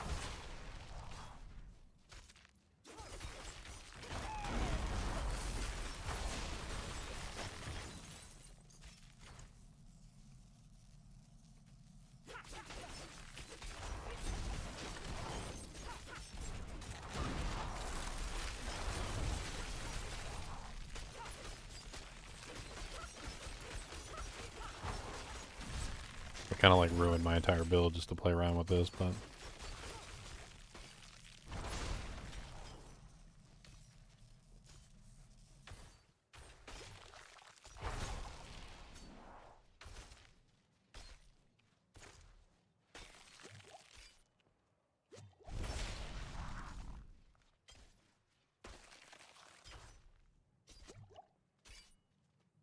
$2.1 million. Why did it go to 2.1 million there?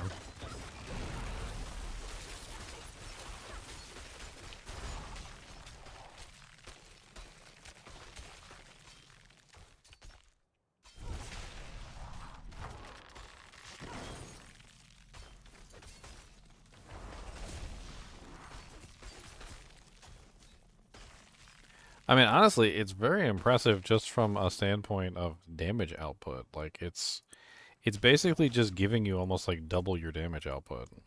So it's taking whatever the damage is of the ability, so however high you can potentially push your shadow imbuement, and then it's just giving you a damage over time on the target, like 50% times every second for the full duration of it, which is 6 seconds. So as long as the monster is, you know, is shadow damaged or shadow imbued or whatever you want to call it, they're just ticking. Like, they're just always ticking as long as they're shadow imbued. And depending on what caused the shadow imbuement, like for instance with Rain of Arrows, you can see the shadow imbuement is doing pretty decent damage. It's not only just it doing that initial hit of damage from the shadow imbuement, but it's also dishing out all of the additional shadow damage. That is really effective. I think I could set up a whole shadow imbuement build at this point.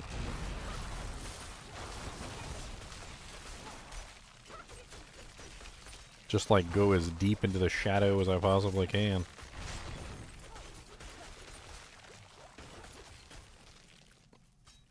Probably do something like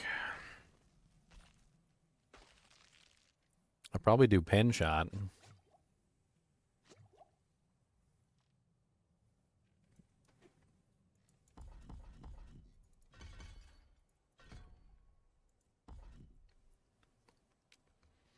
And actually put it on the bar. So something like this, like, and actually use the ability, and then just... Where's my pen shot at?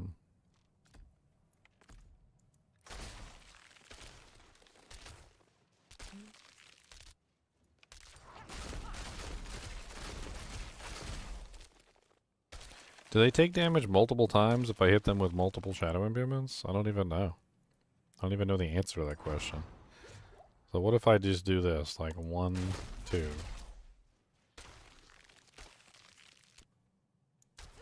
I think they only take 1 pump of damage because they only need to be shadow imbued. And it doesn't seem like it matters what you hit them with.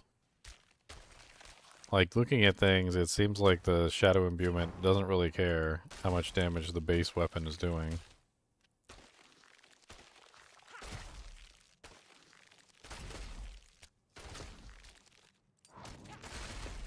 But having an ability that pierces allows you to apply the shadow imbuement to multiple targets, which means that you can keep multiple targets constantly ticking like that. And if you have the aspect for the penetrating shot, you're going to hit like everything on the screen with shadow imbuement, and it's going to do a lot of damage, and it's going to hit really hard. I mean, you could also, of course, tie in something like poison imbuement into the mix, so that you have both, so you could do things like shadow, poison, and then have like both the poison and the shadow ticking at the same time. There's also a bunch of aspects that have to do with shadow imbuement, so there's also that.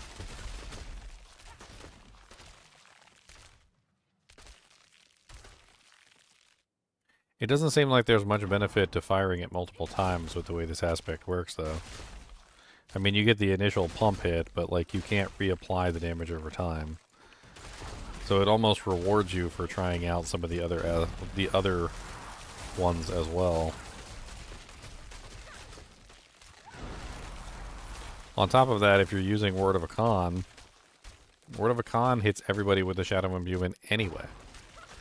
So like, since you're hitting everyone with a shadow imbuement with Word of a Con, everybody is getting that crazy damage over time, that, you know, like per second tick, like no matter what. So it's like you don't even need to like hard cast it. It's just always on the target anyway.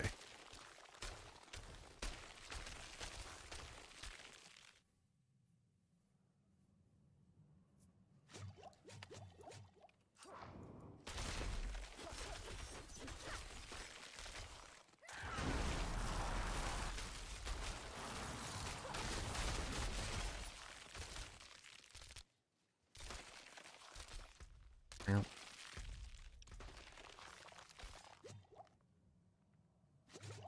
Shadow enemies are infected by shadow imbuement. Take 100% of its damage. It says 100% times of its damage every second. Imbuement deals 100% times increased damage. So not only does it give you, obviously, the shadow imbuement, but it also enhances the damage of the shadow imbuement as well. So it's giving you the dot tick, and it's giving you everything else as well. 650 is some pretty respectable numbers. I am utilizing the new aspect, which is the alchemical admixture with this, which does give me a fairly large multiplier in terms of, like, my imbuements. Dealing 2 different types of non-physical damage increases the potency of your imbuement skills by 40% times.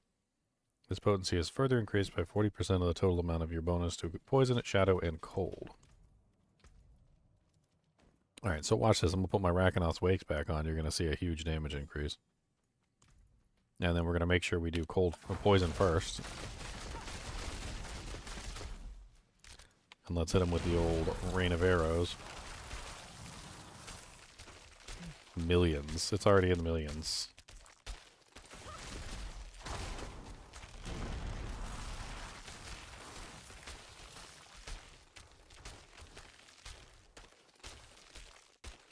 I've always wanted to make Shadow Imbuement character.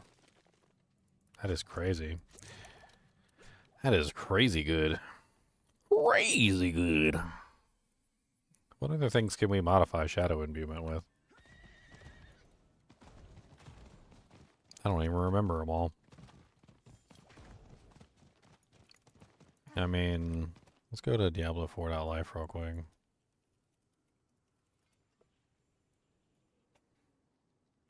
Let's go to uniques. So Word of a Con gives you plus to all your imbuement skills, which is pretty crazy.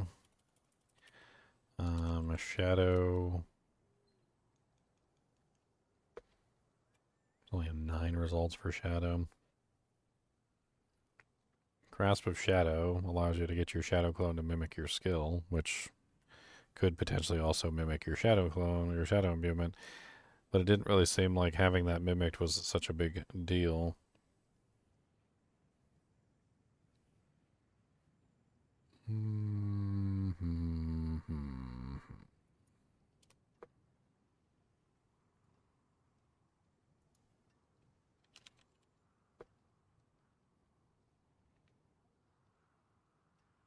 Zerug.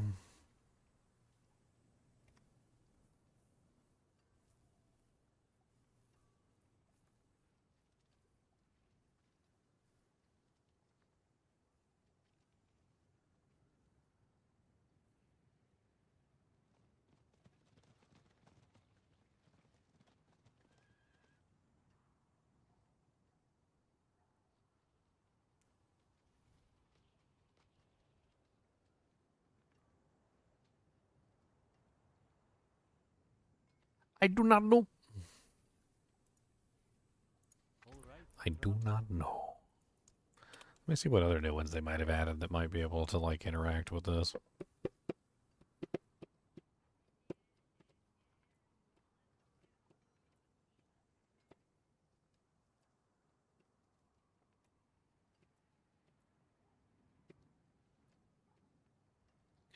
I mean, the interesting thing is that the build that I was currently using before I swapped everything out like an idiot, I should have saved it in the armory first.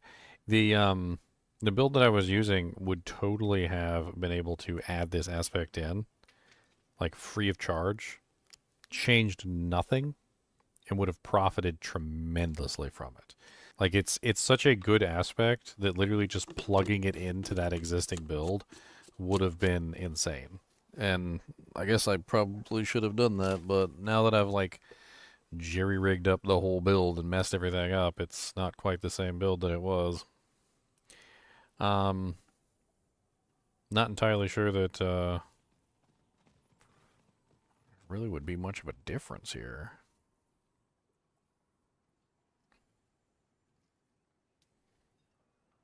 I mean, we don't need this, so we could take that out.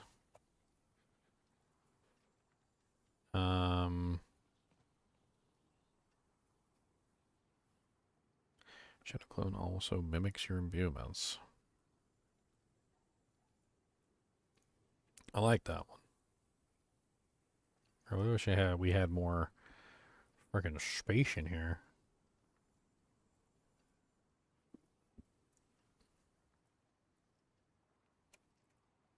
I mean, we could take off Word of Con, we could take off some of the other stuff, and we could try and work it a different way.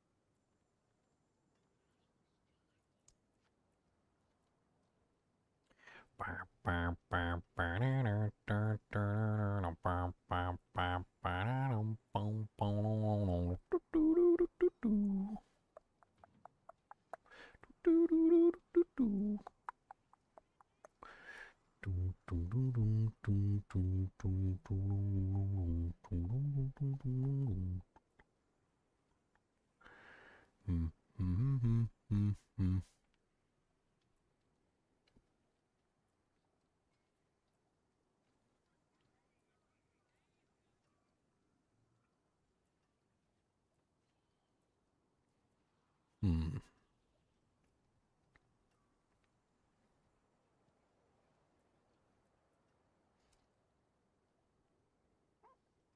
When casting an imbuement skill, you trigger an explosion around yourself, applying the imbuement effects. Implying the imbuement effects. And dealing damage of the same time.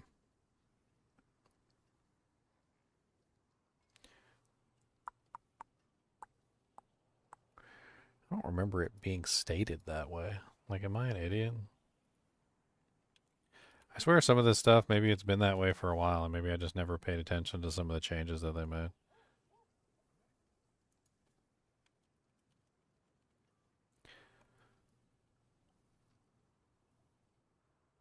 Yeah, applying the imbuement effects and dealing 1 damage at the same time. So yeah, it does apply the imbuement effects. What the hell? How have I never seen that? And what patch did they change that in? Because I don't think it was always that way. Because that seems absolutely insane.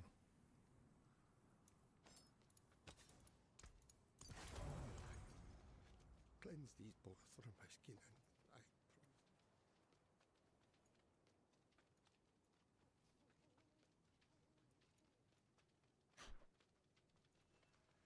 I I gotta try this out real quick.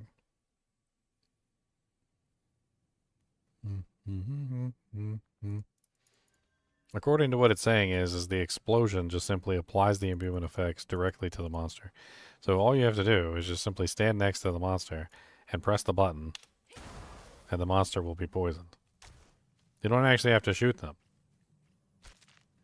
And stand next to the monster, and the monster will be shadow imbued.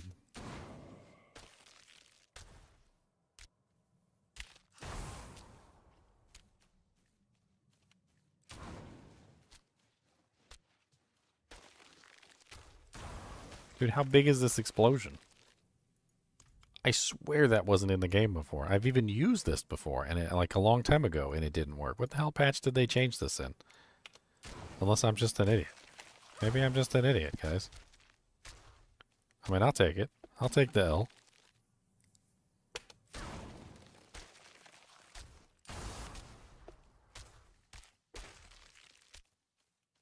That's, like, insane. That's absolutely insane.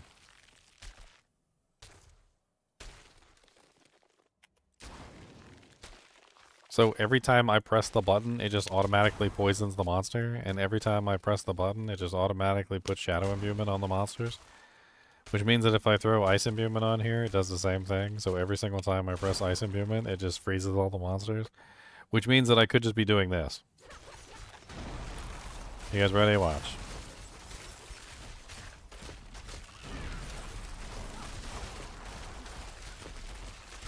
And rate of arrows, and click, and click, and click. And rate of arrows, and click, and click, and click. And rate of arrows, and click, and click, and click. And rate of arrows, and click, and click, and click. Rate of arrows, click, click, click.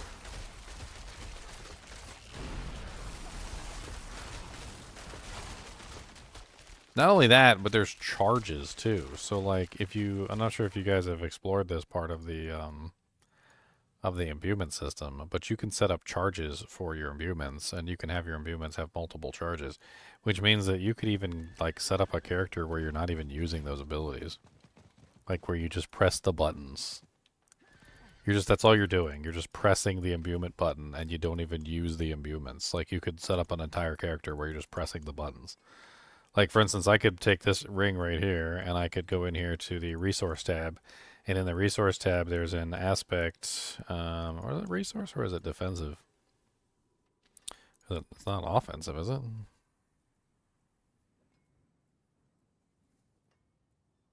Where did they put it?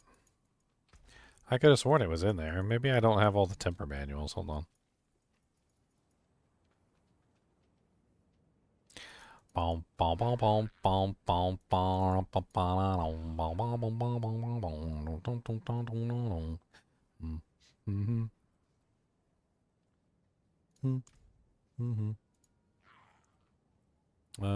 not that one. We need all the temper manuals. What is that? Equipment? No. Progression? No. Crafting materials? Yes, okay. According to this, I'm not missing any. So did they take that out then?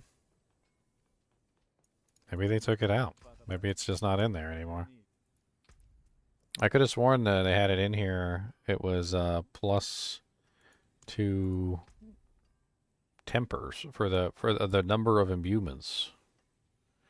They moved it or took it away. They're mean, mean people. Mean. Wait, there we go. Oh, they did do something with it, so it's not the same anymore. So it used to be more charges. Now it's Shadow Imbue lasts for 1 to 2 more casts. Okay, so that's different. That's not the same. That's not the same. So they did change it. I think that was probably in the patch notes. That was probably in the patch notes.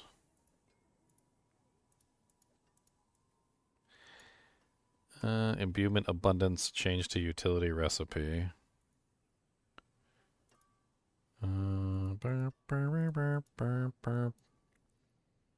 So they did move it from resource to utility.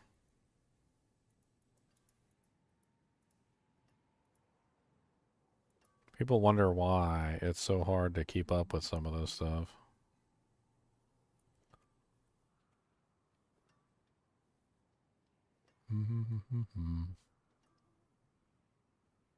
They change everything all the time. And then my brain doesn't work anymore because my brain remembers it one way and it's not that way. Yeah, they became like duration. They changed them from charges to duration. So in other words, when you use it, you would only get 1 shot. Now you get 3 shots. I mean, I could play around with it. What is that, like pants? I think that's like pants. We could put it on pants.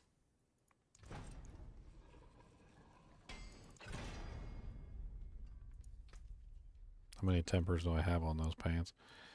See if I can get one that's actually good. I was trying to get a 2. Just give me a 2. It doesn't matter which one it is. Just give me a 2. Or don't give me a 2. Your mom's a 2. How about that? Okay, there we go. Cold Imbue lasts for 2+ casts. Okay. I probably got one earlier. I wasn't paying attention. I'll just be spamming it. Alright, so let's take a look at it and see how it works. I think it's duration now. I think that's what it is. That's why I want to test it. So it looks like it just simply lasts for 2 more casts instead of you casting it, which works against the build that I was just trying to like put in my head with the whole like unstable element imbuements. So I cast Shadow Imbuement and it lasts for 2 attacks. Okay, and then it's gone. I cast Cold Imbuement and it now lasts for 6 attacks. That's crazy. That's a crazy amount of attacks. That's nuts, though.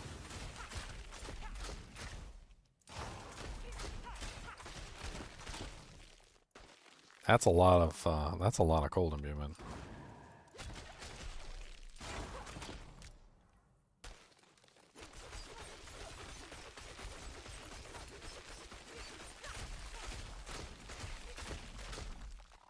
And that's just a utility skill?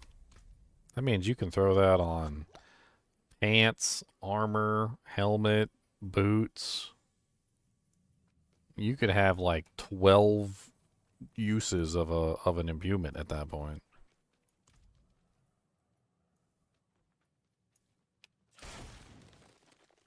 The crazy thing to me though is that literally it hits the target anyway. So like with the volatile the unstable imbuements, you can literally just walk up to the monster and press the button, and you don't even have to attack them. You just stand there.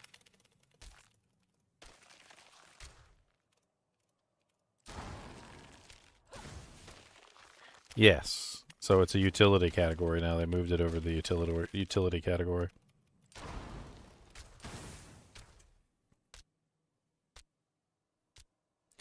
372, 843. Your mama's a hoe and she gotta go pee. I don't know.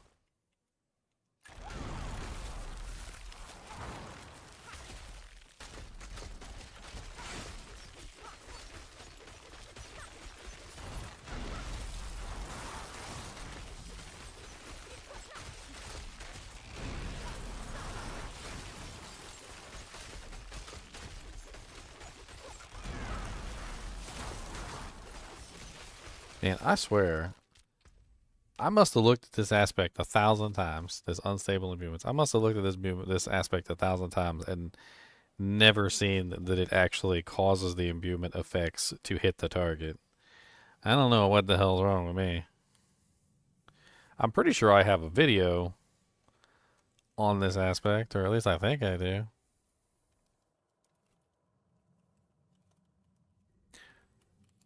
Man, feel like I'm losing my brain. Losing my brain, using my brain. Losing my brain.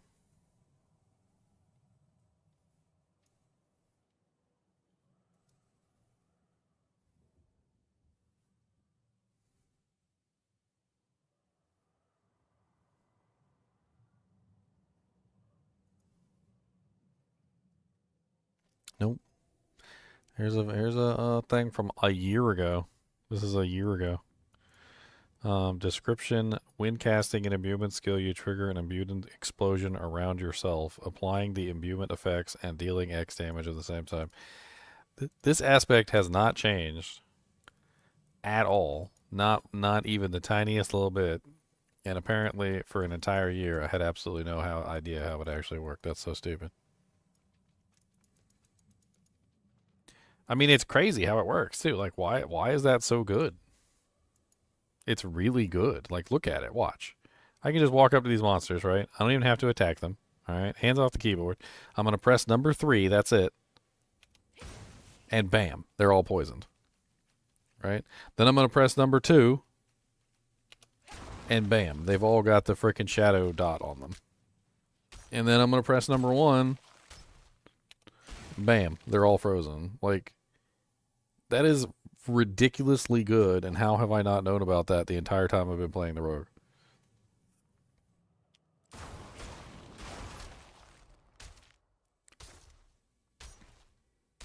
Like, there's an entire build there just spamming the imbuements.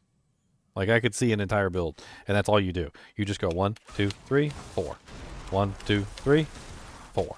1, 2, 3, 4. 1, 2, 3, 4. And I can reset the ultimate like that.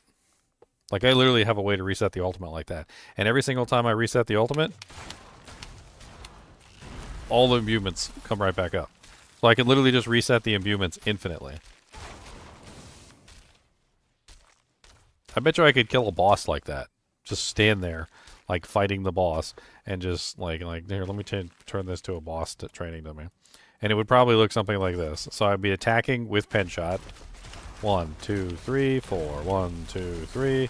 And then, of course, I want to attack faster than this, but 4, 1, 2, 3. And then, of course, 4, 1, 2, 3. It has to do with how much mana I spend, or how much I spend. So the more I spend, the faster it resets. And I can just constantly dish out poison damage, shadow damage, and even some chilling, staggering, like, just by spamming these 3 abilities back and forth.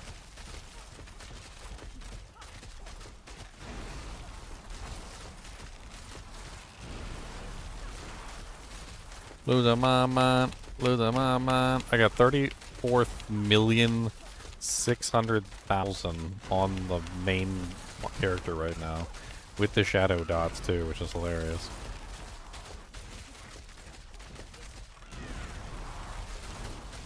I can even slow it down just a little bit so I can get the effects on the pen shot. Make sure I do ice last, since ice has the most number of charges and it's the least effective.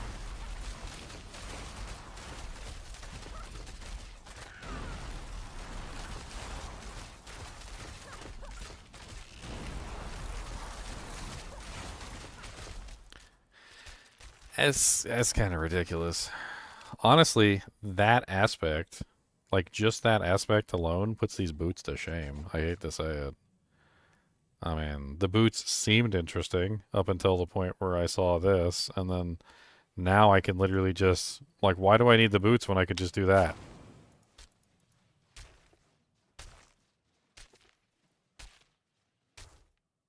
I'm trying to figure it out. Why do I need the boots when I can just do that? I can just keep doing that over and over again. The only thing that the boots do that is slightly different than what I'm getting here is that the boots have a chance to cause the shadow explosion to happen, which only happens upon the death of the monster. But apparently it also happens, it will deal damage only to that enemy. Yeah, it only happens if the monster dies. So the only thing that you're getting is the additional explosion, which happens when they die from the boots. The boots are giving you the explosion. And what does the explosion do? Well, the explosion has a couple things that it can potentially do. So, like, first off, the explosion, what is it? Is it right here? So each time you kill an enemy with the shadow damage, because that's just killing an enemy with shadow damage. I don't really know exactly what the explosion does more than just simply adds an additional tick of damage.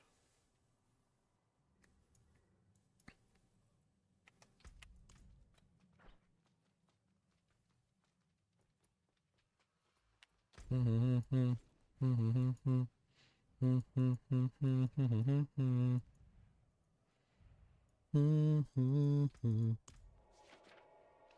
want to see if I can kill some monsters in World Tier 4 just by pressing buttons. Like, I'm not even going to look at them or attack them. I'm just going to let them gather around me. I'm going to press my imbuements, and I want to see if they die. I think it would be hilarious.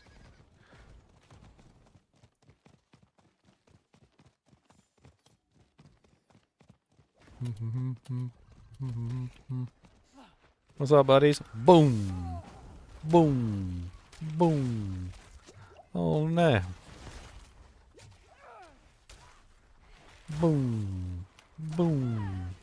Boom! It's so stupid.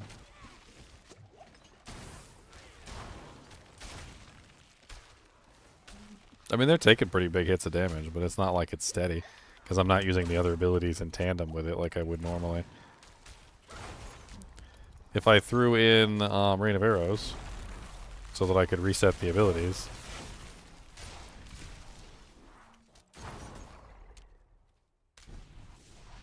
I guess the explosions are pretty notable. I guess that's the benefit of the boots. The boots is the explosions. Because I'm watching the monsters explode, and as they explode, they're dishing out large amounts of damage when they explode. And their on-death explosions chain into one another, which helps out tremendously with the damage output. So getting the explosions is nice. And I guess the boots could technically trigger, could be like the detonator. It could be the detonator which starts the chain reaction of the explosions.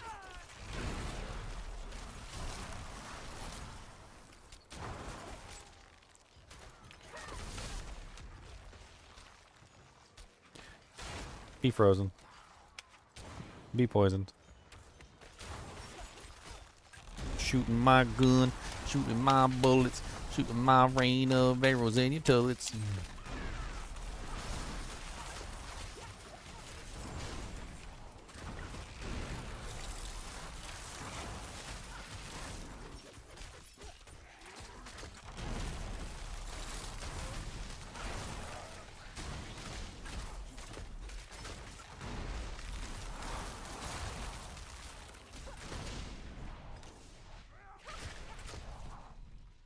I mean, that's kind of cool. I mean, the explosions are neat, and they're very tactical too. Like, obviously, if you're in the middle of combat, you could use this as a defensive ability with the way that it functions, because Cold Imbuement basically like instantly freezes the targets.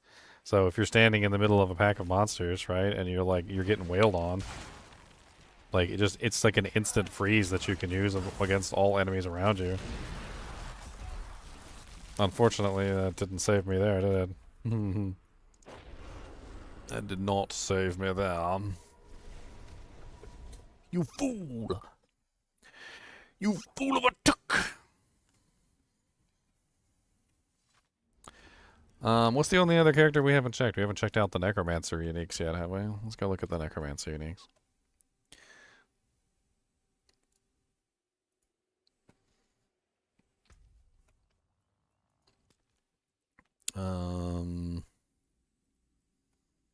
Where are you at? Accursed.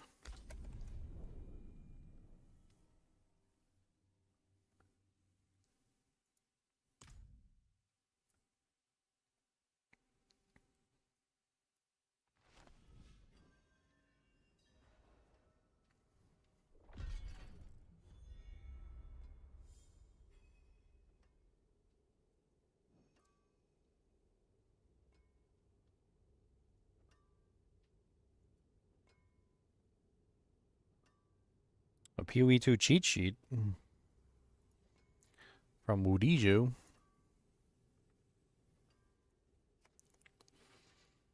Normal 0 mods, magic 1 to 2 mods, rare 3 to 6 mods. Mods or affixes, 3 prefixes plus 3 suffixes. Hold Alt for details. Nice. Can be added or removed by crafting, and enchantments or implicits can't be crafted like 2 mods. On items like default, e.g. grants skill level 7 siphon power. Those are called implicits. Or added via corruption, plus 30 to maximum life. Quality. Item used to add quality and effects depends on the type item listed below. Martial weapons increases physical damage. Caster weapons increases question mark. Armor weapon. Armor increases armor and evasion rating and energy shield. Rings and amulets increases mod depending on the type of catalyst used. 5 sockets and rune soul cores go into sockets.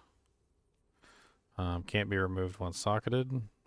Max on two-handed weapons. It's max 3 on two-handed weapons and body armor.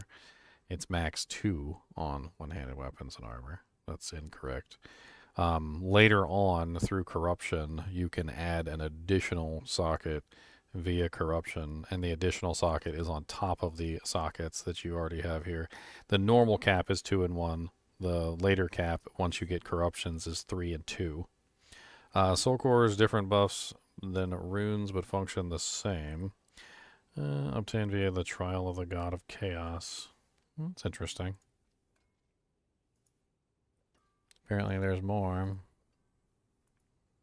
gonna save a bunch of these.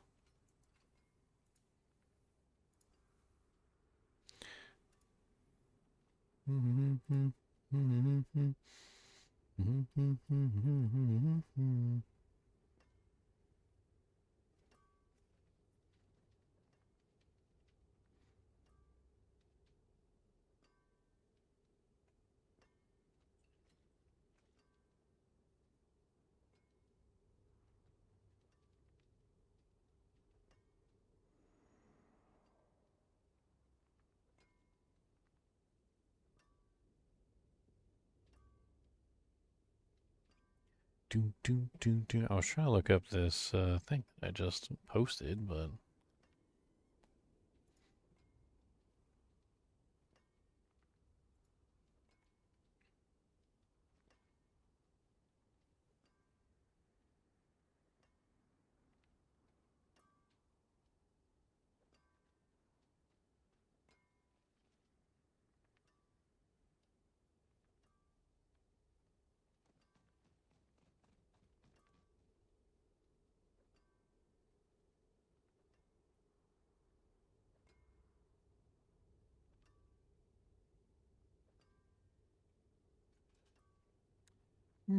okay, so we need the uniques. I can't remember what these are. Both of these were around blood. The blood wave thing, right? Sorry, I get distracted. I'm an ADHD crackhead, guys. I get distracted, okay? Cut me some slack.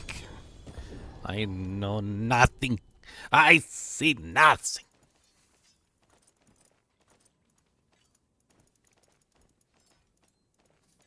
I don't even remember what they are. Is it pants? I think they're all pants, right? There you go. Kessim's Legacy. Ponce. Look at my pants. Look at my pants. I got some fancy, awesome pants. Look at my pretty pants. Look at my pants. I got some pants. 2 different kinds of lovely pants. Alright, so we've got 2 different kinds of pants. We got the Keseme's Legacy, which is blood wave now forms a wave on each side of you. Both waves converge at your feet, pulling all surrounding enemies in and exploding for blank amount of damage. Each time an enemy is hit by the wave, they take 10% times more damage from your blood waves, up to 300% times in total. That seems really cool. I also have Indira's Memory, which is blood wave is additionally a bone skill that spawns Bone Prison at the end point, increasing your blood skill damage by 80% for 8 seconds when cast. Bone Spear is additionally a blood skill and will drain 10% maximum life each cast after hitting an enemy to consume a surrounding corpse and launch our 1 new Bone Spear from it. Both pretty crazy. Both pretty crazy. I think both of them are kind of nuts. Let's go ahead and put on one. Now, keep in mind there's also another aspect, which I don't believe they took away, which has to do with Blood Wave, which is the one that turns Blood Wave... it's the one that turns Blood Wave into a Darkness skill. Yes. Also, there's the one that turns it into... fires 2 waves, additional waves, each dealing 200% of normal damage, but you can no longer recast it until the last wave ends. Interesting. Let's put that on here. So we're going to put that aspect on here. And then we also got the aspect of Ultimate Shadow, which is Blood Wave is now a Darkness skill and deals shadow damage and gains additional effects. So Blood Wave creates desecrated ground as it travels, dealing blank amount of shadow damage. So that one's kind of cool too. We can take a look at that one. So I'll put this one on a weapon so we can play with it. And let's go ahead and put some points into it. They also added another feature for Blood Wave. They added features for all these, by the way. Blood Wave got... At rank 5, Blood Wave's damage is increased by 60% times of your damage while healthy and damage while 4-5 bonuses. Interesting. So let's play around with these real quick and let's see what's going on.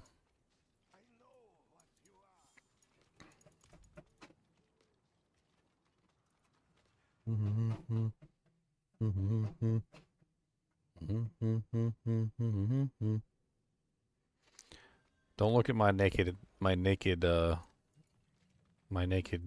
necromancer chest. I know you guys are jealous of it. It's okay.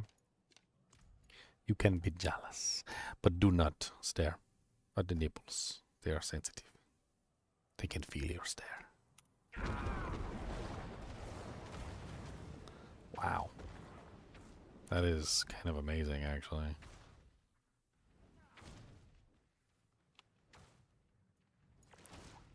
All these blood orbs. That was a lot of blood orbs. And then Blood Wave is let's do a little fun here. So let's put a Shaco on.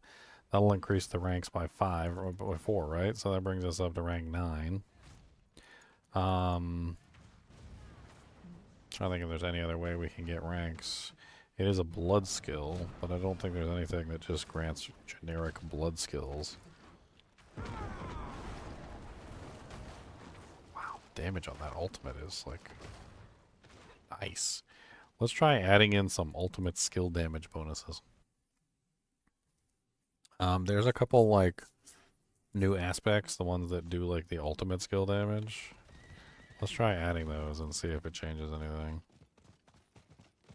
Yeah, we could also pick up all the new aspects too.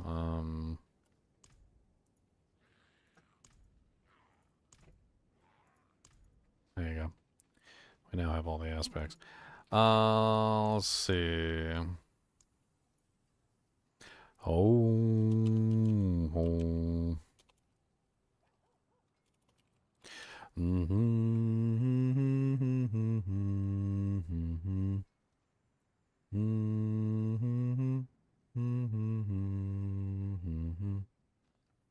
Wow. There's so much ultimate stuff going on these days. Blood orbs reduce your ultimate cooldown. So, like, let's throw that on the boots for the moment. Oh, that doesn't go on the boots? What does that go on then? Body armor piece. What was that? It's a utility aspect? Oh no, it's a resource aspect that goes on a ring. We could throw it on an amulet. Okay, just so we can get the cooldown reduction for the ultimate, so we can spam it basically.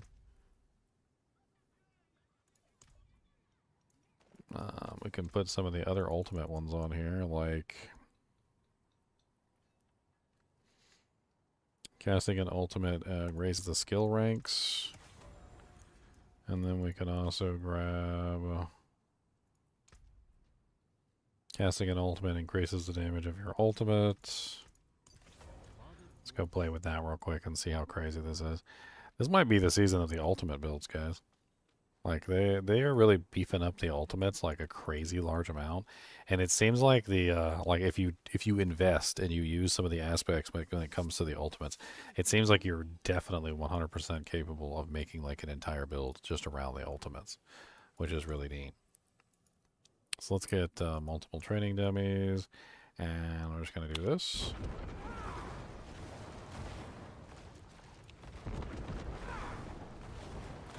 And now that we have that on our amulet, look, we can just like massively spam this.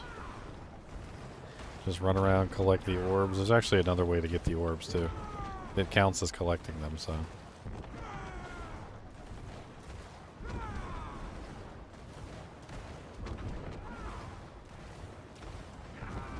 The damage is not bad either, like. I like the way that works. That works so much cooler than like the way that blood orbs like it normally works. So it normally works like this. I like that, like that it goes in a, you know, like crushes in on the target, that it's two and it like smashes them in between, and I think that's like amazing.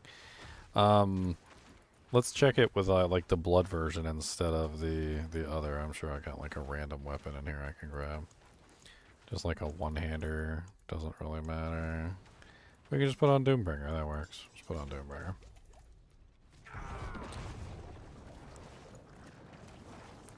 Alright, and then we put the pants back on. Yeah, this one.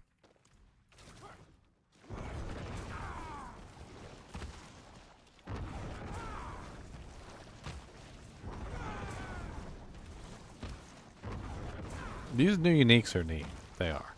But like, I swear, there's like a whole build around any of the ultimates now. And I was looking at Bone Storm. And I know Bone Storm's fallen out of favor ever since, you know, good old Soul Rift has come around. And then you've got all these ones that make the blood wave look really cool too. But like, I was thinking about Bone Storm as like an option, because Bone Storm has this thing where it scales based off of critical strike damage, like the other bone skills. And I was like, you could totally set up like a Bone Spirit Necromancer, but instead of doing like the traditional Bone Spirit Necromancer, you could just like go into the Bone Storm category instead, stack critical strike damage like you would normally, get like a ridiculously overpowered like Bone Storm. I bet you it would do some absolutely crazy damage.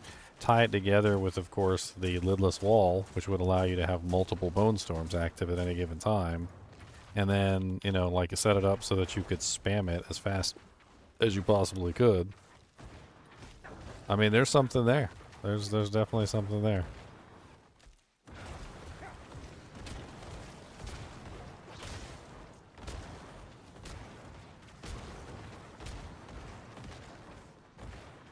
Interesting from a shadow standpoint too, is that like you can turn it into a shadow skill as well. So like if I grab this aspect, the one that turns Bone Storm into a shadow skill, I wonder if it would still stack with critical strike damage bonus. I mean, that seems kind of odd, but like turning it into a darkness skill, is it never going to end? I think I broke it, guys. I broke it. Or is it just a visual bug? I think it's just a visual bug.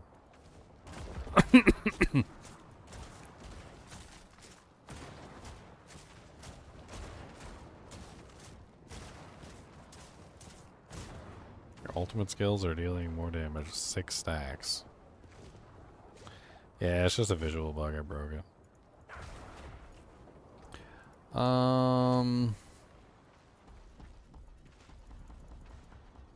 Let's take a look at the other thing. So the other thing has to do with Bone Spear, which I don't think I've messed with Bone Spear at all in a while. It's been quite some time since I've messed with Bone Spear.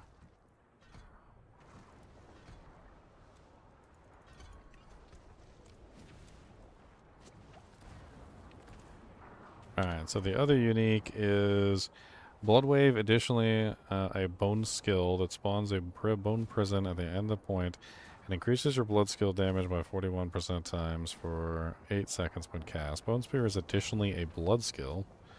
And it is. And will drain 10% maximum life each cast after hitting an enemy to consume a surrounding corpse and launch 1 new Bone Spear from it.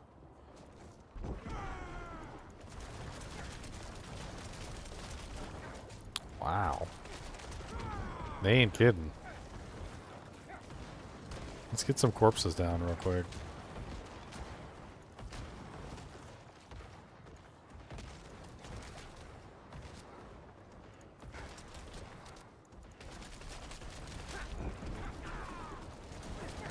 And this is definitely a love-hate relationship on the part of the HP. You're definitely gonna need some lifesteal or something to accommodate this massive amount of drain that it's causing.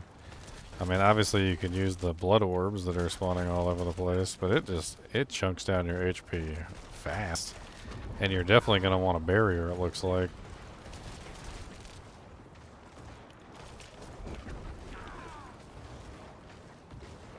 So how does this work again? It says it puts Bone Prison at its endpoint.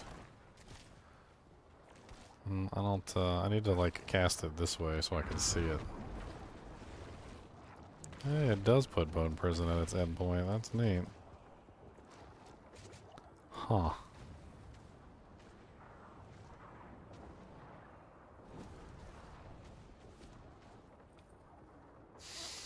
That Bone Prison is staying there for a really long time.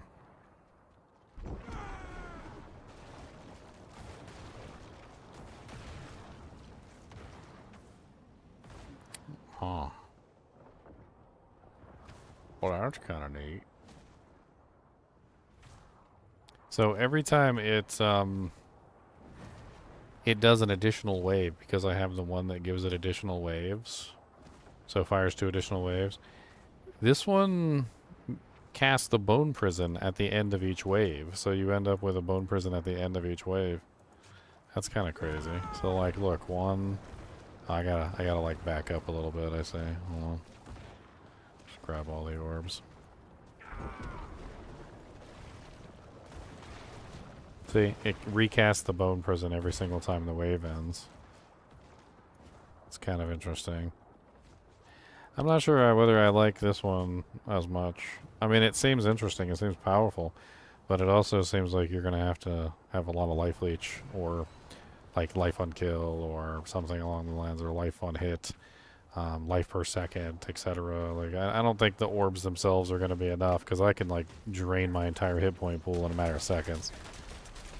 I mean, and that's not even set up for maximum cast speed.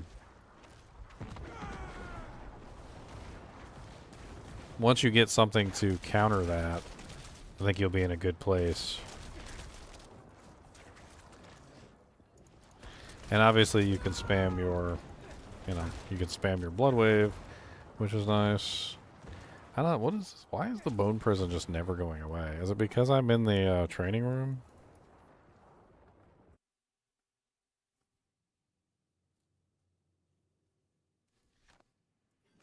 It seems like I'm in the. It seems like it's because I'm in the training room, but I don't know if that's the case. Let me go out here and just check it just to be sure. I think that might be a bug.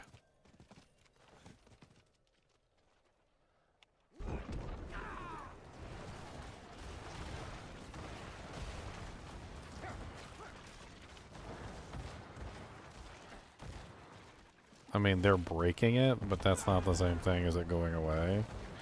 Because it does have the ability to be broken. Let me try and go back into town for a second, come back out.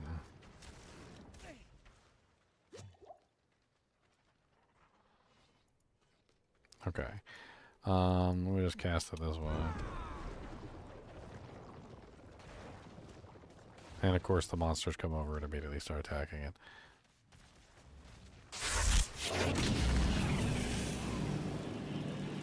Completely invalidating my test. I'm just trying to tell something and you guys are rude. Let me try a different location. Maybe I can find another area with no monsters. Unfortunately, the bone prison counts as a monster, so as soon as they see, or a player, as soon as they see it, they like run over and they're like, "Ooh, piece of candy."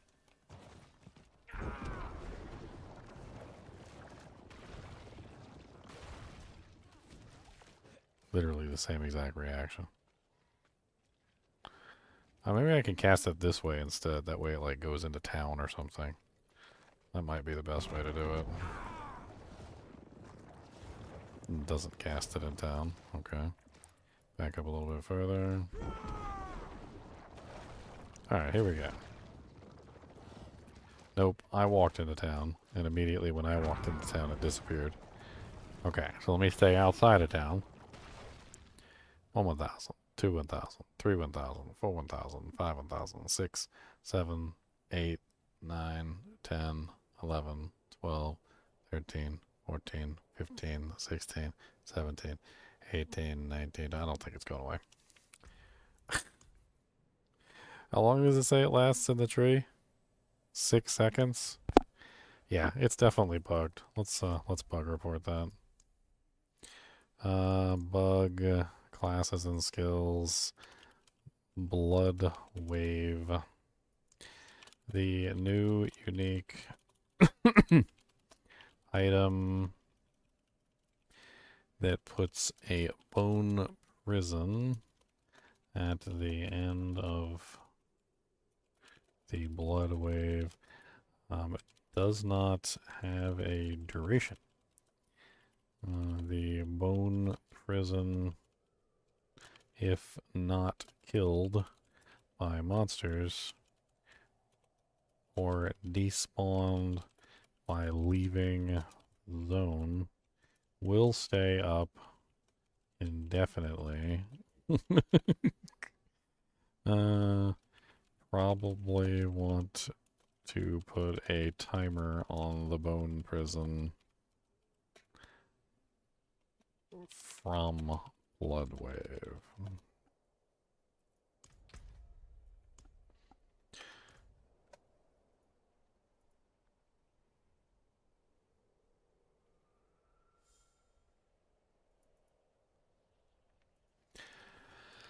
All right. I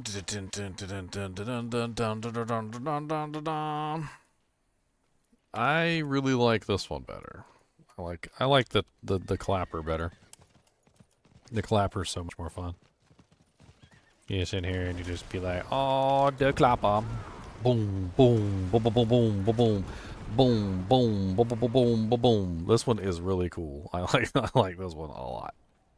I think a lot of people are going to enjoy this one. This one is great.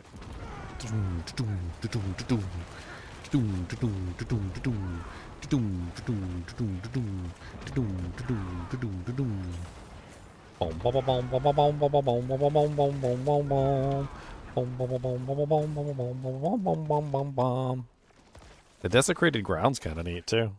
I think there's a whole desecrated ground like setup, right?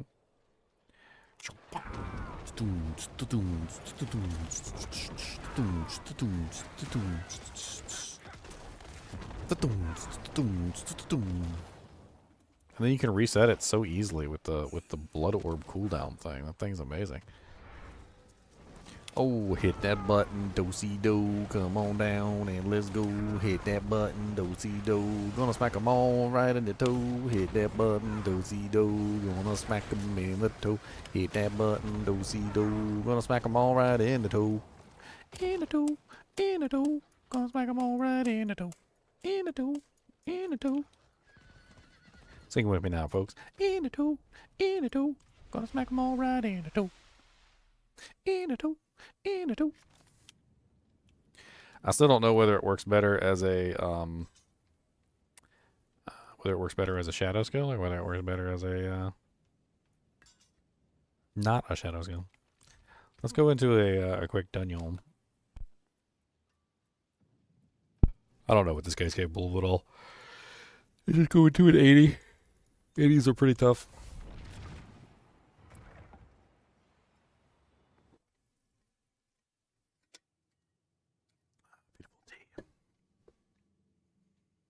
I'm running out of drinks. I need to go do a store run. I just realized I ain't got like enough snacks up for like a ladder launch.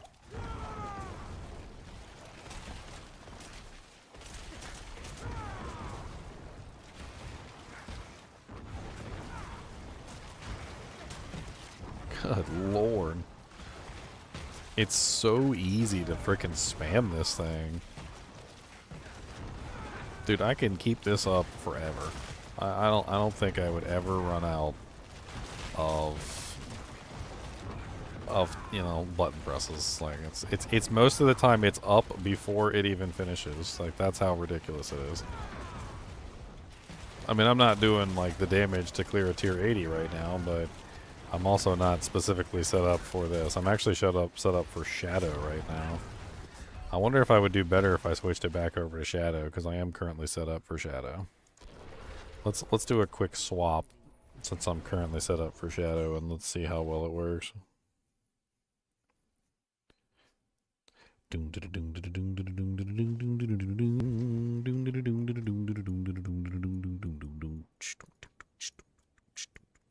Yeah, see, I'm currently using Shadow Blight, and I'm set up for Shadow Blight, so let's change it back to Shadow, which is gonna like benefit us the most at this particular point. Let's try one more time.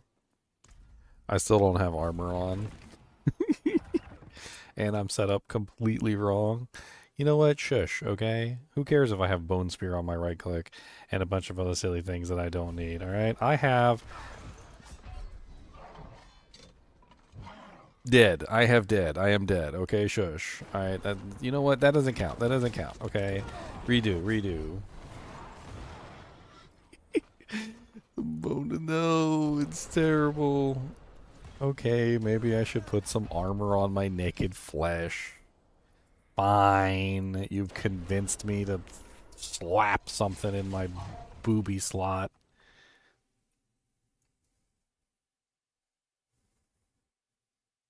In the booby slot.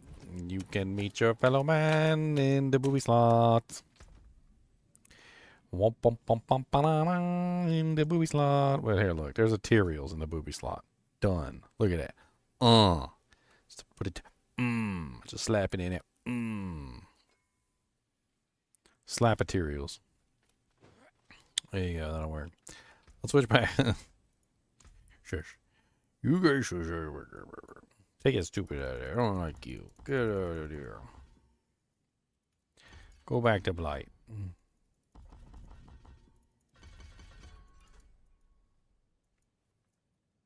I don't even know what the hell I'm doing. This is kind of fun, though. Like, it's kind of fun the way this thing works. Alright, so we switched over. I'll put my Blight back on here. There you go. Was that it? I think that's it. Okay. Let's go back in. Let's try one more time. Now that we got a Tyrael's on. If the Tyrael doesn't make the difference, I don't know what to say.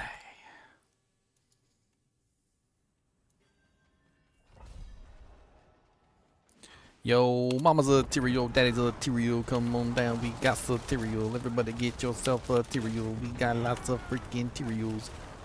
Oh, whoa, whoa, whoa, whoa, whoa. Oh, whoa, whoa, whoa, whoa, whoa.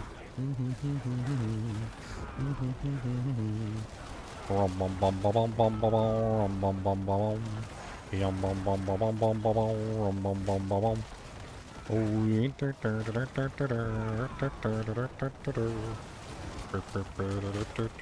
No, they got me. Too many lightning bolts.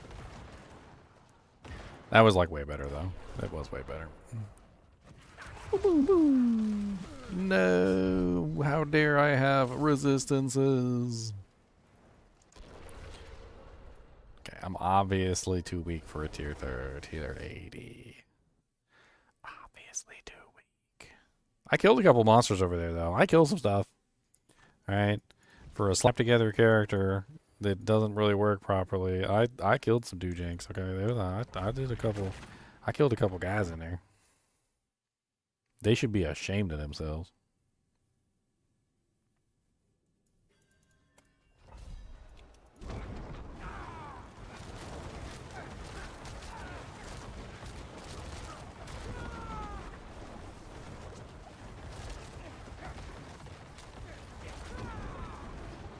I don't even know what the hell's going on anymore. Like, it's so crazy when you start activating the wave and everything gets stuck in the wave. Like, they're just getting pushed around all over the place and they can't do anything. And, like, the knockback just keeps pushing them in and out of the wave. And there's just blood things everywhere, by the way.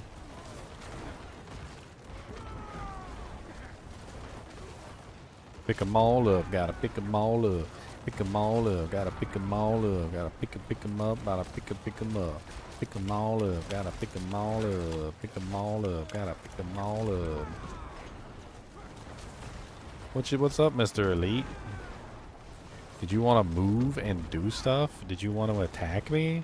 Well, you can't attack me when you're stuck in an infinite wave of blood, doojanks. How about that? What do you think about that, sir? How do you like getting stuck in an infinite wave of knockback machines? Well, apparently I am high enough damage to do a 70.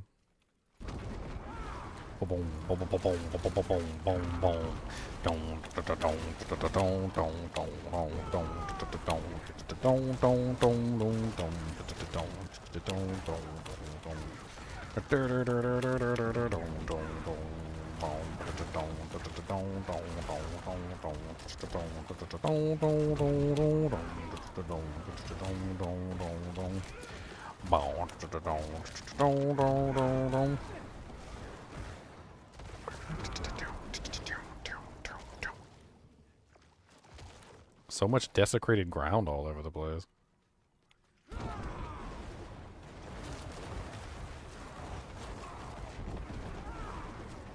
Everybody come to the center of the room where I can hit you with a big gold broom, and I don't really care what you got to say, 'cause I'm gonna hit you with it anyway. And we got all the orbs of the blood on the ground. Come on down and I'll take you all to town with my blood wave right to the old gonna die.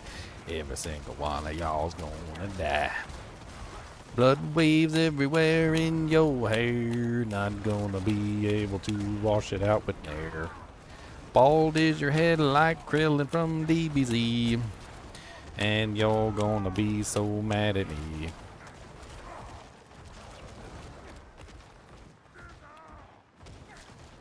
What's up, buddy? Boom. Ha. Blood orbs. Oh, run away. What's up, my friends? Ooh. My darling, ooh, ooh, my darling, ooh, my darling, ooh, ooh, my darling. Blood waves all up in your head, blood waves all up in your head. I don't care about your face.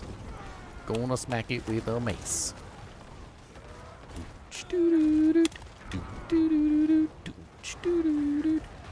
This is the most fun gameplay.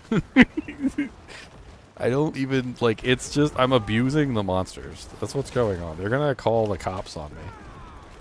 Like, this is what it feels like. It just feels like I'm abusing them. Like, they can't fight back. Like, they literally can't fight back. They're stuck inside the, like, the center of the blood wave, and they just keep getting smacked by the blood wave repeatedly. I'm just abusing them. I feel like it's just like, somebody's gonna call the cops on me at this point, because, like, the monsters are just getting pushed around and bullied. And they literally can't even fight back because they're just constantly getting knocked around. Could you imagine if you were trying to play an ARPG and you went to go fight a boss and he just, like, is playing like ping pong with you, like you're the ping pong ball, and he's just like knocking you across the thing, and he runs around to the other side of the arena and like knocks you back, and you're just sitting there with your arms crossed. You're like, oh, this is so much fun, Mr. Boss. Like, do you think I can actually like do anything now? And he's like, no, I'm just gonna keep playing ping pong with you until you're dead. And you're like, oh, okay. That's nice. I guess this is my life now. As he's literally just like, ba-ping, ba-ping, ba-ping, ba-ping, ba-ping, ba-ping, ba-ping, ba-ping. Like you're a mouse and the cat is just like playing with you and is eventually going to kill you, but he just wants to make sure that you have a horrible life until then. It's like, ba-ping, ba-ping, ba-ping, ba-ping, ba-ping, ba-ping, ba-ping, ba-ping. They literally, the monsters can't even do anything. I go into a pack of monsters, I literally just start spamming Blood Wave. The monsters are then just like stuck in an infinite Blood Wave and they can't do anything. And there's no way that I don't have another Blood Wave ready before that Blood Wave ends, unless I'm being stupid and I don't pick up the stuff. But like, I'll always have another Blood Wave ready before that one ends, as long as I go pick up the Blood Orbs. About the only thing that seems to kill me is like AoE stuff in the center of the Blood Wave. Because I can't really see what's going on with all the desecrated ground, all the like, stupid little effects on the ground, the Blood Waves themselves, the Blood Orbs, like my curses, and everything. Half the time I can't even see what's going on the ground. Like, to even know if there's like a dangerous effect under my feet. But other than that, like, other than, not being able to see any of the dangerous effects under my feet, it's actually quite safe. Like, I can literally just kind of move back and forth and just hope that I'm dodging the dangerous effects. Even the elites seem completely unable to do much of anything while inside the Blood Wave. Like, they just get constantly knocked back, and I guess the knockback isn't enough to trigger their immunity? Or maybe their immunity is being triggered, but it's not long enough to save them from, like, the next wave or something after the wave comes. Because they just seem to be stuck in it as well. I mean, and if I had more HP and more barrier, the blood orbs that I'm collecting are essentially infinite life. So, I mean, there's that. I'm literally just running around collecting the orbs to recast the ultimate. What's up, Oklarth the Rot Thruster? What's up, buddy? Poor guy. This would be the most awkward thing on bosses, though. I wonder how quickly it would stagger them, actually, now that I think about it. Like, would it be like a really fast stagger, or...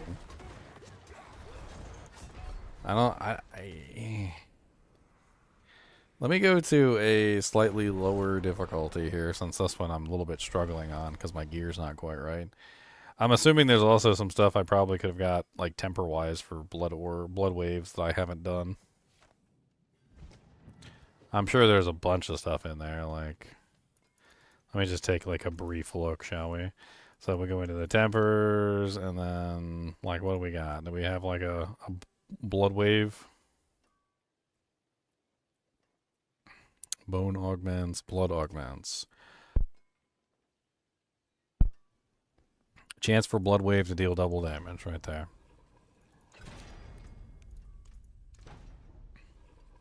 There you go. 20.9% chance for blood wave to deal double damage. Do we have anything like blood wave size? Blood surge, hemorrhage, blood lance. Soul rift duration. Castoration. Castoration. Castoration. Castoration.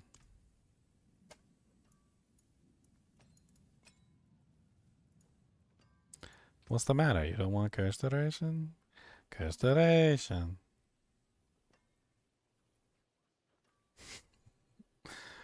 Blood orbs restore 5 to 6 essence. That seems kind of neat. I mean, I don't know if I want to abuse that on my Jank, but that seems kind of neat.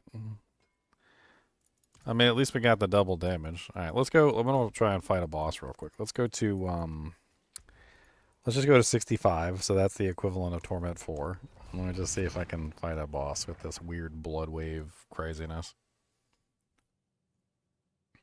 I'm interested to see how the boss goes.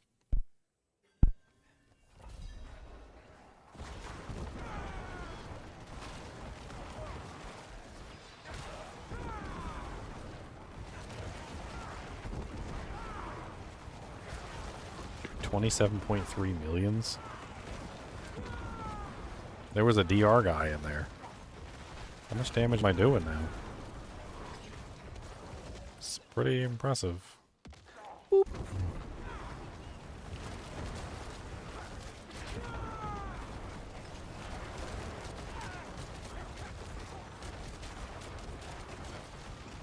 Oh, make sure we collect our orbs. It's too bad there's no way to auto-collect the orbs, except for, what is that, Gorquills? I think Gorquills automatically collects the orbs, doesn't it? But you gotta fire Blood Lances.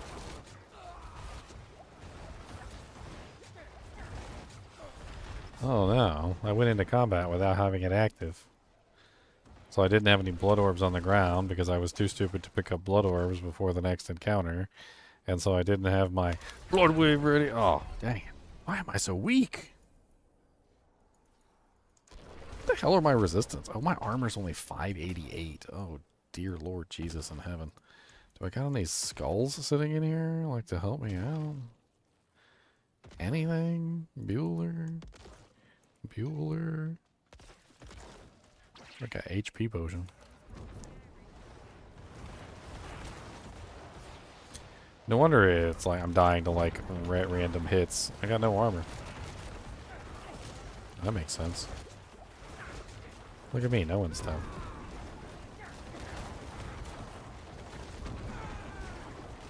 This build could be absolutely insane if I just spent the time to min-max it. I don't think Blight is the right choice either, obviously. I mean, something that auto-collects the blood wave, or the blood orbs, would be nice. Definitely. That could definitely be a thing.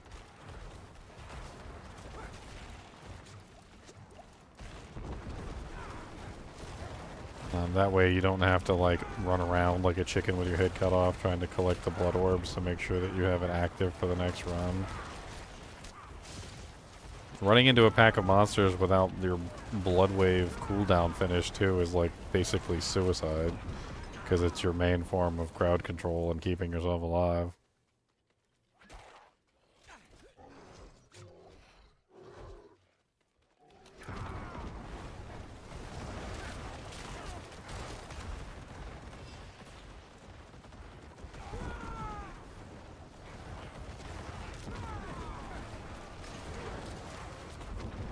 Dude, it's crazy how good the AoE damage on this thing is. Like, it smacks. Not only is it a pull-in, you don't even really need corpse tendrils with this. It's a pull-in, it's a freaking, like, crowd control ability. It holds them down, it freaking moves them around, compresses them together like you're making a freaking, I don't even know, like squishing Play-Doh between your hands and trying to make some spaghetti out the holes. I don't really know how to explain it. It's freaking ridiculous. Ow, ow, ow, ow, ow. I mean, it demolishes the low tier monsters like crazy. They don't even stand a chance. Like, they're just dead. The only ones that even stay alive are like the higher tier monsters. And even then, they just get pushed around until they're dead too. I mean, all you pretty much do is just like lock them down. Just go grab some orbs, hit them, go grab some orbs. I could probably even just sit here and spam Blight in between the doojanks, as long as I got my next blood wave up.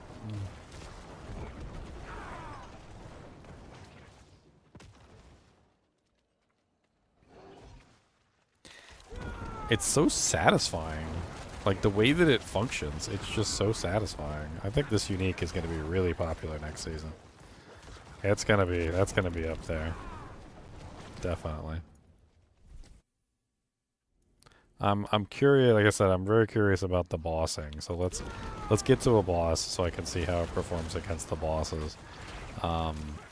Because other than, like, obviously the trash mobs being super easy to manipulate, obviously bosses are not affected by knockbacks and things like that, or like pull-ins or whatever, right? So they're immune to that kind of stuff. So it'll be interesting to see how the boss fight goes.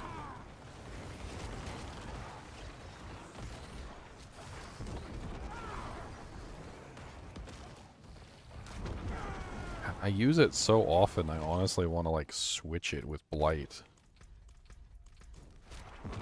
Like, it's pretty much just, like, my right click at this point. It's not an ultimate, it's my right click.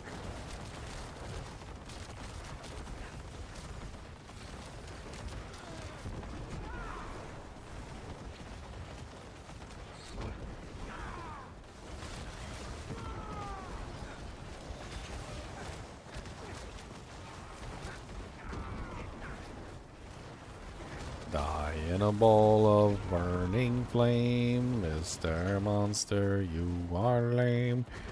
Die in a ball of burning flame.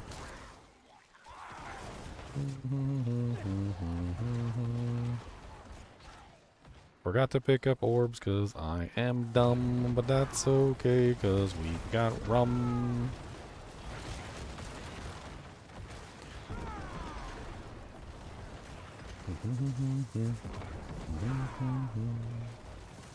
Could you imagine combining this with a Blood Artisan Curios build? Oh my god, it would be insane. You could definitely do this too. You could easily combine this with a Blood Artisan Curios build. Spam this and just run around collecting these. Just having Bone Spirit Mayhem come out of your anus.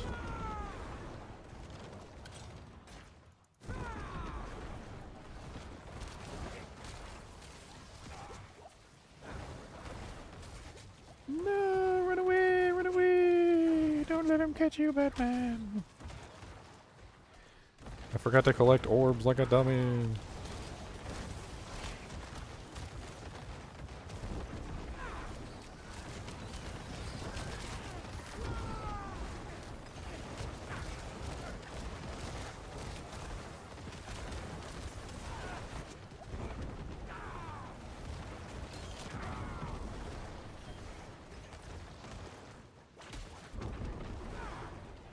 I crossed them. Crush them between my butt cheeks.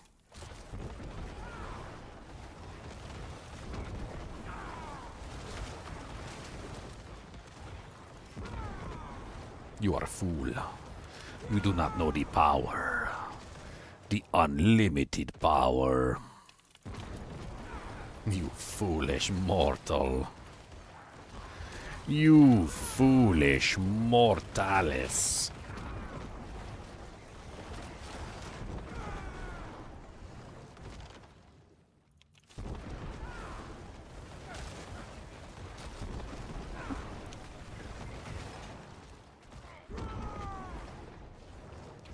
Boom, boom, boom, boom, boom, boom, boom, boom, boom, boom, boom, boom.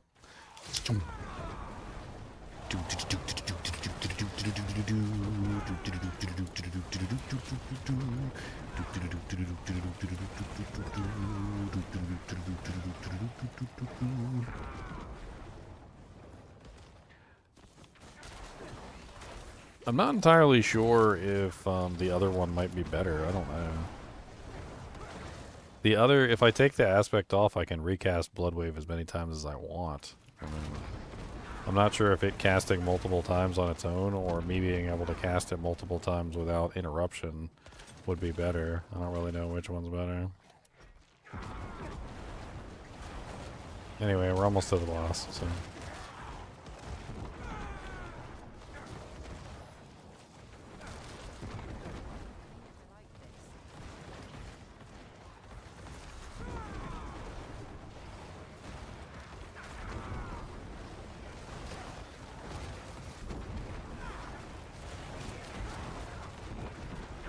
Die, you turds. 1 o'clock, 2 o'clock, 3 o'clock, turds. 5 o'clock, 6 o'clock, 7 o'clock, turds. You gonna turd around the clock tonight? We're gonna turd to that boss, and then boss is gonna kick us right in the house. Cause he's a mean boss, and I got to say that the mean old boss is gonna kill us anyway. And when we use a blood wave on his ugly face, we got lots of blood waves in your face. We keep on casting them all day long, and we never be stopping them blood waves. Ooh, we gonna keep on singing and singing that song. Mr. Bramble Boy, we got some blood waves for you. Oh, come on down. We cast 2 couple blood waves right in your poo. And when you get a blood wave in your hair, it's never gonna wash out, even with Nair. So come on down and get a blood wave or 2. 1 blood wave, 2. Cast a couple blood orbs in your poo. You don't want blood orbs in your poo. That's a bad thing. You know what? I'm gonna take that back. You definitely do not want that. That was not bad. That was not bad at all. I didn't think that was bad. What's the desecrated ground rune? Because this one does have an interesting desecrated ground aspect.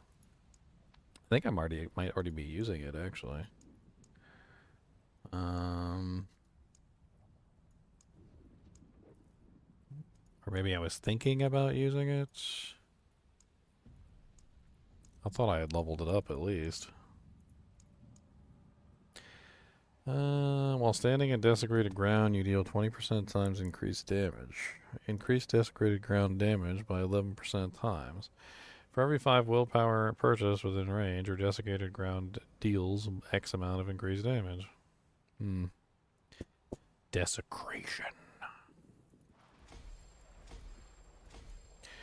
Desecration.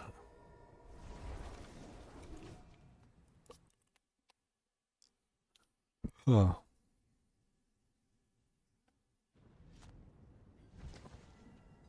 I mean, you definitely get a lot of desecrated ground with the way this ability works.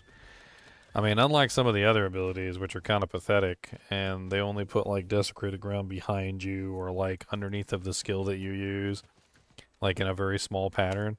Like, this one is giving you a huge desecrated ground area. It doesn't last for as long as I would like, but I mean, as an example, like the monsters are taking a pretty large amount of desecrated ground damage. I mean, it seems like if you were going to run this build, it might not be a terrible thing to invest some points into.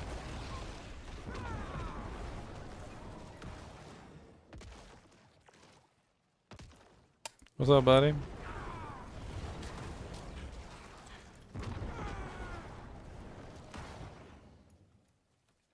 It's definitely been a fun one to play with, and it feeds right into what I said earlier, like the season of the ultimates. I think this next season is going to be the season of the ultimates.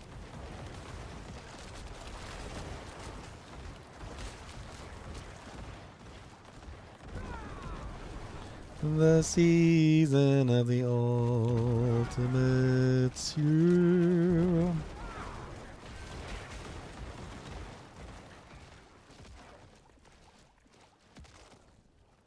I think it's time to do a state of the PTR video. I think I've got a pretty good handle on everything. I understand a lot of the way that a lot of the stuff works, the new changes, like the new unique items. I've kind of had a chance to go over everything now. I mean, it's really fun. I like it. Let's do a video, guys. You guys ready for a video? Do a live recording. Live on Arsenio Hall. It's Saturday night.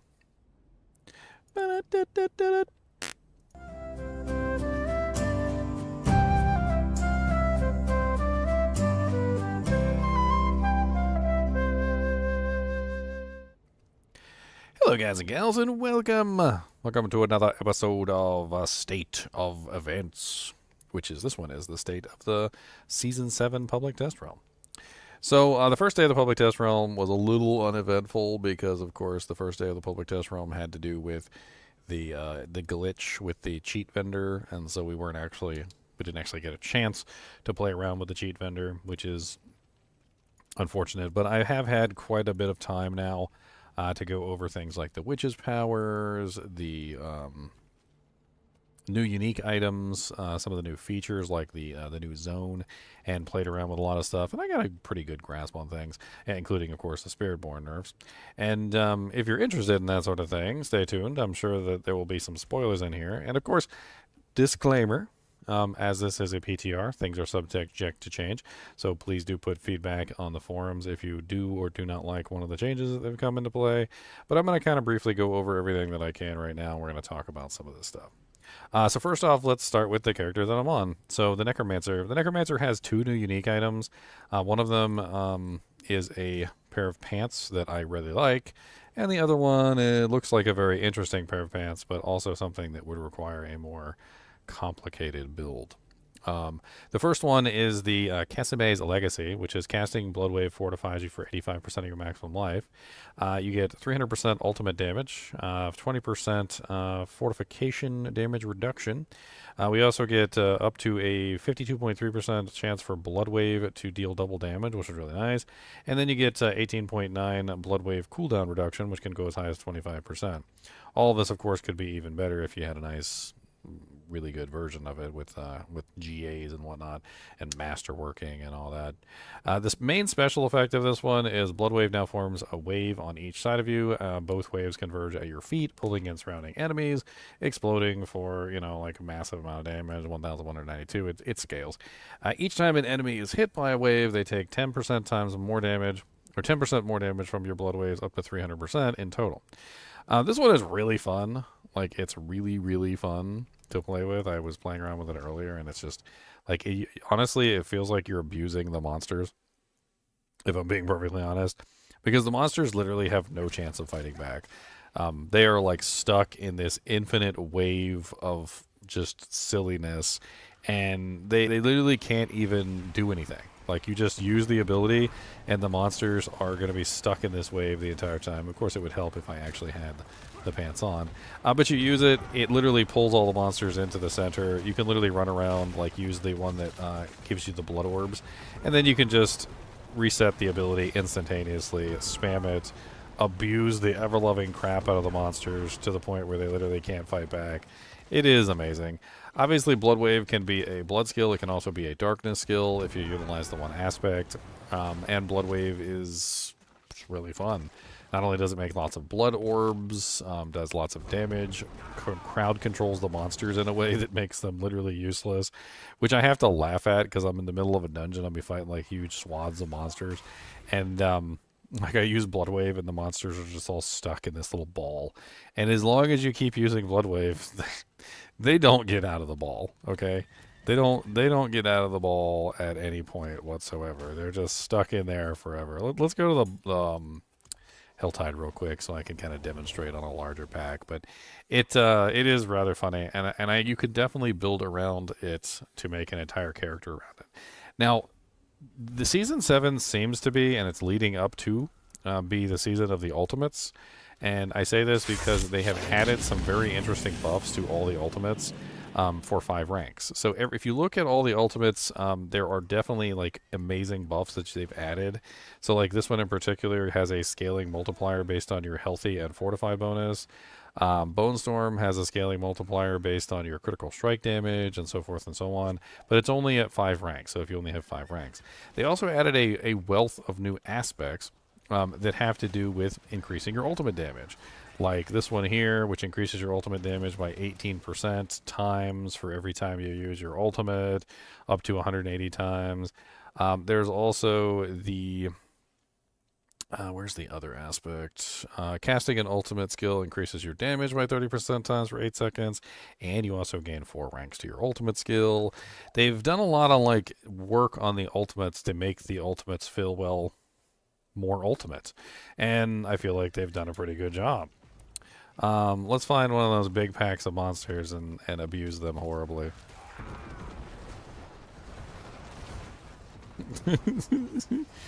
Poor guys. Do they even have a chance? No, they don't. They're just stuck in an infinite loop of getting, like, locked in a knockback cycle. It's hilariously silly. Oh look, here's more monsters to get stuck in my knockback cycle. It's like they're stuck in a washing machine. It's like I put them in the washing machine on the freaking the tumble cycle.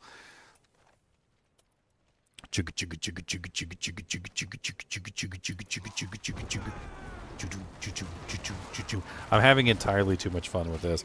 I think there's like whole builds that could be done around the ultimates now, and it's really cool. Like Bone Storm, I think there's a whole build around Bone Storm. There's a whole build around Blood Wave. I think there's a whole build around, for instance, the Eagle Ultimate, the Spiritborn. There's a whole build around Maelstrom now. There's a whole build around Rain of Arrows. Definitely a whole build around the Call of the Ancients, and so forth and so on. With a lot of the stuff that they've done with these new aspects they've added, it's just gotten absolutely insane. The other unique, which is a little weirder for the Necromancer, and we'll cover some of the others later, is the Indira's Memory. Indira's Memory is based around something else entirely. So casting Bone Spear reduces the Blood Wave's cooldown by 2 seconds. You also get overpower damage, damage reduction while injured, maximum life bonus of up to 25%. You also get +3 to Tides of Blood, which is one of your passives. But the real meat and potatoes around this thing works is it basically turns your Bone Spear into a blood skill. Your Bone Spear now drains maximum life, 10% maximum life whenever you fire it. And on top of this, your Blood Wave is additionally a bone skill, allowing your Blood Wave to gain access to your bone skill passives, and gives you additional damage for your blood skills when you cast it. It also puts a Bone Prison, which is currently bugged, by the way, at the end of your Blood Wave, which stays forever for some reason now. I actually tested it in several locations. I thought it was just a training room at first, but it wasn't just a training room. And the Bone Prison stays at the end of your Blood Wave. So let me show you.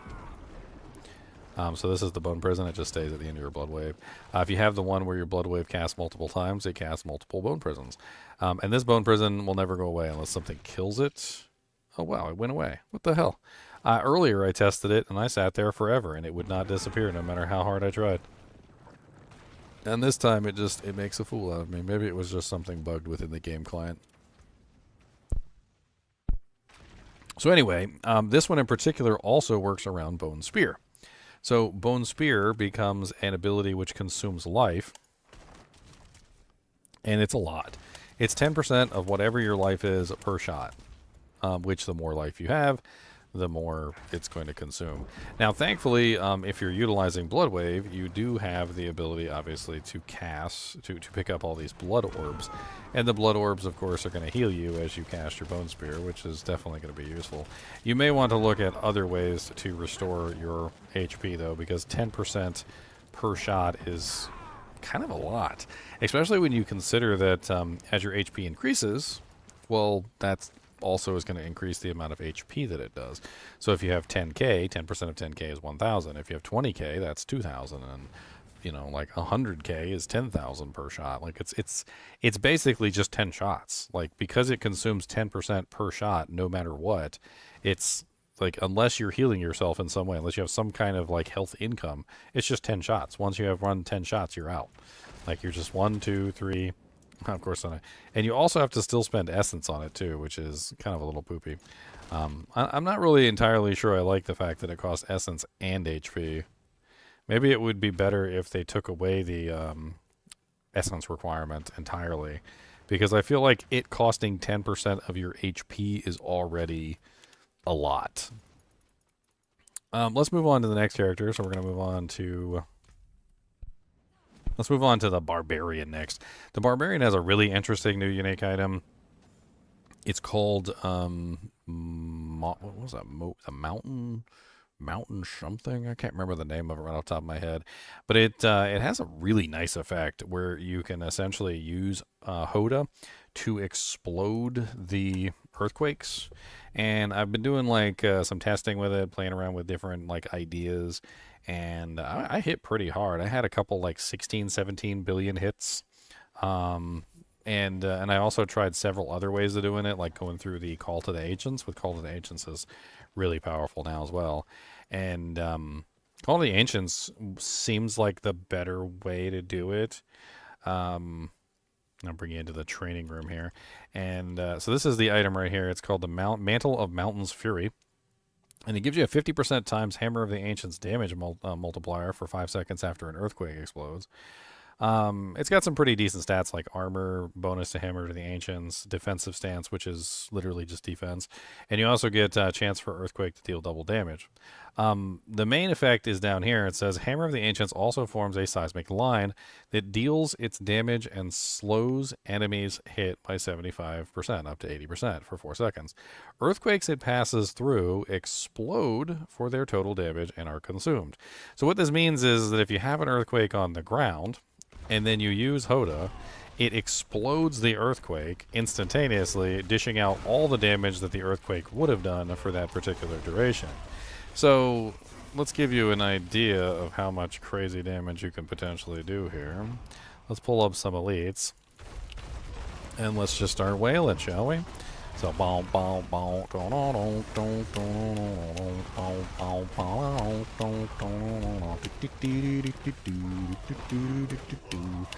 and this is just me playing around with the build, just trying to figure out what I can figure out. As you can see, I got a lot of billions there, like 2 billions, 3 billions. There was a 5.5 billion, so forth and so on. You'll see some 10 billions, 17 billions every now and then, depending. Now, this particular version, I went for more explosions over higher damage.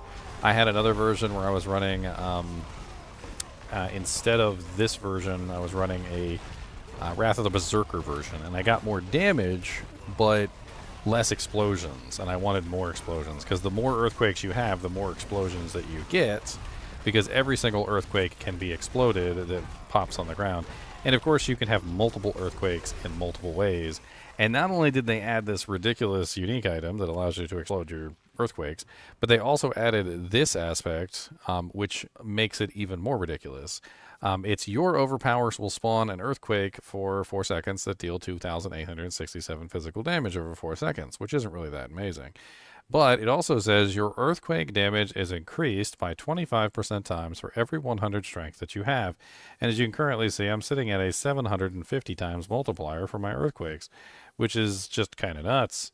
And I was playing around with various other things to see like how you can get the most damage out of the earthquakes. I'm also utilizing, of course, like the one where you stand still. So I get the ones that like spawn all the time when I stand still. And then I also grabbed like the earthquakes from the actual like Call of the Ancients as well. They actually make earthquakes.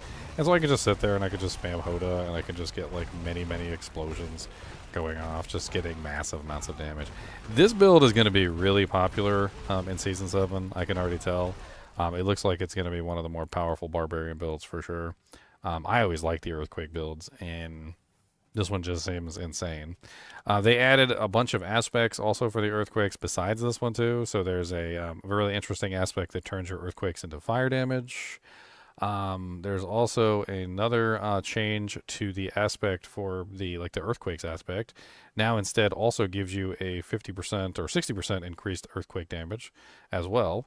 And then the aspect of Bolcathos also has a multiplier for your earthquake damage. So you get more earthquake damage here. You get more earthquake damage from the earthquake and the Bolcathos skill. They also threw you another bone with the ability to spam more earthquakes with the fire damage, which is also nice. I think it's because the Ugly Bastard Helm wasn't converting earthquakes into fire damage because it wasn't considered direct damage, so they gave this one to help with the earthquake thing, I guess. Overall, like, earthquakes got just beefed up so much. They're so ridiculous. I can't even like count the ways. It's such a fun build, and there's obviously more than just simply that with a Barbarian, but I think a lot of people are going to have fun with that. There's also the ultimates, as I talked about earlier, like this season of the ultimates. Like all the ultimates got something really neat in terms of like what they can do and how they can scale damage. And so if you're trying to get like a really awesome like Iron Maelstrom or Call of the Ancients or Wrath of the Berserker, like if you try to Iron Maelstrom build with a new amulet, it's probably going to work now. Like, it probably will work at this point. Let's move on to the next character, and let me show you some more cool stuff that they added into the game. Mr. Goody Two Shoes, Mr. Goody Two Shoes. Ginger Evil Mentor here. Why bother farming when you can go to MMOEXP.com and simply purchase your items and gold? GGM would have you farm the items. What a pathetic being. Use code GEM Ginger Evil Mentor for 6% off your entire purchase. And don't tell Ginger Gaming Mentor that I was here. So the Spiritborn. Now, the Spiritborn, I don't want to say that the Spiritborn got nerfed, because I feel like the Spiritborn is exactly where the Spiritborn should have been without all the ridiculous bugs that were in place. But all the ridiculous bugs are, in fact, gone. Resolve stacks are gone completely from the utility tree. From the tempering, you can no longer put resolve stacks on your equipment, so they just took that away entirely. On top of that, the viscous shield bug has been fixed. The redirected force bug, interdiction bug has been fixed. I'm pretty sure that all of the bugs have been fixed. I don't think they touched Felsu's Layer, but because of the unintended interactions with a lot of the other stuff, Felsu's Layer was just ridiculous. And I think fixing all the bugs has pretty much fixed that as well, because now it's not getting fed into like absolute insanity from all of the bugged equipment. And overall, the Spiritborn is not any weaker than any other classes. It's still a very strong class, and I think a lot of people are going to have fun with it. Speaking of the new item for the class, we have the Sustained War Crosier, which is this new ridiculous item that has to do with focus and potency skills. And as you can see, I already triple masterwork mine with plus 12. Yes, you heard me. Plus 12 focus skills. My freaking focus skills are sitting at like ridiculously high levels. Like I've got level rank 27 Soar, 27 Ravager. I had level like 35 Toxic Skin earlier when I was playing around with it. It does have a chance for potency skills to deal double damage, and it has a pretty hefty amount of life dexterity on it, which is not bad. The special effect on it is pretty crazy, though. It's your focus skills benefit from all their upgrades, and they increase the damage of your potency skills by 20% times for 8 seconds, up to a total of 200% times. Now, what this means is that you don't have to spend points on the actual, like, passives, which is crazy. It actually saves you passive points. So like when you have Ravager, you know how normally you would go grab like Enhanced Ravager and probably like Replenishing Ravager, or if you had Vortex, you might grab Enhanced Vortex and Replenishing Vortex for like the cooldown reduction, or you might grab Soar and then grab the Enhanced Soar and then maybe grab a Replenishing Soar for the vulnerability. Well, you don't have to do none of that. So the way that this item works is it literally gives you all of the passives for the focus skills when you put the item on. Now, you do have to go out of town to see this because it doesn't show you in town. This is another one of those things that it won't show you. But notice how it shows me now that I have all the modifiers, right? If I go back in town, it doesn't show me the modifiers at all. It just pretends I don't have the passives. But when you use the ability, it does in fact give you all the passives. You notice that I have the donut ring. So that is one of the passives, and I don't have any points in that. So it saves you literally multiple passive points, depending on how many focus skills you potentially use with this.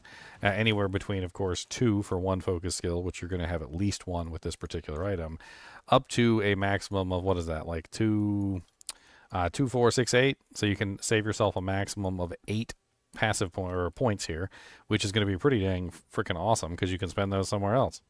On top of that, it gives you such a large amount of skill bonuses to skills in the focus tree that, like, even with just 1 point in the skill, you're still going to be looking at relatively high level abilities, which is really nice. The other thing that it does is it beefs up a potency skill, right? So if you have a potency skill, and there's tons of different potency skills, like you can use Razor Wings, you could use Payback, you could use Rushing Claw, you could use Touch of Death, and you can, of course, get tons of extra damage through these abilities. Right now I have set up a Razor Wings character. I can show you briefly how this functions. So essentially what I'm doing is I spam my focus skills, of course. So I have my focus skills being spammed, and then I'm also utilizing the Razor Wings itself to get tons of extra damage, and basically build those multipliers. And it actually works pretty well. It's capable of like pit 70, up to pit 80. I think I cleared a pit 80, but it was a little rough. But this is just like a mock version. I was just slapping together like whatever I could just to see if I could make it work. And it works very well. If you ever wanted to build like a really awesome build around a potency skill, like Razor Wings, Rushing Claw, Touch of Death, or Payback, this would make a really epic version of that. In fact, last season we made a toxic skin build, and I didn't do it on the PTR because I already know that it works. It's a very powerful build. It involves toxic skin and rushing claw. And essentially what you do is you stack up as much damage as you can on Toxic Skin, and then of course you utilize Rushing Claw to spread the Toxic Skin all over the place. But the interesting thing here is with the interaction is you would be spamming Toxic Skin to get the damage bonus for Rushing Claw as well. And then you would also build into Rushing Claw's damage, which is not something that I had originally had considered with that particular output. But with the way that this item works, you could potentially have both, which would be rather interesting in the way that it functions. Another really big change that they made for the Spiritborn is the Wuxie Knockpaw. Now, I always knew the Wuxie Knockpaw was going to be an amazing item. I called it from like the first day, despite the fact that Max Roll had ranked it as F rank. And even in its previous version, it was probably one of the most powerful items in the game if used correctly. However, they increased it from a 100% potency to a 200% potency now, which is absolutely insane. This means that you can potentially have, if you're using, say, Loyalty Helmet and another item, you can bring your bonus on your Spirit Hall up to 400% of normal. So let me show you. So here we have the Jaguar Spirit Hall as it is normally. And the Jaguar Spirit Hall is 15% over 0.5 seconds.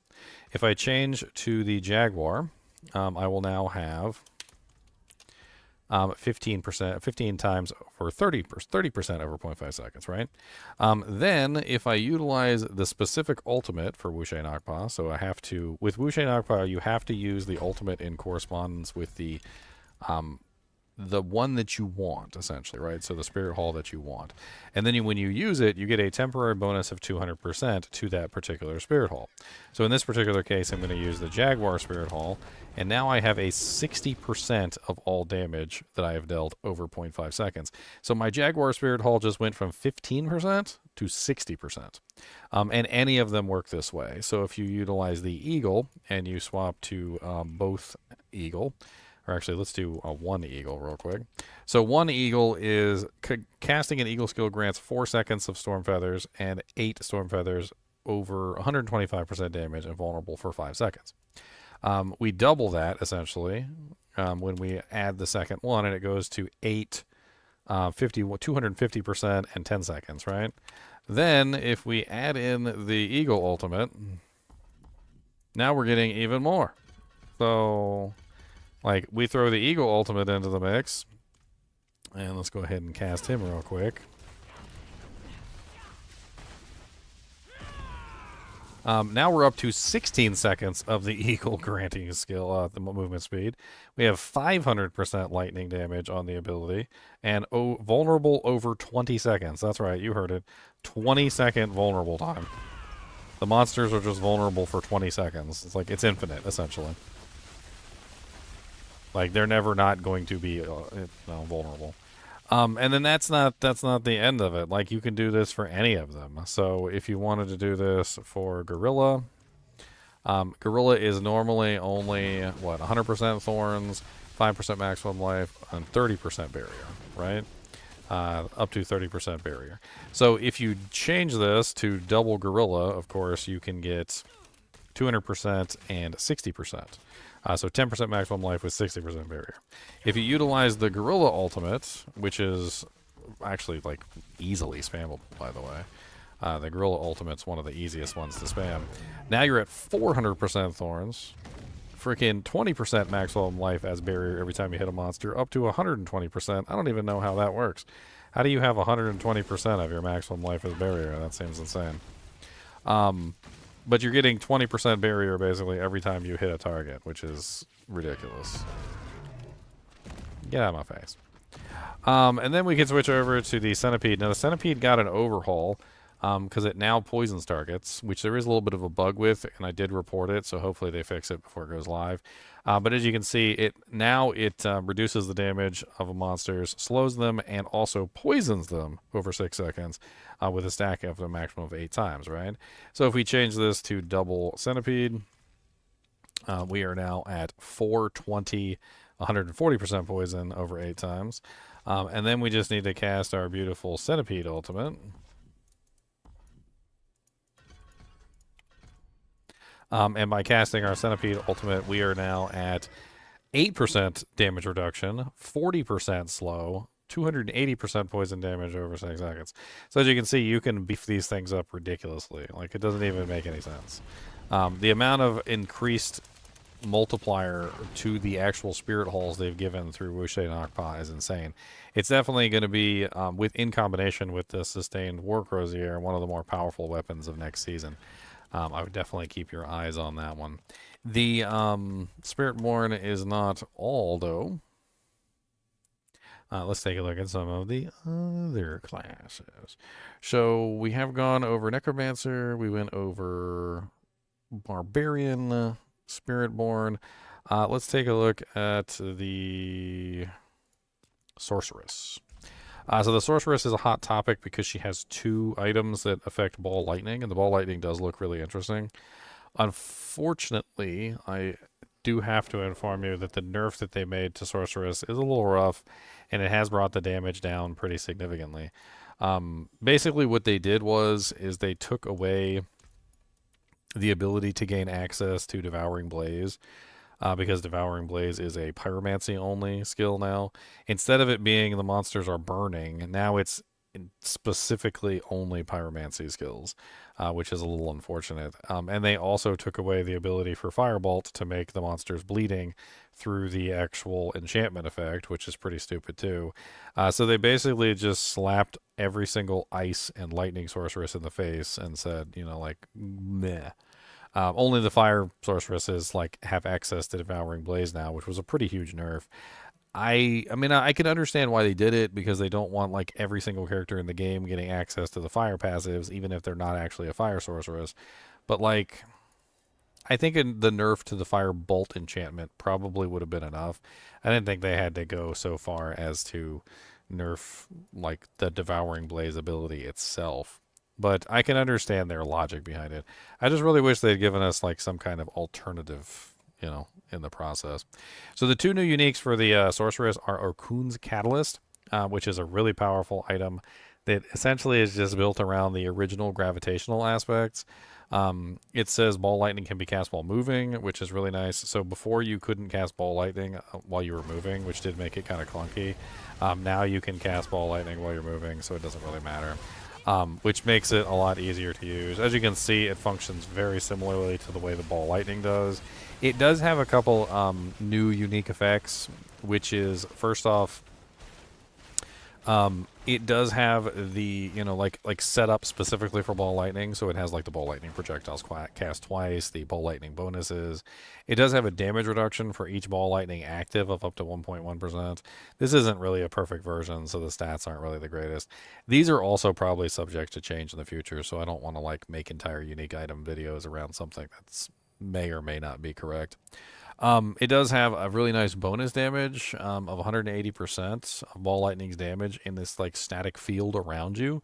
So essentially what it does is it kind of creates a static field as you're casting everything. And makes it so that the static field is dishing out damage as well, as long as you have Ball Lightnings active. So you're not just getting the damage from the Ball Lightnings itself, it's also damage from the static field, which is also interesting. So there's an added layer of how the ability works, which is kind of cool. It also gives you unhindered as long as the field is active, so it's kind of based around making you move as much as possible. It is a really good unique item. If you were interested in the Ball Lightning builds, it's very fun. The next one is the Strike of Stormhorn. This is the one I was most interested in, but it does have some issues, and I'll talk about those. This one has an interesting effect called Super Ball Lightning, so it changes your Ball Lightning into Super Ball Lightning, and it also changes all of your Ball Lightning projectiles cast twice to apply to Super Ball Lightning.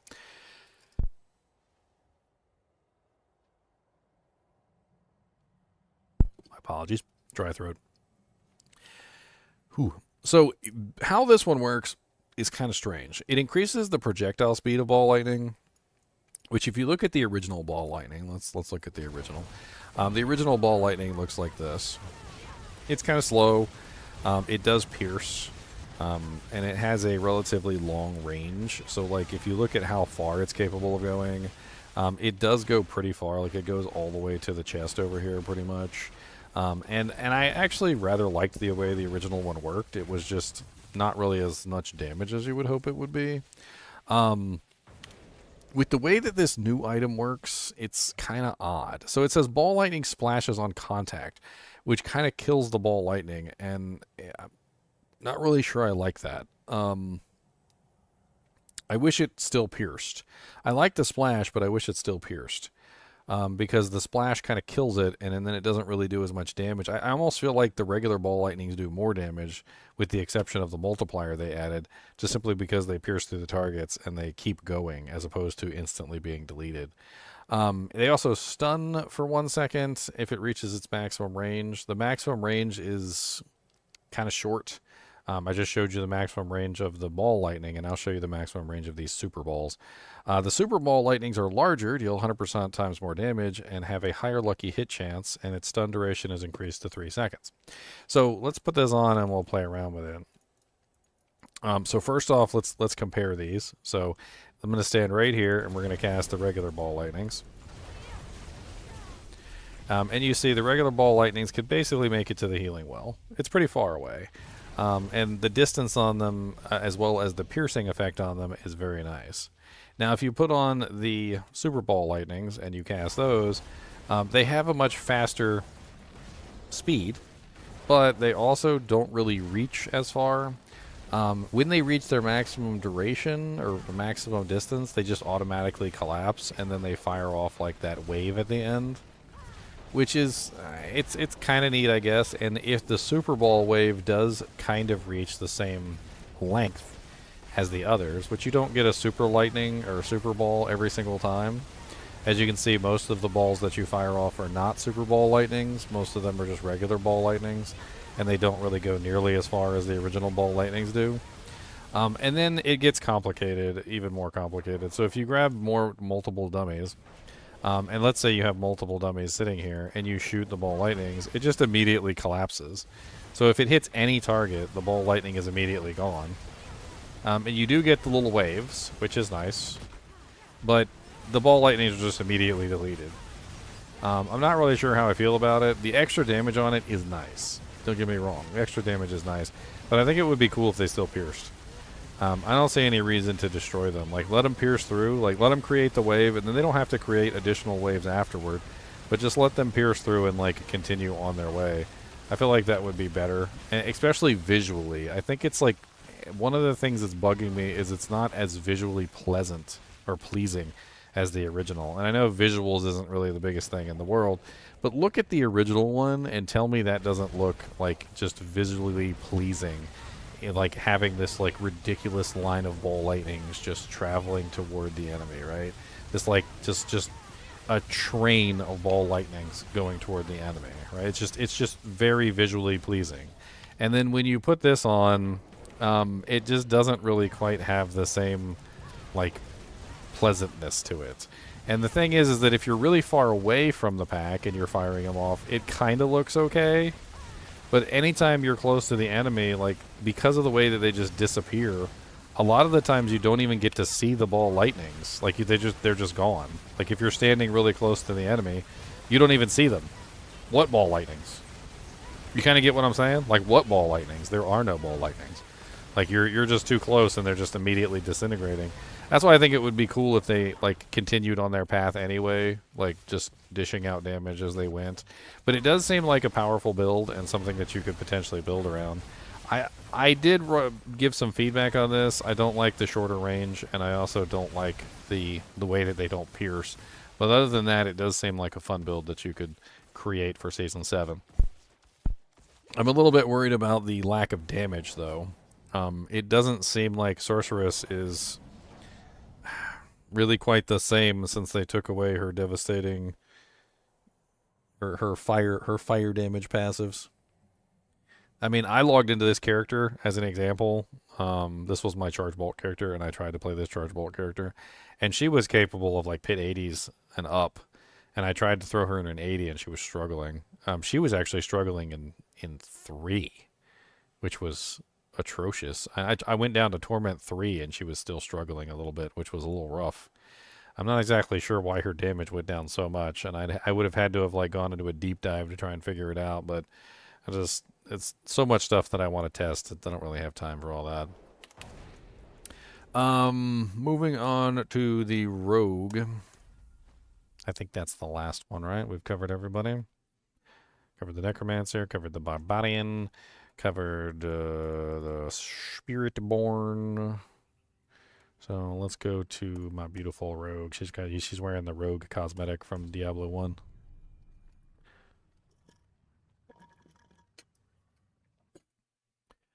The Rogue unique item is interesting, but it also I don't know exactly what to think about it. I'm less excited about the new unique item, which is called Assassin's Stride.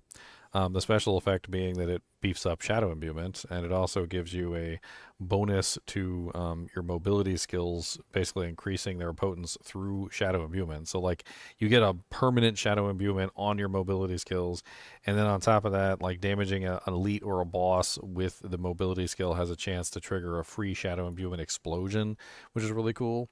I can kind of show you this real quick. Let's use Dash. Dash works really well.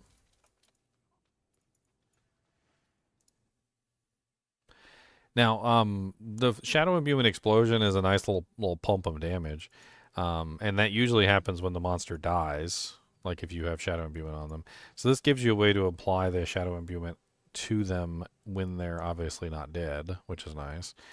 So basically when you attack, you notice that I just get like a free Shadow Imbuement. I'm actually more excited about this particular aspect, which is enemies infected by Shadow Imbuement take 100% times of its damage every second. Shadow Imbuement deals 100% times increased damage. This thing is insane. I was playing around with this, and like even just like putting Shadow Imbuement on a monster, you'll get like hundreds of thousands of damage just for applying Shadow Imbuement, like nothing else. Like, this isn't even me buffing up my character or anything. This is literally me just applying Shadow Imbuement, no skill, no nothing. I'm just applying a Shadow Imbuement directly to the monster. And as you can see, the monster's taking, like, almost 1,000,000 damage, like, relatively quickly. What it's doing is it's taking all of the damage of Shadow Imbuement, and it's applying it to the monster over, like, a period of time, once per second, over 6 seconds. And it just ticks like repeatedly. You see, I just did 1,000,000 damage to the monster there. This right here, like, I've always liked Shadow Imbuement and how it works, but it's never been like the most amazing ability out there. And this fixes Shadow Imbuement for me. I was playing around with this and utilizing some different tactics, and like for instance, I just used Rain of Arrows. And you'll see that Rain of Arrows implies Shadow Imbuement. And as soon as it implies Shadow Imbuement, the monsters are literally taking like the full brunt of the Shadow Imbuement just from Rain of Arrows. And it's absolutely amazing. I can't talk it up enough. I think a lot of people are really going to love this aspect. Just simply because, number one, it makes Shadow Imbuement do so much more damage. And number two, it kind of like takes you off of the poison train. You know, everybody's been on like the poison imbuement train for the longest time, and it might actually be time to build an entire character around Shadow Imbuement because of this. They also added in another aspect. Well, they changed the corruption aspect and made it so that it actually applies regardless of any kind of like special conditions. So you get a 45% multiplier there for free. And I think it was one more that they added. I can't be 100% sure. That one. That's an oldie. Apparently, it's been in the game for forever, and I didn't know that it worked this way. Goes to show you, not everybody knows everything. I was completely unaware you could just apply your imbuments directly to the target without even actually using an ability. And it works surprisingly well, too.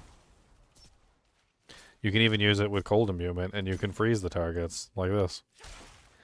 Of course, that was an abysmal failure. Stand right here. It doesn't have like the largest radius. Oh yeah, these are bosses. They don't freeze. What am I doing? We'll go to elites. Boom, like that. It's pretty cool.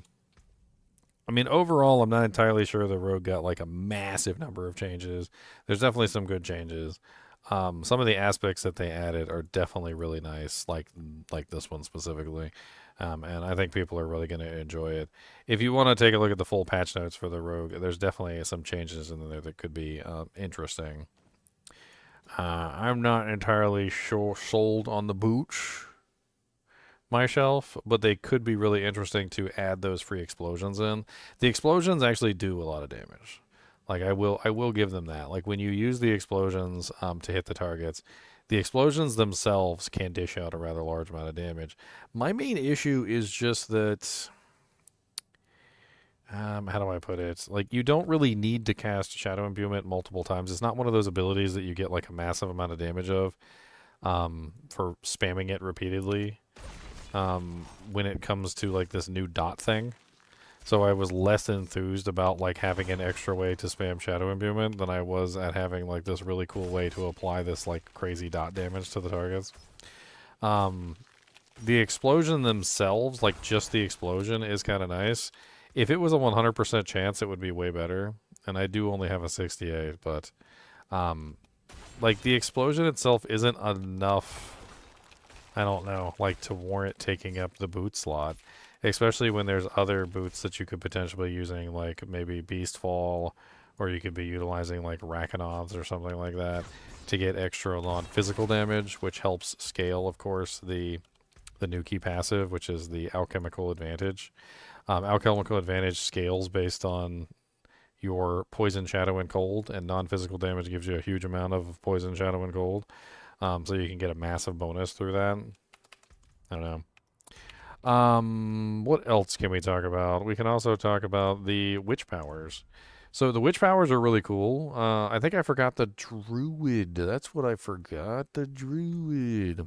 That's okay. I saved the best for last. We're going to go to Moose. Moose. And we can talk about the witch powers while we're at Moose. So the unique item for the druid. What was the unique item for the druid? I can't even remember. It was the lupine ferocity one, I think. I'm going to be honest with you. I looked at it and it wasn't really like the most amazing thing I'd ever seen. I was actually kind of not excited to try it out. It's called Malefic Crescent. It gives you willpower bonus, werewolf critical strike damage, movement speed while shapeshifted into a werewolf, feral aptitude, which I think has to do with it's like a werewolf specific bonus. I can't remember. I think is that the one where it's the Digitate Grade is the movement speed. Feral aptitude is this one. Yeah, that's the generic damage bonus while you're healthy. It also gives you some movement speed, or if you're above 100% movement speed, you get another buff. The main effect on this is the value of your lupine's ferocity critical strike damage is increased 150% when consecutively critical striking. So it's an amulet that's based around the idea of setting up your werewolf and then getting 100% crit chance. Because if you have 100% crit chance, you never don't crit. That's right, I said never don't crit. And then you get this bonus every single time you crit. So you're just going to get a huge critical strike multiplier added into your overall damage output, which does seem pretty strong. But it's just generic. It's just really generic. And I don't know. I don't know why I didn't want to test it, but it just it seemed like it would be powerful if you built around it. I just wasn't really interested in doing a werewolf at this particular point. I know it's kind of a cop-out since I tested like every other character, but I'm not really a big fan of like generic item gives you huge X power bonus type do-janks. So what I opted for instead was I made a summon character and I utilized all the witch powers to do a summon craziness. So these are the witch powers, and let me move myself over to the other side because I am in the way of the witch powers. We go over here with the snowman. Hello, Mr. Snowman. Boop. All right, so The witch powers are interesting. You have one unique witch power, which is, there's only a couple unique witch powers. There's the Doom Orb, Vengeful Spirit, the Cycle, and the Piranado. There's some pretty cool powers in here. I'm not entirely sure at how ridiculous the damage is on them, but there are some unique effects that you can take advantage of to get you bonuses that you might necessarily want to look at. And I'm taking advantage of some of them. I'm going to hover over each one so you guys can see them all, and then I'm going to like start talking about specific ones.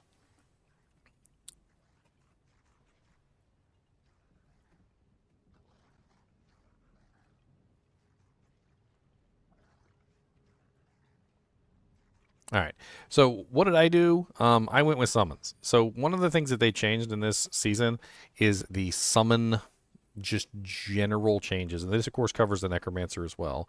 So we'll be talking about that in inclusion. Everything that is considered a summon has been marked as a summon now. They're no longer companions. They're no longer skeletons. They're no longer golems. Like, everything is basically just summons. And I was like, okay, well, that's cool. And then I looked in the witch powers and I was like, oh, look, the frog has the summon mod. That's pretty neat. And then I was like, oh, look, the freaking, like fire bats have a summon modifier on them. That's really neat. So does that mean they get my damage? And the answer is yes. Like, if you have anything that affects a summon, if it's a generic effect for a summon, it does in fact affect the Firebat servants. It also affects the Poison Frog servant. And then I looked at the unique powers, and there was a unique power that was also a summon, the Vengeful Spirit. And I was like, oh, well, this is really cool. I was like, so I can get like some bat summons, I can get a Vengeful Spirit summon, I can get a Poison Frog summon, and I can do all sorts of cool stuff. And this is what I'm talking about. Like, when I was looking at that amulet, I was like, that's just damage bonus. Like, who cares about that? And then I got over here, and I was like, oh, I can have a frog, and I can have some bats, and I can have a freaking, like, floating skull that follows me around. Like, I'm sold. And then they got me with the zinger. They got me with a zinger, and the zinger is this one right here. It's the grow power. After casting an ultimate skill, your servants, minions, and companions are empowered with dark magics, growing larger in size and dealing 45% bonus damage, gaining 100% critical strike chance for 10 seconds. Yeah, they get big. They get big. You know, they could have made that power, and they could have made it without the growing part. And you know, without the growing part, it would have been okay. But like, the growing part just made it so much cooler. Let's just go into like apparently I only have Torment 20. What the hell?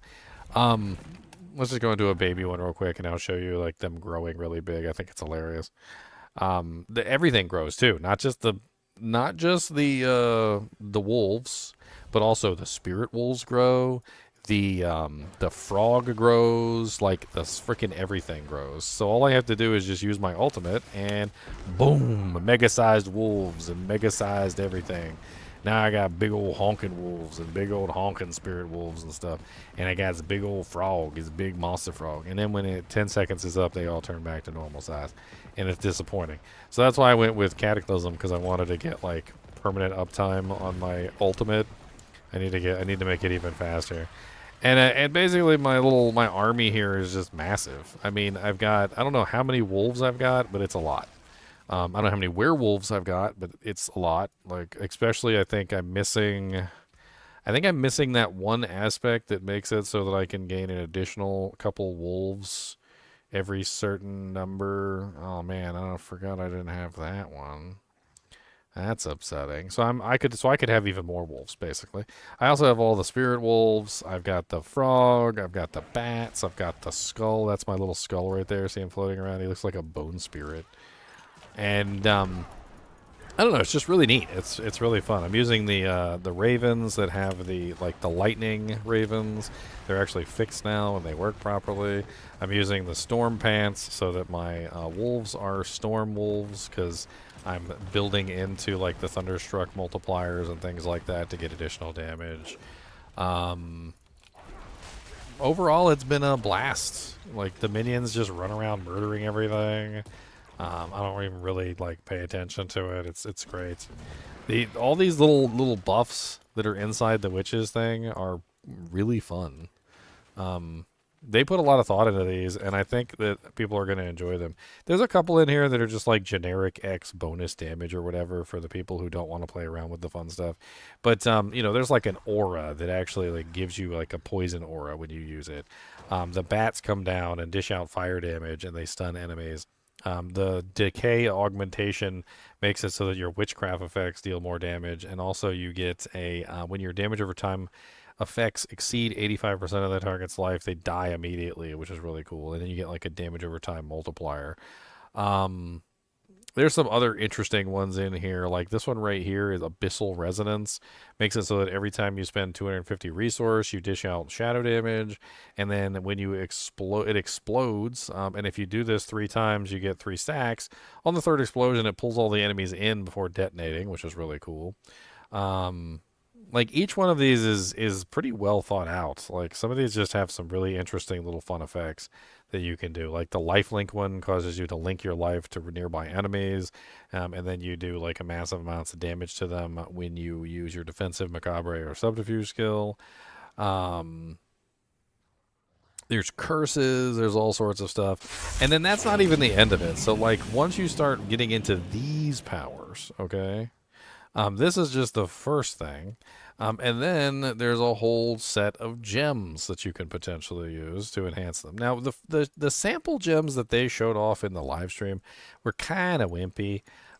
They were just like generic bonuses, and I don't know why they decided to show off those specifically, because there was a lot better ones in here. Like the one I'm using right now is for each rank in your slotted unique witch power, you gain 3% damage reduction and 1% to all res. Then I also have your unique witch powers deal 40% increased damage, which is, of course, referring to my summon.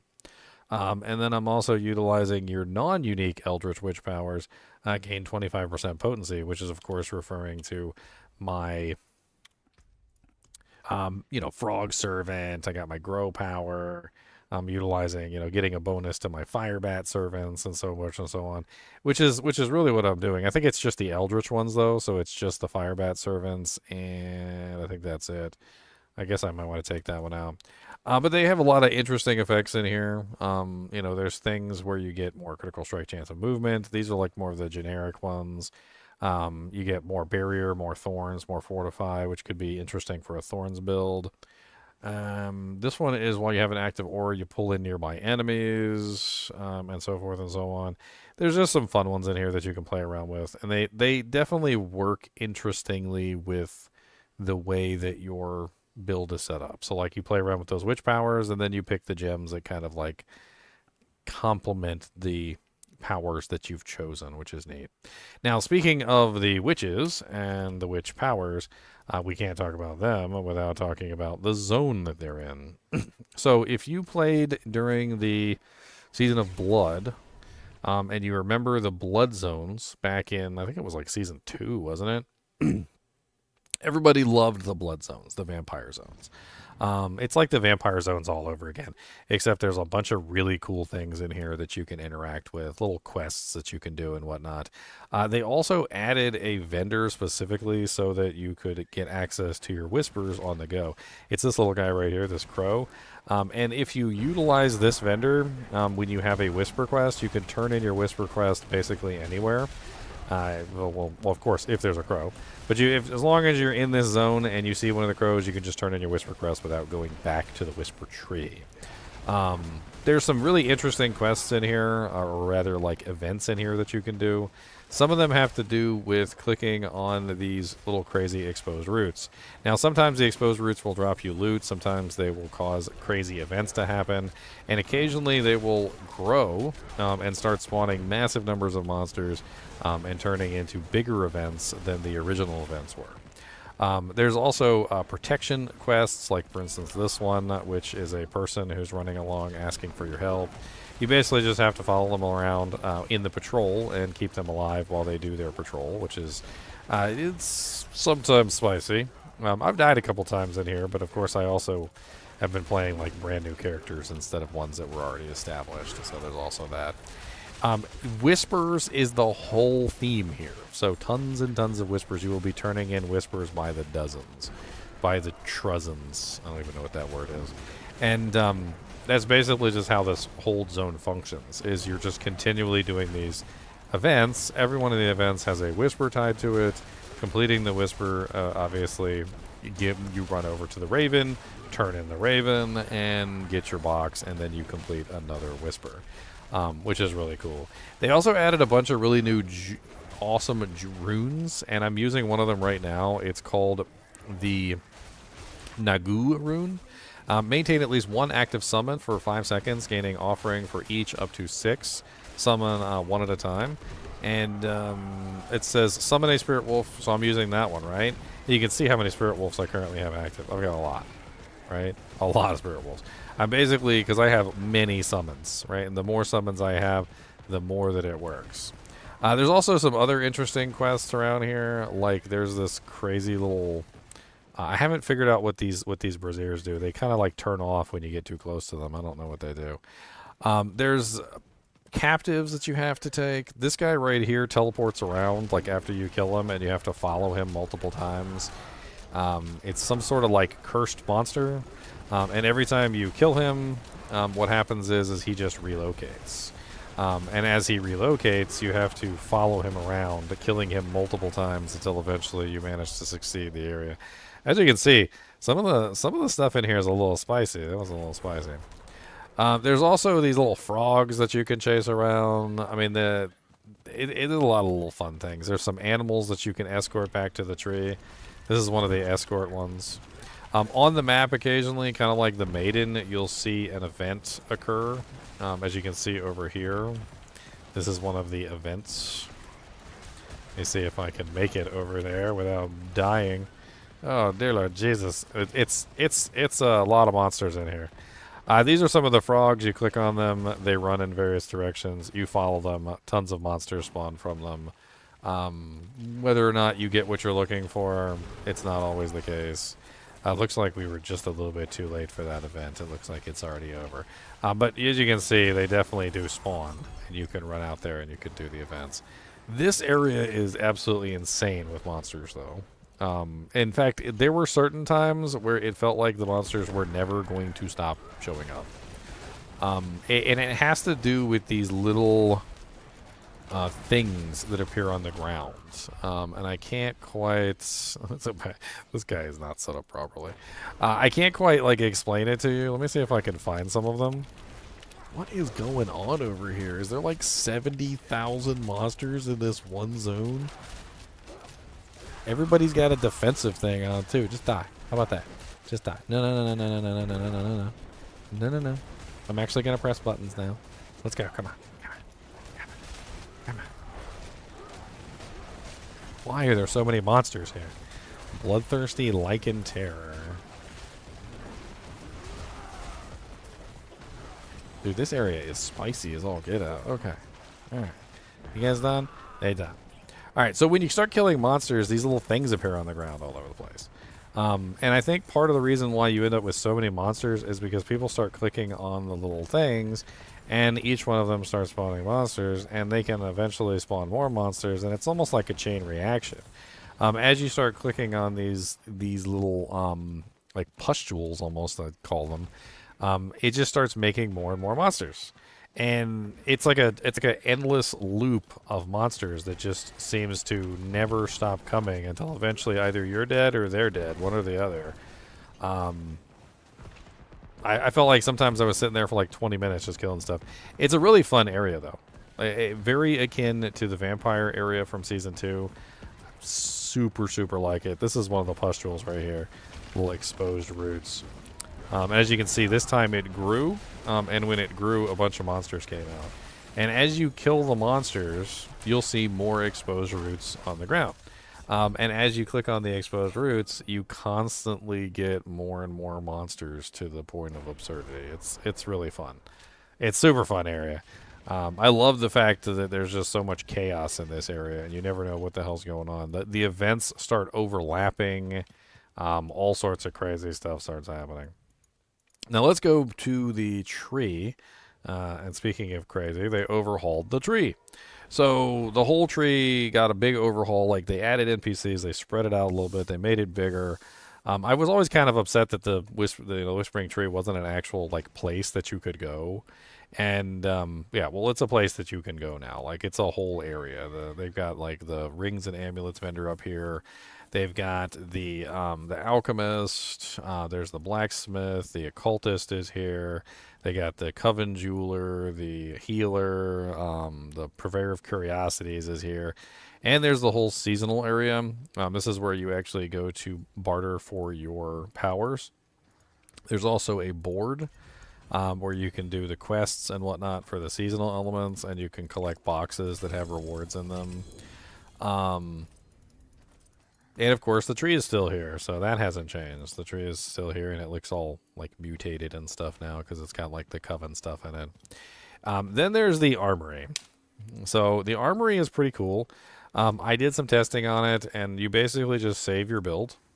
Once you save your build to the tree, you'll notice that there's this special little like Yu-Gi-Oh looking symbol on your equipment. I swear it looks like the Yu-Gi-Oh symbol. Am I wrong? Yu-Gi-Oh symbol. It does kind of look like the Yu-Gi-Oh symbol. I'm not wrong. It does. See? It does look like the Yu-Gi-Oh symbol. So there's this little Yu-Gi-Oh symbol on your equipment, and once the Yu-Gi-Oh equipment is on there, Yu-Gi-Oh symbol's on there, it lets you know that that's in your armory.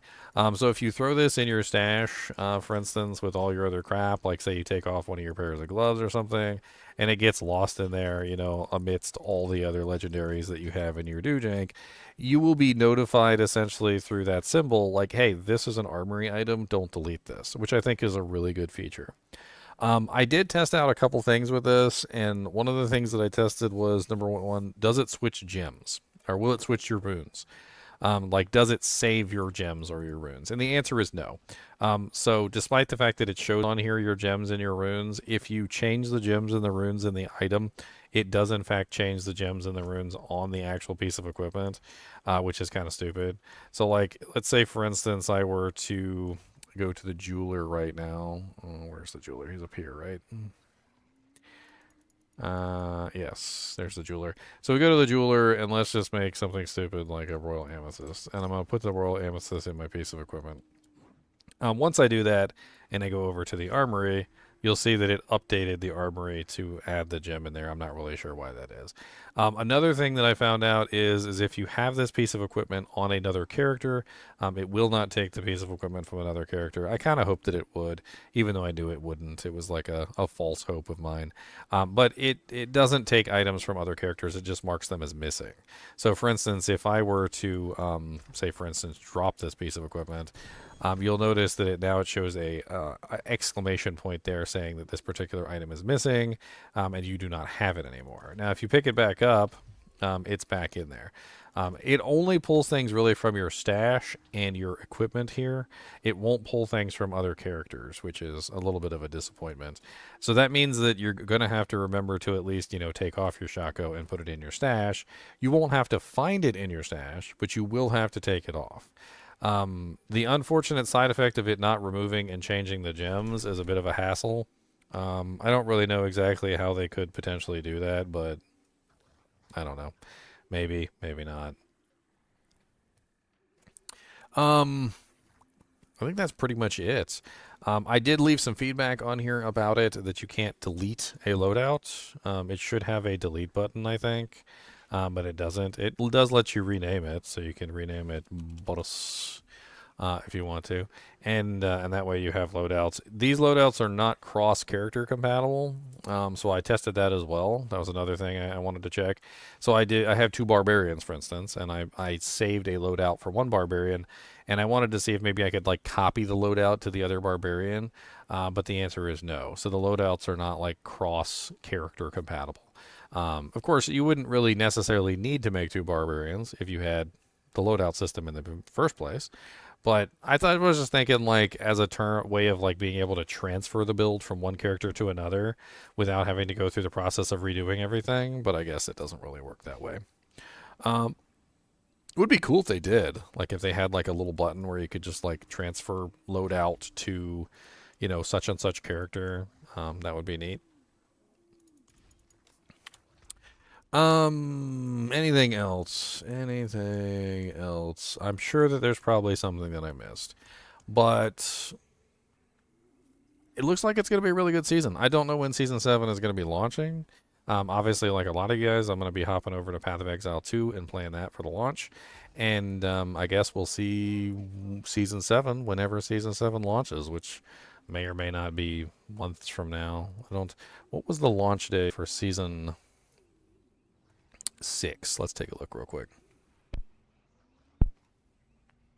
So, Season 6...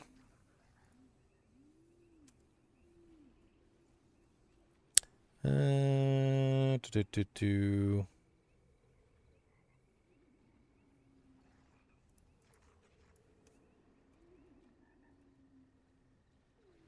Do, do, do, do, do, do, do, do, do, do, do. I'm pulling up my list of live streams so I can do it that way. That's the easiest way. That's the easiest way for me, anyway.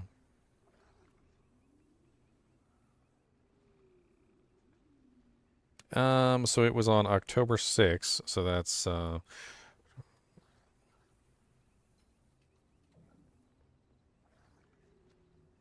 October to November, November to December.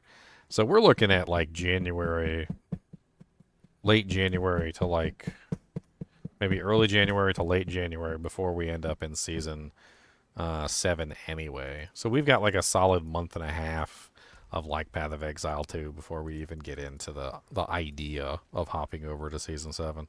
I mean, that sounds good to me. A full month of Path of Exile 2, and then we get into Diablo 4 Season 7. Maybe I might do a little bit of Diablo 2 Season 9 as well. We'll see. Anyway, I hope you are interested or you liked this state of Season 7 for rather state of the PTR for Diablo 4. Fumbling over my own words there. I think it's going to be a good season. I think they added a lot of interesting things, a lot of interesting mechanics.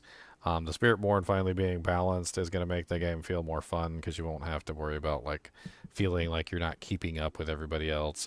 Because the Spiritborn is definitely like in the same league at the moment as the other classes.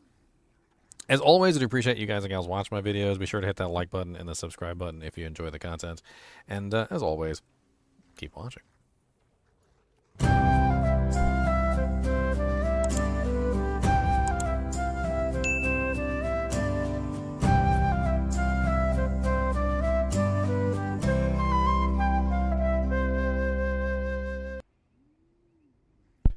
Alright, guys and gals.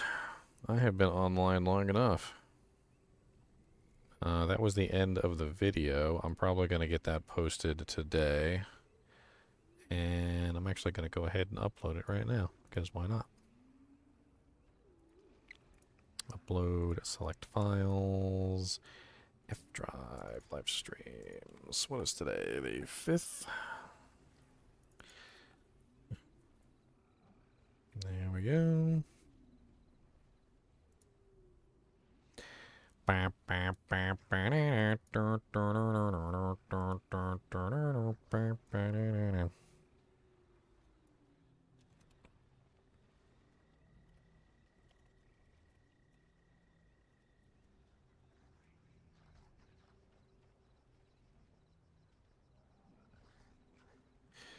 Boom, boom, boom, boom, boom, boom, boom, boom, boom, boom, boom. Just trying to get this video uploaded.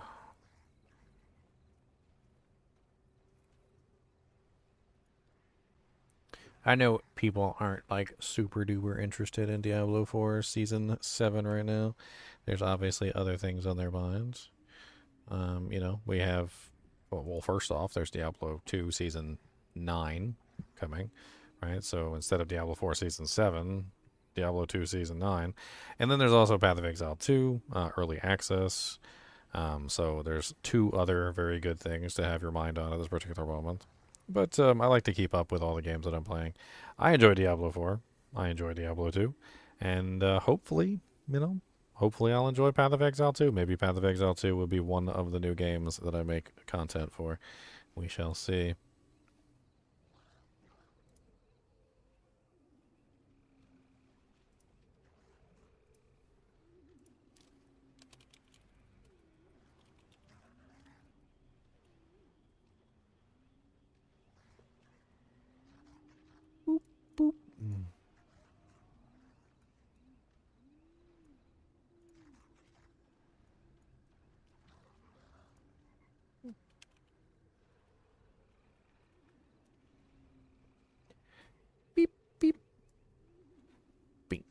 Alright. Just made a thumbnail.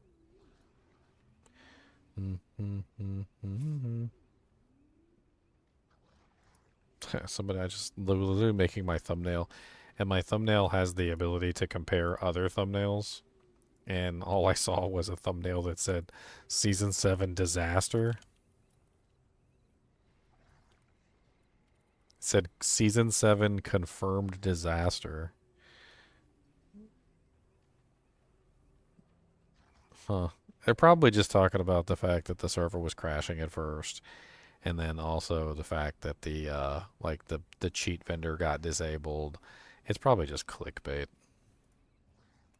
Clickbait. Cody, do you know the word clickbait? Clickbait is bad. Say clickbait.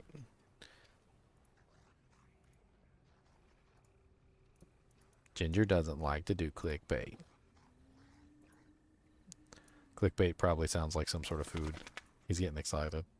He's like, what's that? Can I eat it? He's like, can I eat it? I will eat it, precious. It is mine. You do not know the power of the jumps.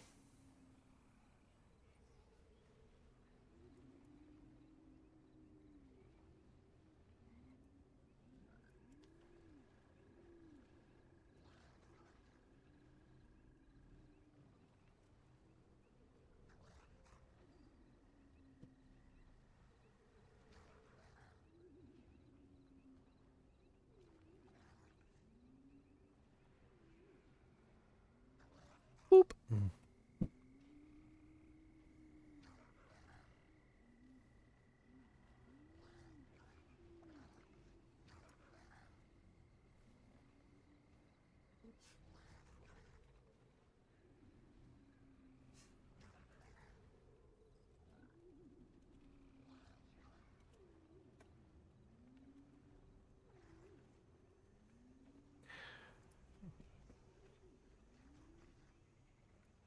Corbin Dallas.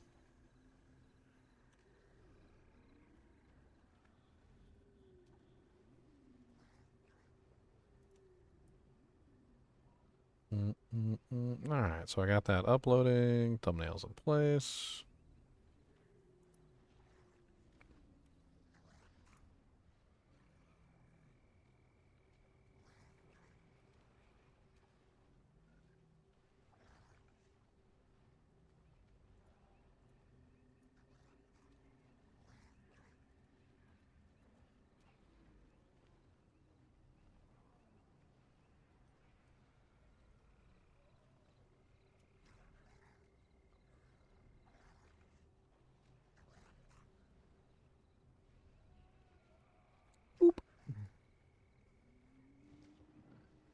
Alright, guys and gals, it's been fun. It's been 9 hours, and I'm hungry. I want to go get something to eat. There's some delicious soup downstairs for me, and I am going to eat it. As always, I do appreciate you guys and gals watching. I'm not entirely sure what we're going to be doing tomorrow, because tomorrow is the day before Path of Exile 2. Path of Exile 2 is preloaded. There's a preload tomorrow, so if you want to preload, make sure you guys preload the game. If the servers lag and burn and turn into fire, and you're the one that didn't preload, we're going to blame it all on you. Preloading helps, take some load off of the servers as well as the network connections in general, and it helps keep, things in order. Obviously, it also allows everybody to, get like a head start on that, so you don't have to worry about, not starting at the same time as everybody else. That's pretty much it. Maybe we'll do some more Path of Exile 2 stuff tomorrow. Or maybe we'll hop in and play around on some Diablo while we talk about Path of Exile 2. That sounds like a plan. Anyway, as always, thanks for watching, and keep watching.